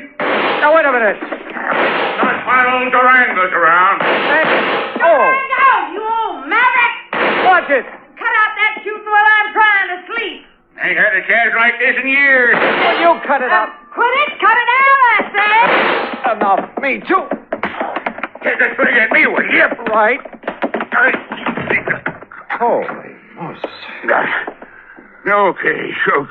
Yeah, and here's your gun. Keep it in your pocket where it belongs. Sure. Now, what was the big idea? Well, whenever you bring one of these fancy boyfriends of yours around to my house, I got a right to have a little fun with them, ain't it? Fun? Is this your idea of fun? Crazy gall darn fun. Look what you did to the stove. You blowed it full of holes. An old wood stove would have held up. Here, buy yourself another one. There's $500 nice new dollars. Hey, wait, let me see Now, what about that window and the jars on the shelf? Okay, here. You should have saw him when I started throwing that lid all around him. Sure. Here, Johnny, let me wipe off some of that jam that fell on your head. Johnny? Johnny who? Johnny Dollar. And I take it you're Durango Laramie Dollheart. I sure am. Fastest shot in the country, too. My pa learned how in Durango, my ma learned how in Laramie, and I'm better than both of them was. Only thing is, I get no chance to show off no more. Durango, you crazy idiot. What's the idea? No harm, man, no harm. Yeah, take a slug of this. You forget all about it. I'll get a glass. Glass, a man drinks out of the bottle. Go ahead, Johnny. Oh, well, thanks. Bad enough a he-man has to live around all this feminine fripsy and lace curtains and rugs all over the floor and You know stuff. dad blame well you like the way I fixed up this old dumpy ears Durango. Yeah. Now, wait a minute. Look, you two. Yeah, you know dang well a man gets tired just sitting around no matter how pretty it is. Why else do you suppose I got to get away every now and then to San Francisco or New York or some of them places where they got some noise and excitement? Is that right, Johnny Dollar? Just leave him out of this. Why? What's he doing here, anyhow? Well, Durango, I'll tell you why. Because he's just driving around on his vacation and he happened to get to the end of the road and I made him come in. That's why. Thanks, Carol. You got any objections? I'll say this. He's got a lot more get-up and guts than most of the boys you bring around here. That larrup on the chin he give me is... Yeah, well, I'm sorry about that, Durango. Sorry for what? Because you didn't act like some of them lily-livered kids she brings around and run for home? No, sir, boy, you're all right. Carol, what the Sam Hill you got on your foot? Well, it's high time you noticed. Well, what happened to it? I like to have busted my ankle in a gopher hole, and if it hadn't been for Johnny, I'd still be laying out in the yard howling with pain. Yeah, me, I'd seen that happen. I thought she'd broke her leg. I'd liable to took her out and shot her. But Johnny, boy, you done a real good job on my little ticket. Here, honey, I have to get back on sofa. No, now, let Johnny. He's a lot gentler. And besides, well, I kind of like him. You hear that, Johnny? You better look out when a pretty girl starts talking to you like that. You're sure fixing to get lassoed and thrown. Well, I can think of a lot worse things. Durango, you just shut up and fix us up some victuals. We're hungry. Yeah, sure. No sooner than I get back here and some woman starts giving me orders. Take it easy now, Carol. Oh, I don't need help. I'm feeling fine now. I just wanted to talk to you. Hey, you should have stayed on that sofa. What, missed all the fun? Fun? You too? You know. Oh, thanks. Hey, sit beside me, Johnny. Well, sure. Why not? Now, none of that mush stuff. That isn't what I meant. Oh, I can't say as I'd mind it with you, Johnny. Well, now, if that isn't an invitation, Hey, kids, some nice steaks, a couple of chops, maybe some pancakes and beans to fill you up. Be all right? Just make it good and take your time. Or shall I do it? Yeah, woman, I can cook better than you any time. Well? Johnny, before you start that... What's the matter with some lights in there, you kids? It's getting dark. Oh. Just mind your own affairs. And I warn you, Johnny, you better watch out for yourself. Yeah, I'll risk it, Durango. You don't, want the light, do you, Carol? You know what I want? What? I don't know why you come out here to bum spun. Can't I wait? Dollar, I bet you got somewhere else to go, and it'll be pretty late by the time we met. Or I might as well bunk here tonight. Got plenty of room. What do you say? Johnny? Sure, Durango. Thanks a lot. No, Carol. You haven't answered my question, Johnny. Tomorrow. I'll tell you tomorrow when we can be alone. Aren't we alone now? Oh, not as much as I wish we were. Mighty cute guy, Johnny. Oh, you don't know me, Carol. I'm really just an old wolf. Oh, I don't believe that. I don't know. Just one of the roses fell out of my hair. There it is. With buds of roses in her hair and kisses on her mouth. What's that? Pretty. Just a line from an old poem. I have the roses in my hair. What about the rest? Won't you find out? You kids want to bell down on the jug while you're waiting? Oh, Oh, why don't you tend to your cooking? Johnny? That Durango, he certainly puts together a meal in a hurry, too much of a hurry. And the meal itself, enough for an army. And to see him pack it away, you'd think he'd been out on the range for years. Yes, sir. Nothing like coming home to give you an appetite. Here, scoop yourself up some more beans, Johnny. I still hadn't made any progress in my investigation and encouraged him to talk about himself. He did, willingly. And how much of it was true was something else again. Said he left his father's little farm in Colorado to hunt for gold. Said he found it, too, a lot of it. Claimed he'd used that money exploring for oil, wildcatting. That everything he'd touched had turned to money. That he'd made and banked so much he could never spend it all. That's why he'd go on those flings to San Francisco and New York, just to get rid of it. Then come back here to this little plot of ground and rest up for the next excursion to the big city.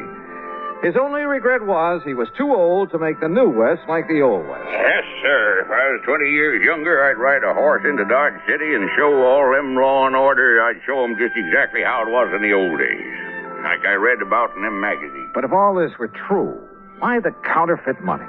Those phony, washed-out $100 bills I'd seen on George Reed's desk.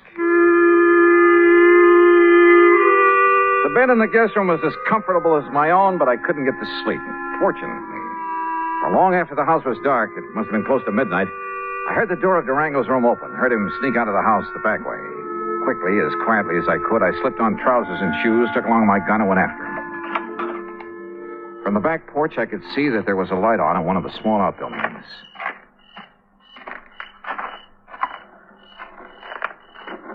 With my ear pressed tightly to the side of the little shack, I could hear it only too plainly. The printing press on which Durango was turning out the phony money. No question about it. And I was sorry. Kind of begun to like the old character. To say nothing, it was beautiful. Johnny. Huh? Carol. What are you doing out here? If it's a walk in the moonlight you want, why didn't you ask me to come with you? Carol, listen. I'll lay my cards right on the table. What I really came to this place for was to find out, well, it was right here inside this little shack. Oh, no. And now that I've found out, Johnny, you'll break his heart. He thinks nobody knows about this. Oh, of course he does. He's been doing it ever since. And he thinks that even I don't know about I'll it. bet. Oh, Johnny, please, you'll spoil everything. Why not? It's about time, isn't it? And he means no harm to anybody. What do you mean, no harm? Are you kidding? Or maybe you're in this whole thing with him. Are you? Oh, no, but I don't see what difference it would make. Johnny, baby, Oh, don't pull that stuff. It's time for a showdown. Hey, what's the racket? What's going on? Oh. Snooping, huh? Why, you ornery, low-down, sneaking coyote. All right, Durango. Just cut it and stand where you are. Well, what are you doing with that gun? I only hope you won't make it necessary for me to use it. Johnny. Open up that door, Durango. I want to see what you've got inside there. Go ahead now, open it. Yeah. Now, look, son, there ain't no harm in what I'm doing in there. No harm? That seems to be a pat phrase around here. Well, it's just that ever since I made my pile, everywhere I'd go, I'd spend a lot of money. So you told me at great length. Always, maybe it was sort of showing off a bit, but when I'd draw it out of the bank, I'd make them give me brand new money. You know, to impress the folks. Like a big shot up in Hartford where I pay my insurance for Carol here every year. In brand new $100 bills, supposedly. That's right, and no supposedly. But this last insurance payment to George. Yeah, I know. But, Johnny, it wasn't my fault. The bank didn't have some nice new ones for me. And they couldn't get them in time either, so I had to... Well, this was the next best. Oh, that's a likely Johnny, story. please. Open that door. Oh, God, I kept hoping nobody'd find Come on, open it. Okay. There you are. What under the... That's the washing machine there. And that's the soap and plenty of strong bleach and the starch to make them nice and crisp. Oh, no. And that there's the ironing board where I press them out real nice and flat. They'll never believe it. But it does make them look real pretty and new. Honest, Johnny, I didn't think there was no harm in it.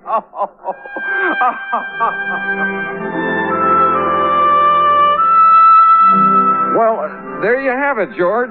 Full report on the funny money that turned out to be only cleaned up a bit. And the next time, call in the Secret Service, will you? No, I didn't mean that. Just don't question the charges on this account for the extra week I've spent out here. If you could see this pretty little Carol. Oh, that Carol. And if I ever get enough money, so help me, I think I'll retire to Bum-Spung, Oklahoma. Expense account total, including incidentals, and the trip back to Hartford, $171.25. Yours truly, Johnny Dollar.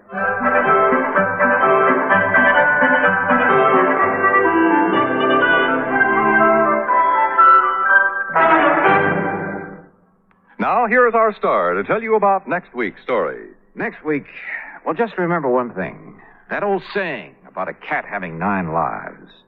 And be sure to join us, won't you? Yours truly, Johnny Dollar.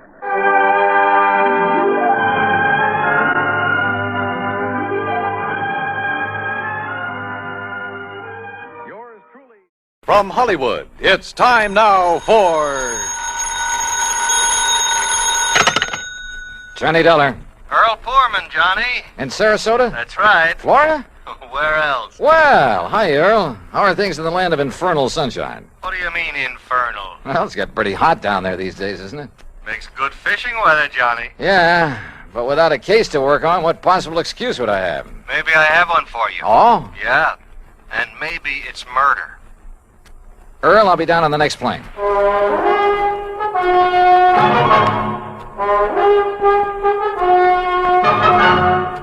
Bob Bailey in the exciting adventures of the man with the action-packed expense account. America's fabulous freelance insurance investigator. Yours truly, Johnny Dollar.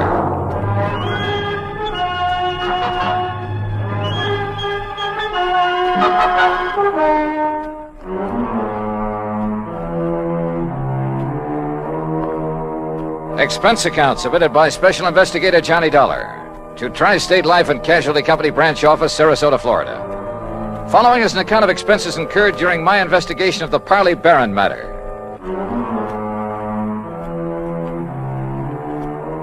Expense account item 1, $131.50, transportation and incidentals to Sarasota, Florida. Knowing Earl Poorman, I didn't bother checking into a hotel, but instead took a cab to his office in the Conroy building.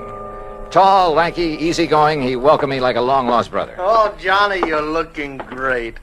And I'm glad you're here because you can clear up this case in a hurry, and then you and I can get out in the Gulf and do some real serious fishing. Oh, well, that's okay by me, Earl. Your last trip down here, you remember, they weren't biting so good. But, oh, Johnny, so help me now that... Oh, I see you've got your bags with you. Well, yeah. Good, because you're going to stay with us out the house. Now, I'm not going to take any argument. I told that old battle axe I'm married to hang out an extra towel for you. How is Mike? Oh, she's great, just great. I never did understand how I was lucky enough to grab that dame, Johnny. Oh, well, now, I think maybe she kind of cares for you, too, Earl. Now, about why women show funny taste sometimes. Hey, maybe the old horse will go fishing with us. Mike? Yeah. Anything over 10 pounds would pull her right out of the boat. But now, what kind of a problem? She's been getting pretty good with a rod and reel. Look, will you? This fishing talk is just making my mouth water. First, we'd better discuss... Yes, I know. Once I get started on fishing... I know. All right, now. Let's get down to cases, huh? Oh, all right, if you insist. I insist. Yeah, all right, okay. I was just trying to stall off having to. You know where Lido Key is? Lido? Yeah, a mile or so offshore, just beyond St. Armand's Key, where we live. Oh, yeah, sure. Well, a client of mine, a man I've known for years. He retired, bought himself a piece of property there, built a nice little home on it. His name is Parley Barron. So? Well, I've handled all his insurance for him, including a straight life at $50,000. Uh-huh. Beneficiary? His wife, Laura Barron. And what's happened to him? Well, Friday morning, now that's the day before yesterday, he left the house just to do some errands. Well, go on. Yeah, well, he hadn't got back home by about 5 p.m., and his wife started calling around trying to find out where he was, and nobody seemed to know. So finally she put in a call to the police. Who's your man there? Sergeant Harry Brackett. Oh, I remember him. Sure. Go on. Well, then around 7 p.m., they found Barron's car. Found it parked down by one of the fishing docks. But no sign of him? Not a sign, not then or since. Had he gone out fishing? Police questioned everybody, the boat owners, all the boat livery, everybody. Old Will Bright, who runs the dock where the car was parked, he was closed up. Sign on the door saying he'd gone up to Gainesville. Well, could Barron have had any reason to disappear? Oh, no. Well, not that anyone knows of.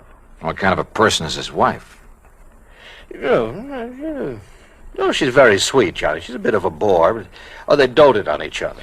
All right, how about enemies? Parley Barron? Never. Sweet old guy. I sure hope you can find him, that he's still alive. I'm afraid I doubt it. Well, so far you've given me no reason to believe he's dead. Well, it's just a feeling, I guess, and I don't like it. Well, what else can you tell me, Earl? Nothing, really. Then maybe I'd better talk to Mrs. Barron and to the police. Yeah. Oh, here. You take my car. Oh, thanks. It's the new air-conditioned cad out in back of the building. What did you do? Oh, Michael picked me up. Now, we'll see you at the house for dinner, huh? Well, that may depend on what I find out in the meantime. Whenever you're ready, there's food and there's a bed waiting for you, and I hope you... Well, I just hope you find Parley Barron. Pretty good friend of yours, isn't he? Oh, yeah, Johnny. He was. Earl seemed so sure that Barron was dead. I was pretty down in the mouth about it. But I wondered, did he know something about the old man that he hadn't told me? That didn't seem like Earl. He gave me the Barron's address on Lido Key, and I drove out there. Laura Barron was a fragile, gray-haired little old lady wearing steel-rimmed spectacles and with almost a sanctimonious air about her. She sat primly, properly straight in her chair as we talked, a Bible in her hand. Then Mr. Earl Poorman has told you as much as any of us knows, Mr. Dollar. I see. But even the smallest bit of information may hold the key to finding your husband. Only prayer can help us now, Mr. Dollar, or help him if he's gone to the great beyond. Well, tell me, how was he dressed on Friday morning when you last saw him? As you see him in the picture there on the table, in old gray pants and a rather tattered sport shirt and that old straw hat. That shirt is blue? Yes. He was so happy the day that picture was taken. He just finished making an addition to our dock with his own 2 hands. He was so proud. Now... Yes, I'm sorry. He'd hoped to get his own little boat, too, for fishing. He loved to fish so. Yes, well, tell me, please, do you know of anyone who might have wanted to harm your husband? Oh, dear, no, Mr. Dollar. And you'd had no argument or disagreement with him before he left here that morning? Huh? We had no disagreement even about little things in 41 years of blessed marriage. Not even about his work. I see. What did he do before he retired, Mrs. Barron? I had hoped you wouldn't ask that because I've always felt that the good Lord wouldn't approve. Of his work? I'm a very religious woman, Mr. Dollar, and as I say, in 41 years we never questioned one another's thoughts or actions. But... What was your husband's work? I won't say that it was sinful, because he wasn't a sinful man. Parley was a good man, and many times he made it plain that his work helped to save lives, too. And I accepted it because he felt he was doing right. Yeah, well, you still haven't told me, Mrs. Barron. Always deep in my heart. Mr. Dollar. Yes? Have you thought that perhaps it may have been the intercession of divine providence that has taken Parley from us? No. But you must consider it, mustn't you? Because the workings of the power that guides our destinies, our birth and our death... Mrs. Barron... They are sometimes too mysterious for us mortals fully to comprehend, much less question. Well... And so, if my beloved Parley has been taken from us for some divine purpose or for something he might have done unknowing that was not in accord with the supreme will... Mrs. Barron, I'm sorry, but I would like to know what your husband's work was. I know, and perhaps it was my humble mission on earth, the cross I had to bear to guide him away from it, to... chemicals. He was a chemist, Mr. Dollar. Explosives.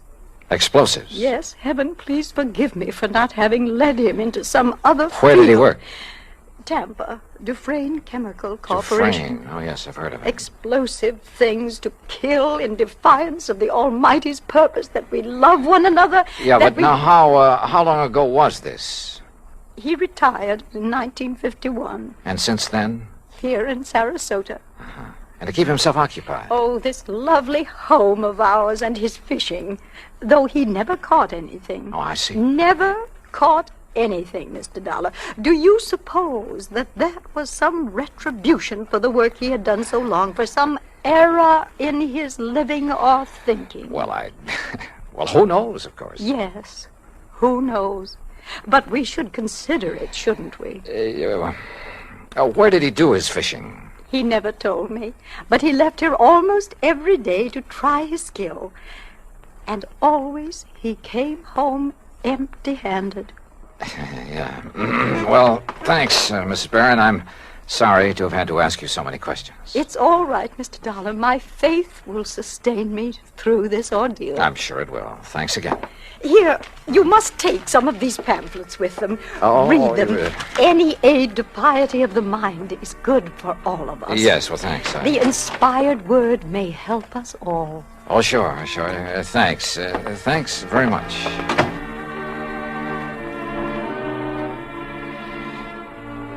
I like to think that on the whole well, maybe I'm not too religious in the sense of going to church regularly and that sort of thing, but well, at least I try to live a decent sort of life and observe the golden rule and stick to some ideals.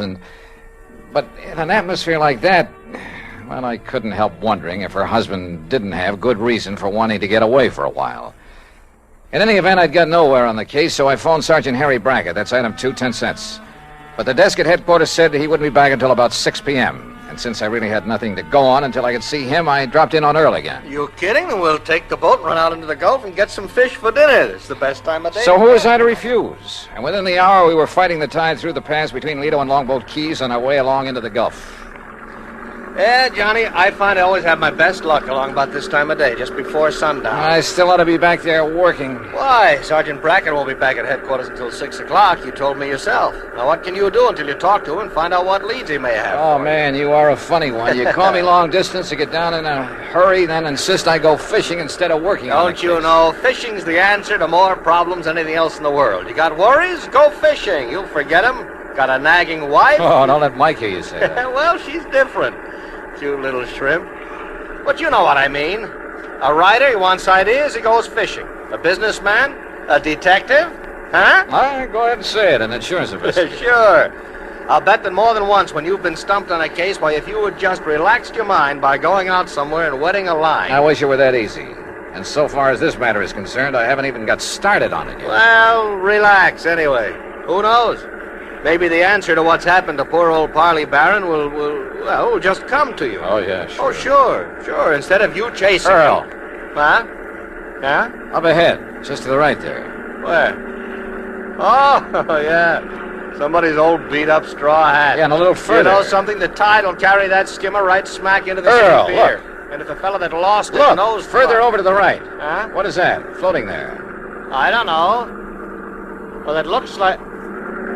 Oh, good Lord. Johnny. It's a body, Johnny. We'll drift over to it. It's a body, all right. And that straw hat looks exactly like one I saw in a picture this afternoon. Here. I got it. Can you reach him, Johnny? Yeah. There we go now. Oh, good boy. All right, now let's see. Oh. Is it? Yeah. Are you sure, Earl? Oh, yeah. Yeah, Johnny, it's poor old Parley Barron.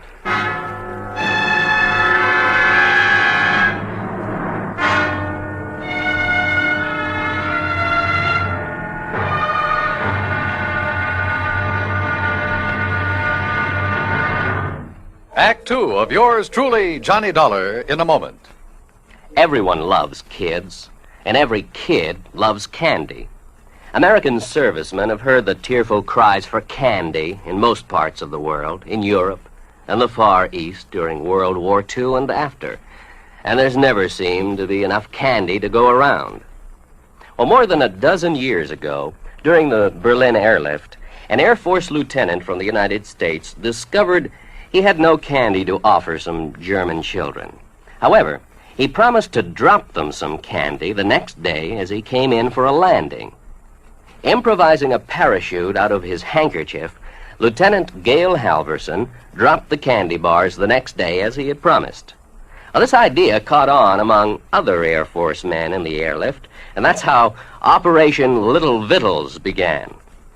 The idea spread far and wide, and soon military personnel, civilians, business firms began to aid the Goodwill program by supplying candy and handkerchiefs.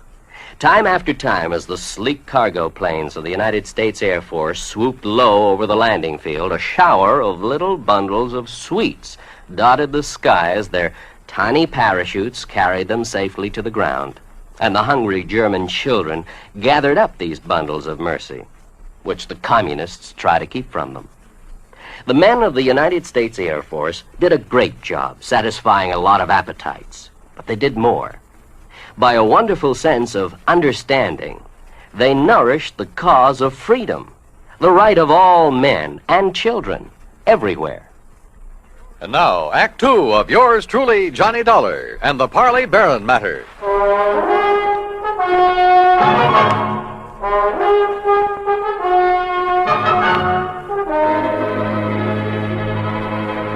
2 days' exposure to the elements and the creatures of the sea had made almost unrecognizable the body that Earl Portman and I found floating in the Gulf of Mexico off Sarasota, Florida. But Earl was certain it was the remains of old Parley Barron, who had disappeared 2 days before. The men on duty at police headquarters confirmed the identification and placed the body in the morgue to await the autopsy surgeon. On a hunch, I asked Earl to drive me over to Will Bright's boat dock, where Barron's car had been left parked. It's like I just finished telling the police over the telephone. I wasn't here when poor old Barron come for his boat on Friday.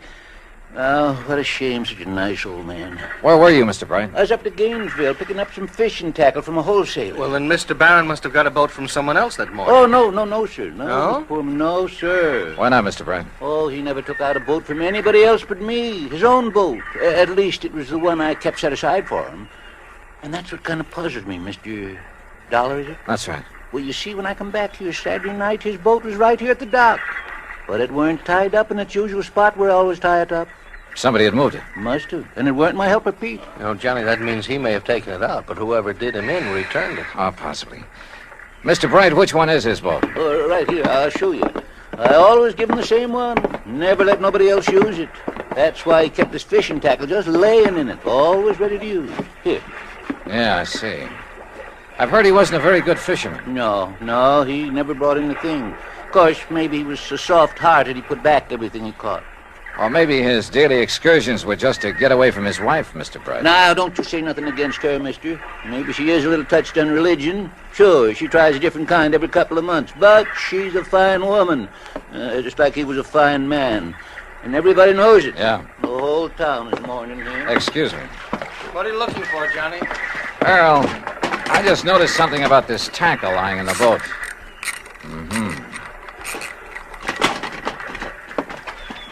Well? Come on. Thanks a lot, Mr. Bright. I'd like to tell you what I think might have happened. Yeah, maybe later, thanks. Well, what did you find there, Johnny? Earl, did Parley Barron ever go fishing with you? You were good friends. No, he always wanted to go out alone. Yeah, but not to fish. Huh? That tackle box hasn't been moved in months. The paint is still dark under it. What? And that reel, I could hardly turn it. Well, then what? I don't know what. But Barron was using that boat every day for something besides fishing. Any ideas? You know him pretty well, have you? No. Let's get over to headquarters. Earl felt he ought to go back to his office where his wife Mike had promised to pick him up, so I borrowed his car again and went over to headquarters alone. Sergeant Harry Brackett, who was assigned to the case, had returned. He was on the phone when I walked in on him. The minute he gets back to town, Mrs. Dana, so please have him call me immediately, will you? Yes, ma'am. Thank you. Yes, sir, what Johnny. Yeah, hi, Harry. Yeah, Johnny, I'm sure glad you're here. I got a real mixed-up case on my hands. The Parley Barron matter, huh? Well, you know about it? That's why I came to Sarasota. Earl Portman called me. Have you found out anything? Nothing much, have you? Well, only what's here, the autopsy report. What's in it, Harry? Doc Snowden says that Parley Barron was dead before he was put into the water out there in the Gulf. Oh? No water in the lungs, you see what I mean? It probably means murder. Have you told anybody this? No, not yet. Why not? Well, I don't know. Maybe because I just can't figure anybody in the world would want to kill Parley, Barron. Did you talk with Will Bright down at the boat dock? Just before you came in. You know, it sounds like somebody went with Barron in his skiff that morning. Killed him, dumped him over the side, and then brought the boat back alone, doesn't it? Yeah, except for one thing. Pete Marino, a little kid who plays around Bright's dock all the time, he's sort of a self-appointed caretaker when Bright isn't there. What about him? Well, Peter saw Mr. Barron take off in his skiff Friday morning, alone. But he didn't see him come back. Pete went home for lunch. When he got back to the dock, the skiff was in. Then whoever did it met him out on the water somewhere. Maybe several people, so that one of them could return the skiff. Be taking an awful chance, wouldn't it? How do you mean? Yeah, Doc's in a pretty isolated spot, all right, but the killer showing up in Barron's skiff without the old man along, that's too much of a chance. How else could it be returned? Tied. Tied? Little Pete says that when he got back to the dock, the skiff was there, all right, but not in its usual place. So Will Bright mentioned. Also, it wasn't tied up. It was just sitting there. Oh, then you meant untied. No, I meant T-I-D-E. When the tide's rising, it floats everything from the pass between Lido and Longboat Keys right up to Will's dock. You think the boat just floated back by itself? You got a better idea? Harry. Yeah? Are you sure it was Barron's body we picked up out there? After all, the fish and whatnot disfigured it pretty badly. Honey, I've known him for years, and didn't Earl Pullman recognize him immediately? Yeah. And the clothes he was wearing, his own straw hat? Well, have you checked on his dental work, things like that? Waiting now for Dr. Dana. He was his dentist to get back to... You know, that's a funny thing. What? I called Dana the minute that body was brought in. After all, teeth are about as solid identification as you can get. Oh, I thought you were sure anyway. Well, I wanted to be doubly sure. Anyhow, when Dana didn't get here right away, I called him again. I got his wife on the phone, and according to her, he suddenly left for Tampa. Urgent call or something. Where in Tampa? She didn't know. At least she wouldn't say, but it seems kind of fishy to me. Well, it may just be that one of his patients... Dana. That's right. The man who got so much publicity about atomic radiation studies, effects on the teeth and so on. That's the one. What's the matter, Johnny? Well, when you're stumped on a case, says Earl Pullman, go fishing. We did. We found a body. What are you getting at? Me, when I'm stumped, I play my hunches, no matter how crazy they may seem. And the hunch I have right now, man, is the craziest. I'll see you later. I learned a long time ago in this business, when you got a hunch on the line, you play it for all it's worth. Item 3, 10 cents for a phone call from a booth in the drugstore just around the corner. Hello? Hello, Mrs. Dana. Yes, this is Mrs. Dana. My name is Larkin, Mrs. Dana, from the Federal Bureau. The Federal Bureau? That's right, so you can see why it's important you say nothing to anyone about this call. Well, how can I be sure you I'm are? simply checking to make sure your husband has followed instructions. Oh, I see. Has he left for Tampa? Why, yes, the minute he got the phone call. Did he tell you who called? Why, no, but I did hear him mention the name Dufresne. Dufresne? Yes, only he didn't know I heard. And...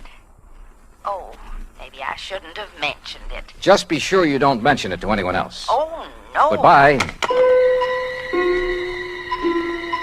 Item 4, $3.90 at the sign of the Flying Red Horse on the way to Tampa. The least I could do for the use of Earl's car was fill the gas tank. On expense account, of course. The FBI gag had worked before, so I used it again to bowl my way through the gate at Dufresne Chemical Corporation and to the office suite of Dufresne himself. I wasn't at all surprised to see activity in the suite despite the late hour. Sir, are you the man the front gate just called about? Yes, that's right, FBI. Which is the door to Mr. Dufresne's office? Well, I'm afraid he has some people with him, sir. What did you say your name is? Never mind. Is this the door? Sir, please, you'll have to wait. Come in, Mr. Dollar. Come in. Oh. I'm Arnold Dufresne. This is Dr. Dana, and this is Mr. McLaughlin of the Federal Bureau. How are you? We've been expecting you. Oh, have you? Sit down, Dollar. I guess this is your show now, McLaughlin. My credentials, Mr. Dollar. First, I suppose I should prefer charges against you for impersonating a member of the Bureau. Yeah, well, I can hardly say that I blame you, though, under the circumstances. Incidentally, our man in Sarasota's had quite a time keeping track of you. You mean there was a tail on me? From the moment you arrived. No kidding. We didn't dare take the chance that you might upset things for us. After all, you've a reputation for being pretty sharp. We should have anticipated that you might be called in on the case, but though we planned things very carefully, we, shall we say, overlooked you. Even as we almost slipped up with Dr. Dana here, who would identify that body. Look, will you please tell me what this is all about? A man named Poorman called you in Hartford and asked that you come here to investigate the disappearance of his old friend and client, Parley Barron, right? Yeah, that's right. Now, where is he? What happened to Barron? Do you know? We do. And we were afraid you might find out and let the, shall we say, cat out of the bag. That is why we were all ready to send for you to come here, but, well, as it turned out, you came all by yourself.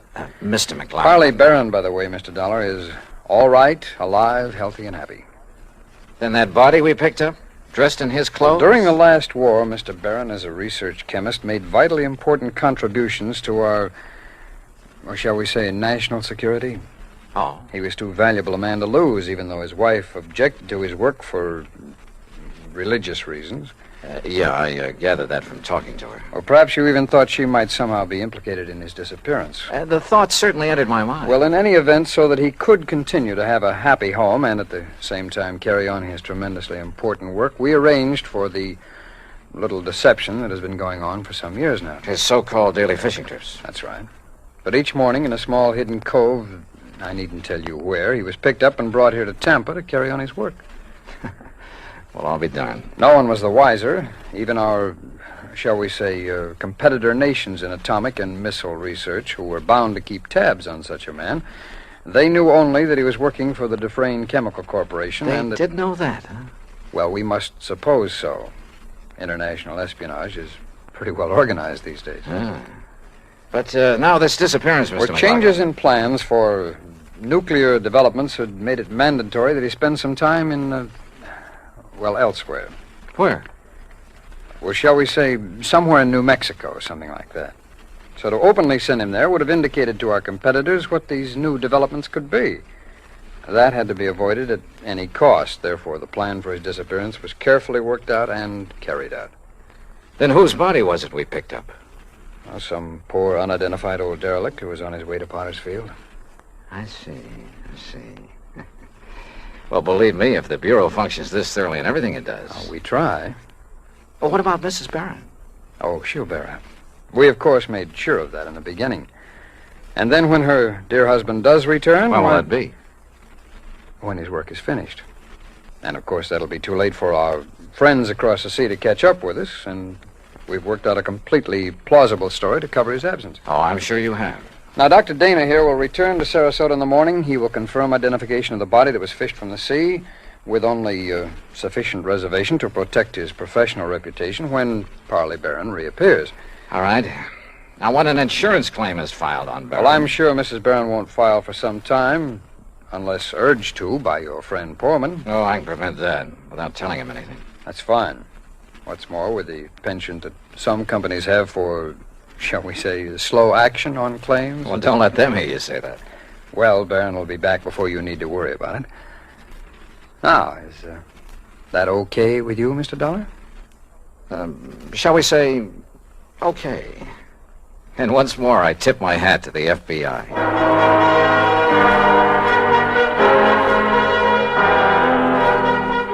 Expense account total, including plane fare and incidentals back to Hartford, $421.50. Remarks? For obvious reasons, I have used fictitious names throughout this report, and of course delayed filing it until obtaining official clearance. Yours truly, Johnny Dollar.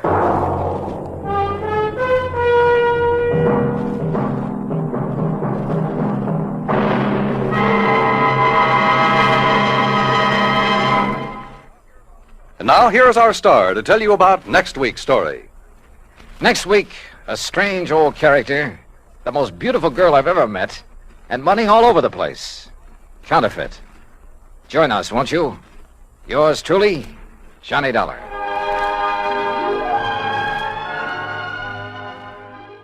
From Hollywood, it's time now for... Johnny Dollar. Dave Lawler, Johnny, over at Surety Mutual and Trust Company. Oh, hi, Dave. Long time. Yeah, I know. Listen, do you own a pair of dark sunglasses and some real loud sports shirts? Mine are so loud I have to keep them in a soundproof drawer. Great. But where you'll be at this time tomorrow, nobody will give them a second look. Oh? Like where? Well, according to the travel folders, it's, quote, the land where the summer spends the winter, unquote. In other words... Palm Springs, California. Dave, you're on. Good. But don't forget, this could be pretty expensive for your company. Oh, more than you know, Johnny. 75,000 hard cash. Ah, oui. Unless you're able to prove the bracelet Dan Galloway gave to his child bride wasn't really stolen. For a trip to Palm Springs at this time of year, I think I could prove anything.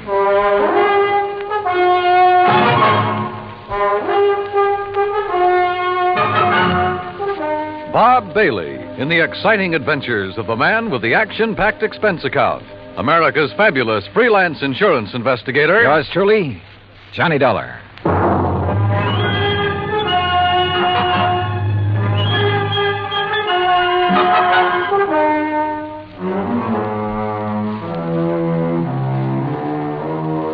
Expense account submitted by Special Investigator Johnny Dollar to the Home Office, Surety Mutual and Trust Company, Franklin Building, Hartford, Connecticut. Following is an account of expenses incurred during my investigation of the Suntan oil matter.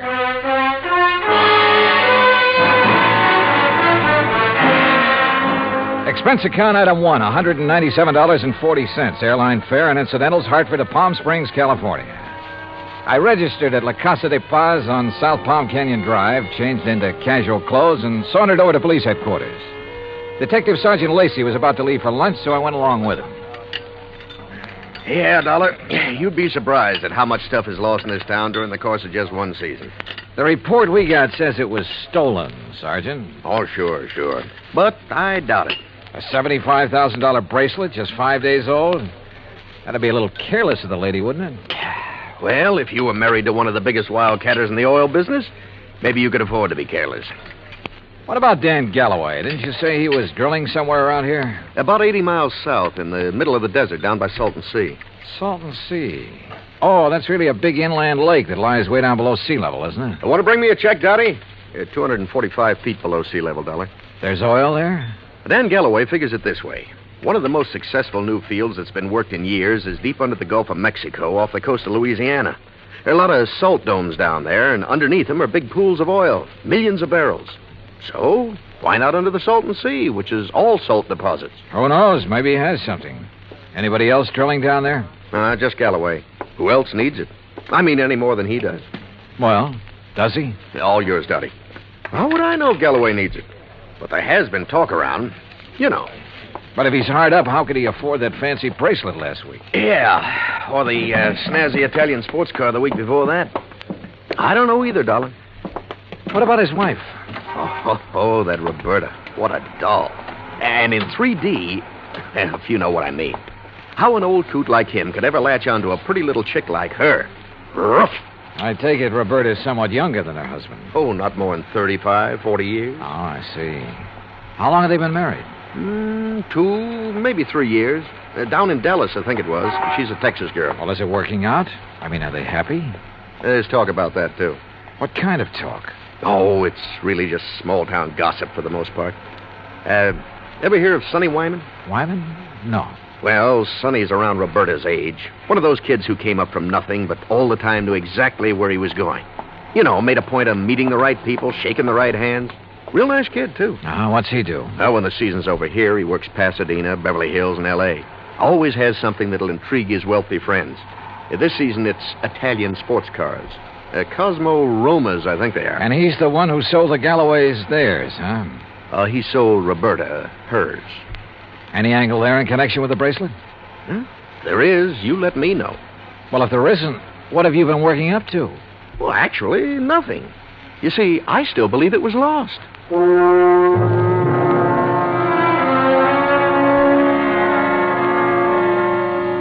Expense account item 2, $35 for rental of a drive-your-own car.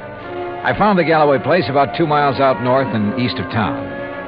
As I parked in the broad U-shaped driveway, I noticed a low, shiny suntan color sports car standing in the shade of a date palm back by the garage. I started over to take a look at it. But the front door of the house opened, a Filipino boy appeared, took my name, and showed me into the living room. Through the solid wall of picture windows, I could see that the whole place was built around a kidney-shaped swimming pool.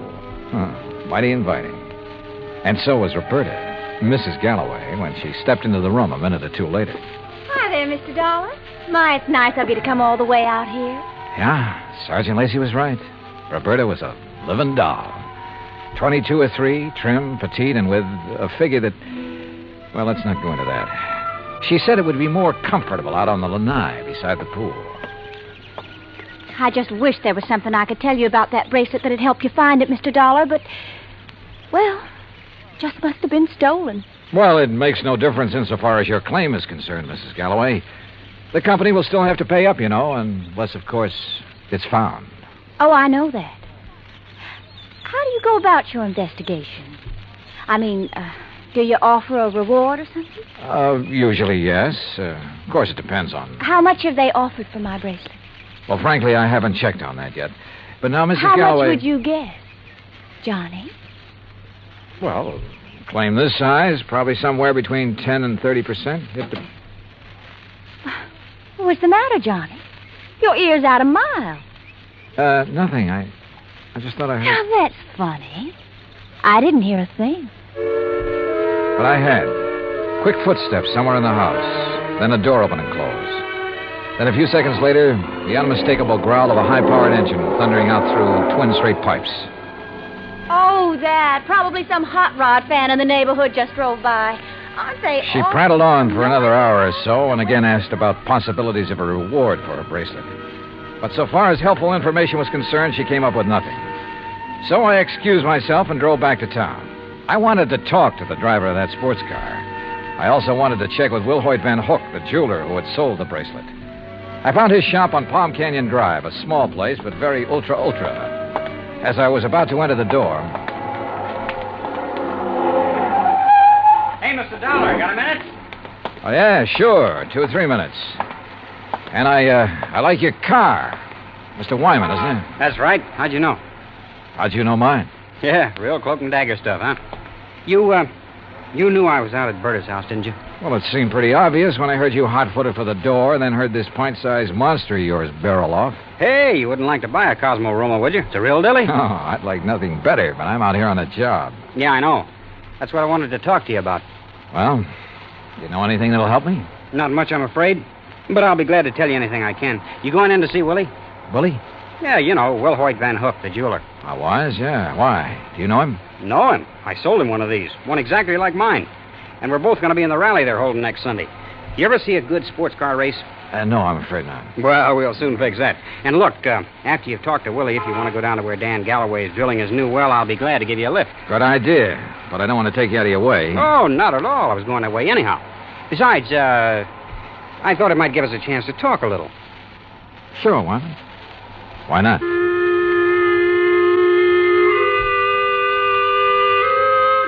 With a name like Wilhoit Van Hook, I expected... Well, I don't know what I expected. As it turned out, he was a smartly dressed chap of about 40, tall and slim, blonde hair and quick blue eyes, an alert mind. I told him why I was in Palm Springs, showed him my credentials, and he immediately offered full cooperation. Now, here we are, Mr. Dollar. Here's a copy of the appraisal. A duplicate of the statement I sent Dan Galloway. And here, yes, here's a sketch of the bracelet. Ah, very good. Diamonds here, emeralds, and the mounting is yellow gold. Hand-worked, all of it. Mm-hmm. One thing I can't help wondering about, Mr. Van Hook. Yes? Isn't a $75,000 bracelet a bit unusual for a shop in a resort town? As a matter of fact, it is. As you can see, I specialize in rare and exclusive sort of things. But very little over, say, $10,000 or $12,000. Then the Galloway bracelet was an exception. Yes. After Dan told me what he had in mind to give to his wife, I had some sent over from Pasadena and Los Angeles by wholesalers with whom I do business. You know, had them shipped down on consignment. He liked one, and that was that. I see. Mr. Dollar, I wouldn't want this to go any farther, of course. But after all, jewelers and insurance companies are... Well, our businesses are pretty well tied together, at least on occasion. Yes, unfortunately. But what are you getting at? I'll tell you. 2 days after the bracelet was delivered, one morning, just as I was opening up, Dan came in here. So? He was ill at ease, looked worried. He said he had to have some cash quickly. He asked if I could possibly refund his money. Oh? Did you? No, because I couldn't. Things have been rather slow for me this season. Quite frankly, I'd used all I'd made on the bracelet to pay up some old bills. I told him as much and that I was sorry, but I just couldn't help him. Did Galloway say why he had to have that much cash right away? Yes. Well? I don't know much about oil drilling, but as I understand it, his test well is down some 400 feet further than he'd planned on going. And the day before he came in here, something on his rig had broken loose and left him with a highly expensive repair job before he could proceed any further. Apparently, it was all very serious and very expensive. Strange, his wife didn't seem to be bothered. I just talked to her. Berta? Believe me, Mr. Dollar, she wouldn't be. In fact, I doubt if she even knows. Oh? Figure it out for yourself. A man of nearly 60 who has to give bracelets and fancy cars to his wife to keep up her interest. Well, you'd hardly expect him to tell her that kind of news, now would you? No, I suppose not. Especially if he's worried about the competition. And if you ask me, he has competition. If only he could see it.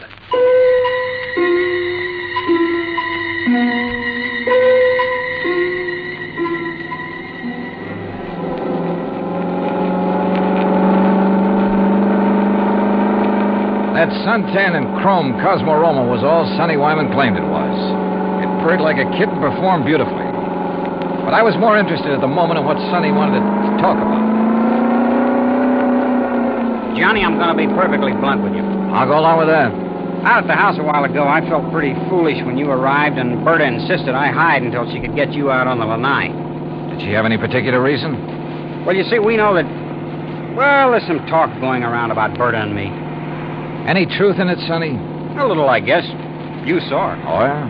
I mean, there's nothing serious between us. It's just that, well, with Dan away so much of the time, we have fun together. Yeah, sure. Now, what about the bracelet? You mean who might have stolen it? That's the general idea. I don't know. I have no idea. That sound funny to you? Should it? Well, after all, Dan and Berta keeping their house open to everybody. People in to swim, play badminton, cocktails, barbecues. I guess half the population of Palm Springs has been there at one time or another. And even if it weren't an invited guest, why, it'd be simple for someone to just sneak in and walk off with it. Providing, of course, they knew where it was kept. Well, yeah, someone who was close enough to... Oh, yeah, I heard Berta ask you about a reward for it. You think a big enough reward would turn it up? I would think so. I understand that stolen jewelry brings about 20 cents on the dollar. Sometimes it brings 20 cents. Sometimes 20 years. Well, yeah. Well, I just wondered. How's the car business doing, Sonny? Oh, great. It's really one of the reasons I'm driving out this way. Oh, a prospect? An oil-rich Indian or a well-to-do prairie dog? Hardly. No, I told you we were having a sports car rally on Sunday. Well, being the promoter, so to speak, I'm going down to check the course. If you're still around, you ought to come. Oh, maybe I will. Having some good events, too. Willie Van Hook and I are running a match race. He's quite a bug, you know. And ever since I sold him the twin to this job, he's been working it over. Special carburetor, racing cams, everything. Yeah, no wonder I can't afford this kind of stuff. Oh, man. You'd be amazed at the amount of money that changes hands on wait a some of minute, these races. Sonny. Isn't that an oil rig over there? Yeah, Dan Galloway's. The rig itself's about 50 feet out in the lake. The shack or office or whatever you want to call it's over the other way. You see? About a quarter of a mile beyond those Joshua trees. I'll drive you over. He did. There was an old car parked near the shack, so we figured Dan Galloway must be inside. Sonny Wyman dropped me in front of it, then took off in a cloud of dust and exhaust gas. I picked my way between the cactus plants, opened the door without knocking, and barged right in. Mr. Oh, hello. No use asking if Mr. Galloway is here. I can see he isn't. No, he isn't. Is it all right if I wait? I'm Johnny Dollar. I'm Mrs. Galloway, Mr. Dollar. Huh? Hell, that is, I'm the first Mrs. Galloway. The former. The one who scrimped and saved while Dan was booming around every oil field all over the country trying to make his score. I'm the forgotten Mrs. Galloway. Oh, well, I'm sorry. Are you expecting him back soon? Who knows? I've been waiting here 3 hours. But I'll wait 3 days if I have to. Promises, that's all, promises. What do you mean, Mrs. Galloway? After working to help him the way I did for all those years, and then to be tossed over for somebody else who never did a lick of work in her life. Oh, sure. Give me anything I want if I let him free. So what have I got? Promises. Well, I'm sorry. But getting all upset is going to help. Well, wouldn't you be upset if you had more than $18,000 in back alimony coming to you? And with them living like royalty? Oh, I see. Well, he's not going to keep on getting away with it. That's why I'm here. Well, now that gun in your handbag isn't the answer, I'm afraid. How'd you know? I've seen that kind of bulge in a handbag before. You really have ideas about using it on him? Well? Well, I don't know. There are times when I feel as though killing would be too good for him. Then there are other times when... Oh, I don't know. Well, here, better let me No, have it. leave me alone. Well, I'm not going to sit here and try to make sense with somebody as upset as you are who has a gun. Well, how would you feel? What would you do if you were me? How should I know? But killing him isn't the answer. Isn't it? Or sitting here shouting at me. Who are you anyway? What are you doing here? I came out here to see your husband, your ex-husband, on business. What kind of business? A friend drove me out here and figured Dan would drive me back. But since he isn't around, there's no point in my staying here. Or you either. Well, maybe you aren't You going have to a stay... car, so you and I are driving back to Palm Springs. I'm not leaving here till I see Dan. Until I get some money from him. Or see him dead. Maybe he's at the well. All right. Maybe he is over there. Now, come on. Why I took this on, I didn't know. But I couldn't leave that slightly frantic woman sitting there, waiting, with murder in her heart. For all I knew, she'd murdered Dan already. Better inspect the gun later. The road down toward the oil rig was just a pair of ruts in the desert sand. Then just as we cut in between some yucca plants and a wind-blown Joshua tree, I slammed on the brakes. There, in the middle of the trail, lay a man's body, crushed and twisted. Dan Galloway had been carefully, repeatedly, run over by a car.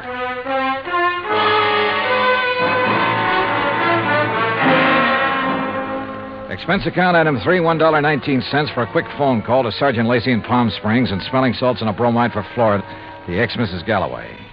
Then I dropped her off at the Galloway house.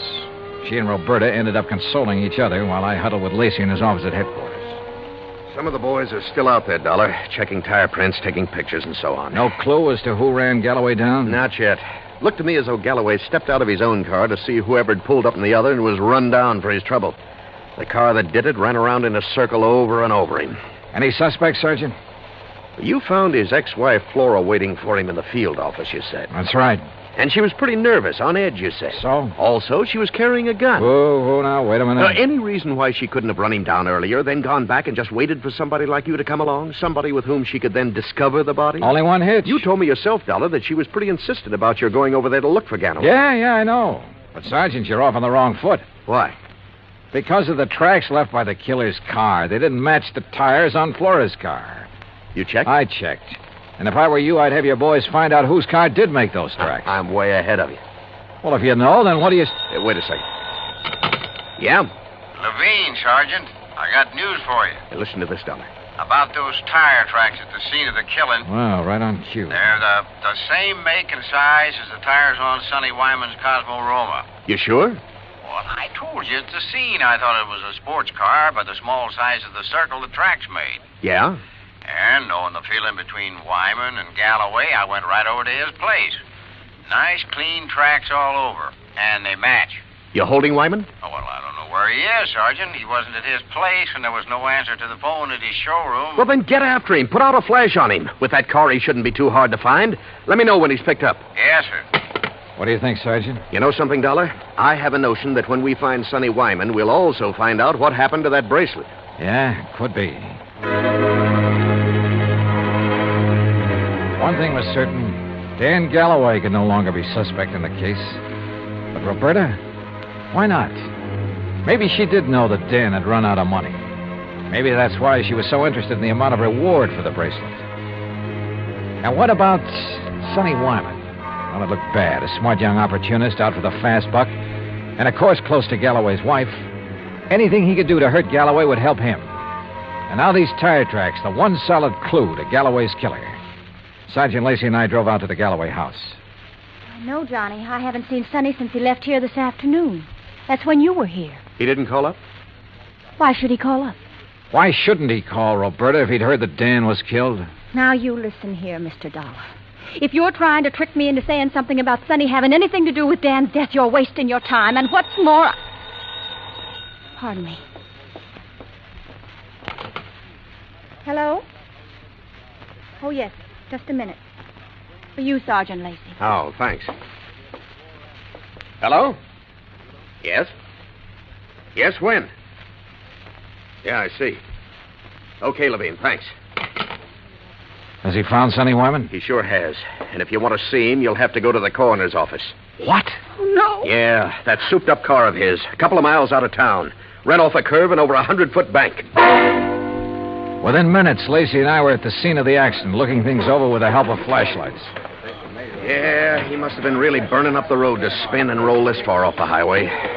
But surely he must have been familiar with that curve. Oh, sure. He knew these roads around here as well as anybody in the county. Tires still in one piece, too. And these sport cars usually corner pretty well. Well, this one didn't. Hey, Lacey, look here. Yeah? This left rear fender. Looks to me like this car was sideswiped. Hey, you're right. Rolling over'd never make a long crease like that. Uh-huh. No, wait. If another car sideswiped him, there'd be paint on this fender. Paint from the other car. Sergeant, you're absolutely right. And since there's none here... Sergeant, you're absolutely wrong. How far to the nearest filling station? What? I want to make a couple of calls to some wholesale jewelers in Pasadena and Los Angeles. Right now, in the middle of the night? Right now. Wholesale jewelers? Expense account item 4, $11.90, phone calls to Pasadena and L.A. The third call yielded Mr. Alfred Mencken of Mencken Imports Incorporated, who was pretty cheerful about having been gotten out of bed. It's quite all right, Mr. Dollar. Now that I'm up, I'm wide awake almost. Well, I hate to throw something like this at you in the middle of the night, Mr. Mencken, but tell me, please, did you ship a diamond and emerald bracelet to Will Hoyt Van Hook in Palm Springs within the past few weeks? Why, yes, Mr. Dollar. Oh? As a matter of fact, I sent him 3. That was 2 weeks ago, and he returned them all. Returned them? When? Well, 2 of them the day after he got them. But the third one he kept for a while. I got it back just last Thursday. Now, I don't know if that means anything to you. You bet it does. Thanks very much.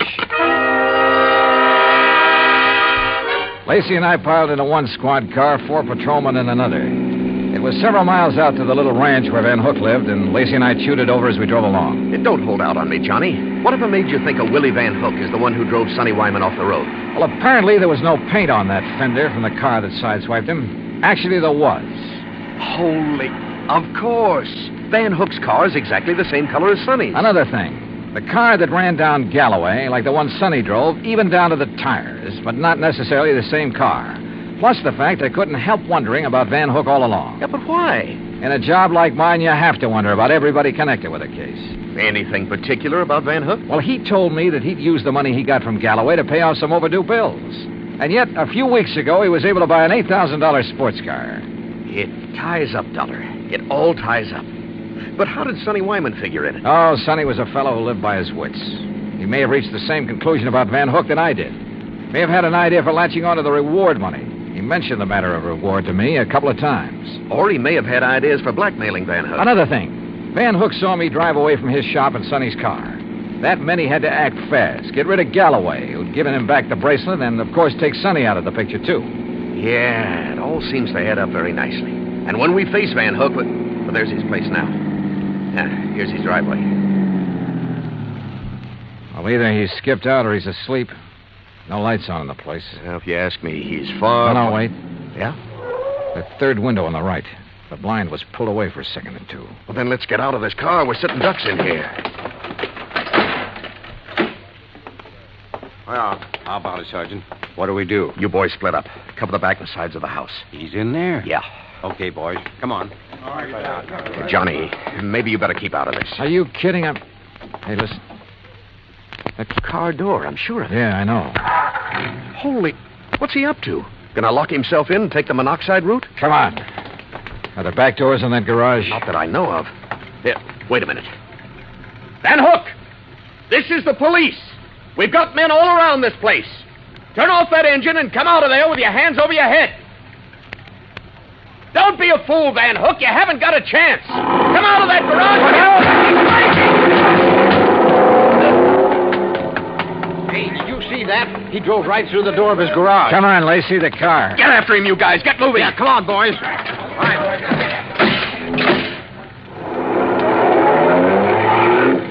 Crazy fool. He's getting into the side-swiping habit.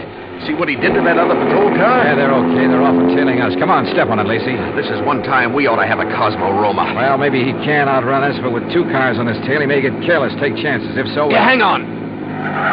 Oh! Lacey, you could qualify for some of those road races yourself. That guy's out of his head. Main highway like this, full of trucks and trailers. Oh, don't worry about those guys. Those interstate truckers will give you a clear road after them. They're the best drivers in the country. Come on, hit your siren. You're right.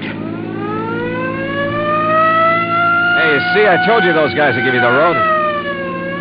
Holy... Look! The trailer in front of him. And the oncoming truck. Van Hook's trying to squeeze through. Pull up, or we'll...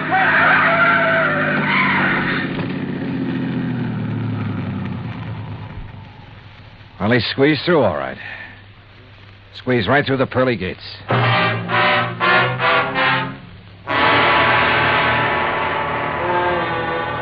Expense account item 5, $38.75, room, 2 meals, and valet service at the Casa de Paz.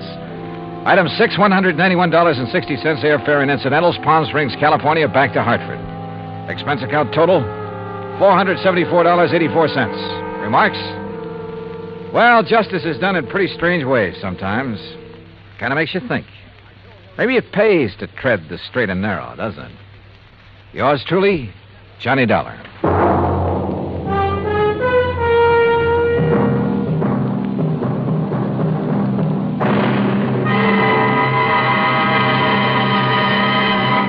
Now, here is our star to tell you about next week's story. Next week, international intrigue. A beautiful girl and a very clever chemist. Join us, won't you? Yours truly, Johnny Dollar.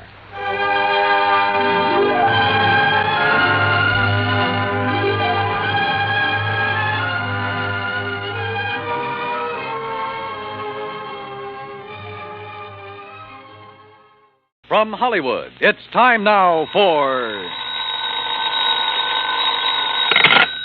Johnny Dollar. Where have you been for the past 20 minutes? In the shower. For 20 minutes? Okay, so I'm a shiny dollar. So you... Oh. Who's that?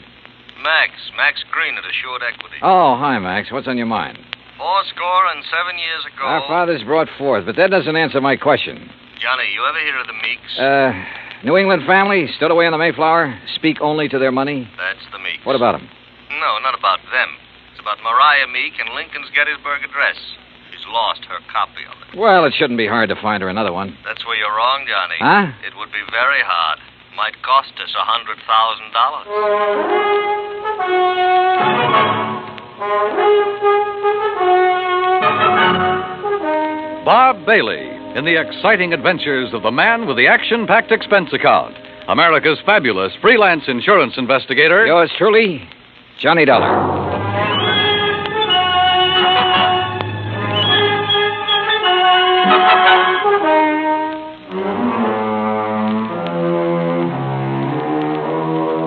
Expense account submitted by Special Investigator Johnny Dollar to the Assured Equity and Trust Company, 325 Scott Avenue, Hartford, Connecticut. The following is an account of expenses incurred during my investigation of the Meek Memorial matter. Expense account item 1, $1.90, cab from my apartment to Max Green's office. He was standing in a haze of cigar smoke, ashes on his vest, and a worried look on his face. Oh, good morning, Johnny. Oh, you want a cigar? Oh, no, thanks. Then sit up. Excuse me. Listen, Johnny, what do you know about that speech that Lincoln made at Gettysburg? Well, I had to memorize it in school like every other kid. All right, you know how many words are in it? Maybe a couple of hundred. Why? Wait a minute, it's in this book. Here, it's page 143. Speech is printed here exactly as Mr. Lincoln released it to the newspapers after the Gettysburg Address. You find it? Yeah, but now what do you... Okay, total number of words, 268. Oh.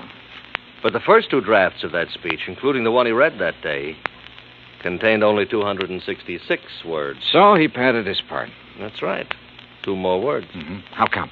Oh, according to the historians, Lincoln ad-libbed the 2 additional words at the time he read it. Later on, when he made 3 new copies of the speech, he included those 2 words. You with me so far? Keep going, Max. Yeah. All right.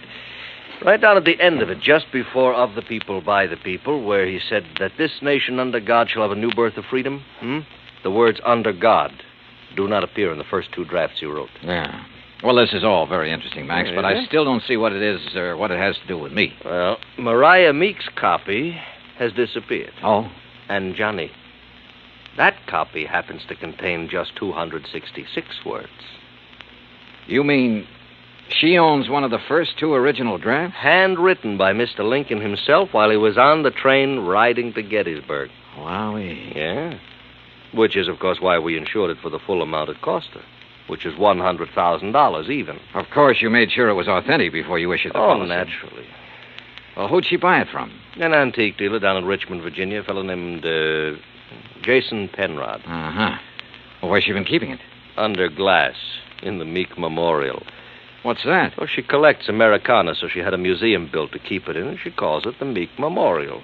Follows? Follows. Also follows the most expensive item in the collection, the Gettysburg Address, would be the one to disappear. Oh, you're just an old pessimist, Max. You think somebody lifted it? What do you think? It walked out by itself. Okay. So what are you going to do about it? Well, we're going to run newspaper ads. We're going to offer a $10,000 reward for information leading to its return. If anyone answers it, you let me know where you'll be, and I'll refer them to you. Good. When was it taken? The night before last. Is there any kind of market for something that rare? It's hard to say, Johnny. A hot camera would be easier to peddle, sure. But a good many wealthy people, like Mrs. Meek, they make a hobby of collecting things, antiques, objects of art, etchings. But whoever took this, or buys it from the thief, couldn't just let everybody see it. Well, it wouldn't matter to some people. They take it and put it in a vault and keep it there. Then what's the point in having it around? Pride of possession. You got something no other collector could own. And, of course, it might not have really disappeared at all. You're thinking of fraud? $100,000 is a lot of cash.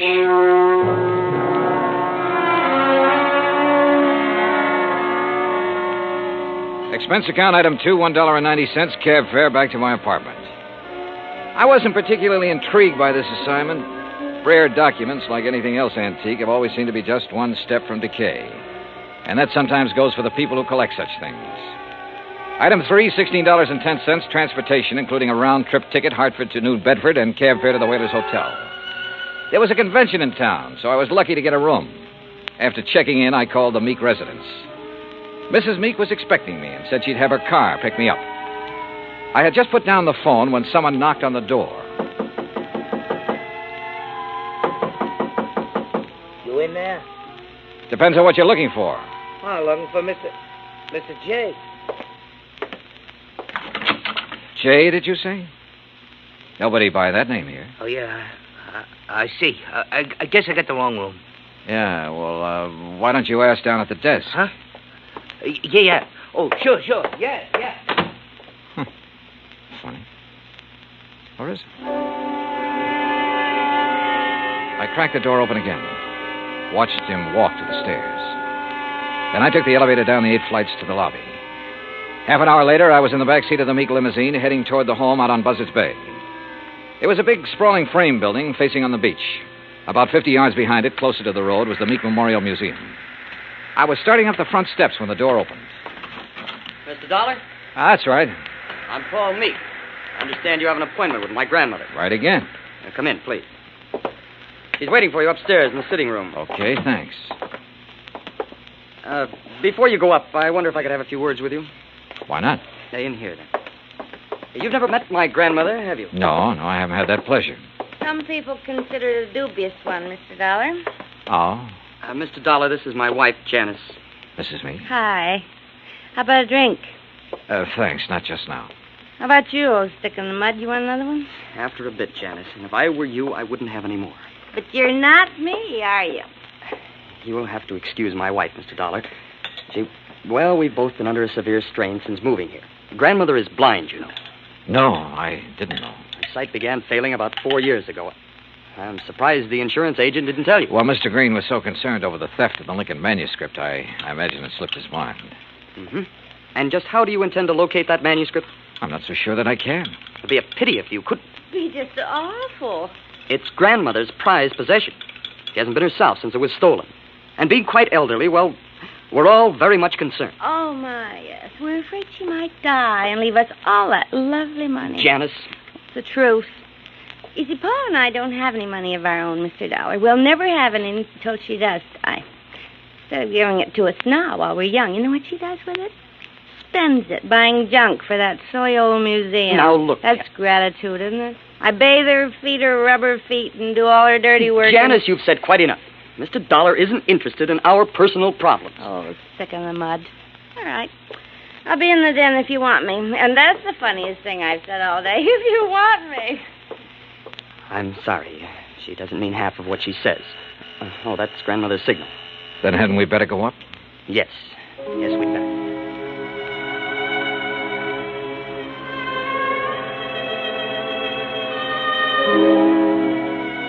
We went up the broad staircase, through a hall, and into a bright, sunny room. Wrapped in an old kimono and shawl, Martha Meek sat in an invalid chair, facing the ocean. Paul introduced us, then sat down quietly near the door. Paul? Paul, I know you're there. Now answer me. Yes, Grandmother. You go on downstairs. I want to talk with Mr. Dollar in private. Whatever you say. And close that door. Don't mind my back, Mr. Dollar. I couldn't see you if I looked into your face. Now then, when are you going to arrest that crook and bring my Lincoln speech back to me? Well, I'm going to need a lot of help and information, Mrs. Meek. Mm-hmm. What kind of information? Mostly about the museum. Like what? Well, do you know who was in there the night the manuscript disappeared? Certainly. That dirty robber was. Anyone else? Well, old Pete's always there. Supposed to be guarding the place, but he didn't do a very good job the other night. Got himself slugged. Does he live on the grounds? Yes. I brought him over from Naples 10 years ago. He was my guide in Italy. Showed me around so nice I decided to bring him back. Tell me, is the memorial open to the public? It was going to be. I intended it to be once. But when my eyes... No, Mr. Dollar, I keep it locked most of the time. Uh-huh. And who discovered the manuscript was missing? Pete did, I guess. At least when he recovered, he ran yelling bloody murder up here to the house. Everybody went down to see what had happened. Everybody but me. They left me all to myself. Were there any strangers here in the house that night, Mrs. Meek? Anyone beside the servants and your grandson and his wife? One person, but he's no stranger. Who's that? Jason Penrod from Richmond. He's an art dealer. We were discussing some business. May I, ask what kind of business? It has nothing to do with you or the people you work for. Sorry. Where can I find Mr. Penrod? He's staying here now. If he isn't in his room, then he's most likely out in the memorial. Now, that's enough questions. You, give me a cigarette. Ma'am? What's the matter? You deaf? Give me a cigarette before Paul with that snoopy wife of his comes prowling around. All right, sure. Light me.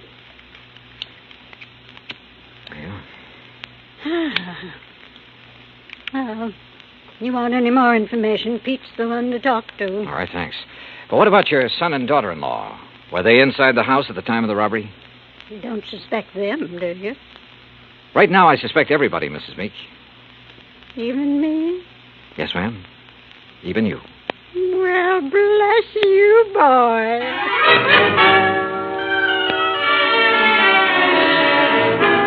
I found Pete Vesuvio trimming the shrubbery just outside the memorial building. He seemed quite willing to talk to me. How you say what happened to me, mister? I'm hit out? Knocked out, Pete. Si, senor. And because of this, I do not see anything. Nothing at all, huh? Please, mister, do not use the insult. I am American citizen, first papers.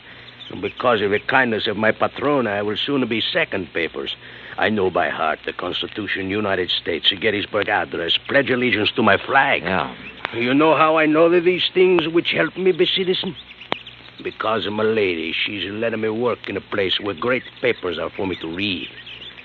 Because of her, I would not hide anything, mister. Okay, Pete, okay. I'm convinced. But I'm sorry I cannot help you, mister. Well, it's not your fault. Hey, you like to hear me say Gettysburg Address? Well, do it very good. Learn it right from President's own writing. Some other time, Pete. Right now, I have to find Mr. Penrod. Oh, he's inside, mister. Counting the treasures, all of the beautiful things a lady can no longer see. You'll find him in Section L, senor. I found the small, neat-appearing art dealer just where Pete had said he'd be, peering into a glass case crowded with Derringer pistols. He had a notebook under his arm and seemed to be making some sort of inventory. Oh, dear. You gave me quite a fright, sir. Oh, I'm sorry. Well, I wish I could concentrate like that. Oh, well, there's nothing more interesting to me than these fine old pistol things. What histories they must have, Mr. Dollar. Johnny Dollar. Oh, yes, the insurance investigator. Paul told me you were wandering about the place. I suppose you'd like to ask me some questions, hmm? If you don't mind. Oh, no, goodness, no. I understand you were with Mrs. Meek the night of the robbery. That is correct, sir. We heard the shouting. We ran out here just as fast as we could. I was the one who discovered the manuscript was missing. You have any idea how the thief got in here? No, sir, no. Unless someone forgot to lock the front door, or unless he had a key. Well, has Mrs. Meek given out many of the keys? Well, in my opinion, too many. Even I have one. What about Paul Meek and his wife? No, I don't think so. Well, they really aren't interested in the museum at all, Mr. Dollar. Oh. Mr. Penrod, I understand you're quite an authority on antique art and things like that. Well, Isn't taking inventory a little beneath your position? Well, I suppose it is, Mr. Dollar. Last week when I received dear Mariah's wire asking me to do it, I simply couldn't refuse. She's been such a good customer of mine.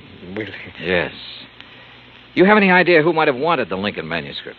Well, I know several persons who'd love to have it. You can give most anything, but I don't know anyone with the nerve to break in here and take it by force. You remember where Paul Meek and his wife were when you heard Pete shouting? They were right in here when I arrived. I see. Well, thanks for... Oh, just one more thing. Oh, yes? If you'd stolen the manuscript... Mr. Dollar... A hypothetical question, Mr. Penrod. But if you had, and you wanted to sell it at a good price with the least danger of being caught, how would you go about it? Well, I take it abroad, of course. I'd put it on the open market over there. Huh. You aren't planning on going abroad soon, are you, Mr. Penrod? Oh, gracious, no. You know anyone who is? Anyone who, Well, didn't Paul and Janice tell you? They're flying to Paris Wednesday night.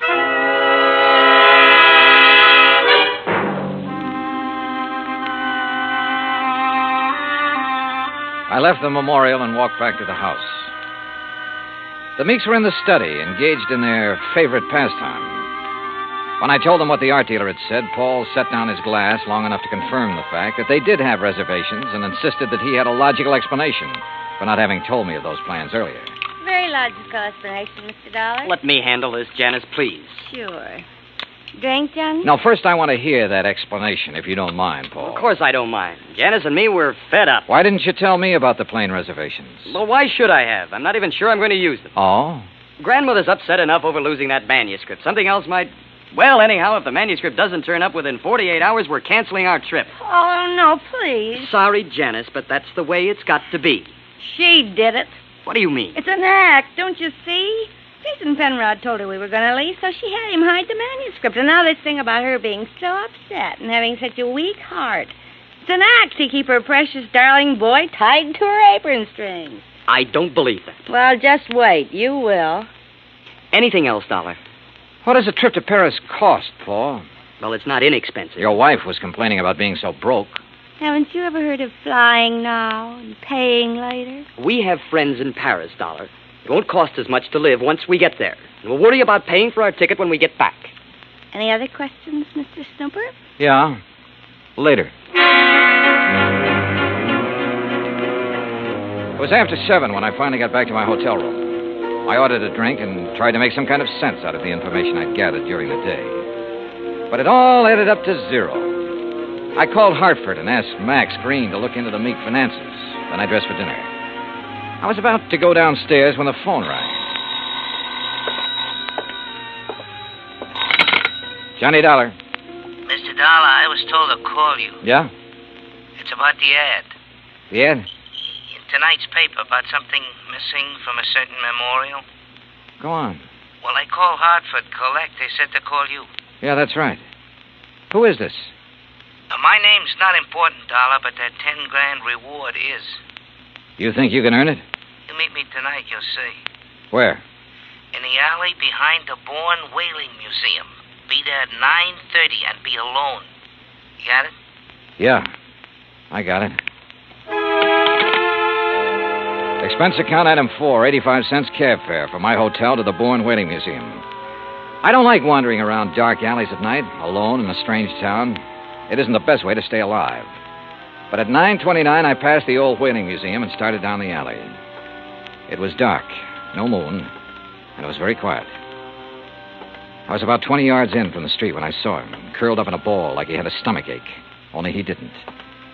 Because somebody had made him very dead. I struck a match and turned him over. I'd only seen him once before, but I didn't have any trouble remembering where it had been. Right after I'd checked in, he'd knocked on my hotel room door. By mistake. At least that's what he'd said. After giving a statement to the local police who identified him, I went back to my hotel. Evening, Mr. Dollar. Yeah, say, look, I know it's probably against all your rules, but who had my room just before I checked in? Oh, I couldn't disclose that information, sir. Sorry. Oh, well, so am I. It'd mean a lot for me to know. Maybe even $5 worth. Well, well, sir, if it's that important. Thank you. Now, let's see. Yes, here it is. Can you read his signature, Mr. Dollar? Yeah, thanks. Just fine. The name I'd seen scrawled on the hotel register wasn't important now. At least not without something more to back it up.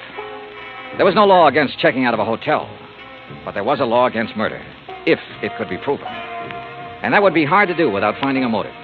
So I went back to the Meek house to look for it. I paid off the taxi, that's item 5, and started up the front steps. Oh, hi, Johnny. I thought it might be you. That's so? Mm-hmm. I hope you aren't mad at me for the things I said today. No, not at all. I've been a very bad girl. But everything's going to be all right now. It is. Mm-hmm. Or haven't you heard? Heard what? About dear old grandmother. She's had a real bad stroke. Isn't expected to live. You, aren't a bit sorry, are you? Would you be, if you were me? Dollar, you mind coming up here? No, not a bit, Paul. I'm trying to reach you at your hotel. Thank goodness you've come here. Did Janice tell you? Yeah. How is she? Bad. Doctor's given up. Says it's only a matter of hours. She told me to send for you, Mr. Dollar. Oh? I don't know why. I've never been able to figure out a lot of things she did. All right, where is she? In there. Old Pete's with her, but go on in. Thanks. With a increased devotion to that cause for which they here gave her the last... Who is it? Oh, it's Mr. Dollar, my lady. Hello, Mrs. Meek. Oh, thank you for coming, Mr. Dollar.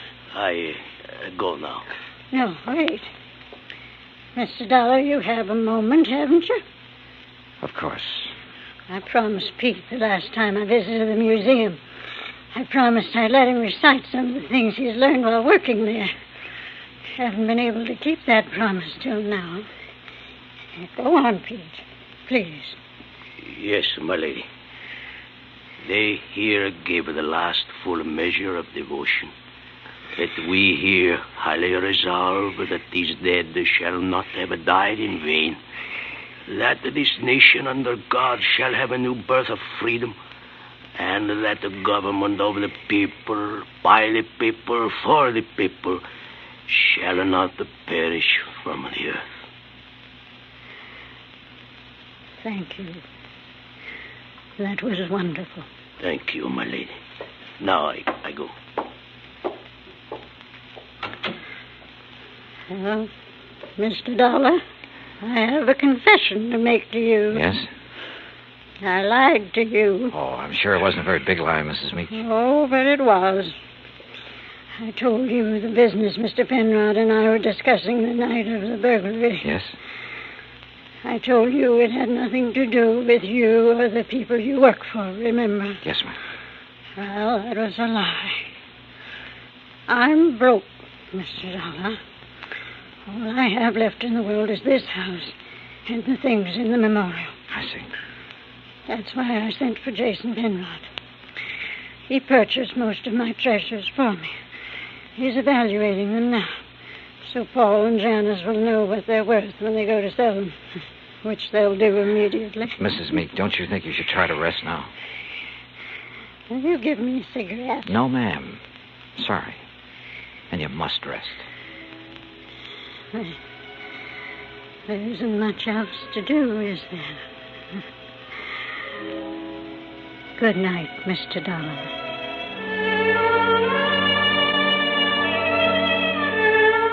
Outside in the hall, Paul and Janice Meek were talking quietly to Jason Penrod. Off in the corner, standing with his back to the others, was Pete Vesuvio. Mr. Dollar, Is she? She's resting quietly. Oh, Dio grazie. Why did you lie to me, Pete? What? I never lied to nobody. Who say I did? I say you did. You're crazy, mister. What lie I tell you? You said you learned the Gettysburg Address right from Mr. Lincoln's own writing in the museum. That's no lie. What's the matter? You don't believe that, mister?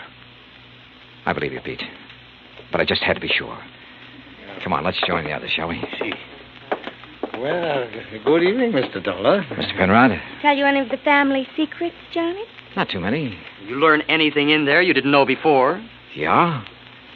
I know which one of you stole the Lincoln manuscript. One of us? Why, you're crazy, Dollar. We were all in the house at the time it happened. That's right. But one of you hired a little man named Leo Jones to do your dirty work. Jones called me earlier this evening. He was going to tell me which one of you it was. Evidently, he didn't like the deal he was getting. What was he doing, Penrod? Trying to blackmail you? What are you talking about? I don't know any Leo Jones. Then why did he come around to my hotel room this morning? The same room you just checked out of. Well, that doesn't mean a thing. I imagine several persons have been to that room today. Sure, but they're still alive. Now, let's get to the phony Lincoln manuscript. Phony manuscript? It wasn't phony, Mr. Dollar. Wasn't it? Well, you correct me if I'm wrong, Penrod.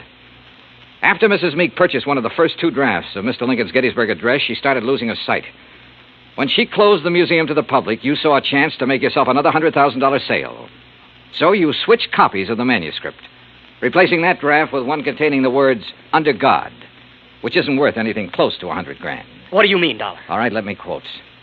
That this nation, under God, shall have a new birth of freedom, and so on. What? The phrase, "under God," was not in the manuscript he sold your grandmother, but it was in the copy old Pete has been studying in the museum. Right, Mr. Penrod? All of you stay right where you are. You get what Jones got. Mr. Dollar. He won't go far, Pete. But I am the guard. The lady will want me to stop him. Pete, come back here. Keep away from me. Pete! Come on. Oh. You tell the lady I am a better guard now. Much better. Si, senor. Yes, Pete. I did good. You did fine.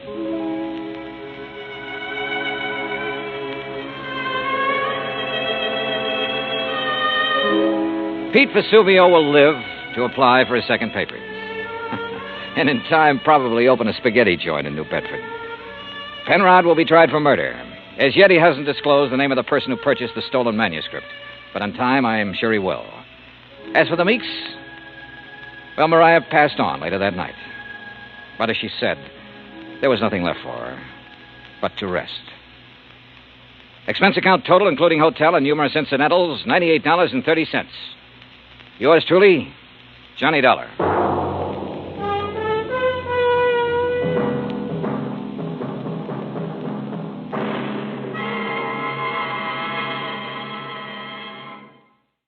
From Hollywood, it's time now for... Johnny Dollar. Paul Brennan, Inter-Allied Insurance Company, Johnny. Oh, hi, Paul. How's the world doing by you? Oh, I got troubles. Oh, like what? Like Albert W. Winkler. Winkler? Who's he? Maybe you mean who was he? Well, which is it? Well, that's the trouble, Johnny. We don't know. Huh? Well, he's disappeared, and with him a hunk of emerald worth exactly 100,000 clams. Wow. Well? Sure.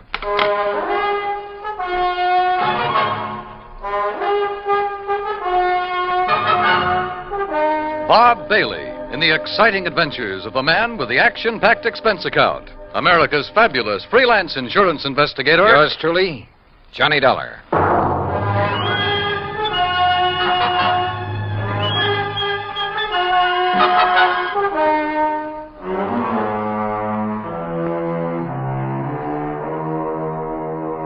Expense account submitted by Special Investigator Johnny Dollar to the Inter-Allied Insurance Company, Dawson Building, Hartford, Connecticut. Following is an account of expenses incurred during my investigation of the Blooming Blossom matter. Expense account item 1, $1 even. Taxi from my apartment to the offices of Inter-Allied, where Paul Brennan wasted no time in getting to the point. Albert Winkler was a partner in a small jewelry firm down in New York. Real exclusive type place. Floyd and Winkler? Yeah, that's the outfit. Well, a few days ago, they got hold of an emerald. It's called the Green Eye of Calcutta. And, Johnny, the darn thing's big enough to choke a horse. Okay, Paul, okay. I don't think you need go any further. No, wait. They plan to put it on an exhibition at the big international jewelry show in Chicago next month, and Winkler took it home to work on it. Oof. Insured for $100,000, you said. Yeah, and Winkler's insured for 10. Okay, so who killed him and stole the rock? Listen, will you? Go ahead. Well, Sunday morning, his partner Blewett tried to phone him at his apartment. No answer. So Blewett sauntered down to the office thinking he might be there. But no sign of him? Right. Nor of the Green Eye of Calcutta. Only a note Winkler had left the night before saying he was taking the stone home to work on it. Well, that makes it look as though maybe Winkler... Listen. About that time, the phone rang there in the office. It was the police department, also looking for Winkler. Oh? Yeah, they'd been called by Winkler's landlord after a chambermaid had found his apartment completely ransacked and the old boy missing. Uh-oh. Who's working on it? For the NYPD, I mean. Sergeant Randy Singer, 18th Precinct, homicide. Old friend of yours, I believe. Yeah, good man. Has he come up with anything? Nothing. Well, Johnny? Sure, Paul. Now? Now. Item 2, another $1 for a taxi back to my apartment where I slicked the stubble off my face, showered, dressed, and was about to head for New York when the phone rang.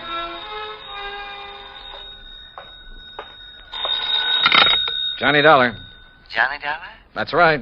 Oh, good. Well, who's that? Oh, yes, of course, Mr. Dollar. Huh? I must talk with you, sir. It's important, very important. Well, who are you? Me? Well, this is Wilbert Kenworthy Blossom. Yes, and I must see you right away. Well, what's this all about, Mr. Blossom, did you say? Oh, why, that's right. How did you know that? Oh, is this some kind of a gag? Certainly is not. And to think that now I'll be working with you on a... Oh, it's wonderful, just wonderful. What are you talking about? Why, you, don't you see? I follow every single one of your cases, sir. Either in the newspapers or on the radio. Oh, I'm your biggest fan. Is that all you call to say, Mr. Blossom? It is not. I'm calling about the mysterious disappearance of Mr. Albert Winkler. Winkler? You know something about him, his whereabouts? I certainly do. Where are you, Mr. Blossom? Here at my house in New York, and I'll be waiting for you, sir. Goodbye. No, wait. Give me your address. Oh, yes, of course. How could you know where to come if I hadn't given you that? Yeah. That was silly of me. Well, goodbye. The address, man, the address. Oh, of course. Yeah. It's 825 East 73rd Street.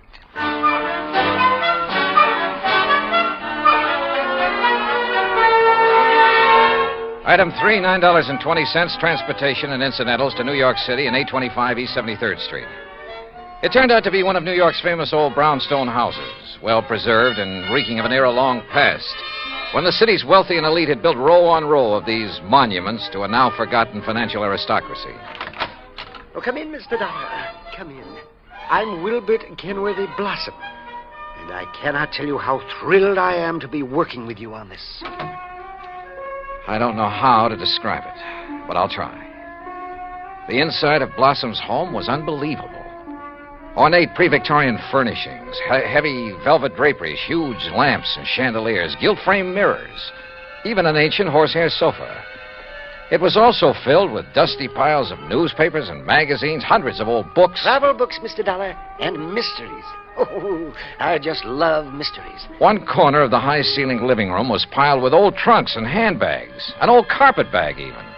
Boxes of tools and utensils were stacked about, an ancient Victrola, beat-up sewing machine. You just never know when you might want to sew something, do you? Old guns and pistols, some of them museum pieces. A stringless tennis racket. A pair of rusty handcuffs locked to the base of a floor lamp without a shade. A broken bicycle pump. That's just in case I ever find a bicycle to go with it, you understand. Yes. Against one wall stood an old metal cabinet loaded with rusty surgical instruments and a worn-out catcher's mitt. Yet directly opposite was a corner shelf full of priceless porcelain figurines and rare pieces of china. Some of the old clocks and jewelry on the mantelpiece were collector's items. Fine original oil paintings lay among piles of old shoes. All in all, it looked as though the contents of half a dozen pawn shops had been dumped into it. At auction sales, Mr. Dollar. Oh, yes, sir. I just cannot resist an auction sale or a bargain. But what are you going to do with all this stuff? Oh, just keep it. I like it. I like a lot of things. Yeah, so I see. Including 12 gross, suspense superlative steel-tip shoelaces, patented 1841. They were a bargain, Mr. Dollar. Just like all this fine artwork is, too. Yeah, sure. Some of my friends pamper me a bit, though. You know, send me things they pick up at sale. Yeah. Now, look, Mr. Blossom, you told me you know something about Albert W. Winkler. Oh, yes. Yes, indeed. Well? And think of that magnificent emerald. Gone. Disappeared. Yeah, but now you said... And that poor Intra-Allied Insurance Company. Oh, my. That's how I knew you would be called on this case. But $100,000... and $10,000 on Mr. Winkler. Well, at least they're off the hook on him until he's proved dead. Aha. And that's where I come in. With proof. Proof? What proof? Have you seen Winkler? Mr. Dollar, I have. Well, where is he? You understand, of course, that I know Mr. Winkler very well because I've seen him at his office so many times. Yeah, okay, go on. Oh, go on. yes, indeed. Such beautiful, beautiful jewelry he had there. And, of course, he was always trying to buy some of the things I But had. you say you've seen him. Where? Well, Saturday I'd planned with a couple of old friends to attend a railroad auction. That was the Canyon City and Metropolitan Railroad. Winkler was there at the auction sale? Yes. Did you speak to him? Oh, no. Well, why not? You said you knew him. Oh, I didn't go to the auction. I wasn't feeling very well that day. I had a little cough. It was kind of like that. Then how do you know he was there? My friends went, and at least they talked about going. Mr. Blossom. And I'm sure they did, too, because they sent me something from... And what do you suppose it was? I don't know. I don't care. Now, look here. You got me to... It was the very thing that has solved this whole case for you. What? And think of it. This dull, drab, dreary life of mine has suddenly become... Why, it's almost like a mystery story, isn't it? Adventure and... Look, Mr. Blossom, Think of it. I'm being a detective. I'm working with my idol, the famous Johnny Dollar. Oh, George. Mr. Blossom, what did they send you? What's that? Oh, yes, of course. Here it is, sir. It's right here between the erector set and the golf clubs. This old trunk? That's right. Oh, great Scott, you think you do. But at first, of course, I thought of calling the police. But knowing all about you... Mr. Blossom, let me see that. Excuse me. There are a lot of crumpled newspapers on top. Yeah, I see. As old as the trunk. Good Lord. It isn't pretty, is it?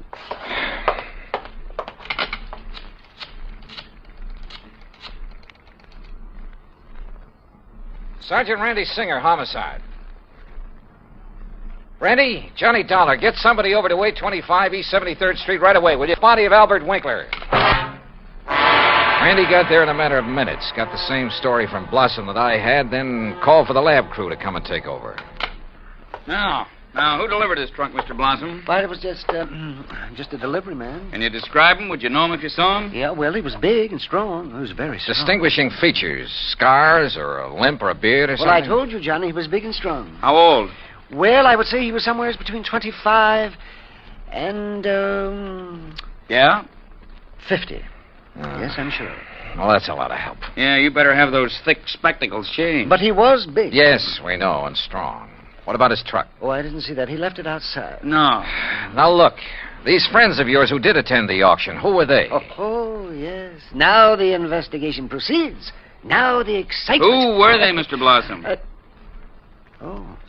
Well, there's Randolph Harrison and Percival...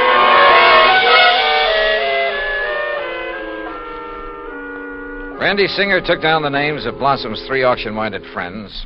The lab crew arrived. Randy took off to dig up Blossom's friends, and I took a cab. That's item 480 cents to the apartment of Elwood Blewett, Winkler's partner in the jewelry business. Blewett lived alone in a modest but tastefully furnished 5 or 6 rooms on East 52nd Street. Of course, Mr. Dollar. I'll be glad to help you all I can. Albert's death has been a terrible blow. Yes. Well, tell me this, please. Yes?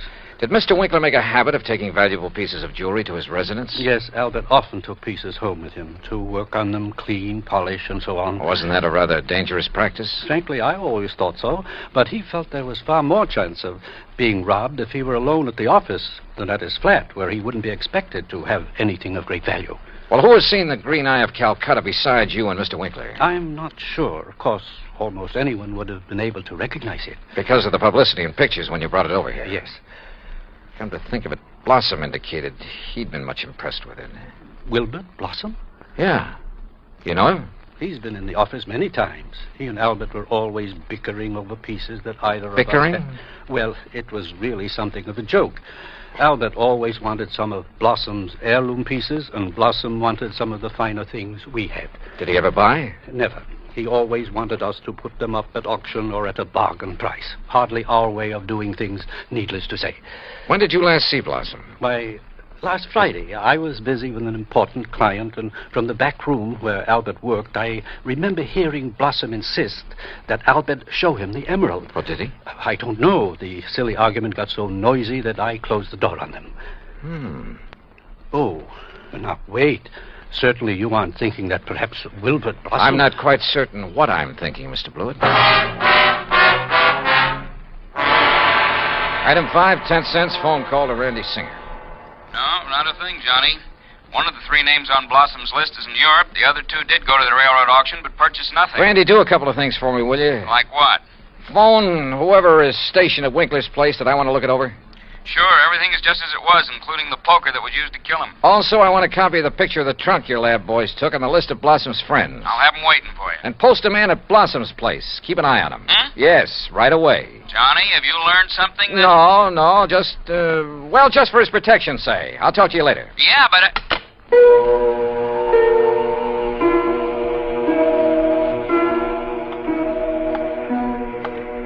Blossom. Yeah, Blossom. Maybe I hadn't given enough thought to the strange little character. Or to why the trunk with Winkler's body had been at his place. But if he were involved, why call me in? Cover up? Possibility. But Wilbert Blossom kill a man? Yeah, maybe he could. Maybe he did. I'd better see him as soon as I get through with the inspection of Winkler's apartment. Mr. Dollar? Oh, hi, officer. Did Sergeant Singer call and tell you that... He's on the phone here in the Winkler apartment now. Wants to talk to you. Says it's very urgent, sir. Okay, thanks. Johnny Dollar. Johnny, how did you know? Huh? The man I sent to cover Blossom's house for you got there too late. What? Whoever got in and attacked the poor old coot got away. Attacked? Blossom? Yeah, really did a job on him. Johnny? Okay, Randy. Thanks.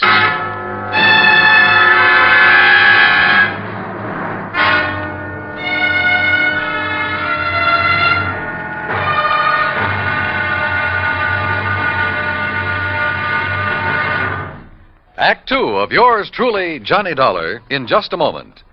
Democracy. As everyone knows, democracy means many things. Self-rule of the people, a higher standard of living, freedom of speech, press and religion, rights and privileges, liberty. But the most vital promise of democracy is mankind's right to dignity. For it is through the dignity of man that democracy has given mankind its greatest legacy of freedom. Now, Act 2 of yours truly, Johnny Dollar, and the Blooming Blossom Matter.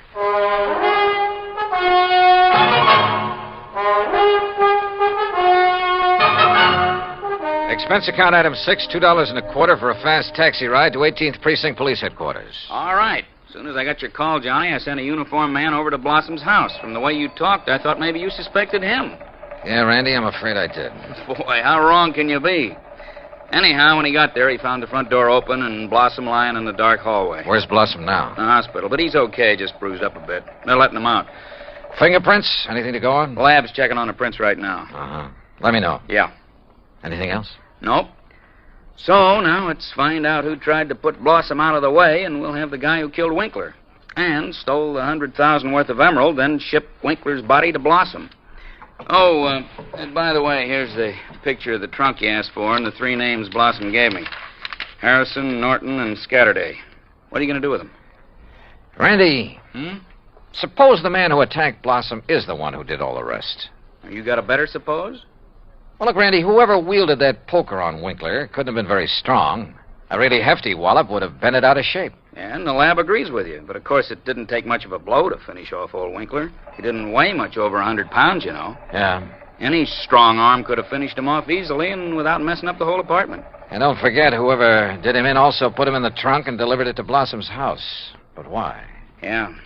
Yeah, and where's the emerald? That's what you should be worried about. $100,000 worth of worry for your insurance company. Now, what are you going to do with that picture of the trunk and the list of Blossom's friends? Oh, yeah, sure. I'll see you later.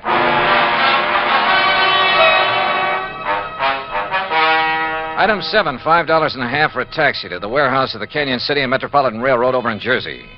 There I finally managed to track down a man who knew something about their occasional auction sales of unclaimed baggage and stuff. Insurance investigator, eh? That's right, Mr. McKinney. One of those boys with a fancy expense account, eh? Well, that's a matter of opinion. Look, you had an auction sale here last Saturday, didn't you? That's right, handled it myself. Want to know something about something we sold off? Exactly. Then I'm your man. Always remember all about every single item I sell and who bought it and all about them. That's fine, because I want to know if any of the names on this list bought from you on Saturday. Yeah? Randolph Harrison. Man by the name of Harrison buy anything? Nope. How about Percival Wentworth Scatterdag? Nope. Ellsworth Norton? Nope. You sure, Mr. McKinney? I'm sure. How about Blossom? That a man's name? Yes, Wilbert Blossom. Well? No, sir. Nope, never heard of him. And like I told you, I never forget the stuff I sell or the fellows I sell it to. Wait. This picture of a trunk. Huh? Have you ever seen this trunk? Well, yes. Did you sell this trunk on Saturday? Yes, I did. To whom? Come on, man, it's important. Well, I was real early in the sale. Yeah, before most of the people got here. Bought this trunk and had it sent to his apartment in New York. And his name? Well, it was a funny kind of name. Blinky or Winky or... Oh, no. Winkler. Winkler. That was it. Albert Winkler. Item 8, $2, 2 drinks for myself at the nearest bar. But they didn't help to kill my feeling of utter frustration. Item 9, $5.50 taxi back to 18th Precinct headquarters in New York for want of a better place to go. Oh, it's about time you got here, Johnny. Oh? We matched up the prints we found after Blossom was attacked. You know who made them? Yeah, here's his card. Carlo Bernasconi. Any reckon? Couple of dozen arrests, only one conviction. Anything to do with jewelry? Better. Accessory to a hijack operation a couple of years ago. He drove the truck. Hey. Sure. Got a mugshot of him? We got him. Downstairs. Come on, I'll take you down. Randy, what's he look like? Like you'd expect the truck driver to look. Big husky brute. Has he admitted anything? Well, the threat of a murder charge made him talk, all right, but none of it makes any sense. Of course it doesn't. But he's our boy, all right. He killed Winkler, beat up Blossom. I thought your lab decided whoever killed Winkler was a small fella. Yeah. So the theory about the same man killing Winkler and beating up Blossom doesn't work. But, Johnny, holy... Come on down. Let's talk to this Bernasconi. After I make a phone call. Huh? Who to? Yeah? Get me a man named McKinney, Canyon City and Metropolitan Railroad warehouse over in Jersey. Make it fast, please. Yes, sir. Hey, you been over there, Johnny? Just before I got here. Did you find out anything? No, but I'm going to now. Like what? Randy, for the first time, this whole thing is beginning to make sense. Here's your party. Mr. McKinney? That's me. This is Johnny Dollar, remember? Sure do. Good. And say, Now... I've been reading in the paper since you left here about that body found in the trunk over there in New York. Yeah, well, look. Is that the same trunk you was over here asking about? Yes. Now, you told me that trunk was bought by a man who gave his name as Winkler. That's right. Do you remember what he looked like? Sure do. Why, I can give it to you as accurate as if it was in the police files. Well? Height, 5'9", maybe 9.5. Go on. Weight, between 155 and 58. You see, when I was young, I worked with a carny show guessing weight and height, and if I didn't guess it right... Yeah, okay. Now, how about the color of the eyes? Well, I noticed them because of the way he squinted through them thick, old-fashioned steel glasses. Thanks, Mac. I'm sending you a 10-spot in the next mail. Well, now... Well, Johnny? Come on, Randy. Let's go down and see this Bernasconi. You find something out new? Yeah, and I don't like it. I don't like it.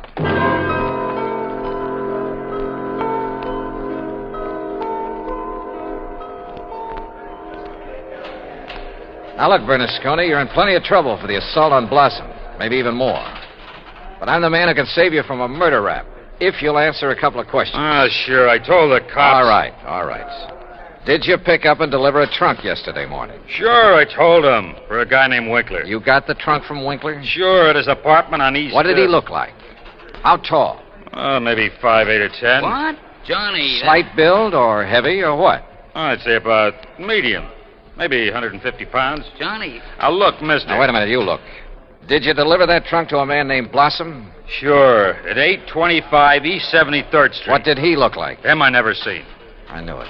He hollered from a window that the door was open and I should put the trunk in the living room. What a junk house. But you must have seen him later when you came back and assaulted him. It was night then. When he come to the door, I just slugged him and let him lay there. Then I went inside where the lights was on to look for...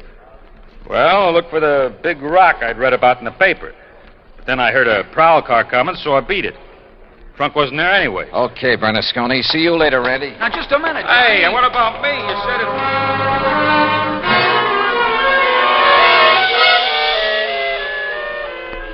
Item 10, 90 cents, taxi to Wilbert Blossom's old brownstone house on East 73rd. Come in, Johnny. Thanks, Mr. Blossom. All recovered from your beating? Oh, of course I am. Here, sit down. You said you wanted to help me on this case. Oh, yes, indeed. Why, this chance to work with a man I consider the finest insurance investigator in the world. Yeah. That's why I called you when I got the trunk with Mr. Winkler's body in it. Mr. Blossom, why don't you tell All the my truth? drab, dull life, I wanted to be a detective, an investigator. And this was my chance. My chance... Tell the truth, did you say? Mr. Blossom, listen to some facts for a minute and see what conclusions you draw from them. Oh, deductions. Like a detective. To begin with, this house of yours so full of, well, junk. I told you, Johnny, I like things. I like things. But it also has a lot of fine paintings, sculpture, china, jewelry. Oh, I like all sorts of things, especially if they're fine and rare. And bargains. Like the Green Eye of Calcutta? Oh, the most beautiful emerald in the world. And I would conclude that you'd do just about anything to have that stone. Yes, sir, Johnny. I'd reach the same conclusion. Okay. Now, when Albert Winkler and the emerald disappeared, it was in the papers that Inter Allied had written policies on them. Conclusion? Yes, sir. I would deduce that you would be called in. Wouldn't it be smart, then, if the killer was afraid I'd eventually get around to him anyway? Wouldn't it be smart for him to call me in and offer to help me? As a cover-up for what he'd done? Oh, yes. Yes, indeed. Or at least he'd think it would. Oh, yes, I guess he thought it would. Another thing, Mr. Blossom. Oh? What is it, Johnny? The body was packed in the trunk with old newspapers. Like these you keep piled around. Oh, yes. And I would deduce... So obvious that both Randy Singer and I overlooked them completely. Oh, well, there's so many things piled around here. You couldn't be expected as... Johnny. Yeah? What really made you decide that... Well, I'd like to know. All right. Albert Winkler was a frail little old man, about 4'11", not much over 100 pounds. Yes, he was. But the man who bought the trunk and had it sent to Winkler's apartment, who gave his name as Winkler, that man was about 5'9", 155 pounds. And he wore thick, old-fashioned steel-rimmed glasses. But, Johnny, I can't see without them. Then there's the truck driver. The man who ordered the trunk delivered to this house gave his name as Winkler, too. But Winkler was dead by then. Dead from a blow inflicted not by some big bruiser, but by somebody of, say, your build. Oh, that awful truck driver who thought the emerald would be in the trunk and came here to steal it and who beat me up. I suppose you want the emerald. Yeah.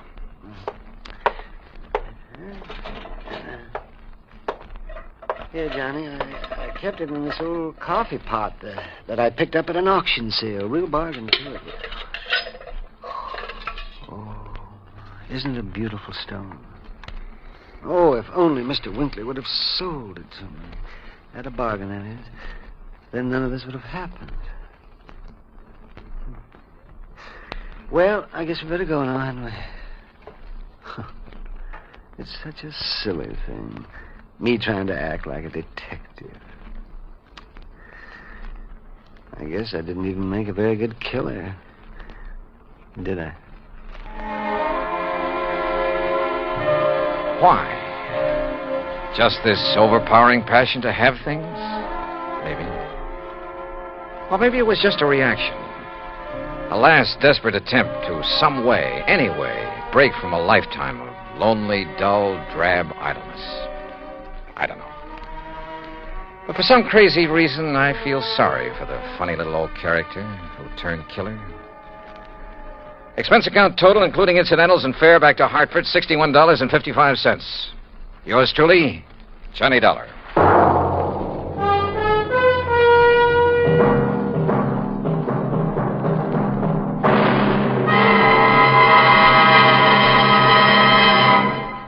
Now, here is our star to tell you about next week's story. Next week, a case so simple, so easy, so obvious, that it proves almost impossible to solve.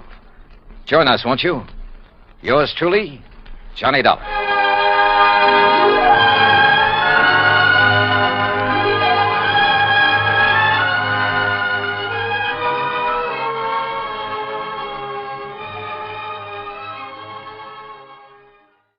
From Hollywood, it's time now for Johnny Dollar. Paul Kendrick, Johnny, over at Eastern Allied Casualty, remember? Oh, sure, Paul. How are you? Seen any good fights lately? Prize fights, that is? Yeah, the championship bout at the stadium over in Mulville last week. Were you there? No, I had to miss it. But it didn't miss me. Huh? The minute Georgie hit the canvas in that fourth round, it cost me $50. Johnny, do you remember Al Coronado? Are you kidding? I've watched that boy come up from the Golden Gloves. Well, he fought in one of the preliminary bouts. I know. I lost on him, too. $20. Come on over, will you? And I'll tell you why the company may lose $50,000 on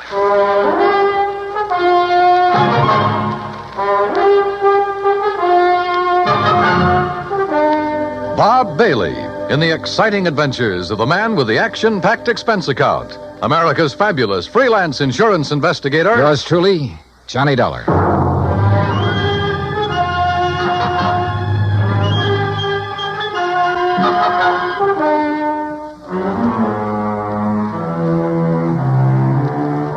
Expense account submitted by Special Investigator Johnny Dollar to Eastern Allied Casualty Insurance Company, 422 Spidal Building, Hartford, Connecticut.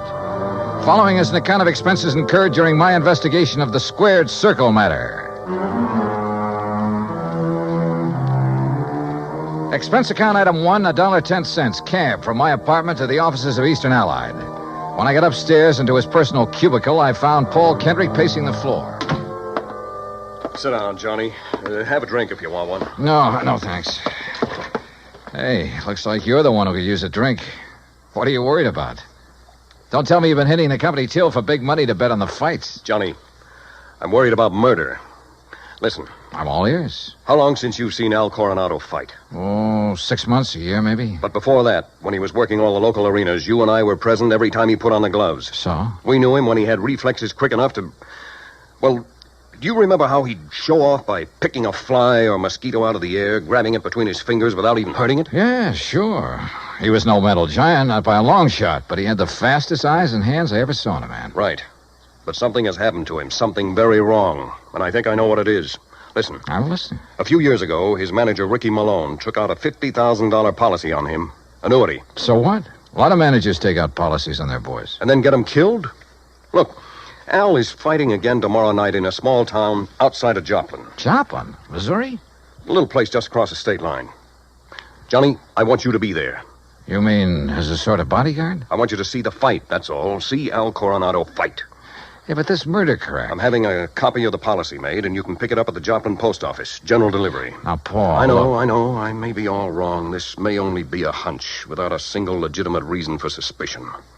That's why I took a whole week to think it over before calling you. That's why I want somebody who knows Al as well as you and I do to... Look, will you go down there and see him? Well, We'll pay the freight. Pad your expense account, anything you like. Oh, now that's an attractive But do offer. it, Johnny. Will you?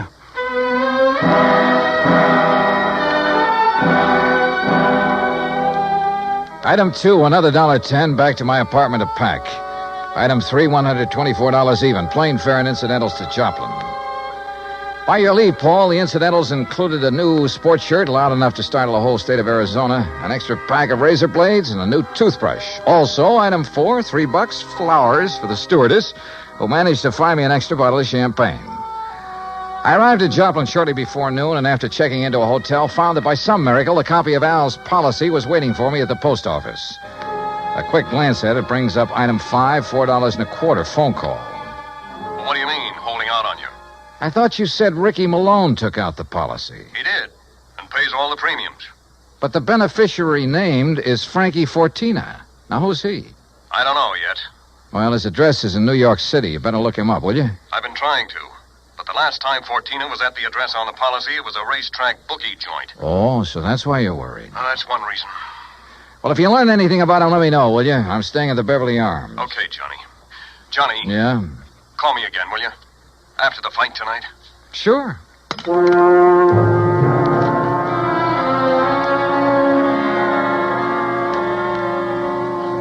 I was tired, so I had a big lunch. That's item 6. Went up to my room and slept. I overslept.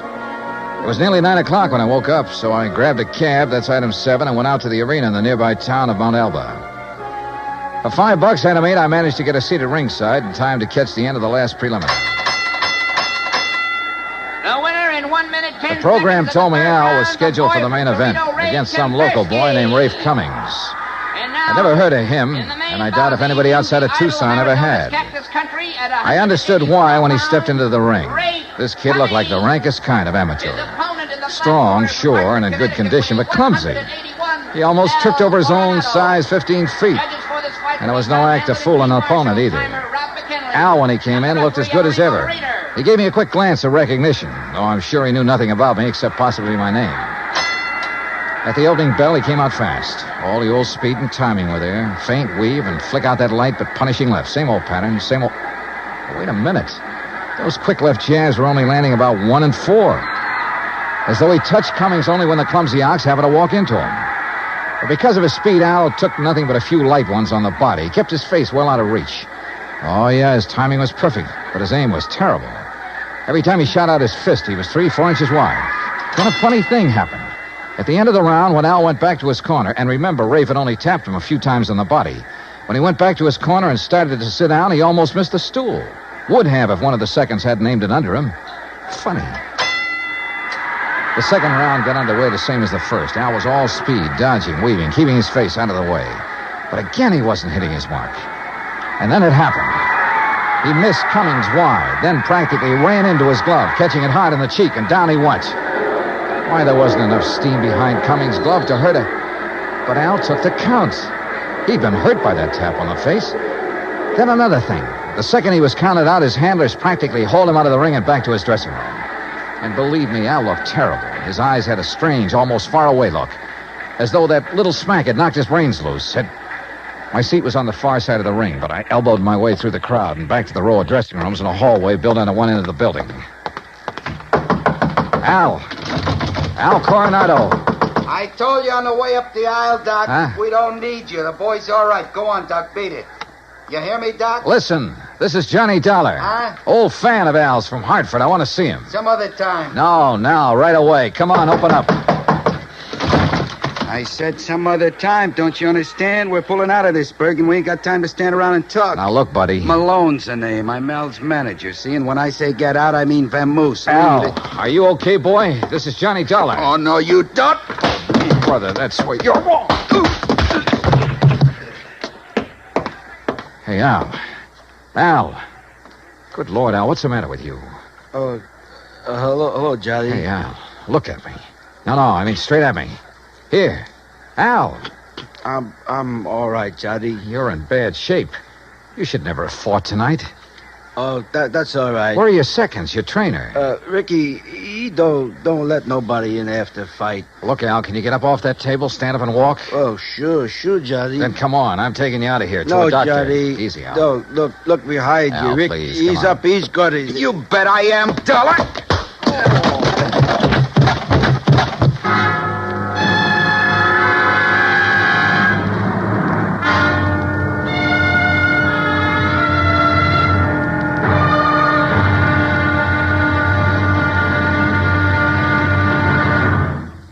Act Two of yours truly, Johnny Dollar, in just a moment. Each Monday through Friday evening, most of these same stations bring you the Amos and Andy Music Hall. Variety entertainment at its best. For top songs, informal visits with top stars, and for a never-ending supply of fun. Turn your home into the Amos and Andy Music Hall 5 nights a week. Now, Act Two of yours truly, Johnny Dollar, and the Squared Circle Matter.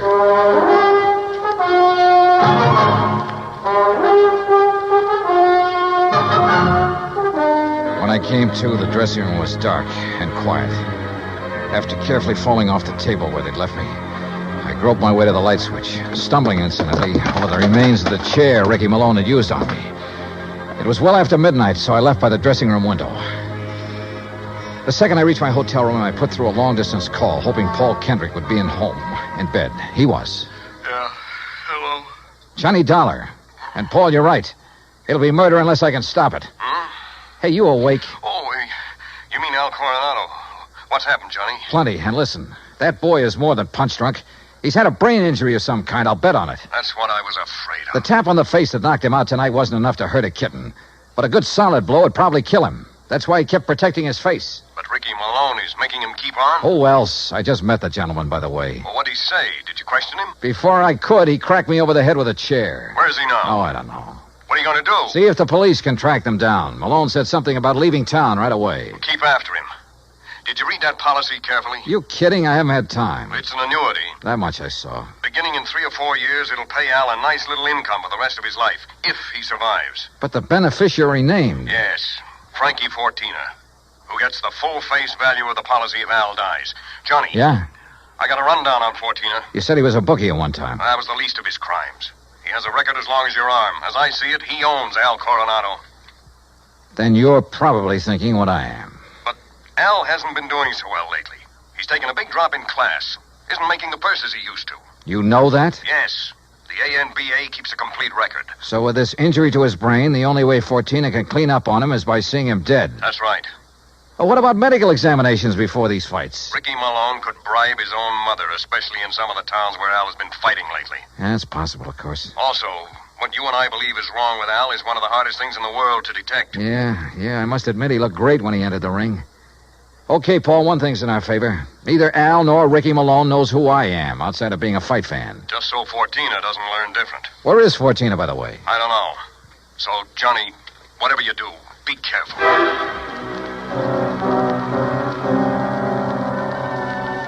Expense account item 9, $370 for a couple of phone calls, some breakfast, and a taxi to police headquarters. I'll say this for the Joplin police. When they go into action, they really get things done. Within less than 2 hours, Sergeant Danny Ruskin dug up all the information I wanted. Well, that ties in with what Conroy found out at the airport. No, that does it, Herm. Thanks very much. Something? Well, I think it gives us the whole story, Johnny. Al and his manager, Ricky Malone, checked out of their hotel, the Rayberry, at 1 o'clock this morning. Just the two of them? Right. There was no third party by the name of Fortina or anything else, just the two of them. They caught the 140 plane for Oklahoma City. Oh. And there they bought tickets routing them to Monterey, Mexico. Mexico? How soon can I get a plane? You going down there, huh? I told you, I gotta save that guy's life. All right, look, in Monterey, look up Sergeant Romelia Garcia, Main Homicide Division. You mention my name, he'll give you anything you want. Good. Now, what about that plane?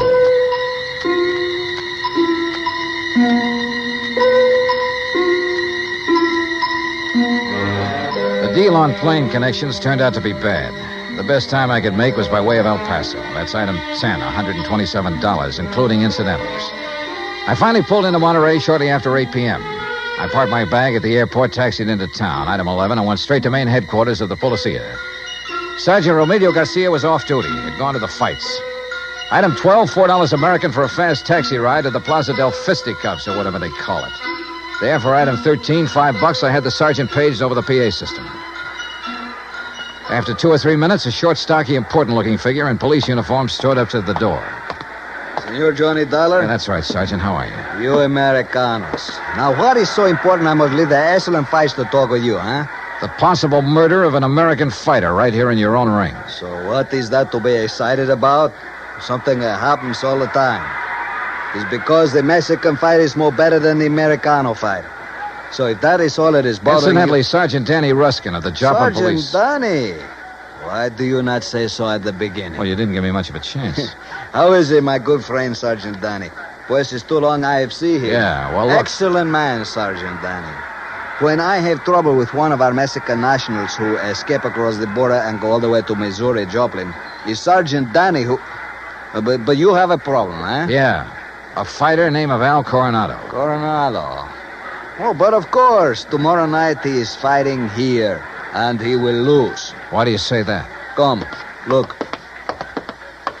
Here on the, what you call, a billboard, a picture of the man he is to fight. So, El Toro Negro. That sounds more like the name of a bull than a... Holy... See, big man, is he not? Is this picture real? 240 pounds, senor. But Al Coronado only weighs in at 181. See, El Toro, big man. And Senor Dollar, he is a killer.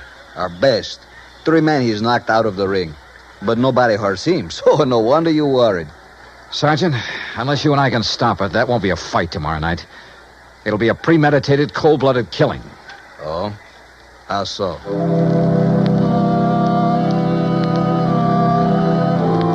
I showed Garcia my credentials, then told him what I knew and what I suspected. But until we have proof of this, senor, to start what you call an international situation, you are not now in your own country, you know. Still, he agreed to cooperate. First thing, of course, was to locate Al and his manager. In this city of nearly 200,000, that could be pretty rough. But he said he'd try. He drove me by the airport to pick up my bag, then to a hotel. And there, as the bellhop unlocked the door of my room, I got a real break. The next door down the hall opened. Hey, kid, how'd you like to bring me up a glass of warm milk, huh? Al Coronado. Huh? Oh, hi. Here, boy. Just put in my bags inside and leave the door open. Gracias, senor. Hey, Al, are you alone? Oh, sure. Hey, you're Johnny, ain't you? Yeah, that's right, Johnny, and I want to talk to you. I used to see your rig side all the time up in Hartford, huh? You saw me in Joplin, too. Only you don't remember. Where's Ricky Malone, your manager? Oh, he said he had to go meet somebody. He's always going out. Look, Al, I'm an insurance investigator. Oh? Oh, I got some insurance. Yeah. One more fight and somebody's going to collect it. Ah, no, Johnny, that's my retiring money. The only one who'll retire on it is Frankie Fortina. Hey, Frankie, he's my owner. You know him? Hey, who takes all the aspirin around here? Me. I get a lot of headaches all the time. And maybe that's why I ain't been hitting so good lately. Yeah. Here, catch this bottle. Hey, now... now look what you did. No, Al, you look what you did. You missed that bottle by 3 inches. For the same reason you haven't been hitting well, why you have these headaches. All right, I'll give it to you straight.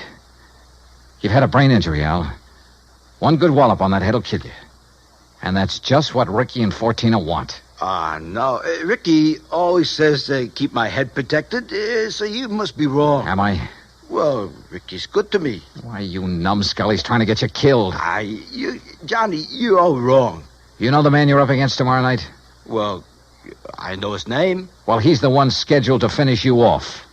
Johnny, I don't believe that. Al, listen, you gotta believe it. Now, where's the telephone? Here. Who you gonna call? Hello, this is an emergency. Get me Sergeant Romilio Garcia at Central Police Headquarters. Cops? That's right, Al, and a doctor. No, look, Ricky says to stay away from doctors. All they can do is stop you from ever fighting again. And that would make you worth just $50,000 less to Frankie Sergeant Johnny Dollar. I found Al. Hotel room right next to mine, room 915. Bring a doctor, a brain specialist if you can, even if you have to drag him out of bed. Oh, look, we'll fight the international situation when we come to it. You get a doctor up here, you hear me? You hang up or I'll blow your head off. Well, Mr. Fortina, I believe. Frisk him, Ricky. Sure, boss. He's clean. Huh?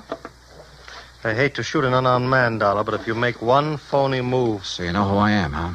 Well, Ricky here may be stupid in some ways, but he had sense enough to call me from Joplin after you broke in on him there. Finding out what you're up to wasn't difficult. Finding out what you're up to wasn't very tough either, Fortina. But it's all over. Not for me, Dollar. That's where you're wrong. That phone call I made was to the police. I know, to Central Headquarters. That's over 3 miles from here. By the time your sergeant finds a doctor and gets here, you will be dead. And I will be gone. Have you forgotten that you have a border to cross, You Fortina? think I'm stupid? Frankie Fortina has never been here. Has never been even in Mexico. Because my tourist card reads Charles Edward Smith. And since the next plane leaves for the States in about 20 minutes, Ricky... Yeah, boss? I think Mr. Dollar had better have an accident. Fall out of the window, perhaps. Oh, now, wait a minute, What? boss. I mean, well... Listen to me, Malone. I had 2 reasons for coming down here. To see if you were right about Dollar and to make sure of that fight tomorrow. You've been stalling with Al. You've taken too long. The heat is on up north. I need the dough. I told you, boss, that El Toro will do it tomorrow. fellas, Shut up. And look, if you take care of Dollar, what about me? What? Maybe you can get back to the States, but me, with Dollar laying dead here, and if Al talks... Al won't talk. You won't either. Frankie. Dollar has given us a perfect setup. He came here to Al's room. You found him here. You had a fight. Dollar ends up in the street below. But what happens to me? Haven't then? I always taken care of you in the past when you were working for me? You know what will happen if you ever try to cross it. No, All right, listen, all right, Frankie. all right. I have contacts down here. I have plenty of them. I have lawyers, good ones. It's going to be self-defense, pure and simple. But what if Al talks? I told you before, Ricky. You've taken too long with him. Frankie, listen... While I hold this gun, you're going to take care of Al, too. The way you should have a long, long time ago in his fights. I don't understand. No, listen to me, Frankie. You listen. I can't You've been do in it. this whole thing just as deep as I have, and deeper. Because you're the one who's kept Al fighting. You've paid off all those phony medicos. You set him up for this El Toro tomorrow night. You'll do it, Ricky. No. Then I'll use the gun on all 3 of you. Frankie. You're out of your mind, Fortina. Am I? It'll still look like a fight between you and Ricky. Boss. Al just happened to get hit accidentally by the gun that will be found beside your body. Boss. Boss, I'll do it. You bet you will. I'll do anything you say if you'll just help me get out of it. Okay. Go ahead. Dollar is first. And, brother, if you think it's going to be It's easy... either the window or this gun, Dollar. So far as you're concerned, I don't care which. Go on, Ricky. Okay, Just remember, boss. your own life depends on it. You bet I... Play dirty, will you? The window, Ricky. The window, I said. Remember, it's your own life, Ricky.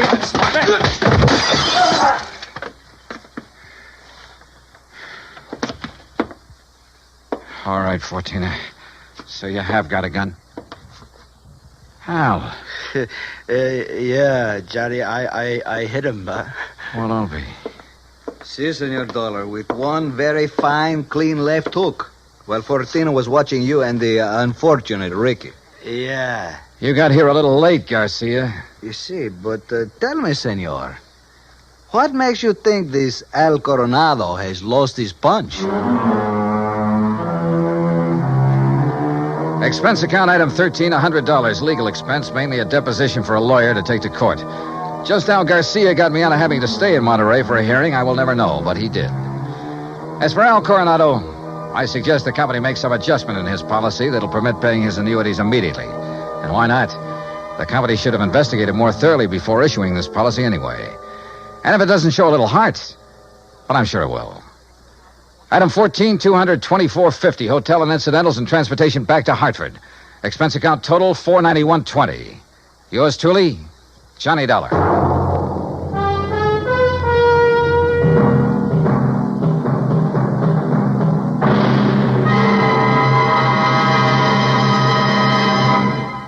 Now, here is our star to tell you about next week's story. Next week, a fast trip to the West Coast to an impossible case involving an impossible man. Join us, won't you? Yours truly, Johnny Dollar. From Hollywood, it's time now for... Dollar. This is Ed Porter, Mr. Dollar. You called my office? Yes, I'd like to see you as soon as I can, Mr. Porter. Well, of course. How long have you been in town? About a half an hour. Are you all squared away? I've got a room and I've had a bath, if that's what you mean. Well, then I guess you're ready to go to work. I will be as soon as I put on some pants. You sound in a rush. I'm always in a rush when I think somebody might be chipping us out of $100,000.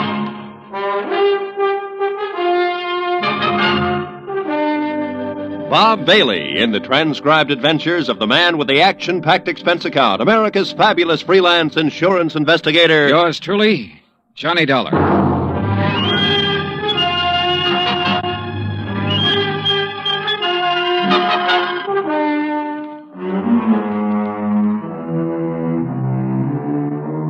Expense account submitted by Special Investigator Johnny Dollar to Western Life and Trust Company, 826 Spear Boulevard, Hartford, Connecticut. The following is an account of expenses incurred during my investigation of the Markham matter. Expense account item 1, $143.69, air transportation from Hartford to San Francisco.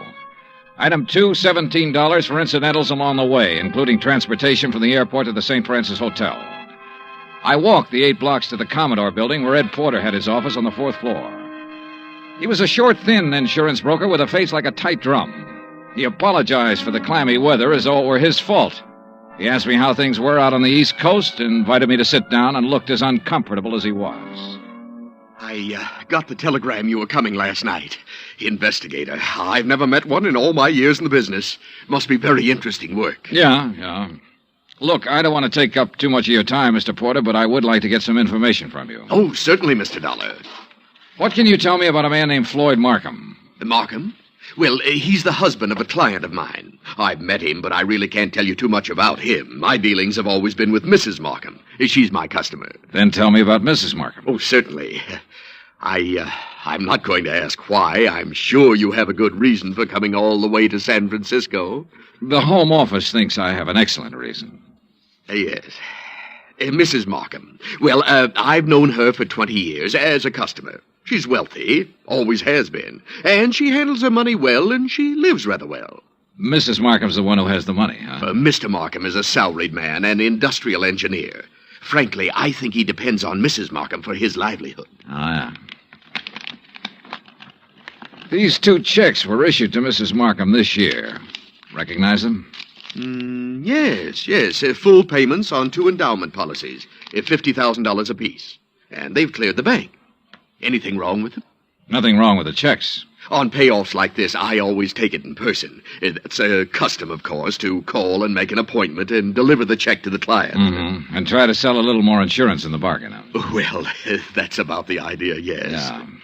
Anything strange about Mrs. Markham when you delivered either one of these checks? No. Before I left Hartford, I looked up her insurance records. Her premiums are always paid right on the button. Mrs. Markham doesn't have a business office or a business manager handling her affairs. The checks are always personal checks on her personal account. Now, can you explain why someone like that might forget a 3rd endowment policy? Why, no. Well, there is a 3rd endowment policy. It matured this month. I have the check with me for $50,000. Well, yes, but this business of forgetting... Floyd Markham called Hartford and spoke to the head of the endowment division. He explained that Mrs. Markham was ill and didn't know whether or not a 3rd policy existed. He said he was checking for her. Uh-huh. Now, you say you've known Mrs. Markham over a period of 20 years. Well, is she the kind of person who'd forget $50,000? Oh, no one forgets $50,000. Did you notice that both of those checks were deposited in the Markham's joint account? Well, no. So they were. Maybe Mrs. Markham's feeling generous these days. Why do you say that? Well, they have a rather strange relationship as far as I've been able to perceive. I mean, what money he makes is his, and what she has is hers. Oh, yeah. I always like to get out of that house because they never seem to me to be a very close couple in any way. But this seems to make sense now. How's that, Mr. Porter? Well, now, I called up and made an appointment to deliver both of these checks. The first time I went over, Mrs. Markham was ill. And the second time, she had just stepped out for a few minutes. Well, who accepted the checks? Mr. Markham. Both times? Yes. As a matter of fact, now that I think of it, he made the appointment on the phone both times. When was the last time you saw Mrs. Markham? Last spring. A check with the bank revealed that Mrs. Markham had not personally made a deposit since June the 18th. The deposit slips were initialed by Floyd Markham. The checks were endorsed by Leslie Markham. There had been no unusual withdrawals. Expense account item 3, $30, stenographic and notary services for the attached statements. Mrs. Markham's been having her hair done here for nearly 10 years now. Once a week, every Thursday morning. Then she just stopped. I called her home, and Mr. Markham informed me that she was away on an extended trip. Mr. Markham called us, it was last June, and informed us that Mrs. Markham was resigning her membership in the bridge club. I telephoned the house twice to see what was the matter. Mr. Markham answered both times and said Mrs. Markham was out. Well, she used to come in here 2 or 3 times a month. Made us go over the car from top to bottom. She hasn't been around now for 7 or 8 months. I don't know who's taking care of the car. Expense account item 430 cents, 3 phone calls to the Markham residence. I didn't state any particular business. I simply asked to speak to Mrs. Markham. Each time I called, a male voice answered. Each time, the male voice told me Mrs. Markham was out, she was ill, and she was away on a short trip. Industrial Management Limited, Floyd B. Markham president, has a 3-room office suite near the Embarcadero. 10 years ago, it had been sensationally new and glassy. When I got there, the carpet was a little too thin and the varnish a little too thin, too. The whole place smelled faintly of mildew. Yes? I'd like to see Mr. Markham, please. Do you have an appointment? No, not exactly. My name is Harris. I'm with the Cleveland Pump Company. Pump Company? Yes, we're setting in 38 of our installations at the new plant in Valparaiso. Didn't you get my letter? Well, I'm sorry. I'm afraid... May I ask your name again? Harris, Stephen B. Harris, Cleveland Pump Company. Oh, yes. Well, Mr. Harris, I'm afraid Mr. Markham never received your letter. When did you mail it? 30 days ago. Maybe it was 2 weeks. Well, tell Mr. Markham I'm here and I'll... I'm sorry, Mr. Harris. Mr. Markham isn't in the office just now. Oh. Well, I'll wait. Well... Well? He won't be in today. As a matter of fact, he won't be in the rest of the week. Where can I call him? Well, I'm afraid that's impossible. Can't I call him at home? No. Now, look, is he in business or isn't he? Mr. Harris, Mr. Markham hasn't been in the office for 6 months or more. He's tied up on a rather long-range project. What's your name? I'm Miss Beidler.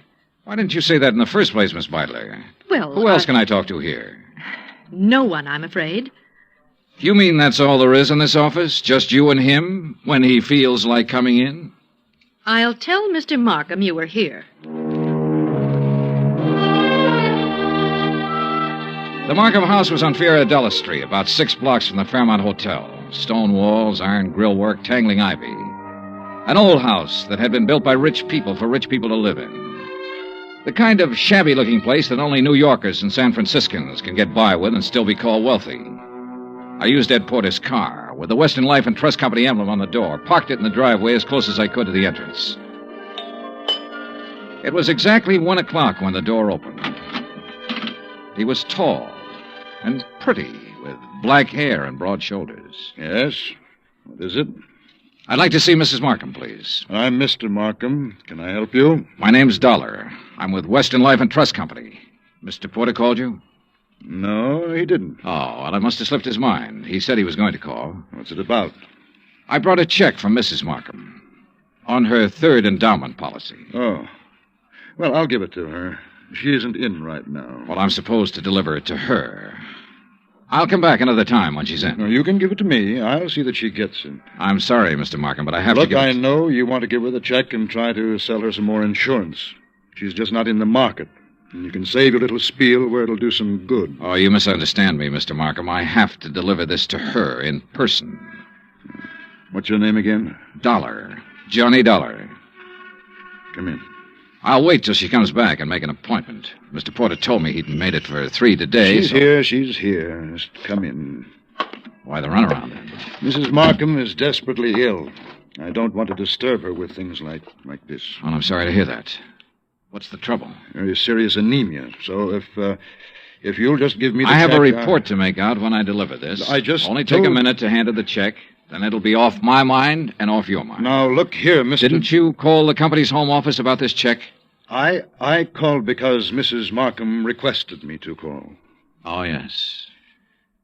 Just wait here.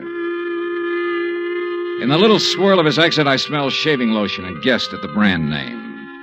I also guessed that his suit cost $300, even if I didn't know what San Francisco tailor had made it. The shirt, the tie, the shoes were expensive, too. Yeah. Mr. Floyd Markham liked expensive things. I wondered if he dyed his hair to keep it all black. I wondered if he was 45 or 50. I also wondered why, in a house of that size, on that kind of street, a servant hadn't answered the door. This way, Mr. Dollar. He led me up a flight of stairs and finally into a high-ceiling room with a fireplace at one end. A gray-haired woman with a sharp, angular face was seated near the window, looking out over the city and the bay. She didn't turn her head when we came into the room, but I could see that her eyes were watery and slightly glazed. Please, don't take too long and don't upset her. Leslie. Leslie, dear. Yes, Floyd. This is Mr. Dollar from the insurance company. He has something for you. Be a good girl, Leslie. Speak to Mr. Dollar. How do you do? And ask him... Yes. How is Mr. Porter? Oh, he's fine, Mrs. Markham, fine. He'll be sorry to hear that you've been ill. I really would rather that you didn't tell Mr. Porter. Oh.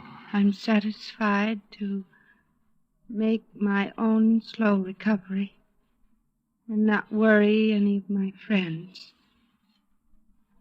We'd like some sherry, Floyd. Now, you know what the doctor said, Leslie. Mr. Dollar, you'd like some sherry, wouldn't you? Why, yes, I'd like that very much. Floyd? No, I'm sorry, Mr. Dollar. It's absolutely forbidden, and you know that, dear. Do you have the check, Mr. Dollar? Yes, right here. Here you are, Mrs. Markham. Thank you. Is there anything else, Mr. Dollar? Well, Mr. Dollar? Now, Leslie... Yes? What is it, Mrs. Markham? I'm very tired. Excuse me if I seem impolite. Good day. Good day, Mrs. Markham.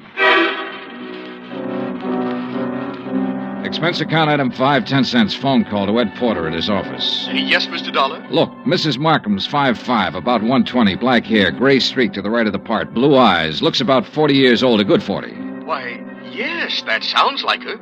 You mean you've seen her? I've seen what's left of her, Mr. Porter. Oh, good Lord, she's not dead. Almost. What? He's killing her, Mr. Porter. My guess is he's been at it for about 6 months.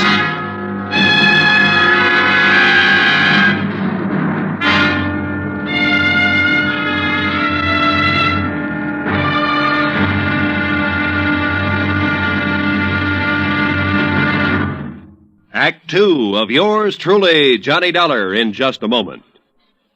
Nobody will take a frown at face value anymore now that the word has gotten around about Jack Benny's return to the air. With Mary Livingston, Dennis Day, Rochester, Don Wilson, Mel Blanc, Frank Nelson, and Mr. Kitzel, nothing less than your very best smile will do for the occasion. Tonight, and every Sunday night, hear CBS Radio's Jack Benny Show and give your sense of humor a real workout. Now, Act 2 of yours truly, Johnny Dollar, and the Markham Matter.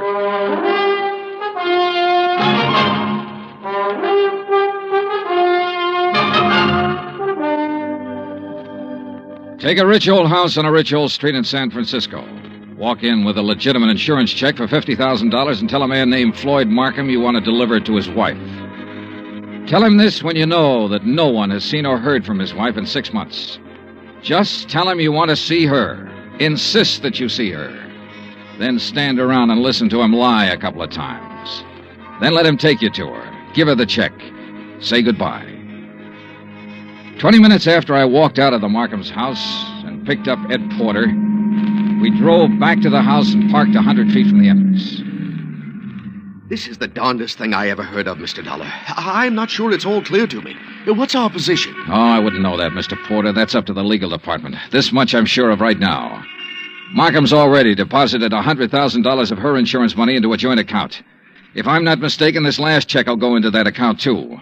Right now, while we're sitting here, she's probably endorsing that check. Well, then I don't see where it's any of our He's business. making her endorse the check. He's making her stay in that house, in that room, away from everybody. Well, how? What way? He said she was ill. You said she appeared ill. I don't know how he's doing it, but I'm going to find out. Are you sure this isn't all surmise on your part? You weren't in the room when she said, let's have some sherry. Please, let's have some sherry. Well, I must be pretty dumb. She was dumb, really trying to say she wanted him to leave the room so she could talk to me. So she could have 1 little minute to tell me what the matter is, what's going on. His next move is to deposit that check. Then one big withdrawal, the whole $150,000, and bye-bye Floyd Markham. Mr. Dollar, I'm just an insurance broker. I don't understand that... Well... How'd you like to be an investigator for about 10 minutes? Me? Yeah. You see that car that just pulled up in the driveway? Well, yes, The girl driving it holds down that dummy office of Markham's. Her name's Beidler. She might be in on this with him. And that's Mr. Markham leaving the house. Good. Now, look, here's what you do. Follow them. I think I know where they're going, but you follow them and make sure. Well, where are they going? To the bank to deposit that check. Oh. Well, where are you going? To have that glass of sherry, Mr. Porter. Ed Porter pulled his hat down low over his face and put both hands on the wheel and took out after that 55 Cadillac sedan. I crossed the street, went back up on the porch of the house and knocked. I didn't expect her to answer. I didn't expect anyone to answer, but I wanted to make sure. I went around to the garden.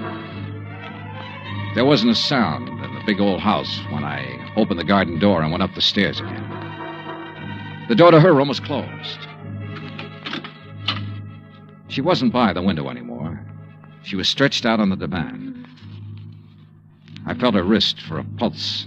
It was there, faint, but there. About 3 inches up her arm, there was a series of little marks. I lifted one eyelid and felt her neck muscles. She was doped to the ears. Mrs. Markham. Mrs. Markham, can you hear me? Look, I've come to help you.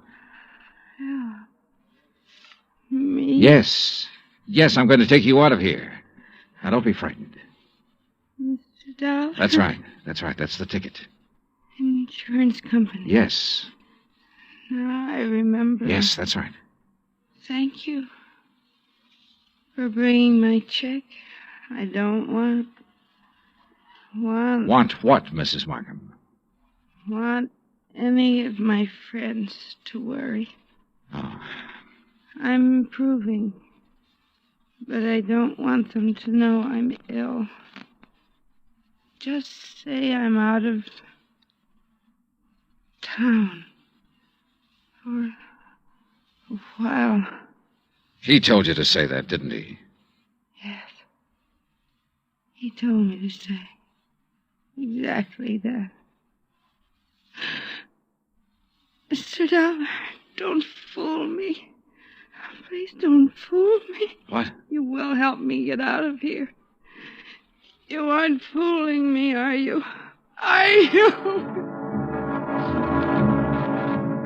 I carried her downstairs and put her in my car and drove her to the St. Regis Emergency Hospital. Expense account item 6, $100, deposit with the hospital office. I explained as much as necessary to the intern who promised to advise me when Mrs. Markham became rational. After that, I drove back to the house. Ed Porter's blue coupe was parked across the street. I didn't know what to do but come back here. And when I got back, I didn't know what to do either. Slow down. You're doing fine. Oh, you were right. You were absolutely right. They went straight to the Bank of America to deposit that money. I kind of thought they might be back here by now. No, they're over at Angelo's having a drink and some dinner. I followed them there. You're getting to be quite a sleuth, Mr. Porter. Well, I try to do my best and use my head. Mr. Dollar, did you talk to Mrs. Markham? As much as I could. She was doped. I took her out and put her in the hospital. Oh. Well, should you have done that, Mr. Dollar? I could have left her up in that room to die, Mr. Porter. Oh, yes. Well, what's our next move? Ours? Well, certainly. I can't quit now, Mr. Johnny. Well, let's go to Angelo's, Eddie. Ed Porter settled the hat lower on his ears and gripped the wheel harder, and we took off for Angelo's on Stoker Street. When we got there, we didn't have to go inside to see if our people were still around. The Cadillac sedan was in the parking lot. So we took up a plant across the street. Well, why wait? Why not go in and take them out of there and take them down to the police? Well, that might blow the whole thing. Now, we have to wait and see what Mrs. Markham has to say when she's well enough to talk. Yeah, but... I'm sure she'll have some charges to prefer. In the meantime, we wait and see what's what. Yeah, what do you think he'll do when he goes home and finds her gone? Well, that'll be pretty interesting. What do you think he'll do? Well, I imagine he'll He'll think she got up and walked out. No, he knows better than that. He's had her doped up for 6 months. He knows he can go out of the house and she'll stay right where he left her while he's gone. No, that isn't it. Oh. Well, then he'll know that she had help. That's more like it, Mr. Porter. I liked Eddie. It gives me kind of a feeling. Okay, Eddie. Now answer the question. Oh, what'll he do? Well, he'll try to get out of town. That's it. He'll try to leave town. He'll know that he's had it. Come on. Huh? They're pulling out. We followed them to a cocktail lounge near the Presidio. We waited around outside the place for 2 hours. Expense account item 7, 25 cents. I called the St. Regis Receiving Hospital. Mrs. Markham's condition was unchanged. Item 8, $2, 2 hamburgers, 2 Cokes, and cigarettes for Mr. Porter and myself. We had just finished eating when Floyd Markham's Cadillac turned out onto the street. We followed it for 10 minutes. When Markham parked on a dark hill, we cut our lights and came to a stop. Mr. Dollar. Yeah, Eddie. Can you see what they're doing? Yeah. What? Necking. Huh? Necking. You know. I should have telephoned my wife. At 12:10, Floyd Markham turned the car around and drove back into town. We followed once more. We saw him double park outside a 4-story apartment house on a steep hill, let the woman out, then drive on. Eddie? Yeah, Johnny? Think you can handle something else alone? Oh, I'd love to. Women sometimes talk a lot easier than men. You keep on him. When he finds his wife absent, I want to know where he goes. Wherever it is, I'll let you know. You gonna shake her down? Something like that. Get going.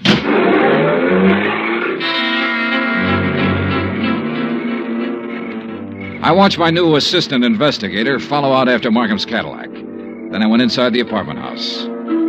Beidler was on the mailbox of apartment 104. I walked down the hall, listened a minute, and gave it a try.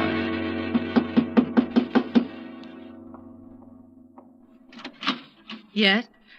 Well, what on earth are you doing? I'm here to see you, Miss Beidler. It's important.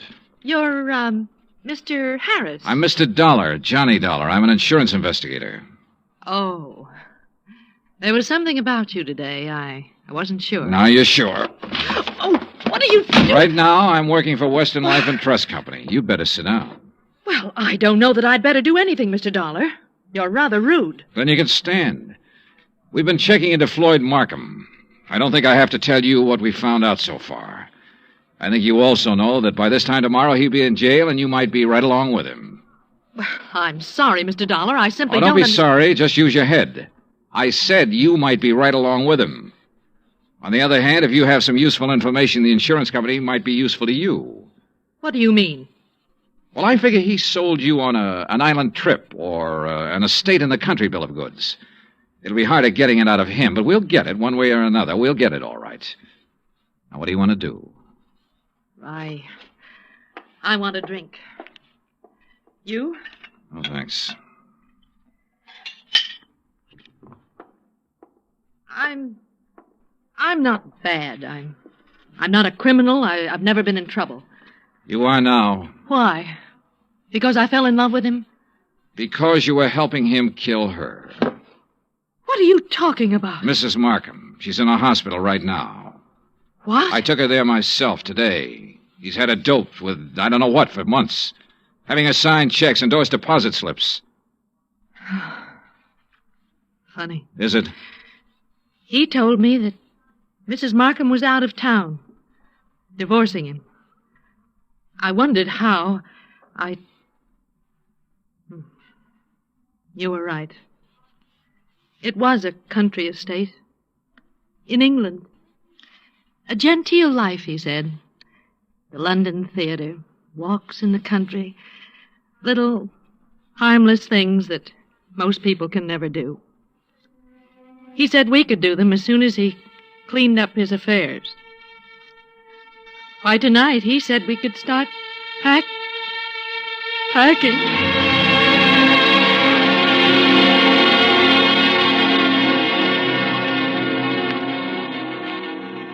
I took Iris Beidler with me back to the Markham house. The Cadillac was in the garage, and Ed Porter's blue coupe was pulled up across the street. When he saw us in the cab, he walked up. Hi. Hi. How's he doing? You can talk in front of her. Well, he hasn't done anything. I saw the light go on upstairs in Mrs. Markham's room, then it went out again. He's downstairs now, sitting in the living room. Okay, wait here.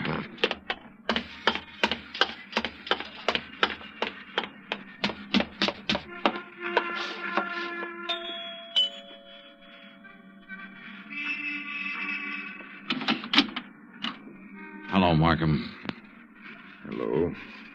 If you're worried about your wife, which I doubt, she's in the hospital. Are you a policeman? Insurance investigator. That's Miss Beidler in the taxi over there. Oh. I want you to come with me now. Of course. Yes.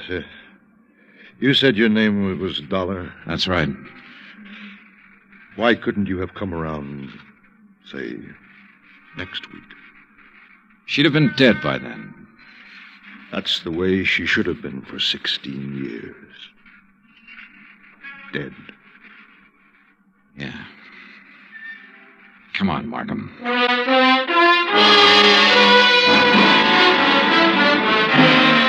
Expense account, item 9, $102, hotel and board in San Francisco. Item 10, $116, airfare back to Hartford. Item 11, $42.16, miscellaneous. Remarks? This one will wind up in court. Mrs. Markham's charges will include attempted homicide, attempt to defraud, attempt to... In the end, it was his attempt to run away, and it didn't work. It never works.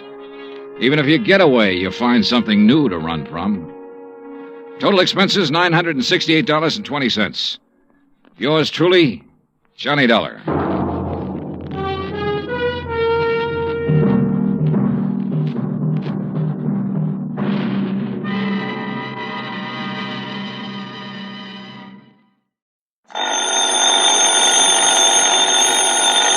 Johnny Dollar. George Reed, Johnny, at Floyd's of England. Well, hiya, George. What can I do for you? Well, Johnny, I'm afraid I've got myself into a rather embarrassing situation. Yeah, what have you done this time? One of the company's most important clients is a man named Orson Ogilvy Terwilliger. Huh? Retired. He's a collector. He lives down near the little town of Bethel, New York. Where's that? Across the Hudson, east of Poughkeepsie, between Monticello and Coshocton in the Mongob Valley. Yo, hold it. I better look it up on the map. Yes, I wish you would, Johnny. Then go on down there right away. Oh, why not? But what for? Terwilliger insists that someone from the company, preferably I, call on him immediately. Immediately, Johnny, regarding some change he wants to make in his life insurance policy. What kind of a change? Well, I haven't the least idea, but it's a really sizable policy. How sizable? Over $500,000. That's sizable. With a double indemnity clause. Wowee. You can see why it's important that we cater to this man. All right, so why don't you tear on down there? Well, you see, Johnny, oh, dear. Yeah? What's the matter, Georgie? I'm making this call from the city jail. You what? No, some fool traffic cop. I mean, one of our fine highway patrolmen. Yeah. Well, I'm afraid in my anxiety to get down to see Mr. Terwilliger,